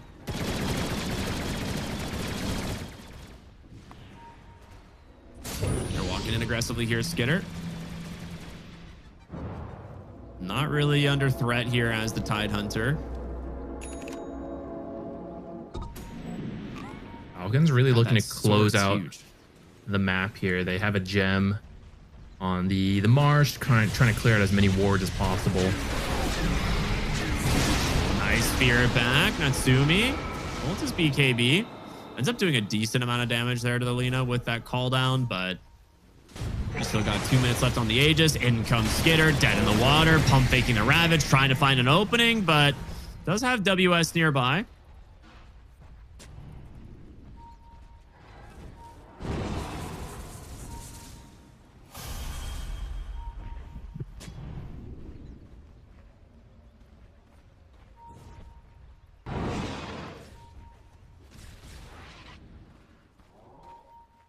Well in position around. I'm kind of surprised they want to fight this one, but not some of the other ones. Maybe they just feel this position's a little easier to take a fight around. But Falcons is actually backing off here. They might catch crit if he sticks around too long. But that's not even that worth it for a 5 full team smoke. Off the ult, tries to TP out, but chains, Frost Blast. Who gets it in the end? Makoto.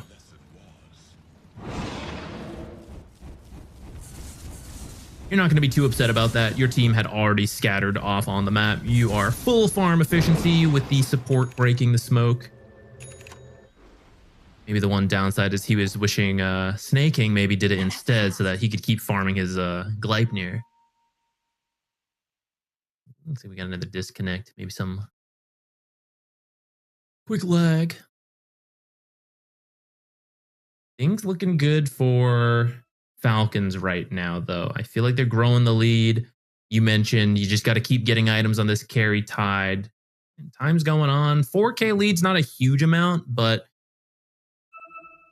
I'm having trouble seeing the damage coming from Talon outside of this Ice Blast. And I guess that is always possible where you catch the enemies all grouped up, but you don't really have any heroes forcing that group up to happen.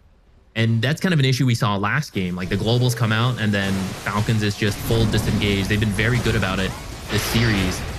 And so I don't imagine them losing too many heroes to an Ice Blast. It's really surprising that even though the Muerta is down, they're the team getting the Tormentor here. But it's a rough area of the map for Talon to play in since they have no tier 1 or tier 2. Radiant's bottom tower is under attack. Are scanning.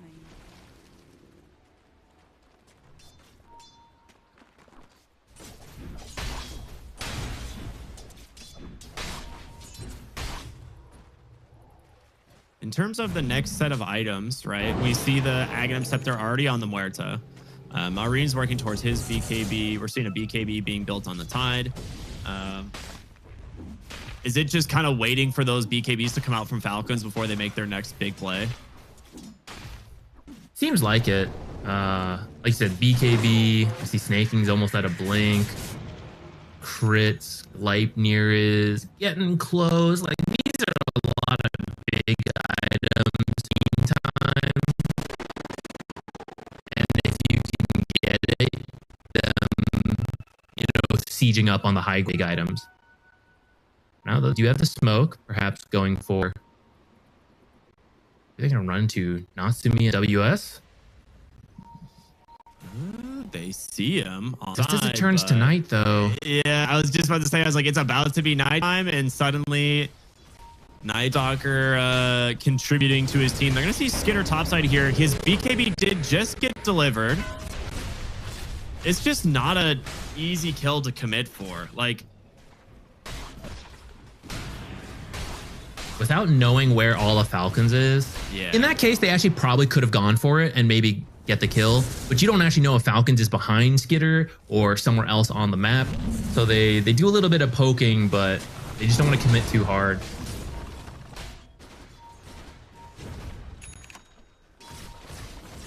Because in a way, some of these initiators, especially people who are actually better at counter initiating like Tide, if you initiate on them, it's like he initiated on you. And that's where you have to be really careful that you're not just giving him a 5-man Ravage.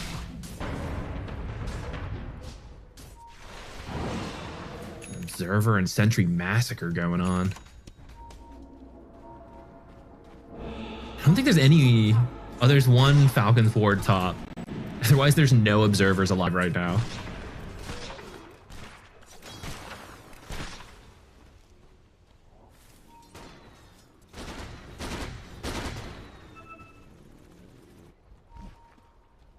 To an extent, I guess that favors the Night Stalker, who has the best night vision, but I think with Falcons being in the lead, they're going to feel more comfortable right now when no team has vision.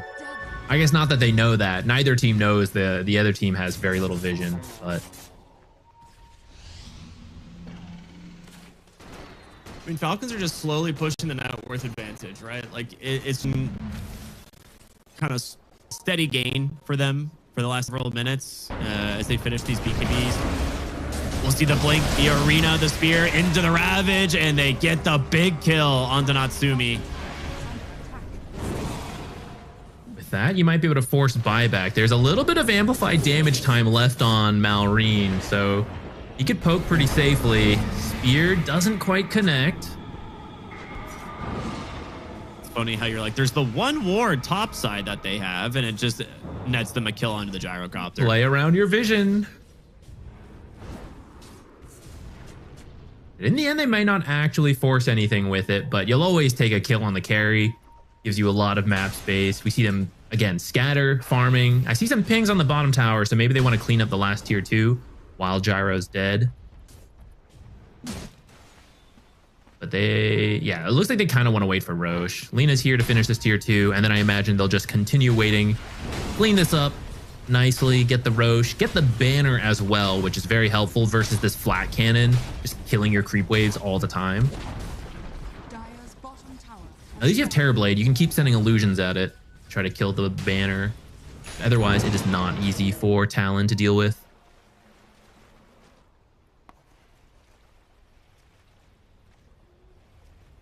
Dire's middle tower is under attack.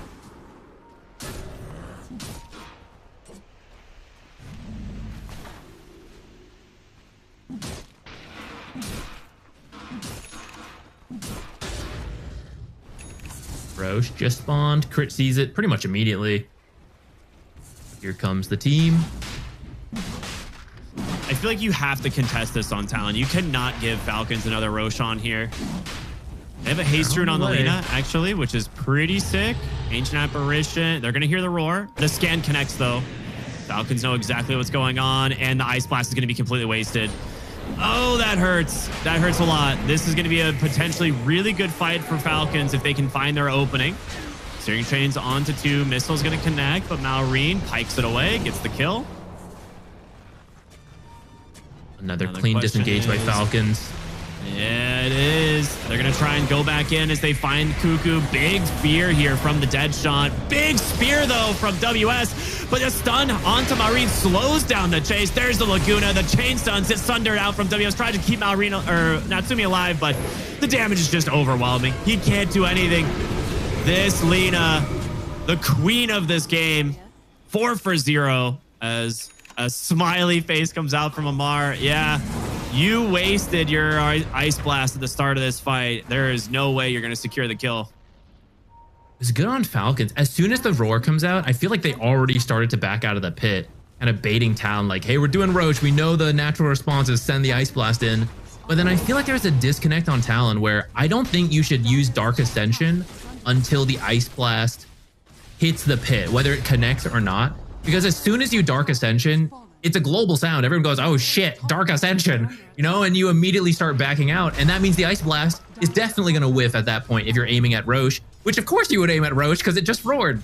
So I don't know, there's like a fraction of a second different in terms of how they did that. But I feel like that is what let Falcon just take such a clean fight, top barracks, didn't really lose anything. Well, I guess the Aegis, but... You have this moment of you have to do one or the other, right? You either Ice Blast before you are heading like too close to... He's going to get thrown away. Yep. I was like, you did not let him get into the pit, and now he's bugged. He's just going to keep throwing you if you get too close.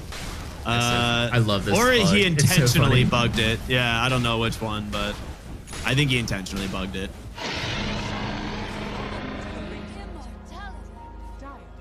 So yeah, you either do one or the other. You throw the Ice Blast before your team is even getting close there, before the roar even comes out. And if it connects, then you Dark Ascension and run in. Or you just Dark Ascension to get vision and hold your Ice Blast for like a pickoff, right? Like you can't do both.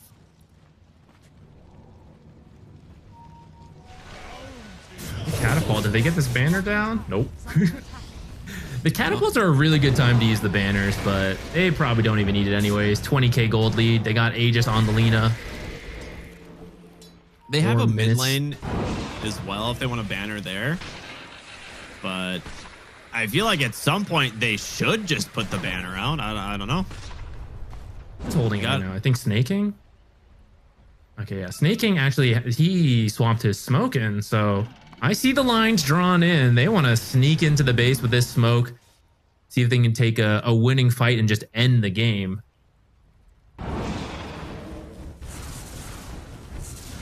They don't seem ready to commit to it quite yet, though. They're just pitching the idea.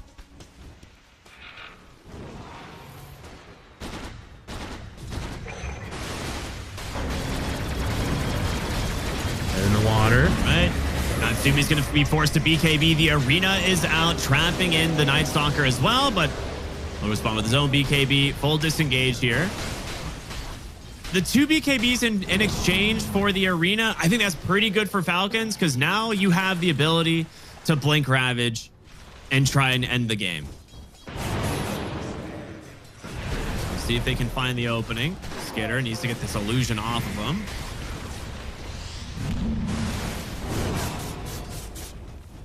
There's the banner. That banner's out. They know Talon's weak without those BKBs. Still have 1 BKB on your mid Ember Spirit, but you also have to be careful of this potential Sunder save. That's one of those things that can definitely surprise you in a fight and turn things around. Marine gets the range barracks. And that Cold Feet lash range is wild. Part of the reason he's so strong right now. Yeah. All right. He's trying to get this banner. Yeah, we'll clean up the banner. I mean, he's low on the Lina. I'm not sure if he wants to like give up the Aegis that easily because he has a Satanic queued up. I feel like with 2 minutes on Aegis, you have time. Like, bots home, run back out. It's not that big of a deal, right? Oh, they just have a Vlad's. He's full HP. Oh, okay. Yeah, that works right, too. Like there's a Vlad's on Tide, so he'll be fine. With the Daedalus procs, he does so much healing. Oh, they're going to be able to catch the Ember here. The Deadshot Fear is there. He's going to be forced to BKB and run. Very close to dying to that right-click damage. Hokum's going to be forced to BKB on the Night Stalker as well. Gyro's still on cooldown and just dies straight up to the Lina here. Actually, it wasn't on cooldown. He just popped it too late, maybe. There might have been a window there for them to fight because Skitter actually doesn't have enough mana. What an arena from Amar. The Ravage catches the rest of them. Good night, Talon. The GGs come out and Falcons will take the 2-0. All right, clean finish there. Very patient. He started to save mana. That's what I was going to say. There was a window where he didn't have enough mana to Ravage and use the rest of your spells like you need to as the Tide Hunter. And maybe Talon could have done something, but with the Gyrocopter dead, just waited a little bit, had the Ravage. Clean finish there. Double ults, drop everything, kill everyone. Classic Falcons fashion, it feels like.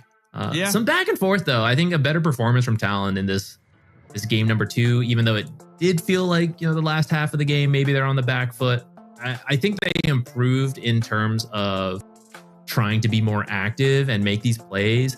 But the start of the game was really rough, right? The first blood, immediate D ward, and then also lost all your health on the off lane like right away. Like they could have had so much of a better start, and then maybe this game looks different. Yeah, I think like it's just become kind of the staple of Falcons being such a good execution team when it comes to team fighting. So if you slip up at all, they will punish you. And every single time, even in game 1, we saw that. Like it was whenever Talon either misses a course, like a crucial spell in the fights, or if like a BKB gets spent when they really shouldn't have, Falcons has always capitalized on it. And it happened in this game as well. Primarily that Roche fight, number 2, was kind of the backbreaker for Talon here. Like Falcons were already at a pretty big lead, but that was not a fight you could afford to make any mistakes. And Falcons just, they capitalize, and then they build their leads and they win the game as a result. It's just always something that we see from these guys. Yeah, and to a degree, I want to think about the draft as well, because twice we have this, like, first Silencer Global, and now we have Ice Blast. These are very strong abilities to win early and even late game team fights, but you need setup. And in the early game, you have this Ember, last game you have the Puck, but at some point you need actual stuns to force the fight. And that was something a bit lacking in these drafts, so that, you know, we're gonna have the replays in a moment later, but I feel like there were so many big fights where Falcons, they poke, they prod, they see Talon start to try to respond, the Ice Blast, the Global's coming out, and they just all scatter. They all back off, wait for those abilities to end, and then they go back in now that they have cooldowns, the enemy doesn't. And there were several big fights this game that let Falcons ultimately win that pretty much follow that formula. Yeah, and they get another win on their carry tide drafts, right? Each time that they've done this, it's very similar. They bring the damage in from another hero, this time being the Lina, going for this Mjolnir Daedalus build. And Mars, just another zone controller and fight starter for them. So really well played from Falcons. They're going to advance now to tomorrow with a score of 2-1. And Talon will be dropping to 1-2. So they still have one more shot, you know, to try and stay alive in this event. You know, 3 wins will knock them out. But for now, we are going to go to a little bit of a longer break before we come back with our final series of the day, which is Night Pulse versus BetBoom. That's going to be in just about an hour and 20 minutes. So stay tuned, everybody. We'll see you back here for more action on the FISSURE Universe Episode 4. We'll see you then.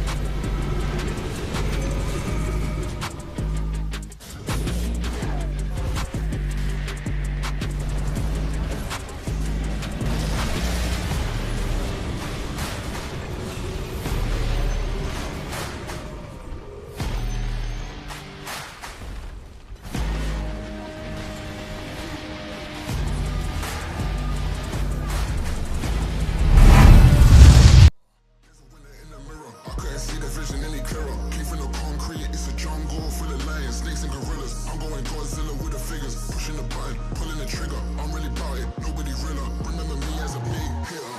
There's a winner in the mirror. I couldn't see the vision any clearer. Came from the concrete, it's a jungle full of lions, snakes and gorillas. I'm going Godzilla with the figures, pushing the button, pulling the trigger. I'm really about it, nobody realer. Remember me as a big hitter.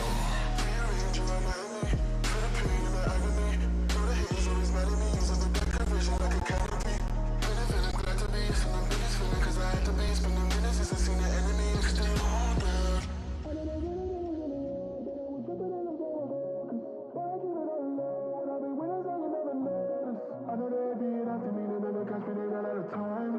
Over and over and over and over, I gotta remind. There's a winner in the middle, I couldn't see the vision that they clear. Came from the concrete, it's a jungle full of lions, snakes and gorillas. I go with Godzilla with the fingers, pushing the button, pulling the trigger. I'm really about it, nobody realer. Remember me as a big hitter. There's a winner in the middle, I couldn't see the vision any clearer. Came from the concrete, it's a jungle full of lions, snakes and gorillas. I'm going Godzilla with the fingers, pushing the button, pulling the trigger. I'm really about it, nobody realer. Remember me as a big hitter. There's a winner in the middle, I couldn't see the vision any clearer. Came from the concrete, it's a jungle full of lions, snakes and gorillas. I'm going Godzilla with the fingers, pushing the button, pulling the trigger. I'm really about it, nobody realer. Remember me as a big hitter.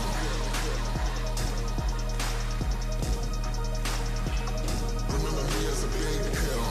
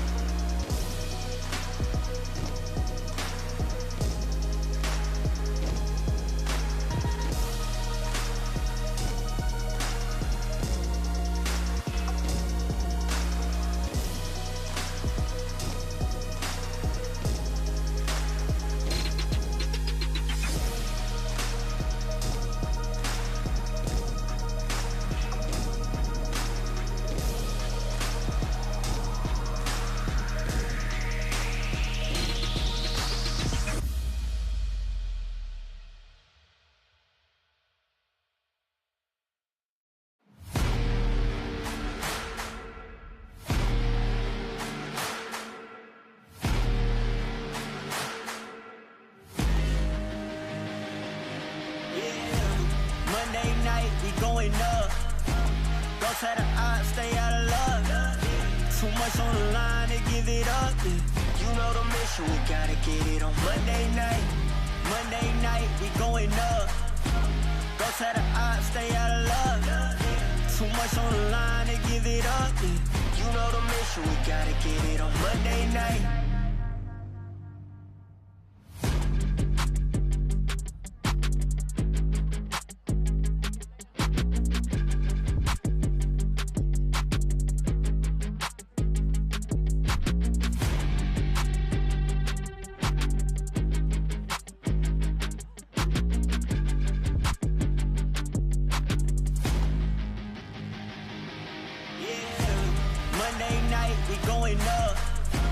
Go to the odds, stay out of luck. Too much on the line to give it up. You know the mission, we gotta get it on Monday night. Monday night, we going up. Go to the odds, stay out of luck. Too much on the line to give it up. You know the mission, we gotta get it on Monday night.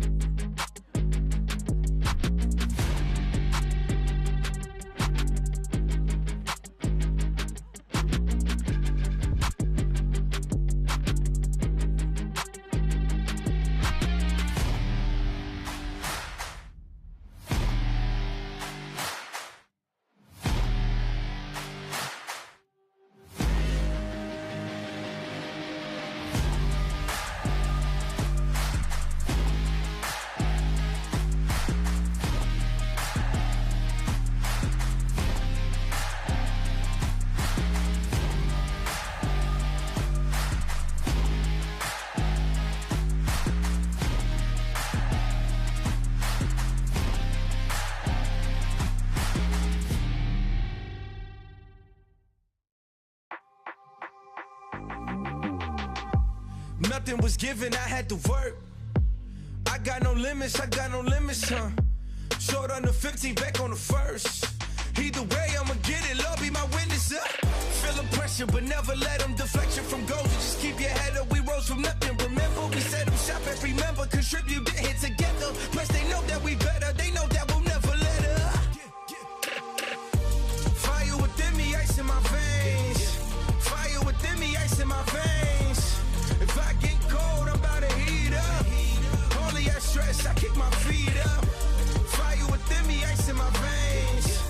Fire within me, ice in my veins. If I get cold, I'm bound to heat up. I hear the noise, but no, they need us. I got that ice in my veins. Yeah, yeah, ice in my veins. Yeah, I got that fire in me. Hey, I got that fire in me. Yeah, yeah, ice in my veins. range. Yeah, I got that ice in my veins. Yeah, I'm about to heat up. Hey, I'm about to heat up. Fire within me, ice in my veins. Fire within me, ice in my veins. If I get cold, I'm about to heat up. All of that stress, I kick my feet up. Fire within me, ice in my veins. Fire within me, ice in my veins. If I get cold, I'm bound to heat up. I hear the noise, but no, they need us.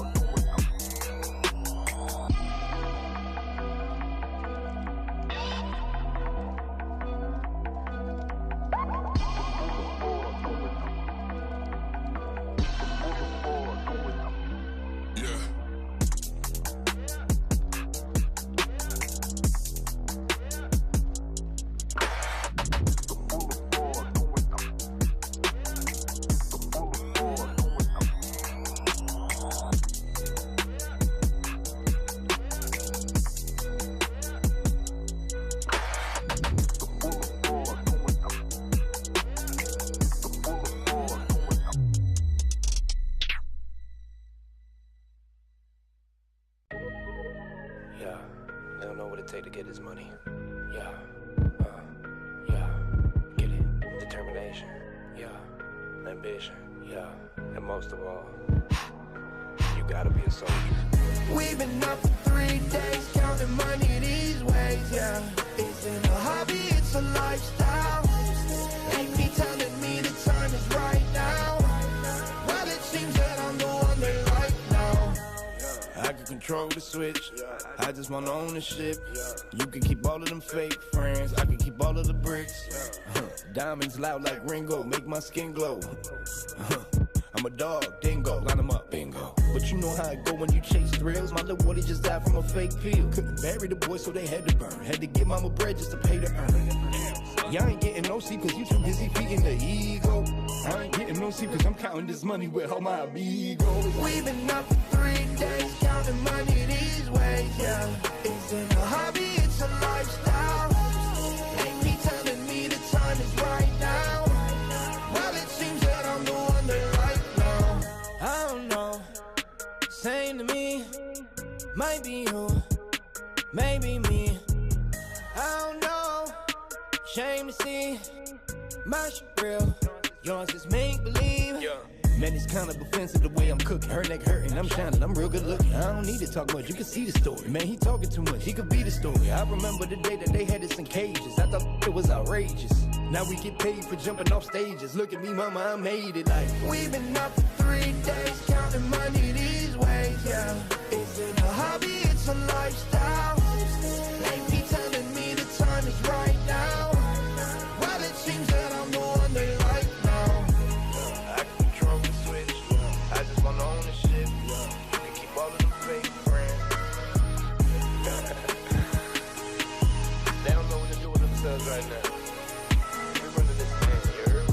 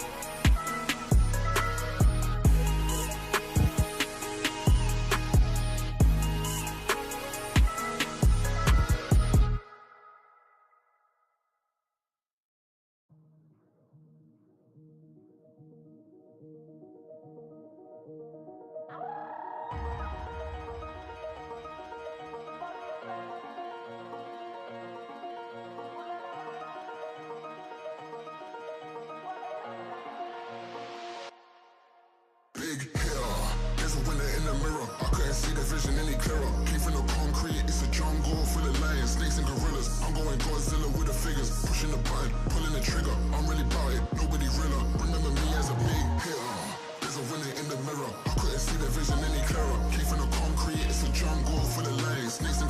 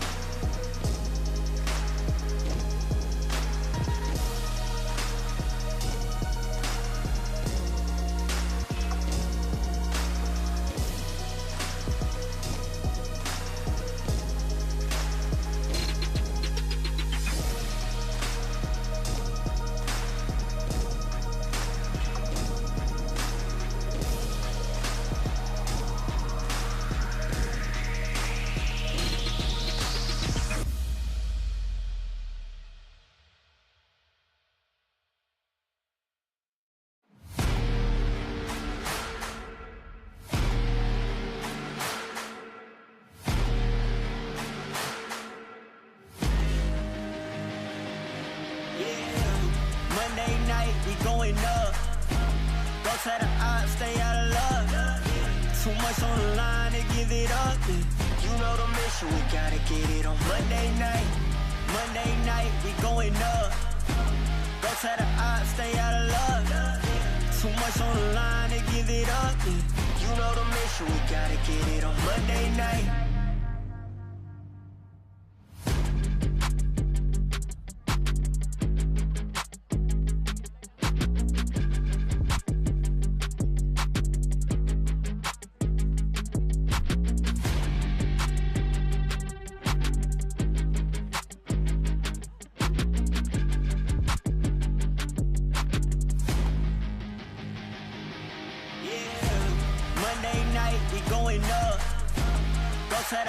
Stay out of love.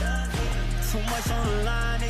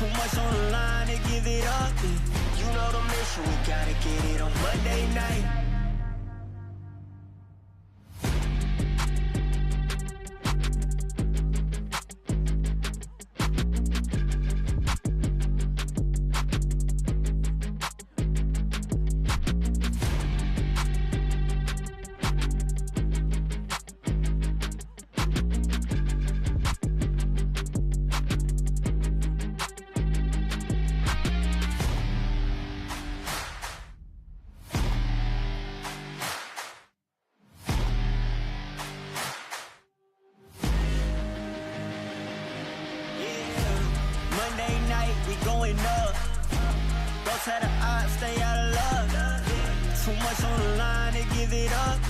You know the mission, we gotta get it on Monday night. Monday night, we going up. Don't try to stay out of love. Too much on the line to give it up. You know the mission, we gotta get it on Monday night.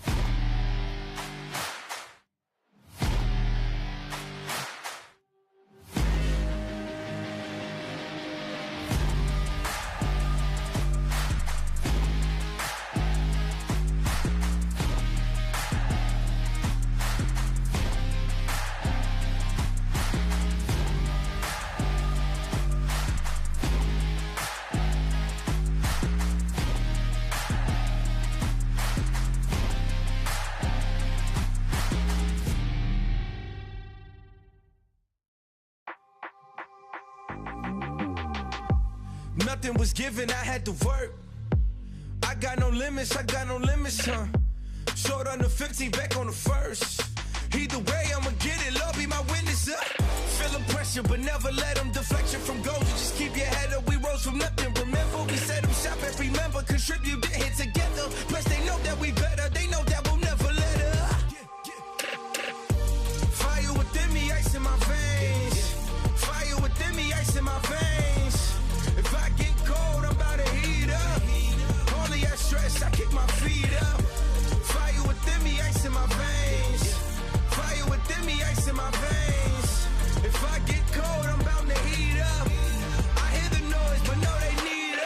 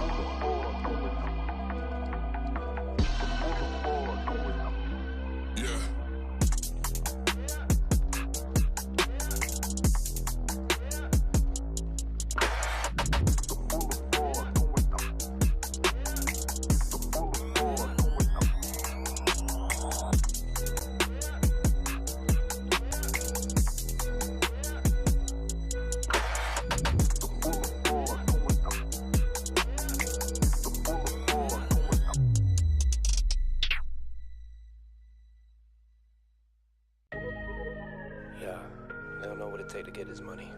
Yeah, get it. Determination, yeah. Ambition, yeah. And most of all, you gotta be a soldier. We've been up for 3 days, counting money these ways, yeah. Isn't a hobby, it's a lifestyle. Ain't me telling me the time is right now. Well, it seems that I'm the one they like now. I can control the switch, I just want ownership. You can keep all of them fake friends, I can keep all of the bricks. Diamonds loud like Ringo, make my skin glow. I'm a dog, dingo, line them up, bingo. But you know how it go when you chase thrills. My little Woody just died from a fake pill. Couldn't bury the boy, so they had to burn. Had to give mama bread just to pay to earn. Y'all ain't getting no sleep cause you too busy feeding the ego. I ain't getting no sleep cause I'm counting this money with all my amigos. We've been up for 3 days, counting money these ways, yeah. Isn't a hobby, it's a lifestyle. Ain't me telling me the time is right now. Well, it seems that I'm the one they like now. I don't know, same to me. Might be you, maybe me. I don't know, shame to see. My shit real, yours is make-believe. Man, it's kind of offensive the way I'm cooking. Her neck hurting, I'm shining, I'm real good looking. I don't need to talk much, you can see the story. Man, he talking too much, he could be the story. I remember the day that they had us in cages. I thought it was outrageous. Now we get paid for jumping off stages. Look at me, mama, I made it like. We've been up for 3 days, counting money these ways, yeah. Isn't a hobby, it's a lifestyle. Ain't me telling me the time is right now. Well, it seems that I'm the one they like now. I can control the switch, I just want ownership. You can keep all of them fake friends. They don't know what to do with themselves right now. We're running this thing, you heard?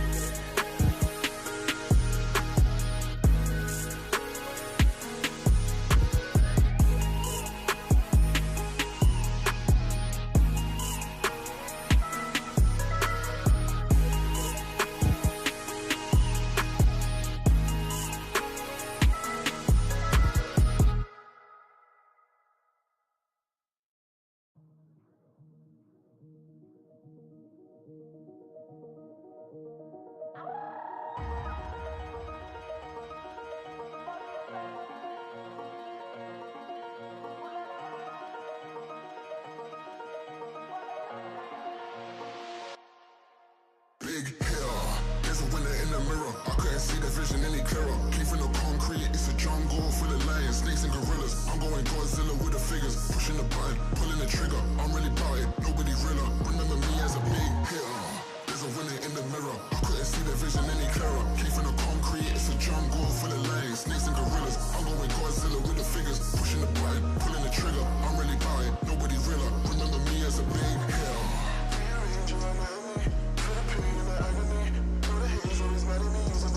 Like a canopy, been a villain and I'm glad to be. It's the biggest feeling cause I had to be. It's been a minute since I seen the enemy. It's still on dead.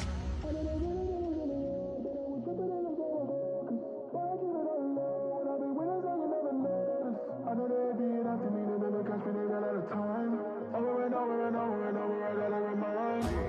There's a winner in the mirror, I couldn't see the vision that they clear. Came from the concrete, it's a jungle full of lions, things like gorillas. I go with Godzilla with the fingers, pushing the button, pulling the trigger. I'm really about it, nobody winner. Remember me as a big hitter. There's a winner in the mirror, I couldn't see the vision any clearer. Came from the concrete, it's a jungle full of lions, snakes and gorillas. I'm going Godzilla with the fingers, pushing the button, pulling the trigger. I'm really about it, nobody realer. Remember me as a big hitter. There's a winner in the mirror, I couldn't see the vision any clearer. Came from the concrete, it's a jungle full of lions, snakes and gorillas. I'm going Godzilla with the fingers, pushing the button, pulling the trigger. I'm really about it, nobody realer. Remember me as a big hitter.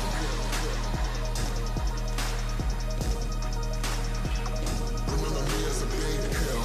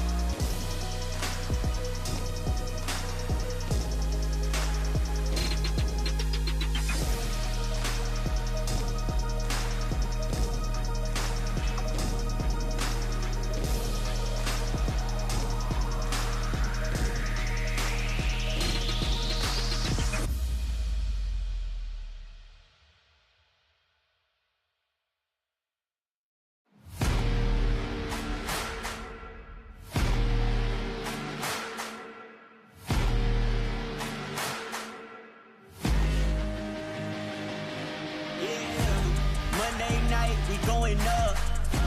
Don't try to stay out of luck. Too much on the line to give it up. You know the mission, we gotta get it on Monday night. Monday night, we going up. Don't try to stay out of luck. Too much on the line to give it up. You know the mission, we gotta get it on Monday night.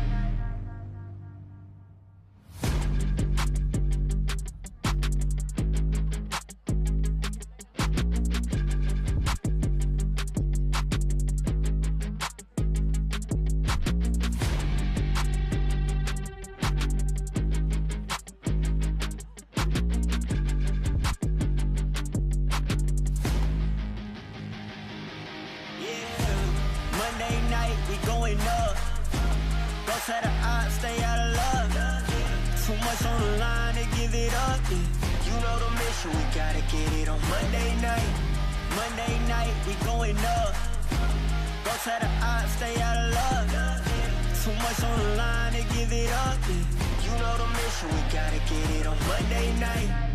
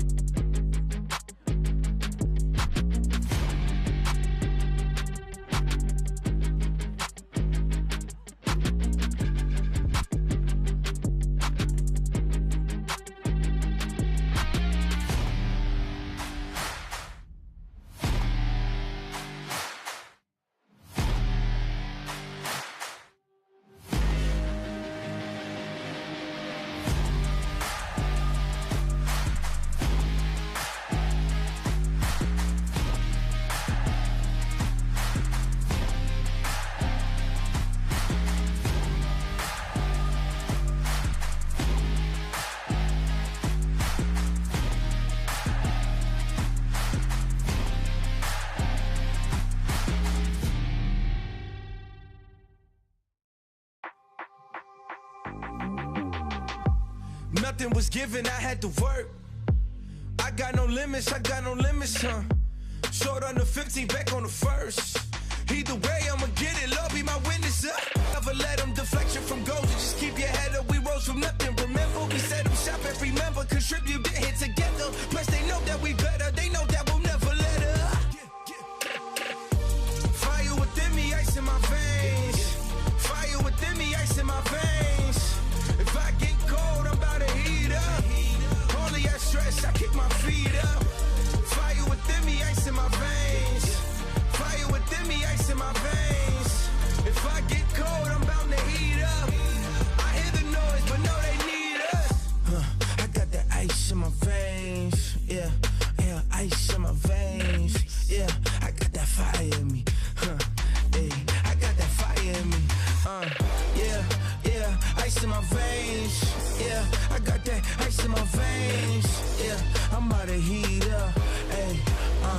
I'm about to heat up. Fire within me, ice in my veins. Fire within me, ice in my veins. If I get cold, I'm about to heat up. Only that stress, I kick my feet up. Fire within me, ice in my veins. Fire within me, ice in my veins. If I get cold, I'm about to heat up. I hear the noise, but no, they need us.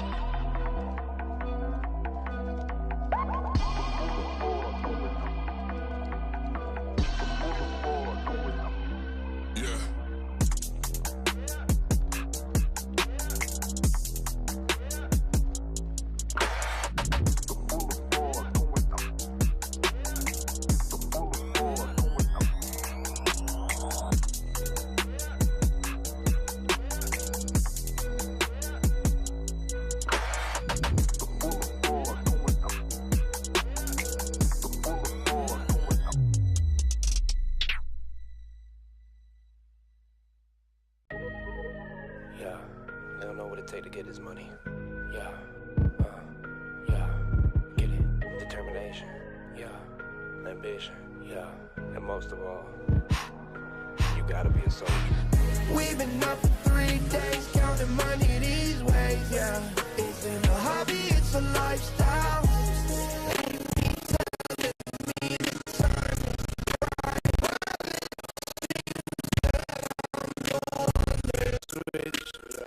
I just wanna own this, all of them fake friends. Diamonds loud like Ringo. I'm a dog, dingo, bingo. But you know how it go when you chase thrills. The water just died from a fake pill. Couldn't bury the boy, so they had to burn. Had to give mama bread just to pay to earn. Y'all ain't getting no sleep cause you too busy feeding the ego. I ain't getting no sleep cause I'm counting this money with all my amigos. We've been up for 3 days, counting money these ways, yeah. It's in a hobby, it's a lifestyle. Ain't me telling me the time.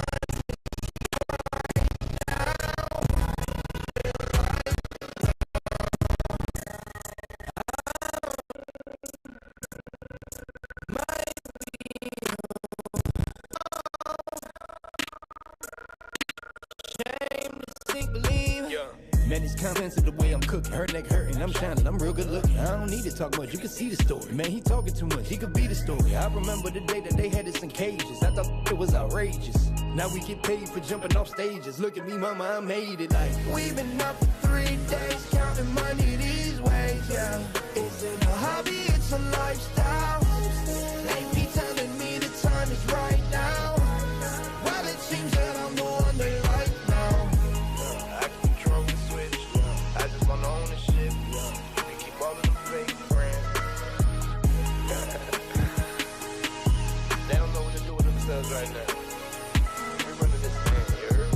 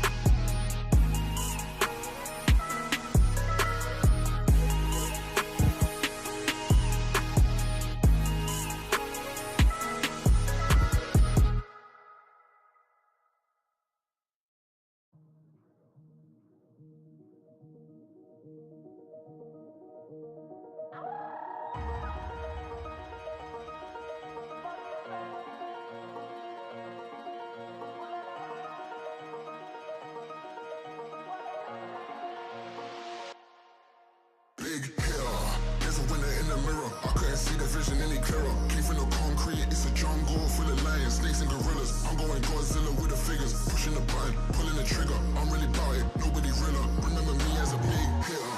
There's a winner in the mirror. I couldn't see the vision any clearer. Came from the concrete, it's a jungle full of lions.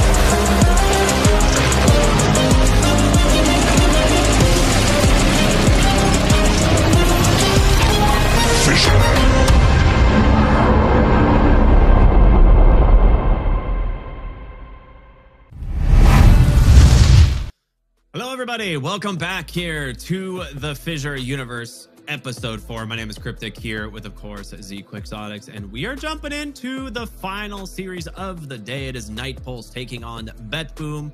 Should be a very exciting one. I think both these teams, interesting to watch. Night Pulse with kind of a new roster, I think, from what people are used to. But we'll see which of these two manage to come away with the win. Yeah, we have Lelis joined partway through. I don't fully understand everything that happened, but we got Lelis, Devi Lama, Kami, Kadaro, and Warwick. Impress some people, then I think we got a stand-in. So we'll see where that's at. Versus their opponents, BetBoom, Pure, GPK, Save, Miero, and Kataomi. Day one, rough loss. I think people were surprised by that, but they seem to come back a little bit in day 2 versus M80. And now we're going to see, and they do it again versus Night Pulse. Back up there. Right on. We will see indeed. As this one, the coin toss goes to BetBoom, so they choose first pick. And it'll be second pick Radiant for Night Pulse. That has pretty much been the standard so far this tournament, except for Falcons, which we saw in the last series, right? They were the only ones that we've seen actually choose second pick Radiant. So that was a little bit different, a little bit unusual. But as for the bans, nothing unusual here. We have the Dazzle, Tinker, Magnus, Nature's Prophet, Warlock, a little bit of a different take, and Ember Spirit actually in phase 1 here from BetBoom. So this is going to leave a lot of different heroes available from what we've been seeing. Primarily the Ancient Apparition if they want to grab up themselves. Yeah, kind of odd. I don't think we've really seen a Warlock phase 1 ban. Oh, well, it is completely contested for them. They've been picking it a lot. In their first day, and then the second day they picked it again, and then Tundra started banning it against them. So maybe BetBoom did some research and they decided, you know what, Warlock is such a stable position 5. He kind of guarantees that your start team fight, and some people just connect to certain heroes, right? They get even more out of it than others, so they're gonna remove it and go ahead and grab the Night Stalker, which Night Stalker does kind of want to bully people, I feel like, in that laning stage. And if you're constantly being healed by Warlocks, what am I even? I'm punching him, but I'm not doing anything. So I can kind of see, like, if you want the Night Stalker, why you might ban the Warlock. Yeah, I actually completely agree. And it is Dire Side Night Stalker once again, which is the stronger variant of the two. Terrorblade, the response from Night Pulse. Now this hero has looked pretty good. I think overall, people are kind of giving it more and more value, higher stocks. Now, whether or not this is going to be for Devi Lama in the off lane or the carry Terrorblade, we've yet to see. But I think that's, if you're planning on picking a Terrorblade this early, it's because you're comfortable with the flex. Yeah, it's also just, I think it's nice to have versus the Night Stalker because you reflect it, copy it. Though we did see there's counterplay as well. The silence prevents the Sunder, at least until BKBs come out, which Terrorblade doesn't love to build, so if you do force him into the BKB just to have Sunder as an option, that's actually kind of a win if this is just a support Night Stalker. That's true. Going into it, they're banning out some of the stronger supports. In case this is a carry Terrorblade that you're revealing right away, you're going to want to pair it with a very strong support, position 5. So Jakiro, Silencer, Warlock from earlier, these are some of the best. Tinker is another one. So a lot of the best supports out. Ancient Apparition being one of the ones remaining. But although AA is very strong throughout the game, and with Ice Blast, Ice Vortex being very good, his laning presence is not as good as many of these other supports that have been banned instead. You're true. That's true. I like the Darkseer ban. That one's pretty good. Kind of makes me wonder if it is going to be Terrorblade in the safe lane then, because Terrorblade does not like playing against Darkseer. Plus, you get the potential of like the Terrorblade reflection, like illusions, right? That are also very strong if you pop meta. So we'll see what they want to go with. Want to go forward with a Weaver. All right. Hive Mind's typically been the play for this hero with the support. Yeah, and I was kind of wondering, I feel like going into this tournament, Weaver 4 had looked pretty good, but we haven't seen it as much as I thought we would, at least on our stream. So happy to see it picked up again here. This maybe is the offlane pairing right here, Terrorblade Weaver, which sounds pretty annoying, but is a lot on the physical damage. So maybe you could pick a real high armor carry to deal with that.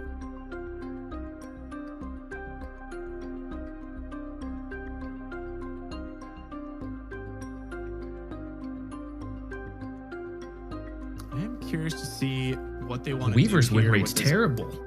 Is it real? I'm actually not super surprised. I feel like I haven't seen it perform super well, but And picked 9 games and has an 11% win rate, which means 1 win. Yeah. This teams have figured it out. Okay, Crystal Maiden. That's actually a pretty good pick here. And the Coddle. They're bringing it back for BetBoom. They are a big fan of the Coddle. So I am a little bit worried for Night Pulse here because they don't really have good ways of dealing with Coddle at the moment. Like Weaver, yeah, he can like kind of get close, but Blinding Light, super value against the Terrorblade and his illusions. Really strong in lane, which now with that pick, you have to wonder, is this going to be the first core Night Stalker we've seen, or is this a core Keeper of the Light?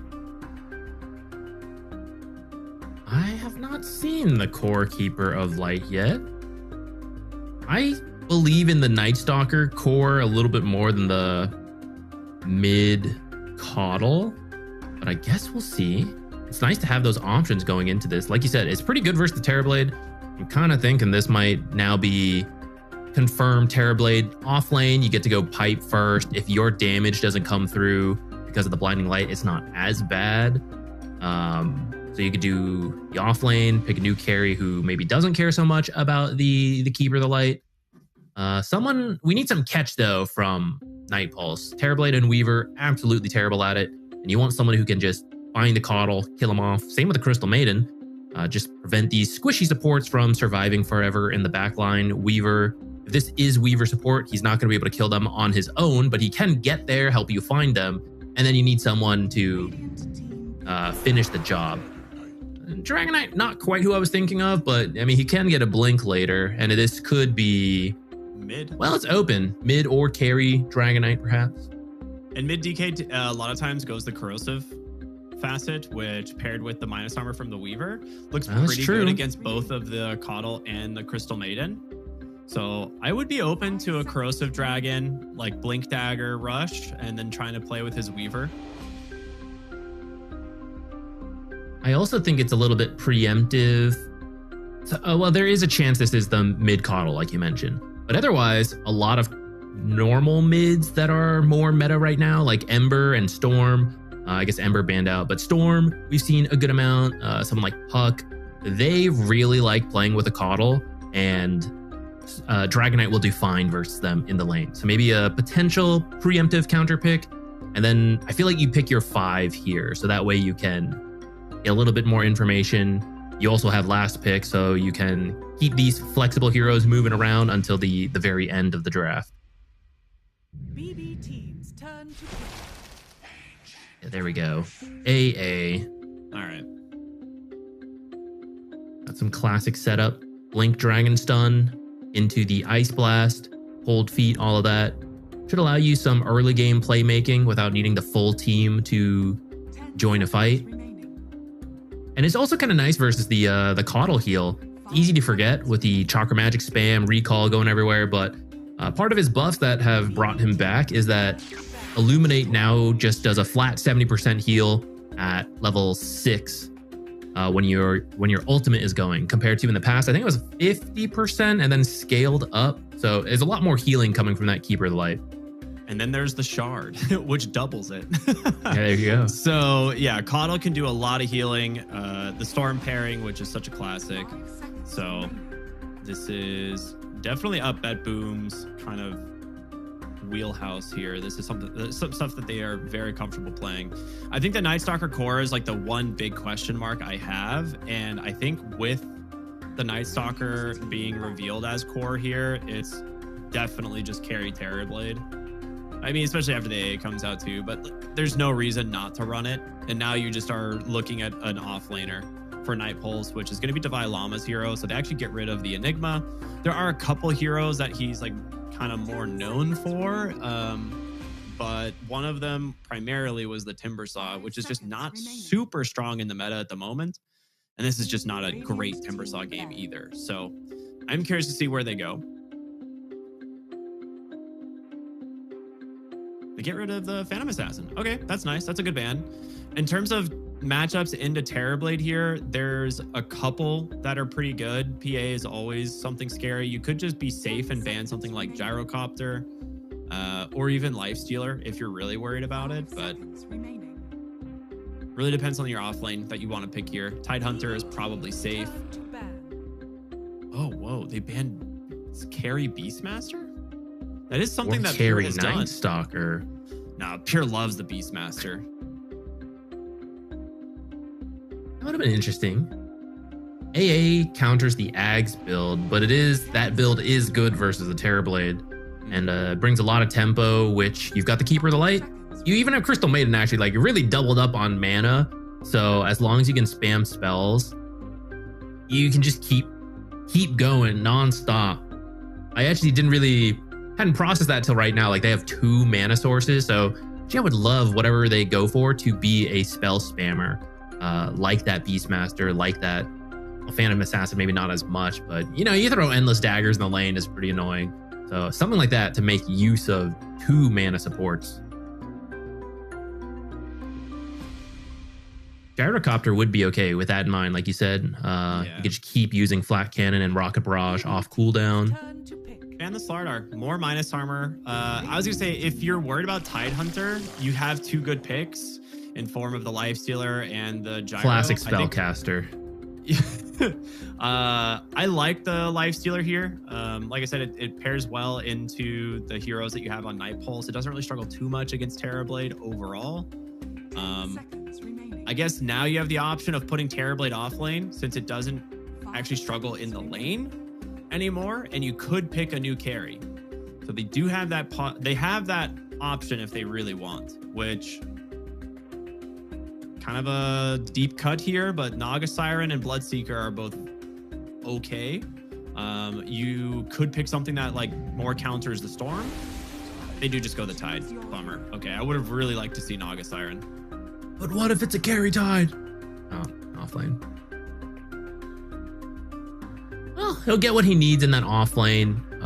It might just end up being a farming fest. Those 2 heroes just left to their own devices while everyone else goes and does whatever.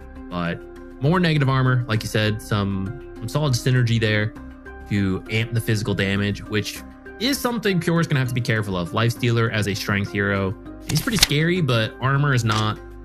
He doesn't have the most armor compared to the usual agility carry. Yeah, this will definitely be like a Radiance or Armlet Radiance game for him. Give him the armor and the miss chance to try and reduce some of those physical damage. Could just itemize for an AC late game if you really want. Sanjanyasha, stuff like that. Pretty straightforward stuff for the Lifestealer, I think. As for Night Pulse, I think the Tidehunter actually makes things really easy for this Weaver, because he's good against both of these supports for the most part. Like, they don't have a silence or a hard stun that prevents him from ever getting time lapse. So if he's just trading against these supports during the game, he should be fairly safe as long as he has vision of either Miro or the Storm Spirit. Yeah, I think that that makes sense. This is going to be a very scary Storm Spirit, I feel like. He got 2 sources of extra mana, and Save is playing Coddle, one of the best stacking heroes in the game. So I guess we'll see who they want to give those stacks to, but I feel like it's going to be GPK. Don't really think Lifestealer and Night Stalker can do stacks all that early, which means you have a over-farmed, over-mana'd Storm Spirit, and that could be very powerful for BetBoom to play behind. GPK has to basically carry this game, in my eyes. I am not a believer in Night Stalker offlane. It's also going to be the freest game for the Terrorblade, just like coming out of the lane. So I'm a little bit worried about BetBoom.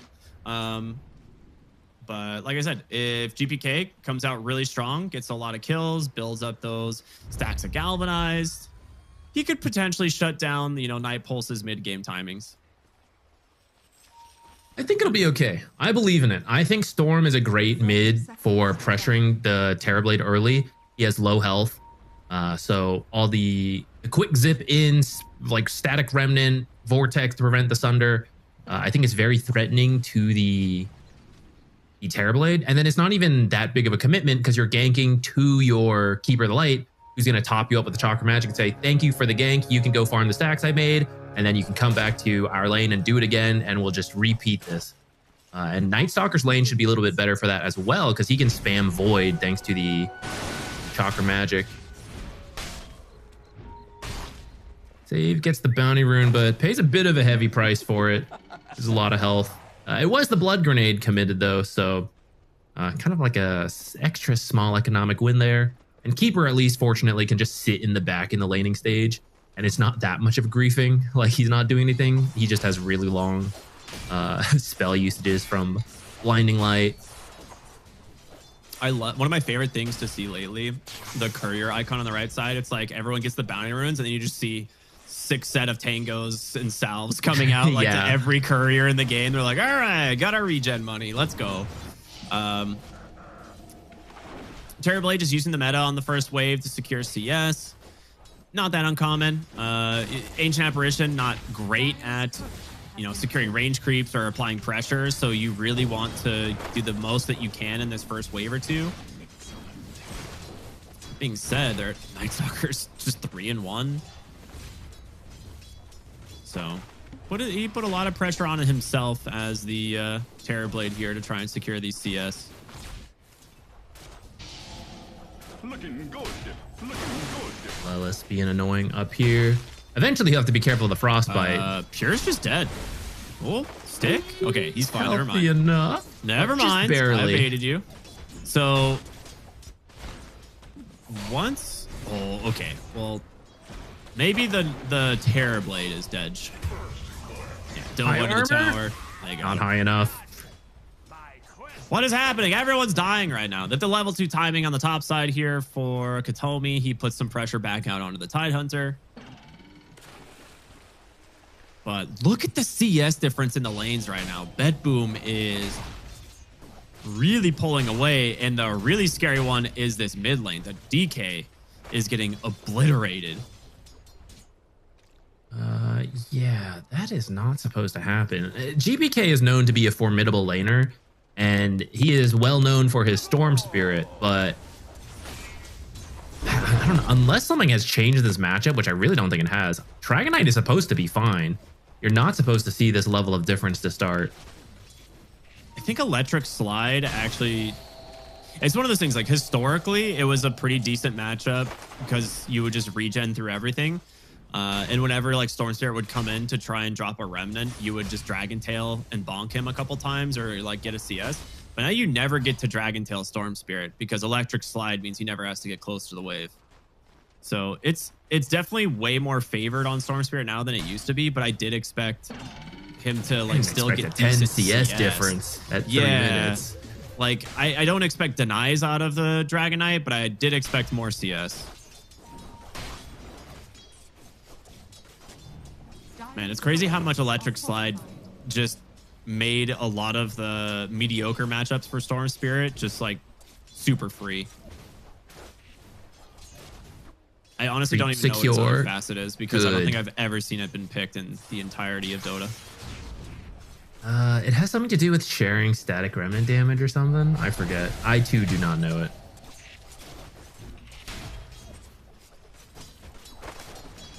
Oh my god, it's Shock Collar. Oh my god, that's right.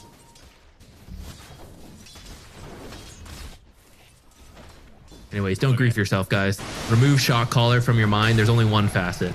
Electric Slide. Top. There can only be one team alive up here. He has a Lotus on Devi. He should be fine. Unless Katomi can kind of surprise him and burst him. No, he'll pop the Lotus, drop the Bracer even just to get a little bit more value out of it. But you have to be a little bit careful. This Crystal Maiden, definitely formidable, especially trading well with the new kind of barrier that she drops. Frostbite catches the Weaver. Lelis is dead. Open wounds now into Devi Llama. They're going to continue the chase, and they got him. Double kill for the Crystal Maiden. Crystal Maiden early game, so strong. She had enough mana to go through that cycle of spells. And it speaks for itself. 2 kills in what was a very close lane. Everyone was like less than 300 health the entire laning stage up here. But finally going the way of BetBoom. They even shoved the wave in. I don't think Divine Llama missed too much, but a pull is happening right now. Just like kills are happening in the bottom lane. Everyone's dying. Nice rotation from Lelis to just secure the kill there on the save. It's a 1-for-1. Relatively okay, but now he has to take some time getting across the map, which we'll see how well this Tide Hunter is going to do solo here. He doesn't really mind pure. It's the Crystal Maiden that he's actually threatened by. Those constant Frost Novas.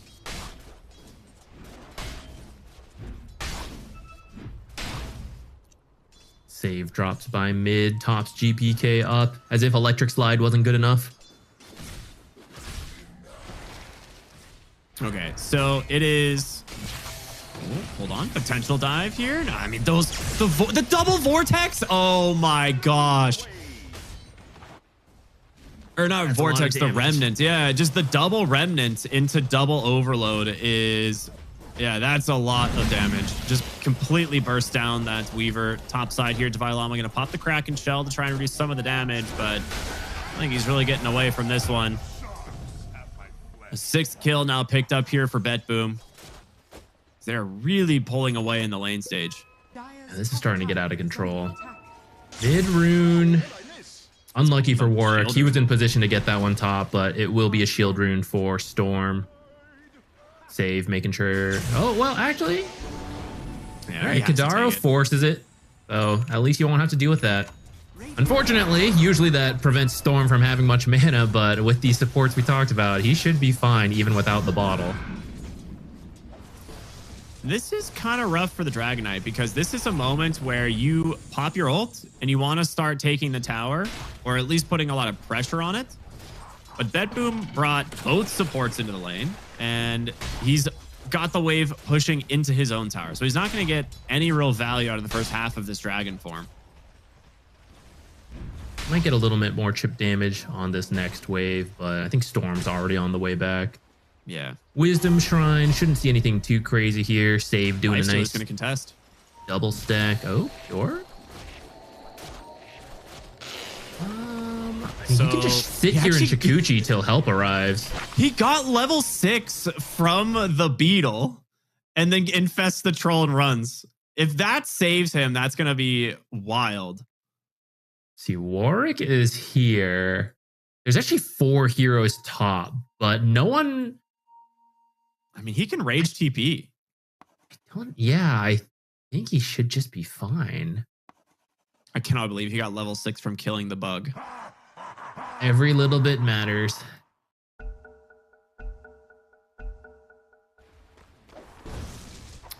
I don't think he'll even bother. He seems to he's just going to walk out of here. Okay, never mind. That stun will kill it. Here we go. Rage TP back home. Which is whatever. He's just going to go right back to his tower. He did more damage to that troll than I thought. I guess that extra negative armor from the Corrosive Dragon helps. Oh boy. Coddle stacking. Setting up so much here for GPK. GPK is already at 4K net worth and it's 7.5 minutes. Yeah. Any more stacks? A couple on the side by the Night Stalker. Night Stalker being perfectly fine left alone here. He's been keeping equilibrium near his tower really well. So he's actually almost 6. This is the period where you try to punish the Night Stalker. The first daytime ends. You got that first 5 minutes until he hits level 6, but he doesn't seem all that bothered to me. Miro's been chilling. The fact that he's even with the Terrorblade is really surprising to me, but especially with how much the Coddle has just left him. Right, like he's just been completely solo in the lane. Just goes double bracer and these phase boots. Pretty tanky, a lot of regen. Smoke up here. Gonna get scouted actually and scanned out from the side of Nightpole. So Warwick is going to retreat a little bit here. Actually all a bait. Now they're headed bottom and they're gonna run right into this Terrorblade. Oh, wait, he stops for a moment. Oh, the ward catches it. Oh, will they actually be able to finish the kill though? You know, he has Sunder. They're trying their best. Yeah, not an easy kill. Thought they would force that more, honestly. He has a regen rune, but for now, Kadaro. You just scanned it and they're like, oh, there's someone hiding back here. He'll take the freebie. GPK gets the kill. Another galvanized stack for him. He doesn't mind spending this much mana, right? He's got a regen in the back pocket, and on top of it, the Coddle just following him around the map. And I literally mean following him. He's the butler, you know? Big freezing field out here from Katomi. Constant damage coming out from the Storm Spirit. Pulled to back the low here from ground. the blinding light to the low ground. Beautifully done from Save and the side of BetBoom. They are firing perfectly here. Is GPK out of mana? Oh, no. Still pretty full. That sure seems like a pain. There's just so much confidence in GPK. Like, yeah, we'll just give you the best game you've ever had. And we know you're going to deliver. So far, looking pretty good. 5.5K pretty much at 10 minutes. I believe he's got a Kaya on the way. They're going to be even more mana efficient with everything he's got. Amplify damage now. He wasn't doing enough damage. I think that makes sense. He I really needed needs the a help. buff, really. Who's a third mana hero? We could get him. If Pugna still restored mana, that we'd see a Pugna in this game. We'll have to have mana draft instead. Lion, level 4 mana. Ooh, there you go. Yeah. So we just need an off-lane Lion, just mana draining. Seems good. Bottom lane here. I believe he's calling in the storm. One more galvanized stack. This is... He's at 8 galvanized. I was gonna say he's at 8 stacks, dude. This is gonna be terrifying. I said at the very beginning, I was like, I feel like GPK needs to carry from the mid lane. Apparently it doesn't matter. All of these heroes are having a great game, and he is, absolutely carrying from the mid lane. Save goes top, pulls the Storm in one more time. Now looking for Divine Llama, popping the amplify damage. Does have the Ravage to play around. They force in some TPs. And, well, who's he recalling this time? I think it's just Storm to give him more mana. Yeah, I was like, is he just recalling Storm for the double chakra again? Still has half the amplify damage duration. I mean, Divine Llama can't stand here. The damage from this Storm is just way too much. One more overload proc to secure it. They do have level 6 on the Ancient Apparition, but where's your stun? It just died. You'd have to get like a Ravage and Ice Blast here, and maybe you get the kill onto Pure, but he could always just infest and bail out.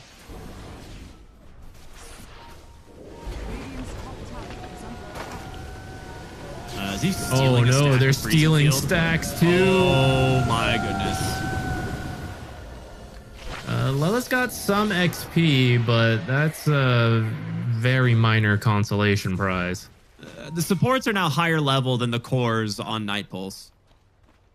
That's not a recipe for success, Ricky. Not typically. 73% win probability. To me, that sounds probably accurate. It is 10-1, a 5,000 gold lead here for BetBoom and Storm Spirit now with another rune, this one being a haste. Recall to the Storm Spirit. Where is he going? Bottom lane, full mana once again. Now looking for the Terrorblade. He does have a stick. Dragon Lance. He's okay. This Observer, I think, letting him know to be very careful right now.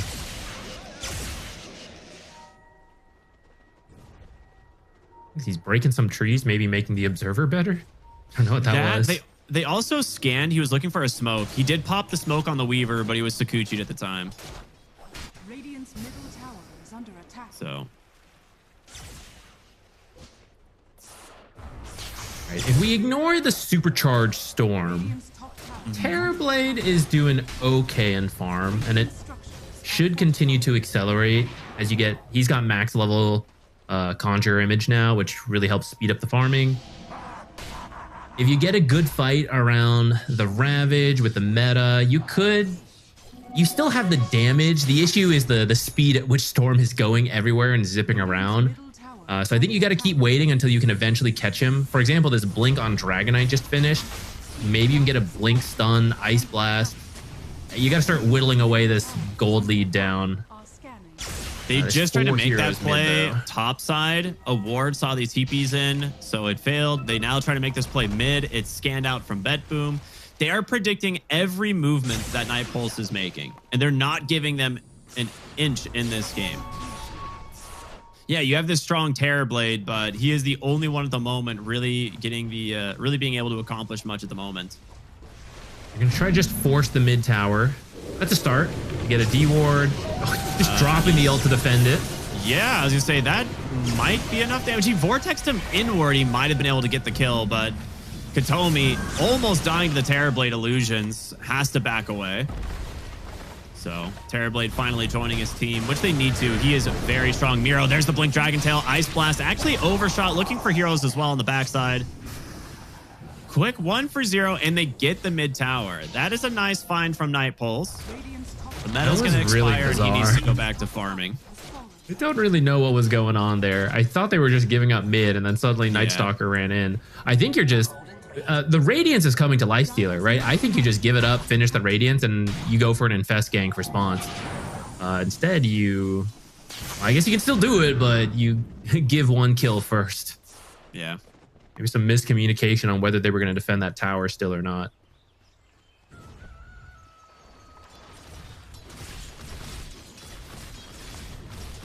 We need more of those, like, Dragon Tail into Ice Blast combos from the side of Night Pulse if they want to stay in this game. But if you guys want to stay with us, you can go ahead and follow Fissure by typing !F in chat or checking out the banner below the stream. You can join, stay up to date with their social accounts to see what they are doing here this year. They had a great, we had a great time last year with all of their events, and so I'm sure this year we're in for a special treat. Be like Save, follow around. Yeah, like Save is to GPK. You guys be to Fissure. To Fissure. Bottom lane, they actually pull in Miro this time on the recall. The silence is enough to lock down this Dragon Knight.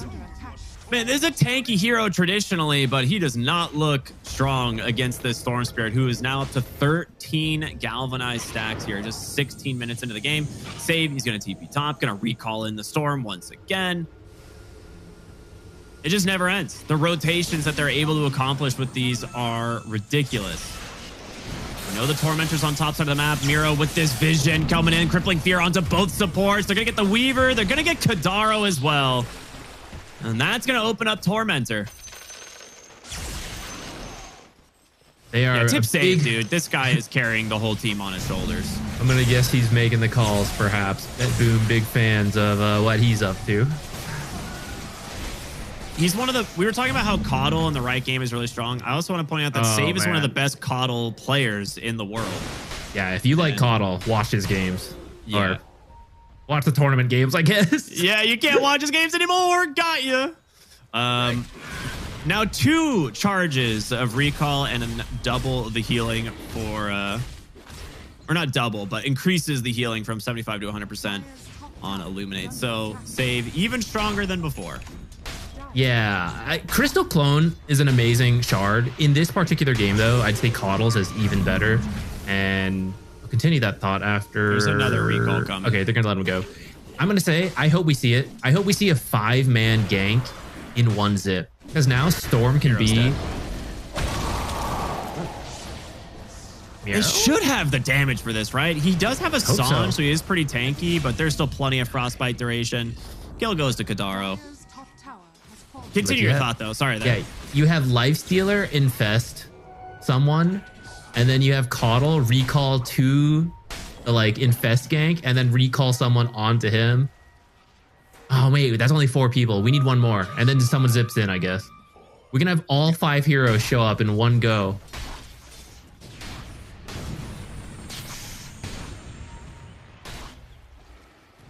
It is kind of wild how strong he is. He's going to definitely apply pressure here to Divine Llama. Just force out, you know, his... Or just kind of force him backwards. He does have a salve, though, so he'll be okay. He has a lot of salves, actually.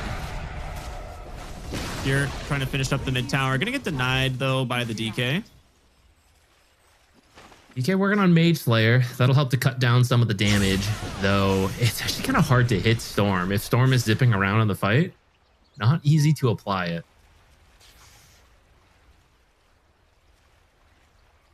Posturing around the Roche. I think they are strong enough to do it. It'll just be a little slow. But if Night Pulse is too scared to contest, you could. Yeah, it's probably... I think it's doable, but of the ways you potentially throw the game, forcing Roche too soon is up there. So into Ravage Ice Blast, you know, yeah, like, that's a rough. But the other thing too is like they don't need it right now. Like they're not trying to go high ground anytime soon. They just want to play for pickoffs with this Coddle Storm. There's your Infest. If heroes are dead, maybe they go for it. And it looks like, well, Warwick's going to be pretty dead here in just a second. BKB out from GPK to guarantee he will not make it out of this one alive. There's going to be the Crippling Fear, the Dark Ascension from Euro, trying to stay on top of this Terrorblade. He's got a Sunder with the Vortex out at the perfect time. He gets the Sunder. GPK trying to get away. Ice Blast off the mark. Can they get Terrorblade? Katomi trying his best, dead in the water, finds the Night Stalkers. He's trying to fly away. Not a bad fight here from Night Pulse if they can stay in this, but here comes Pure, the actual other carry of the game, and GPK will finally rejoin his team, and with no Sunder left, he will go down. Ends up being a 3-for-0, almost getting the Storm Spirit, the Crystal Maiden, and the Night Stalker, but just barely escaping on these guys. Storm kill would have been massive. It's probably 1,000 gold going over to the Terrorblade if they get that. And it was so close. Yeah. The Ice Blast was actually just a second or two earlier. It hits Storm and he dies, right? Like that was the thing that they were missing, was that Ice Blast. Yeah, I mean, it's a tough one to land without the Ravage did not get used. Maybe that could have been the setup. Dragonite was dead to start. And then it's just like a Storm zipping around and you have to take your best guess. The fight over the Wisdom Shrine. Ice Blast is going to come through, but you need some serious damage to back it up, and Warwick cannot do it alone. They'll find themselves 2 kills, make it a 3rd as Kadaro is going to follow the backside. A stolen Wisdom Shrine and 3 additional kills. I think you're okay with that. GPK going to get all of his mana back real quick.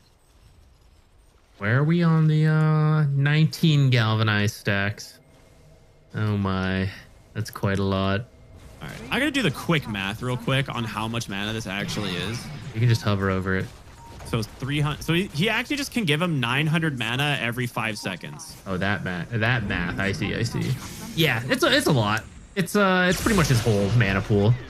You want to zip to that side of the map and then back? Just do it for fun. Go ahead. That's kind of cool, you know. I also like getting 900 mana every 5 seconds. Zip into the fountain, just see what's up. Radiant's middle tower is under attack. Well, you do need Spirit Form going though, so it's not like you can get it at any time. Just like a 70% uptime. Yeah, didn't they just massively increase Spirit Form duration? Wasn't that kind of the thing that we saw? Or the duration and cooldown both improved, so it's basically always up now. I gotta say, I'm happy with it though. It's maybe a little too strong in the right teams right now, but we only had Coddle mid for a while. Like actual Coddle support has been out of the meta for years. I bet Save is ecstatic about this. Well, I feel like Coddle is one of my least favorite heroes in Dota. I like Coddle a lot, but boy, am I garbage. Yeah, I think the reason I don't like him is because he's either too strong or useless, and I don't like heroes that kind of fall into that category. Bottom lane, trying to take the tier 1 tower. Dark Ascension's going to look to reveal the whole backside of the team here for Night Pulse. Instead, they're just going to jump right in onto the Terrorblade. He's got a Manta. He's trying to get away. He can't do it. The damage is too much. Ice Blast connects, but where is the follow-up? Night Pulse will lose 3. Do they have vision? They do. No, he gets out. Classic Glimmer TP. Don't understand baiting the Terrorblade there. Like if you have that many heroes there, I feel like you're planning to fight. But if you don't think you can take a full-on fight, then I don't think you should all be there. I mean, they're trying to get this Night Stalker, but the two of you are definitely not strong enough for this. And now GPK is going to make his presence known here once again. Just going to jump in a little bit further. Doesn't really care about mana. Oh, he's going to deliver Pure. Blinks away. Terrorblade's going to respawn, pop the Demon Zeal, and start to push out bottom lane as Pure will get to work on the top tier 3 tower. They're actually just going to back. Afraid of a potential Blink Ravage or Blink Dragon Tail into Ice Blast? Ravage Ice Blast is still one of the only ways you possibly lose. And I think that window is rapidly closing. So, you know, one more safety back out for as fast paced as this game has been, right? Because there's just nonstop GPK action. It's only 25 minutes. So when we reframe it that way, killing heroes because you're 17k ahead is easy. Killing buildings is harder because that's the static objective.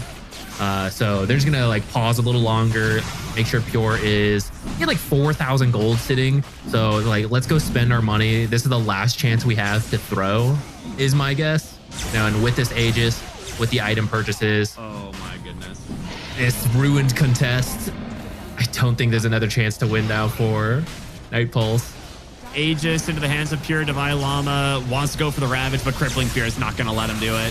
And now the chase for more. Oh, Glimmer Cape, Ravage, but Ice Blast, it does come out for a second. Infest here onto Miro. It's just still lacking too much damage as the Night Stalker jumps on into the sky, carrying that Life Stealer. And another Crippling Fear. That's just going to be GG. Okay. I want to point out something that happened and just kind of talk about how ridiculous this Storm Coddle combo is. Because he expended 100% of his mana pool to zip from the Roshan pit to bottom, gets a regen. Coddle follows him. Chakra Magic recalls and then recalls to the Life Stealer who was already in Roshan. Storm went from about 140 mana to 1,300 instantly, and they were teleported across the map. It is so good when it's done right. Yeah, like you said, it's so good. What we need here is a mana restored stat. I wish we had that info in Dota, but it has to be absurd. And we can kind of see what that led to. Notice GPK's damage number is twice anybody else's. BetBoom, they all in on it. Double mana supports, everyone helped GPK, just created a ton of space for Pure and Miro. I mean, they benefited from some of the ganks as well coming over. It was just honestly a masterclass in how to play this style from BetBoom. It just never went well, even from the lanes, right? Like, I was a little bit curious about how this Night Stalker was going to do bottom into something like a Terrorblade. The problem is Ancient Apparition is a weak lane support, and he just bought Double Bracer and Phase Boots and just chilled. Survived the full night, or did well enough in first night to survive the full daytime. And when your Terrorblade is not really winning the 1v1 lane in that scenario, it just doesn't feel good. Yeah, AA is not the best support for punishing that kind of offlaner. Yeah. Well played from BetBoom in game 1, looking very clean. We'll have to keep our eyes on the Coddle here in game 2, but we're going to go to a short break, everybody, and we'll be back with Night Pulse versus BetBoom in just a moment. We'll see you then.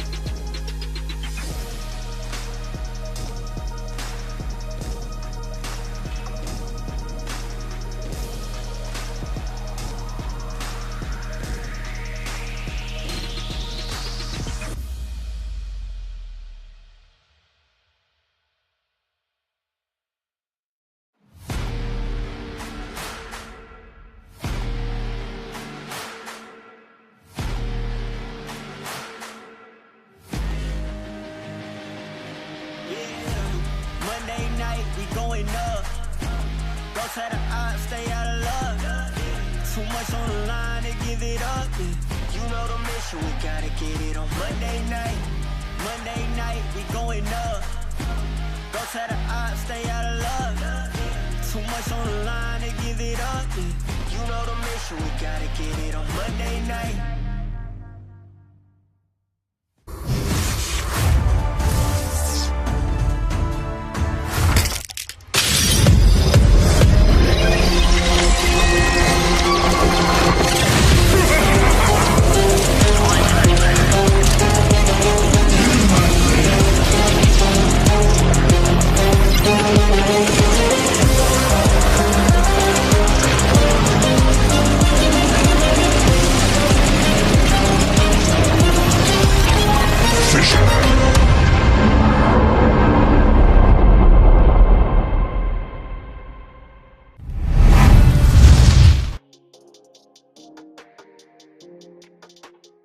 Вообще была Валахия, где мы там Авалус, когда мы только ростер собрали, где у нас мы играли вместе от сил неделю, наверное.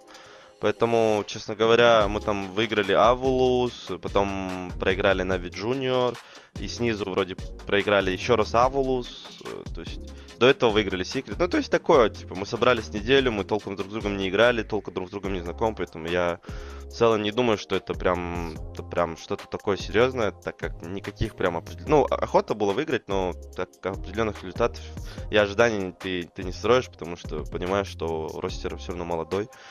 А против Нави Junior, где они нас выбили... Ну, это Заяц, мы с ним всегда деремся,